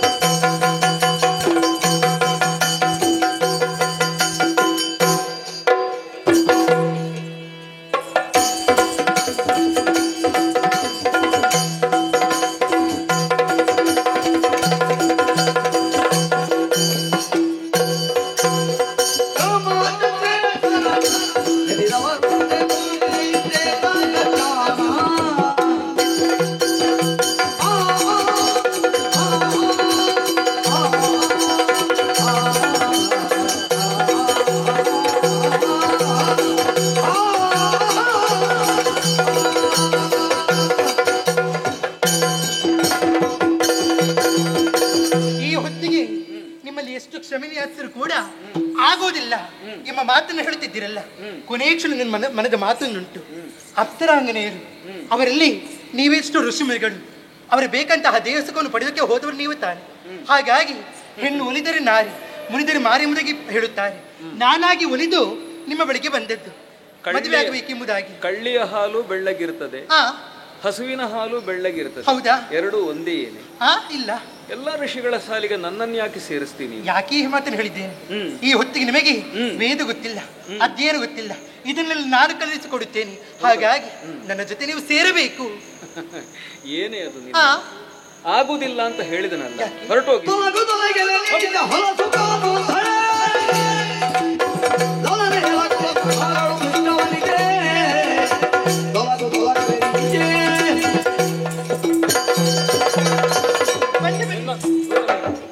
ನಿನ್ನ ಮನಸ್ಸಿಗೆ ನೋವಾಗಕೂಡದು ಎಂಬ ದೃಷ್ಟಿಯಿಂದ ಸೌಜನ್ಯದಿಂದ ಎರಡು ಮಾತುಗಳನ್ನಾಡಿದೆ. ನಿನ್ನನ್ನು ಮಾತನಾಡಿಸುವುದಕ್ಕಾಗಲಿ ನಿನ್ನನ್ನು ನೋಡುವುದಕ್ಕಾಗಲಿ ನನಗೆ ಎಳ್ಳಿನಿತೂ ಇಷ್ಟ ಇಲ್ಲ. ಹೌದಾ? ನಿನ್ನನ್ನು ನೋಡುವಾಗ ನನಗೆ ಅಸಹ್ಯ ಆಗುತ್ತದೆ. ಹೌದಾ? ಹೊರಟು ಹೋಗು. ಆಗುವುದಿಲ್ಲ. ಹೊರಟು ಹೋಗುವುದಿಲ್ಲ.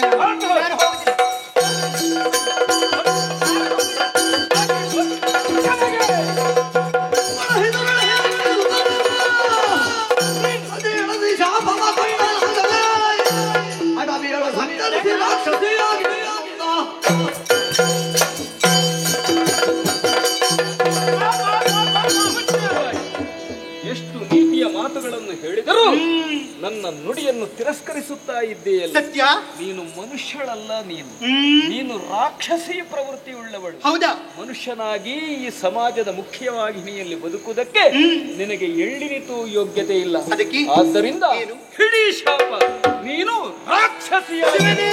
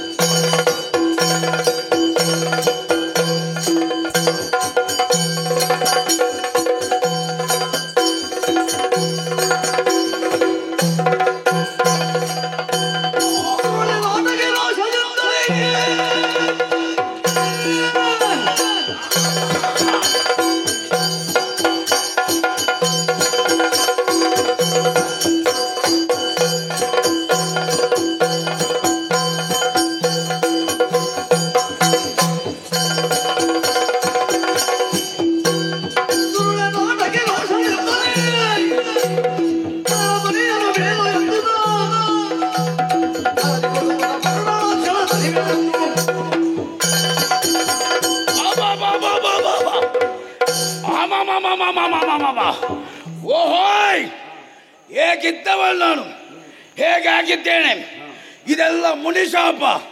ವಿನಯದಿಂದ ಮಾತಾಡಿದೆ, ನನ್ನನ್ನು ಕೂಡಬೇಕು ಅಂತ ಅವನಲ್ಲಿ ಕೇಳಿಕೊಂಡೆ. ಅವ ಒಪ್ಪಲಿಲ್ಲ. ಕಟ್ಟ ಕಡೆಗೆ ರಾಕ್ಷಸಾಗುಂತ ಶಾಪವನ್ನಿತ್ತಿದ್ದಾನೆ. ಎಚ್ಚೆತ್ತು ನೋಡಿದಾಗ ನನ್ನ ಕಣ್ಣಿಗೆ ಅವ ಕಾಣ ಸಿಗುವುದಿಲ್ಲ. ಅವ ಎಲ್ಲಿ ಹೋಗಿದ್ದಾನೆ, ಎಲ್ಲಿ ಓಡಿದ್ದಾನೆ, ಎಲ್ಲಿ ಮಾಯವಾಗಿದ್ದಾನೆ, ಬಿಡ್ಲಿಕ್ಕಿಲ್ಲ.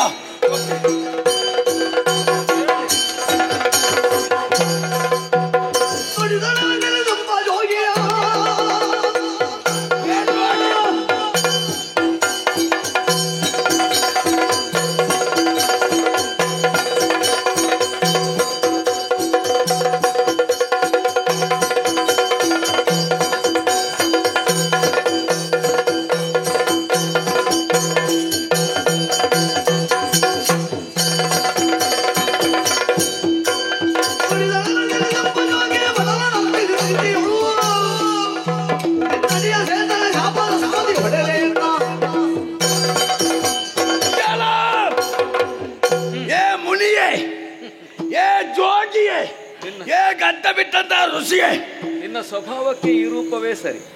ನನ್ನ ಸ್ವಭಾವ ಹೀಗೆ, ವಿನಯದಿಂದ ಮಾತಾಡಿದೆ. ಎಷ್ಟು ವಿನಯದಿಂದ ಮಾತಾಡಿದ್ರು ಕೂಡ ನಿನ್ನ ಮನಸ್ಸು ಕರಗಲಿಲ್ಲ. ಗಂಡು ಹೆಣ್ಣಿನ ಸಂಬಂಧಕ್ಕೆ ಒಂದು ಮರ್ಯಾದೆ ಉಂಟು. ಹೌದು, ಅದಕ್ಕೆ ಮದುವೆ ಅಂತ ಇರುವುದು ವ್ಯವಸ್ಥೆ. ನಾನು ಮರ್ಯಾದೆಯಲ್ಲಿ ಮಾತಾಡಿದೆ, ಅದನ್ನು ನೀನು ವ್ಯಕ್ತ ಮಾಡಿದೆ.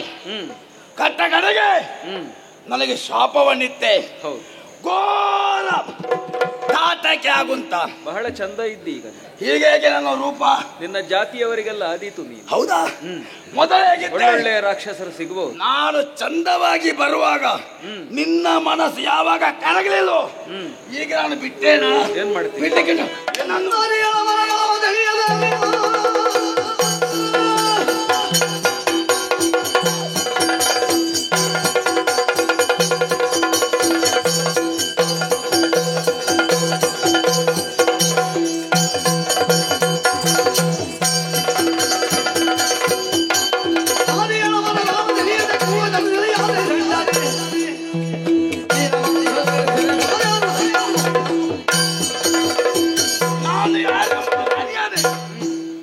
ನನ್ನನ್ನು ತಿಳುವಳಿಕೆ ಮಾಡದೆ ನನ್ನ ನಡೆ ನುಡಿ ವರ್ಚಸ್ಸು ಇದನ್ನೆಲ್ಲ ನೋಡದೆ ನನಗೆ ಶಾಪವನ್ನಿತ್ತಿದೆಯಲ್ಲ. ಎಲ್ಲ ಸರಿ ಇತ್ತು, ಮಾತು ಸರಿ ಇರಲಿ. ಯಾಕೆ ನನಗೆ ಅದು ಆಗ್ಲಿಲ್ಲ. ಏನಾಗ್ಲಿಲ್ಲ? ಅದು ಇಷ್ಟ ಆಗ್ಲಿಲ್ಲ. ಅದನ್ನು ಲೋಕ ಒಪ್ಪುವಂತಹ ಮಾತಲ್ಲ. ಈಗ ಲೋಕ ಒಪ್ಪುವಂತ ಮಾತು ಯಾವುದು? ಗಂಡ ಹೆಣ್ಣರ ಸಮ್ಮೇಳನ ಆಗುವುದು ಯಾವುದರಿಂದ? ಅವರಿಬ್ಬರ ಪರಸ್ಪರ ಮಾತಾಡಿದ ಮಾತ್ರ. ಹೌದಪ್ಪ. ನನ್ನೊಳಗೆ ಯಾವುದುಂಟು? ಇಬ್ಬರಿಗೂ ಮನಸ್ಸು ಬೇಕಲ್ಲ. ಇಲ್ಲೋ ನನ್ನೊಳಗೆ ಯಾವುದುಂಟು ಅದನ್ನೆಲ್ಲವನ್ನು ನಿನ್ನಲ್ಲಿ ಬಿತ್ತರಿಸಿದೆ. ಆಗ್ಲಿ. ನಿನಗೆ ಆವಾಗಾದ್ರೂ ಕೂಡ ಸ್ವಲ್ಪ ನನ್ನ ಮೇಲೆ ಮನಸ್ಸು ಬರ್ಬೇಕಿತ್ತಲ್ಲ. ಅದು ಮನಸ್ಸು ಮಾಡುವುದಲ್ಲ, ಮನಸ್ಸು ಮೂಡುವುದು. ಹೌದಾ? ನಿನ್ನನ್ನು ಕಂಡ್ರೆ ನನಗೆ ಹೇಸಿಕೆ ಆಗ್ತಿಲ್ಲ. ಯಾಕೆ? ಮತ್ತೆ ನಾನು ಒಲಿಯುವುದು ಹೇಗೆ? ನಿನಗೆ ಹೇಸಿಗೆ ನಾನೇ ನಾರ್ತೇನಾ? ನಿನಗೆ ಇಲ್ಲದೆ ಇರಬಹುದು. ನನ್ನ ಮನಸ್ಸು ಅಸಹ್ಯ ಪಡ್ತಾರೆ. ನಿನ್ನ ಮೂಗು ಸರಿ ಇಲ್ಲ.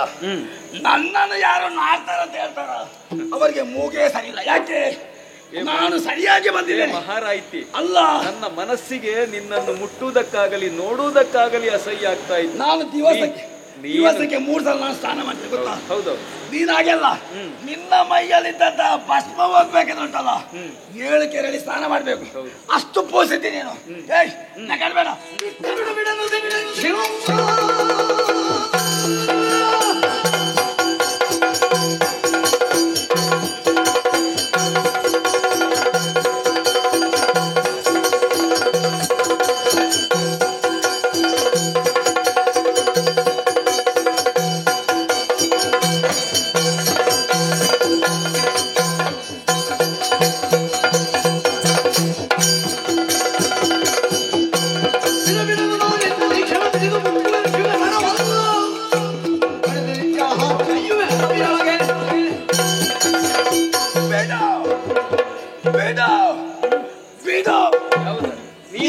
ನೀನು 3 ಬಿಟ್ಟಿದ್ದಿ. ಹೌದು. ನನ್ನ ಹತ್ರ 3 ಬಿಡು ಅಂತ 3 ಸಲ ಹೇಳ್ತಾ ಇದ್ದಿ. ಈಗ ಅದು ಆಗ್ತದೆ ಹೇಳು. ಈಗ ನಾನು ಯಾವ್ದನ್ನು 3 ಬಿಟ್ಟಿದ್ದೇನೆ. ಬಿಡು ಬಿಡು ಬಿಡು ಅಂದಿ. ಹೌದು. ನಿನ್ನ ಮಾತುಂಟಲ್ಲ ಅದನ್ನು ಬಿಡು. ಆಗ ನನ್ನ ಮೇಲೆ ಶಾಪ ಎತ್ತಿದೆಯಲ್ಲ ಅದನ್ನು ಬಿಡು. ನೀನು ಬಗೆದಿದ್ದೇನೆ ಈ ಪ್ರಪಂಚದಲ್ಲಿ. ನಾನೇ ಹೇಳಿದಾಗೆ ನಾನೇ ಕೇಳಿದಾಗೆ ಎಂಬ ಮಾತುಂಟಲ್ಲ ಅದನ್ನು ಬಿಡು. 3 ಬಾರಿ ಹೇಳಿದ್ದೇನೆ ಬಿಡು ಬಿಡುತ್ತಾ. ನಿಲ್ಲಿಕ್ಕಾಗುದಿಲ್ಲ. ನಿಲ್ಲಿಕ್ಕಾಗುದಿಲ್ಲ. ಈಗ ಏನು? ಹಸಿವೆ ನಿಲ್ಲಿಕ್ಕಾಗುದಿಲ್ಲ. ವ್ಯವಸ್ಥೆ ಇಲ್ವ? ವ್ಯವಸ್ಥೆ ಆ ವ್ಯವಸ್ಥೆ ಬೇಡ. ನಿನ್ನ ನೋಡೋ ಉಂಟಲ್ಲ ಅಬ್ಬಾ ರಕ್ತದ ಹೋಗ್ಲಿ ಮಾಂಸದ ಮುದ್ದೆ ಒಂದು ದಿನ ಎಲುಬಿಲ್ಲ ಪುಣ್ಯಾತ್ಮ. ನೀನು ಏನ್ ತಿಂತಿ ಅದನ್ನ ನಾನು ಕೊಡು. ಮೊದಲು ನಿನ್ನ ತಿಂತೇನೆ. ಬಿಡಿ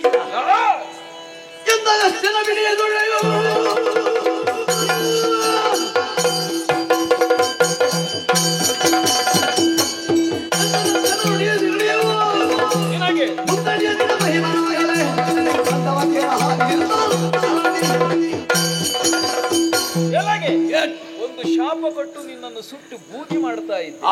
ಆದ್ರೆ ಸ್ತ್ರೀ ಹತ್ಯೆಯನ್ನು ಮಾಡಿದ ಪಾತಕ ನನಗೆ ಬರ್ತದೆ. ಆ ಎಚ್ಚರ ನನ್ನಲ್ಲಿ ಉಂಟು. ಅದಕ್ಕಾಗಿ ನಿನ್ನ ಔಧತ್ಯಕ್ಕೆ ಪ್ರತಿಭಟನೆಯಾಗಿ ನಿನ್ನನ್ನು ನನ್ನ ತಪಶಕ್ತಿಯಿಂದ ಊದಿ ಹಾರಿಸುತ್ತೇನೆ.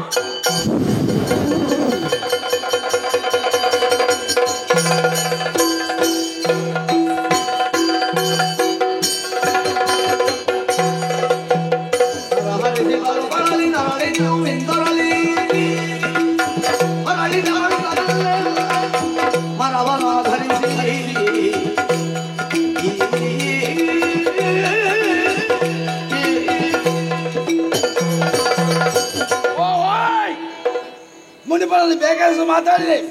ಅವ ಯಾರು, ಅವನ ಪ್ರತಿಭೆ ಏನು, ಅವನ ಮಹತ್ವ ಏನು ಒಂದನ್ನು ತಿಳಿಯದೆ ಅಸುರೆಯಾದ ನಾನೇ ರಾಕ್ಷಸ ಸ್ವಭಾವದಿಂದ ಮುಂದಾದೆ.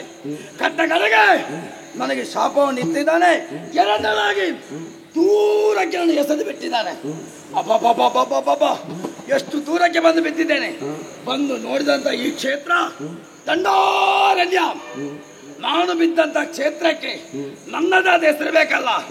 ನಾನು ತಾಟಕ್ಕೆ ಆಗಿದ್ದೇನೆ.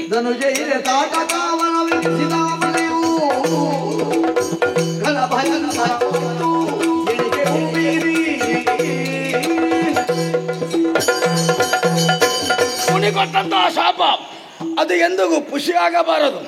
ಈ ಪ್ರಪಂಚದಲ್ಲಿ ಎಲ್ಲಿವರೆಗೆ ಜೀವಂತವಾಗಿರ್ತೇನೋ ಅಲ್ಲಿವರೆಗೆ ನನ್ನ ಹೆಸರು ಕೀರ್ತಿಶಾಲಿಯಾಗಿ ಬೆಳೆಯಬೇಕು.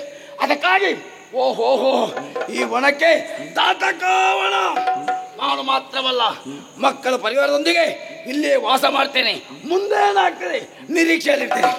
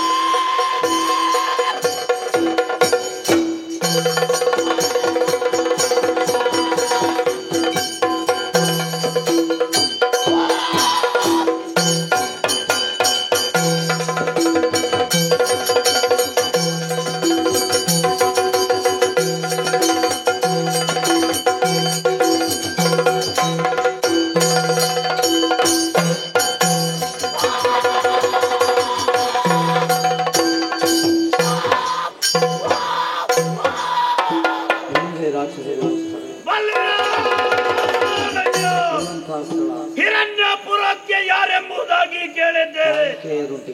ನಾನೇ ಸರಿ ಅನೇಕವಿದೆ.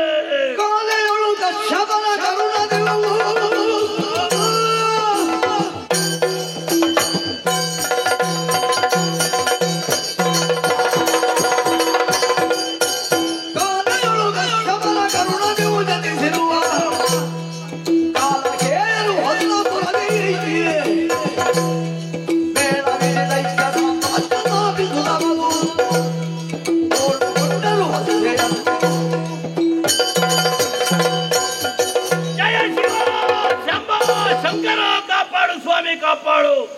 ಎಂದಿನಂತೆ ಪ್ರಾತಃ ಕಾಲದಲ್ಲಿ ಎದ್ದೆ ಕುಲದೇವನಾಗಿರುವಂತಹ ಶಂಕರನನ್ನೇ ಪೂಜಿಸಿ ಅರ್ಚಿಸಿ ತೀರ್ಥ ಪ್ರಸಾದವನ್ನು ಸ್ವೀಕರಿಸಿ ಹಿರಣ್ಯಪುರ ಚಾವಡಿಯನ್ನು ಪ್ರವೇಶ ಮಾಡಿದ್ದೇನೆ.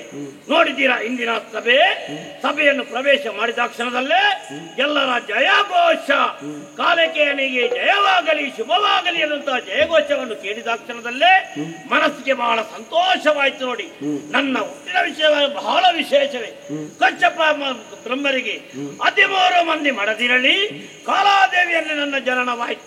ಕಾಲಕೇಯ ಎನ್ನುವಂತ ಹೆಸರಿನಿಂದ ನಾಮದ ಮೆರೆಯುತ್ತಾ ಇದ್ದೇನೆ. ಮಾತ್ರವಲ್ಲದೆ ನಮ್ಮ ಅಸುರ ಕುಲ ಏಳಿಗೆ ಆಗಬೇಕು. ಎನ್ನುವಂತ ಉದ್ದೇಶದಿಂದ ಅಸುರ ಕುಲವನ್ನು ಸಾಮ್ರಾಜ್ಯವನ್ನು ಸ್ಥಾಪಿಸಿದೆ.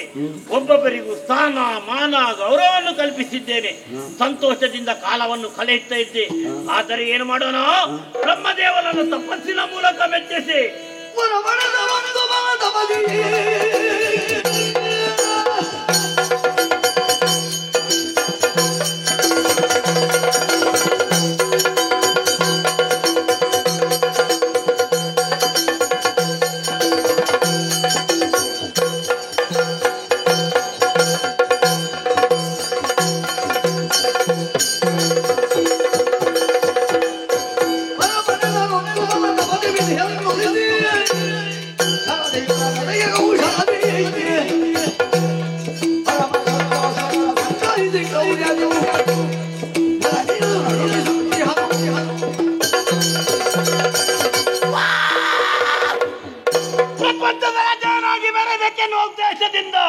ನೇರವಾಗಿ ಘೋರ ಕಾಂತರನ್ನು ಪ್ರವೇಶ ಮಾಡಿದ್ದೇನೆ. ಬ್ರಹ್ಮದೇವರನ್ನು ತಪಸ್ಸಿನ ಮೂಲಕ ಮೆಚ್ಚಿಸಿ ಉಳಿದ ಬ್ರಹ್ಮದೇವ ಏನು ಬರಬೇಕೆಂಬುದಕ್ಕೆ ಕೇಳಿದ. ಬ್ರಹ್ಮದೇವನಲ್ಲಿ ಕೇಳಿಕೊಂಡೆ, ತಂದೆ, ಪ್ರಪಂಚದಲ್ಲಿ ಯಾರಿಂದಲೂ ನನ್ನ ಪಾಲಿಗೆ ಮರಣವೇ ಬಾರದು ಎಂಬುದಾಗಿ. ಆದರೆ ಬ್ರಹ್ಮದೇವ ಹೇಳಿದಂತ ಮಾತೇನು, ಪ್ರಪಂಚದಲ್ಲಿ ಯಾರೇ ಮನುಷ್ಯರಾಗಲಿ ಅವರಿಗೆ ಕಟ್ಟಿಟ್ಟದ ಮರಣವೆನ್ನುವುದು ಕಟ್ಟಿಟ್ಟದ ಬುದ್ಧಿ.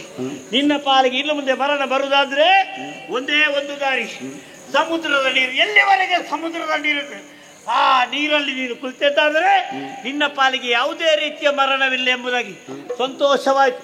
ಆ ಬಳಿಕ ಏನು ಮಾಡಿದರೆ, 2 ಲೋಕವನ್ನು ಸ್ವಾಧೀನಪಡಿಸಿಕೊಂಡೆ. ಉಳಿದಿದೆ ಸ್ವರ್ಗಲೋಕವನ್ನು ಸ್ವಾಧೀನಪಡಿಸುವ ಉದ್ದೇಶದಿಂದ ಈಗ ನಿಂತವ ನಾನು. ಆದರೆ ನಾನು ಹೋಗುದಾಗ ಬರಲ್ಲ, ನಮ್ಮವರಿದ್ದಾರಲ್ಲ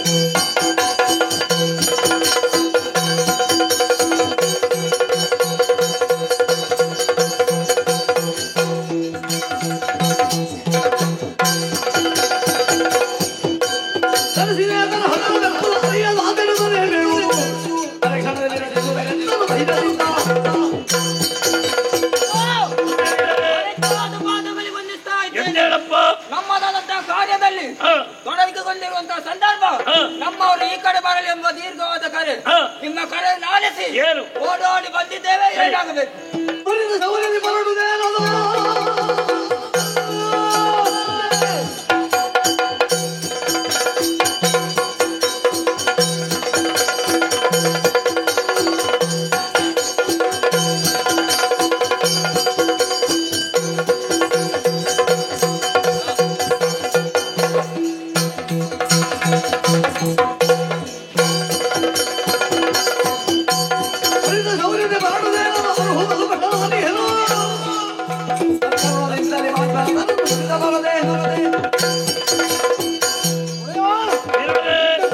ನಮ್ಮನ್ನು ಕರೆಸಿದ್ದೀರಿ, ಏನು ಕಾರಣ? ದೇವರಿಂದ ಏನಾಯಿತು ಹೇಳಿ. ಮಾಡಿದ ನುಡಿಯ ಕೇಳು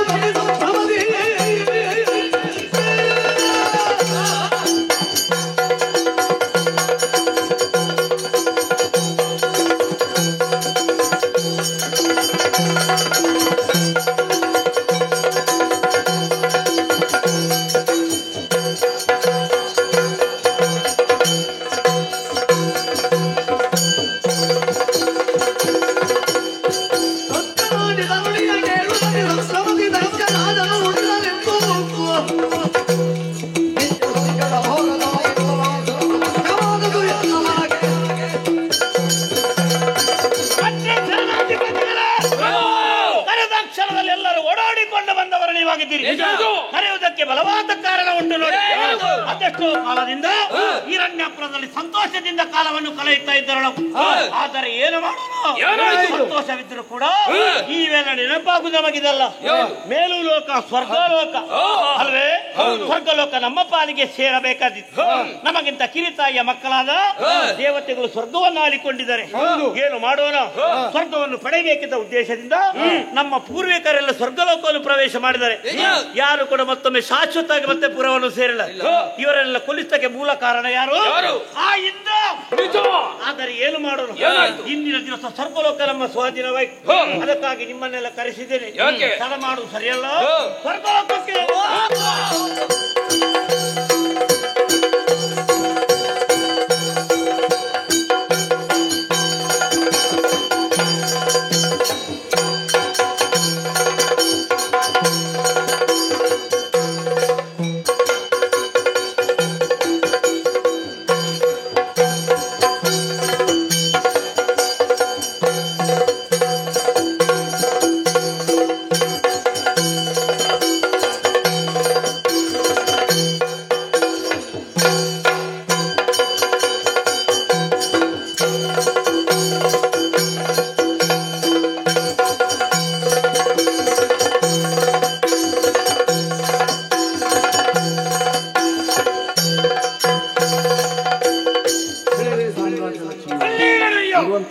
ಸ್ವರ್ಗಲೋಕಕ್ಕೆ ಯಾರೆಂದು ಕೇಳಬಲ್ಲಿ ಹಾಗೆಂದುಕೊಳ್ಳಬಹುದು. ಬಂದಿರೋ ಕಾರ್ಯಕಾಲ ಅನೇಕ ವಿಧಿ ಕೇಳಿ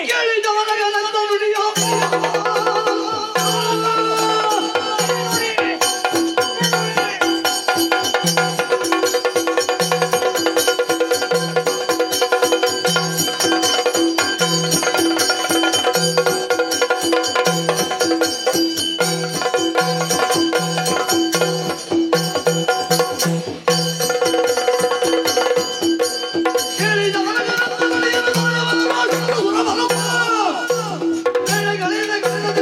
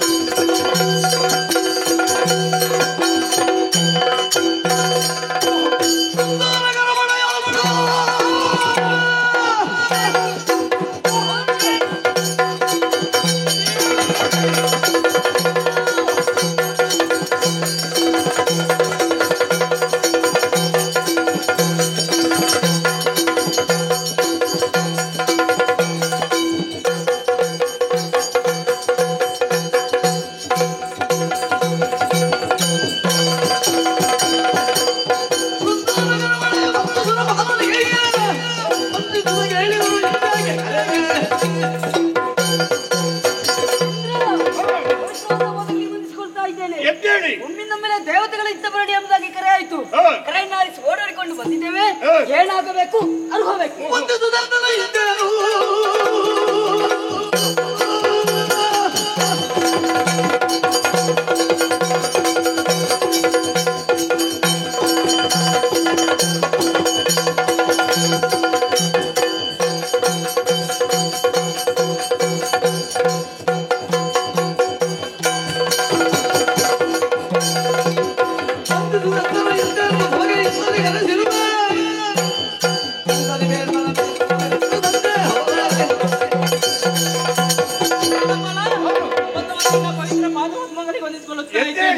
ಇದ್ದಕ್ಕಿದ್ದಂತೆ ಕರೆ ನಿಮ್ಮ ಕರೆಯನ್ನು ಆಲಿಸಿ ಅತಿ ಶೀಘ್ರದಲ್ಲಿ ಬಂದಿದ್ದೇನೆ. ನನ್ನಿಂದ ಏನಾಗ್ಬೇಕು ಎಂಬ ವಿಷಯ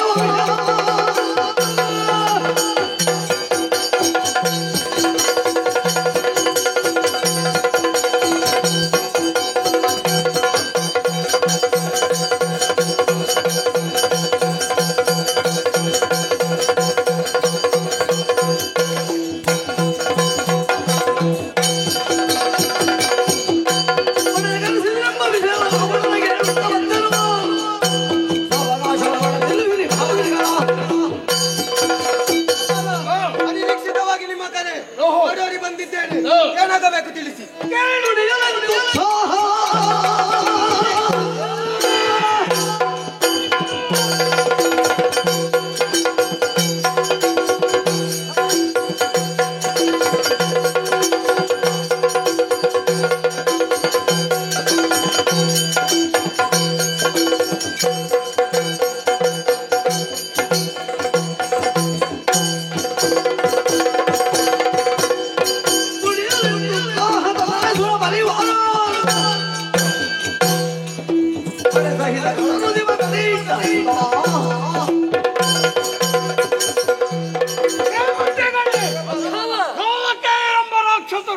ನಮ್ಮದಾದಂತಹ ಸ್ವರ್ಗಲೋಕಕ್ಕೆ ದಾಳಿಯನ್ನು ಮಾಡಿದ್ದಾರಂತೆ.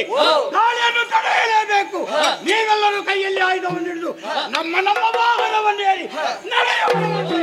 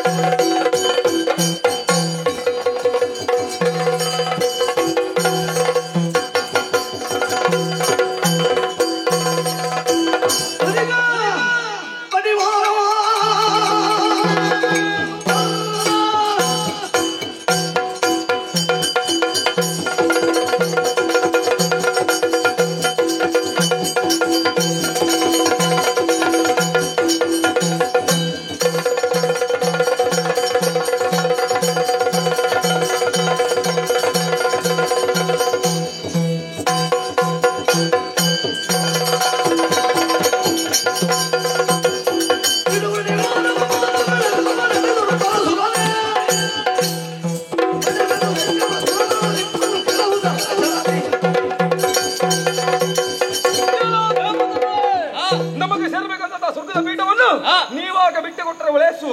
ಇಲ್ಲವಾದರೆ ಶಿರವಾದ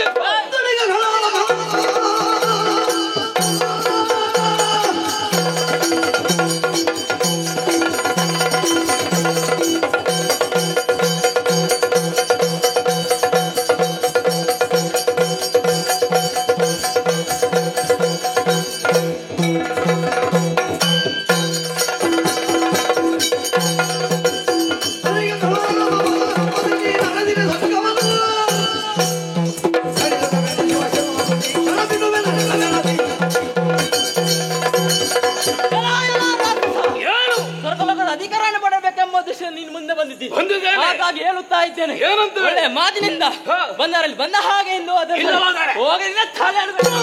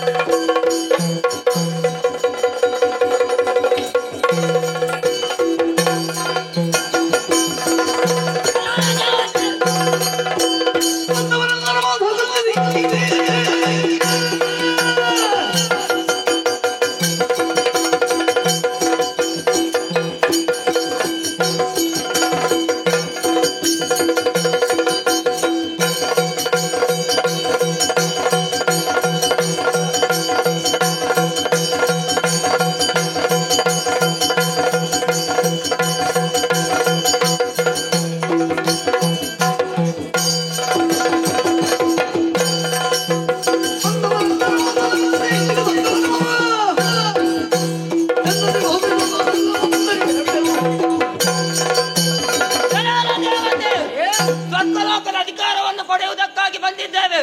ಬಿಟ್ಟು ಕೊಟ್ಟರೆ ಸರಿ, ಇಲ್ಲದೆ ಸೊಂಟ ಮುರಿದ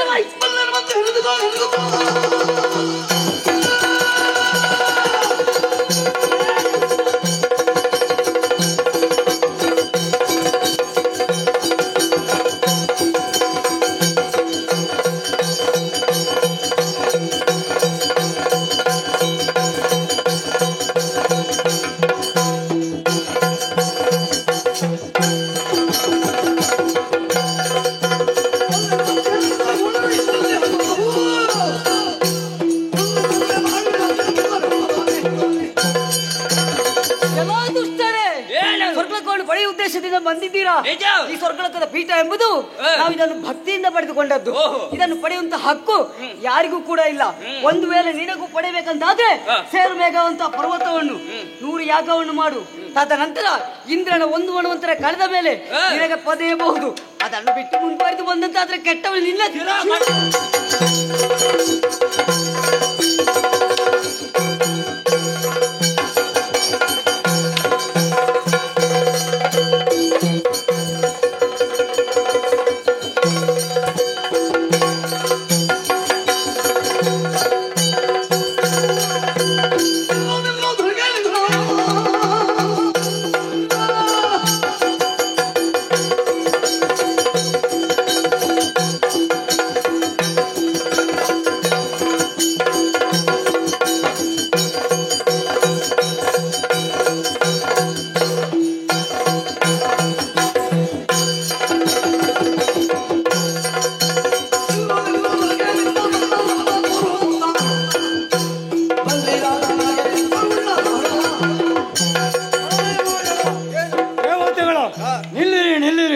ಮುಂದಕ್ಕೆ ಅಡಿ ಇಟ್ಟಿರಂತಾದ್ರೆ ನಿಮ್ಮ ಸೊಂಟ ಮುರಿದೇನು. ಅಧಿಕಾರ ಬಲದಿಂದ ಅಹಂಕಾರದಿಂದ ಬೇಗುತ್ತಿದ್ದೀರಾ. ಸರಿಯಾದ ಉತ್ತರವನ್ನು ಕೊಡ್ತೇನೆ.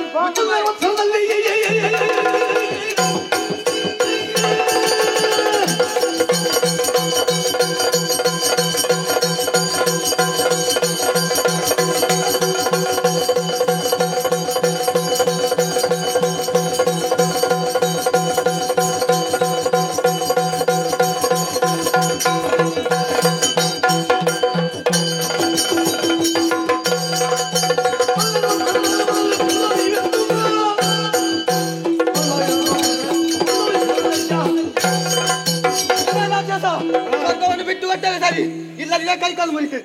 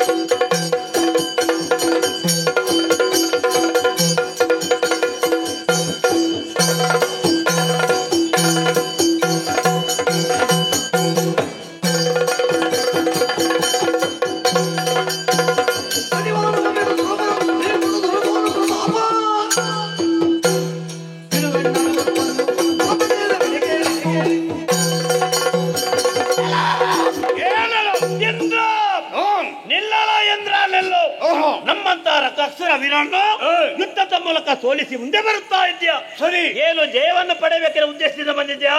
ಸೂರಪ್ಪ, ನಿನ್ನ ಕಪಟ ವಿದ್ಯೆ ನನಗೆ ಮೊದಲೇ ಗೊತ್ತುಂಟು. ಹೌದಾ? ಸಮುದ್ರ ಮತನ ಕಾಲದಲ್ಲಿ ನಮ್ಮವನೇ ಆಗಿರುವಂತ ಬಲಿಚಕ್ರವರ್ತಿಯಲ್ಲಿ ನೀನು ಅಣ್ಣ, ನಮಗೆ ಗತಿ ಇಲ್ಲ, ನಾವು ಎಲ್ಲಿ ಹೋಗ್ಬೇಕು, ನಮಗೆ ಸಹಾಯ ಮಾಡಬೇಕು, ಎಲ್ಲವನ್ನು ಕಳೆದುಕೊಂಡಿದ್ದೇವೆ ನಾವು. ಸರಿ, ನಿಮ್ಮಲ್ಲಿ ಏನೇ ಆಗಲಿ ತಮ್ಮನೆನ್ನುವಂತ ಮಮಕಾರದಿಂದ ಸಮುದ್ರವನ್ನು ಮತಿಸಿದೆವು.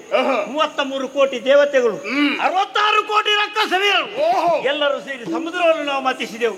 ಸಿಕ್ಕಿದಂತ ಅಮೃತವನ್ನು ಕುಡಿಯುವಂತ ಸಂದರ್ಭದಲ್ಲಿ ಅಲ್ಲಿ ನೀನು ಕಪ್ಪಟ ವಿದ್ಯೆಯನ್ನು ತೋರಿಸಿ ಇಂದ್ರ ಇವತ್ತು ಸ್ವರ್ಗವನ್ನು ಪಡೆದೇ ಛಲದಿಂದ ಬಂದೇನೆ. ಕುಡಿದ ಅಮೃತವನ್ನು ಕಾರಿಸ್ತೇನೆ, ಸ್ವರ್ಗವನ್ನು ಸಾಧ್ಯ ಮಾಡುತ್ತೇನೆ.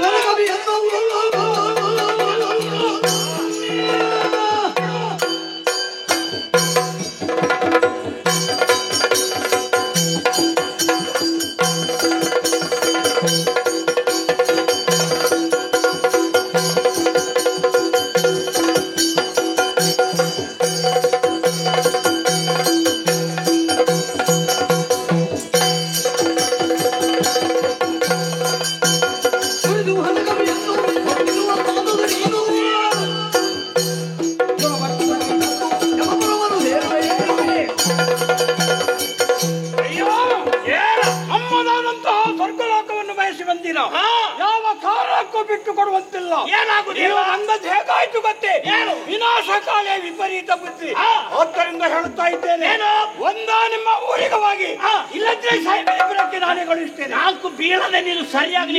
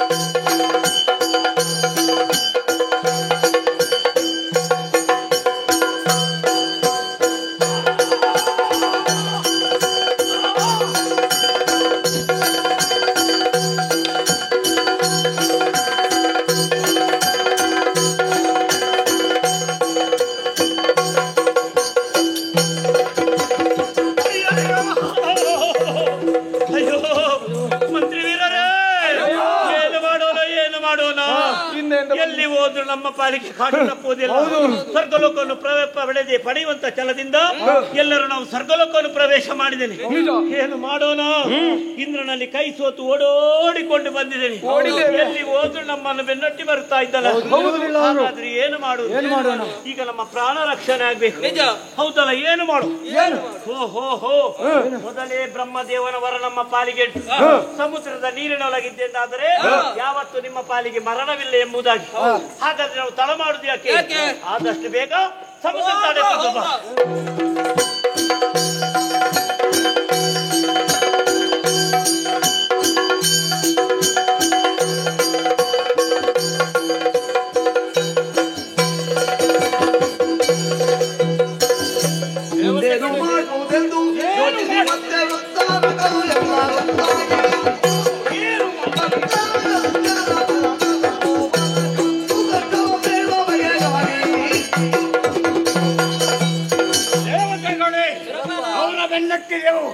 ಆದರೆ ಓಡುತ್ತಲೇ ಇದ್ದಾರೆ. ಎಷ್ಟು ನಾವು ನೋಡಿದ್ರು ಕೂಡ ನಮ್ಮ ಕೈಗೆ ಸಿಗುವುದಿಲ್ಲ. ಕಟ್ಟ ಕಡೆಗೆ ಸಮುದ್ರದಲ್ಲಿ ಅಡಗಿದ್ದಾರೆ. ಹಾಗಿದ್ರೆ ಇದನ್ನು ಯಾರಲ್ಲಿ ಹೇಳಲಿ? ಸರಿ, ಅಗಸ್ತ್ಯ ಮಹರ್ಷಿಯವರಿದ್ದಾರೆ, ಅವರ ಬಳಿಗೆ ನಡೆಯೋಣ.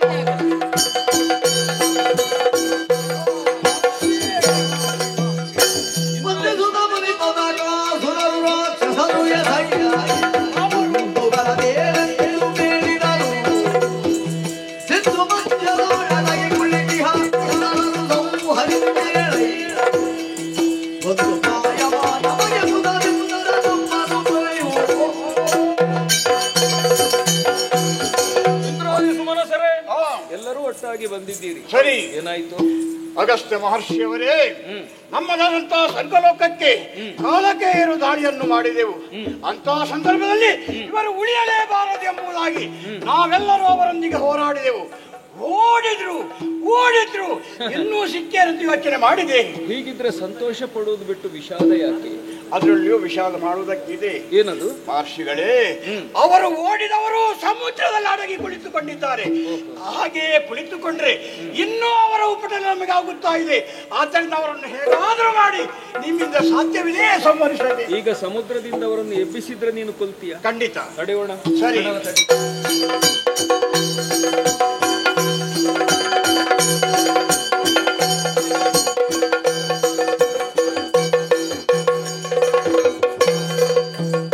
ವಿಶಾಲವಾದ ಕಡಲು, ಅಬ್ಬರದಿಂದ ಬೊಬ್ಬಿರಿಯುತ್ತಾ ಇದ್ದಾನೆ ಸಮುದ್ರ ರಾಜ. ಸರಿ, ದುಷ್ಟರಿಗೆ ಆಶ್ರಯವನ್ನು ಕೊಟ್ಟು ಅವರ ಅಹಂಕಾರವೇ ಈ ರೀತಿ ತುಂಬಿ ತುಳುಕುತ್ತದೆಯೋ ಗೊತ್ತಿಲ್ಲ. ನೋಡ್ತಾ ಇರಿ, ನನ್ನ ತಪೋ ಮಹಿಮೆಯಿಂದ ಈ ಸಾಗರವನ್ನು ಆಪೋ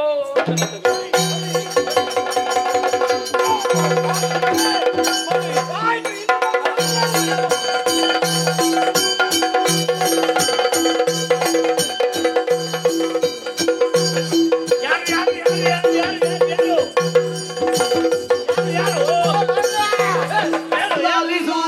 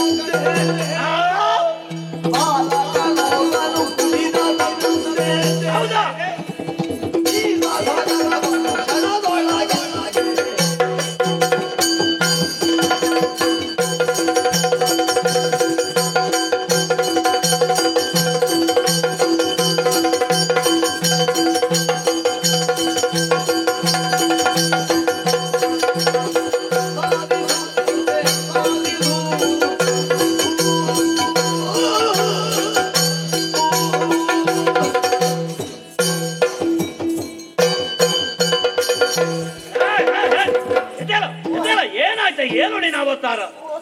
ಸಂದೇಶಕರ ನೀನು ಯಾಕೆ ಓಡೋಡಿಕೊಂಡು ಬಂದಿದ್ದೀ?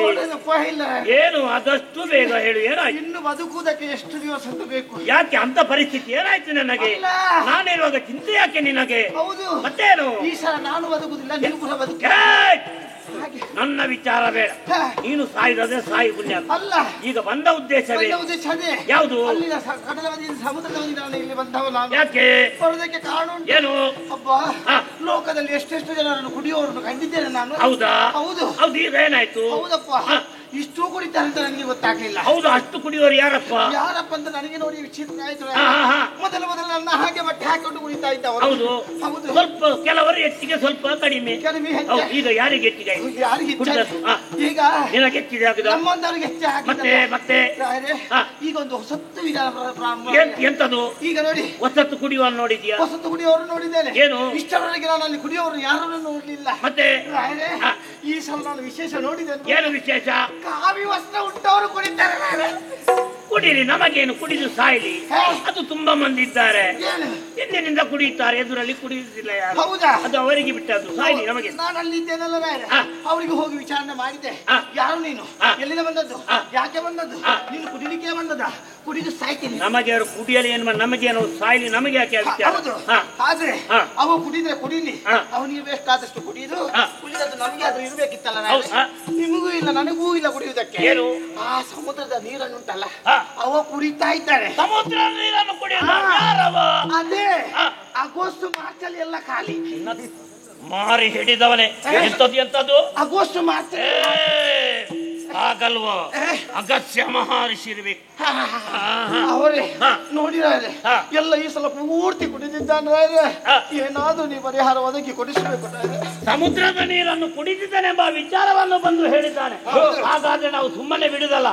ಅಂತ ಬಡ ಜೋಗಿ ಯಾರೇ ಇರಲಿ, ವಿಚಾರಿಸಬೇಕದ್ದು ನಮ್ಮ ಕರ್ತವ್ಯ. ಬನ್ನಿ ಹೋಗೋಣ.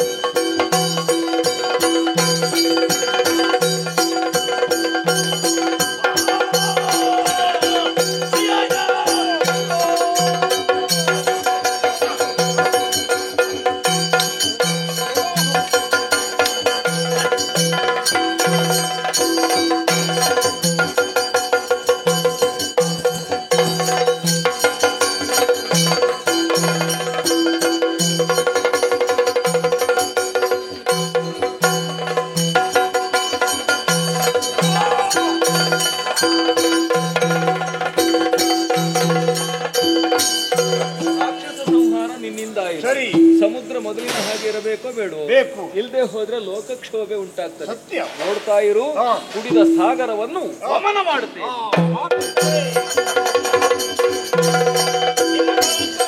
ಏನು ಎಂಬುದಾಗಿ ಗೊತ್ತಾಯಿತು. ನಮ್ಮನ್ನೆಲ್ಲರೂ ಉದ್ಧರಿಸಬೇಕು. ಹೋಗು ಸ್ವರ್ಗ. ಜಯ ಜಯ.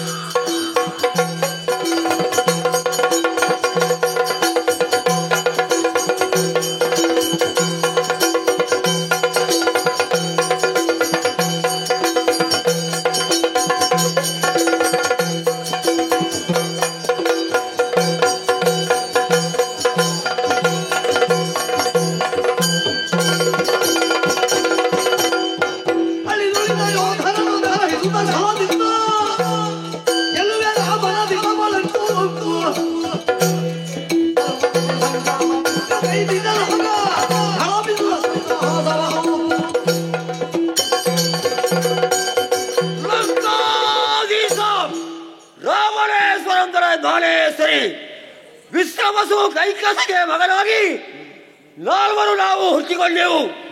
ಹಿರಿಯವರಾದಂಥ ರಾವಣೇಶ್ವರನಾಗಿದ್ದೇನೆ. ಆದರೆ ತಂಗಿಯ ಉದ್ದೇಶವನ್ನು ಈಡೇರಿಸಬೇಕಾಗಿ, ತನ್ನ ಸ್ವಾಯಿಚ್ಛೆಯನ್ನು ತಿರುಗಾಡುವುದಕ್ಕೆ ಬೇಕಾಗಿ ಪಂಚವಟಿ ಅರಣ್ಯಕ್ಕೆ ನಾನು ಕಳುಹಿಸಿಕೊಟ್ಟೆ. ತಿರುಗಾಡುವಂತಹ ಸಮಯದಲ್ಲಿ ರಾಮ ಲಕ್ಷ್ಮಣ ಅಂತೆ ರಾಮನ ಮನೆಯಂತ ಸೀತೆಯನ್ನು ಸೇರಿಕೊಂಡು ಆ ಪಂಚವಟಿಯರೊಳಗೆ ಪ್ರವೇಶ ಮಾಡಿದರಂತೆ. ಎಲ್ಲೆಂಬಂತ ಭಾವನೆಯನ್ನು ಇರಿಸದೆ ನನ್ನ ತಂಗಿಯಲ್ಲೇ ಬಗ್ಗಿದರು. ಸೇಡಿಗೆ ಪ್ರತಿ ಸೇಡನ್ನು ತೀರಿಸಕ್ಕೆ ಬೇಕಾಗಿ ರಾಮನ ಮನೆಯಂತ ಸೀತೆಯನ್ನು ತಂದು ಅಶೋಕವನಲ್ಲಿ ಕುಳ್ಳಿರಿಸಿದ್ದೇನೆ. ಇದಕ್ಕೆ ತಿಳಿದಂತ ರಾಮ ಮತ್ತು ಲಕ್ಷ್ಮಣ ಕಪಿನಾಯಕ ಸುಗ್ರೀವನನ್ನು ಸೇರಿಕೊಂಡು ಸರದಿಗೆ ಸೇತುವೆಯನ್ನು ನಿರ್ಮಿಸಿ ಲಂಕಾ ಪ್ರವೇಶವನ್ನು ಮಾಡಿದ್ದಾರೆ. ಅಂಥವರಲ್ಲಿ ಹೋರಾಡುವುದಕ್ಕೆ ಬೇಕಾಗಿ ನನ್ನ ಮಕ್ಕಳು ಬಂಧು ಬಾಂಧವರೆಲ್ಲ ಹೋರಾಡಿದ್ದಾರೆ. ಆದರೆ ಎಲ್ಲರನ್ನೂ ಕೊಲ್ಲುತ್ತಾ ಬಂದಿದ್ದಾರೆ ರಾಮ. ಆದರೆ ಈ ಛಲವನ್ನು ಬಿಡುವವಳು ನಾನಲ್ಲ. ಇಷ್ಟು ಮಾತ್ರವಲ್ಲ, ಅಳಿದುಳಿದಂತಹ ಸೇನೆಯನ್ನು ಸೇರಿಕೊಂಡು ಪರಮೇಶ್ವರನಿಂದ ದತ್ತವಾದಂತಹ ಚಂದ್ರಹಾಸ ಖಡ್ಗವನ್ನು ಹಿಡಿದುಕೊಂಡಿದ್ದೇನೆ. ಆದಷ್ಟು ಶೀಘ್ರವಾಗಿ ರಾಮನಲ್ಲಿ ಹೋರಾಡುವುದಕ್ಕೆ ಬೇಕಾಗಿ ನಾನೇ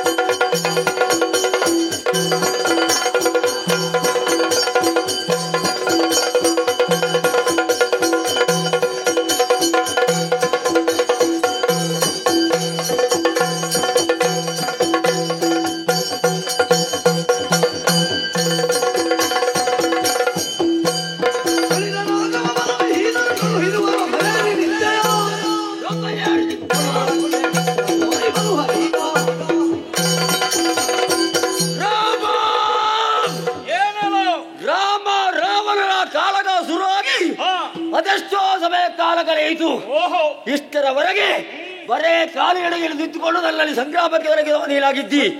ಒಮ್ಮೆಲೆ ರಥವಲ್ಲೇರಿ ಸಂಗ್ರಾಮಕ್ಕೆ ಎದುರಾದೆಯಾ? ನಿನಗೆ ರಥವನ್ನು ಕಳಿಸಿಕೊಟ್ಟವ ಯಾರು ಎಂದು ತಿಳಿದುಕೊಳ್ಳೆ. ಆ ದೇವೇಂದ್ರ ದೇವ ಸಾರಥಿ ಅಂತ ಮಾತಲ್ಲಿ ಕಳಿಸಿಕೊಟ್ಟಿದ್ದಾನೆ.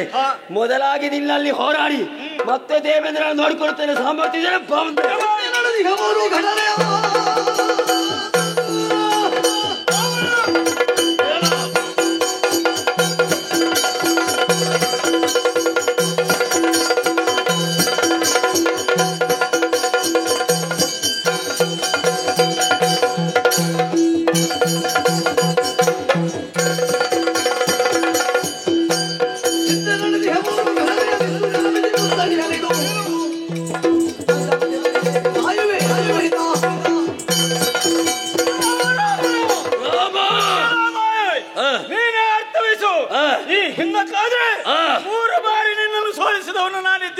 ಅಲ್ಲಿ ನಿನ್ನ ಪರಾಕ್ರಮ ನೆರವೇರಲಿಲ್ಲ. ಬಿಡೋಣ, ಈಗಲಾದ್ರೂ ಸಾರಿ ಹೇಳ್ತಾ ಇದ್ದೇನೆ. ಕದ್ದು ತಂದಂತ ಸೀತೆಯನ್ನು ನನಗೆ ಮರಳಿ ಒಪ್ಪಿಸು. ಮುಂದಡಿ ಇಟ್ಟರೆ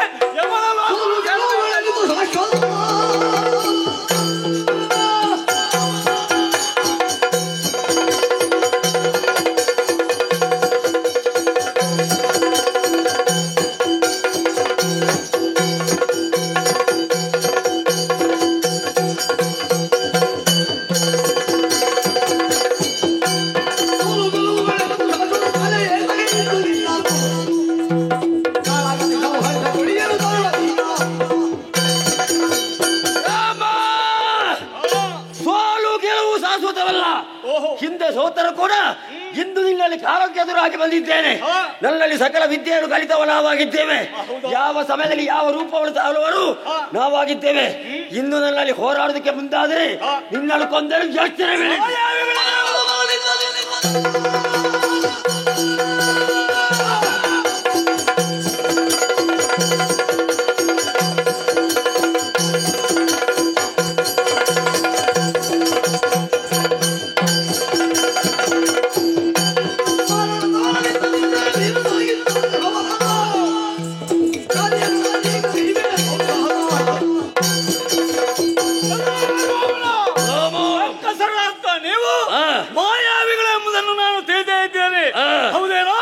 ನನ್ನನ್ನು ಗೆಲ್ಲುವುದಕ್ಕೆ ಮುಂದಾಗಿದ್ಯೋ? ಯಾವ ರೀತಿಯಿಂದ ನೀನು ಗೆಲ್ತಿ? ಮಾರಣ ಮಾಡ್ತೇವೋ, ಆಟ ಮಾಡ್ತೇವೋ, ಎಲ್ಲವನ್ನೂ ಸಿದ್ಧತೆ ಮಾಡಿಕೊಂಡು ಬಂದಿದ್ದೇವೆ. ಸಾಮರ್ಥ್ಯದ ನನ್ನಲ್ಲಿ ಹೋರಾಡು.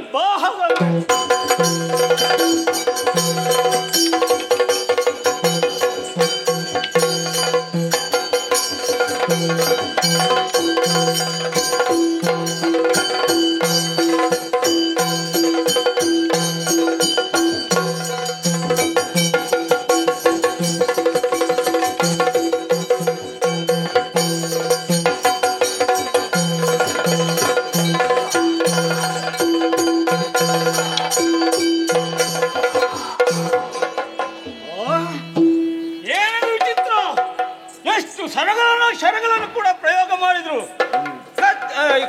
ಹೋದಂತ ಕೈಗಳು ಪುನರಪ್ಪಿ ಹುಟ್ಟಿ ಬರ್ತಾ ಉಂಟು.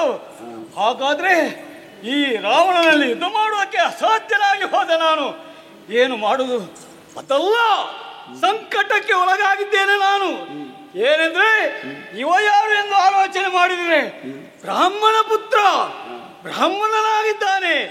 ಇವನನ್ನು ಕೊಂದ್ರೆ ಬ್ರಹ್ಮ ಹತ್ಯೆ ದೋಷವು ನನಗೆ ಖಂಡಿತವಾಗಿಯೂ ಬಾಧಿಸುವುದಕ್ಕೆ ಉಂಟು ಅಂತ ಅಪವಾದಕ್ಕೆ ನಾನು ಒಳಗಾಗಬಾರದು. ನಮ್ಮ ವಂಶದಲ್ಲಿ ಇಷ್ಟರವರೆಗೆ ಯಾರು ಬ್ರಹ್ಮ ಹತ್ಯೆ ದೋಷವನ್ನು ಮಾಡಲಿಲ್ಲ.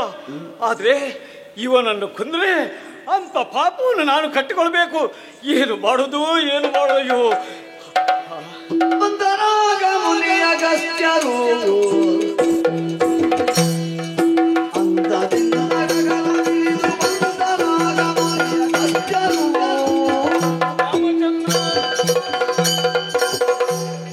ನಾನು ಅಗಸ್ತ್ಯ ಮಹರ್ಷಿ ಎಂಬುದನ್ನು ನೀನು ಮರೆತಿರಲಿಲ್ಲ.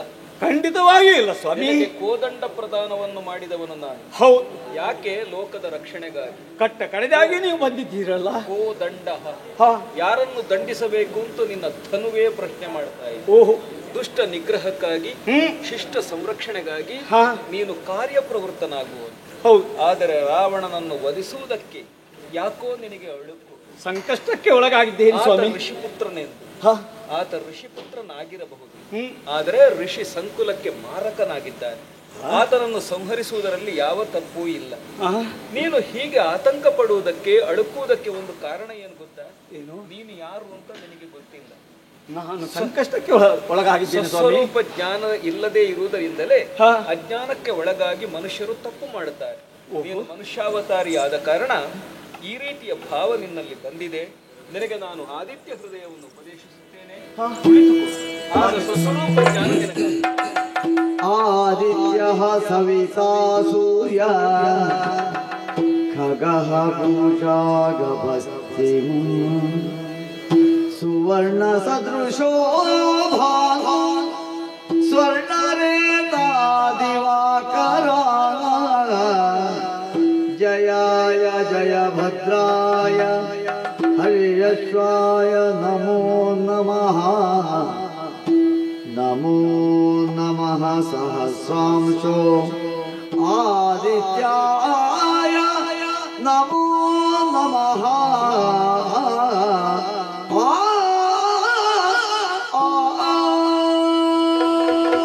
ಈಗ ಯಾರೆಂದು ತಿಳಿಯುತ್ತಾನೆ ಸ್ವಾಮಿ.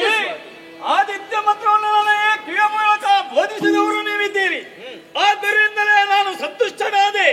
ಇದು ನನ್ನ ಶರೀರವು ಬಂದೊದಗಿದೆ. ಇನ್ನು ಮುಂದೆ ನಾನು ಯಾರು ಎಂಬುದನ್ನು ಅರ್ಥೈಸಿದ್ದೇನೆ. ಧರ್ಮದ ಉದ್ಧಾರಕ್ಕಾಗಿ ಬಂದವ ಈ ರಾಮನಿದ್ದಾನೆ. ಧರ್ಮವನ್ನು ಉಳಿಸಬೇಕಾದೇ ನನ್ನ ಕರ್ತವ್ಯವಾಗಿದೆ. ಅಧರ್ಮದಿಂದ ವರ್ತಿಸುತ್ತಿರುವಂತ ರಾಮನನ್ನು ವಧೆಯಾಗಬೇಕು. ಅದಕ್ಕಾಗಿ ಪ್ರವಾಸೋಣ.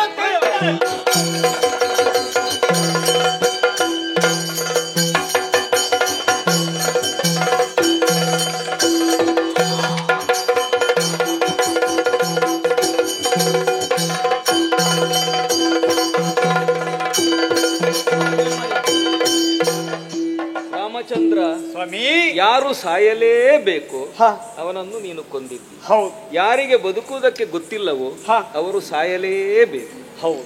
ರಾಕ್ಷಸನನ್ನು ನೀನು ಸಾಯಿಸಿದ್ದಿ, ಕೊಂದಿದ್ದೇನೆ. ರಾಕ್ಷಸ ಸಂಕುಲವನ್ನು ನಿರ್ನಾಮ ಮಾಡಿದ್ದಿ. ಹೌದು. ನಿನ್ನ ಸೀತೆಯ ಬಂಧನವನ್ನು ಬಿಡಿಸಬೇಕು. ಆ ಬಳಿಕ ನೀನು ಅಯೋಧ್ಯೆಗೆ ಹೋಗಬೇಕು. ಹೊಸದಾಗಿ ನಿರ್ಮಾಣವಾಗುವ ರಾಮ ಮಂದಿರದಲ್ಲಿ ನೀನು ವಿರಾಜಮಾನನಾಗಿ ವಿಜೃಂಭಿಸಬೇಕು. ಸ್ವಾಮಿ, ಎಲ್ಲರೂ ಕಾಯ್ತಾ ಇದ್ದಾರೆ ರಾಮ ಮಂದಿರಕ್ಕೆ. ರಾಮ ಯಾವಾಗ ಬರ್ತಾನೆ ಅಂತ. ಈ ರಾಮನ ಜೀವನದಲ್ಲಿ ಅಗತ್ಯ ಮಹಾಮುನಿಗಳಂತ ನೀವು ಜೀವವನ್ನೇ ತುಂಬಿದವರು ನೀವಿದ್ದೀರಿ ಸ್ವಾಮಿ. ದುಷ್ಟರ ಅಳಿವಾಗಿದೆ, ಶಿಷ್ಟರ ರಕ್ಷಣೆ ಆಗಿದೆ.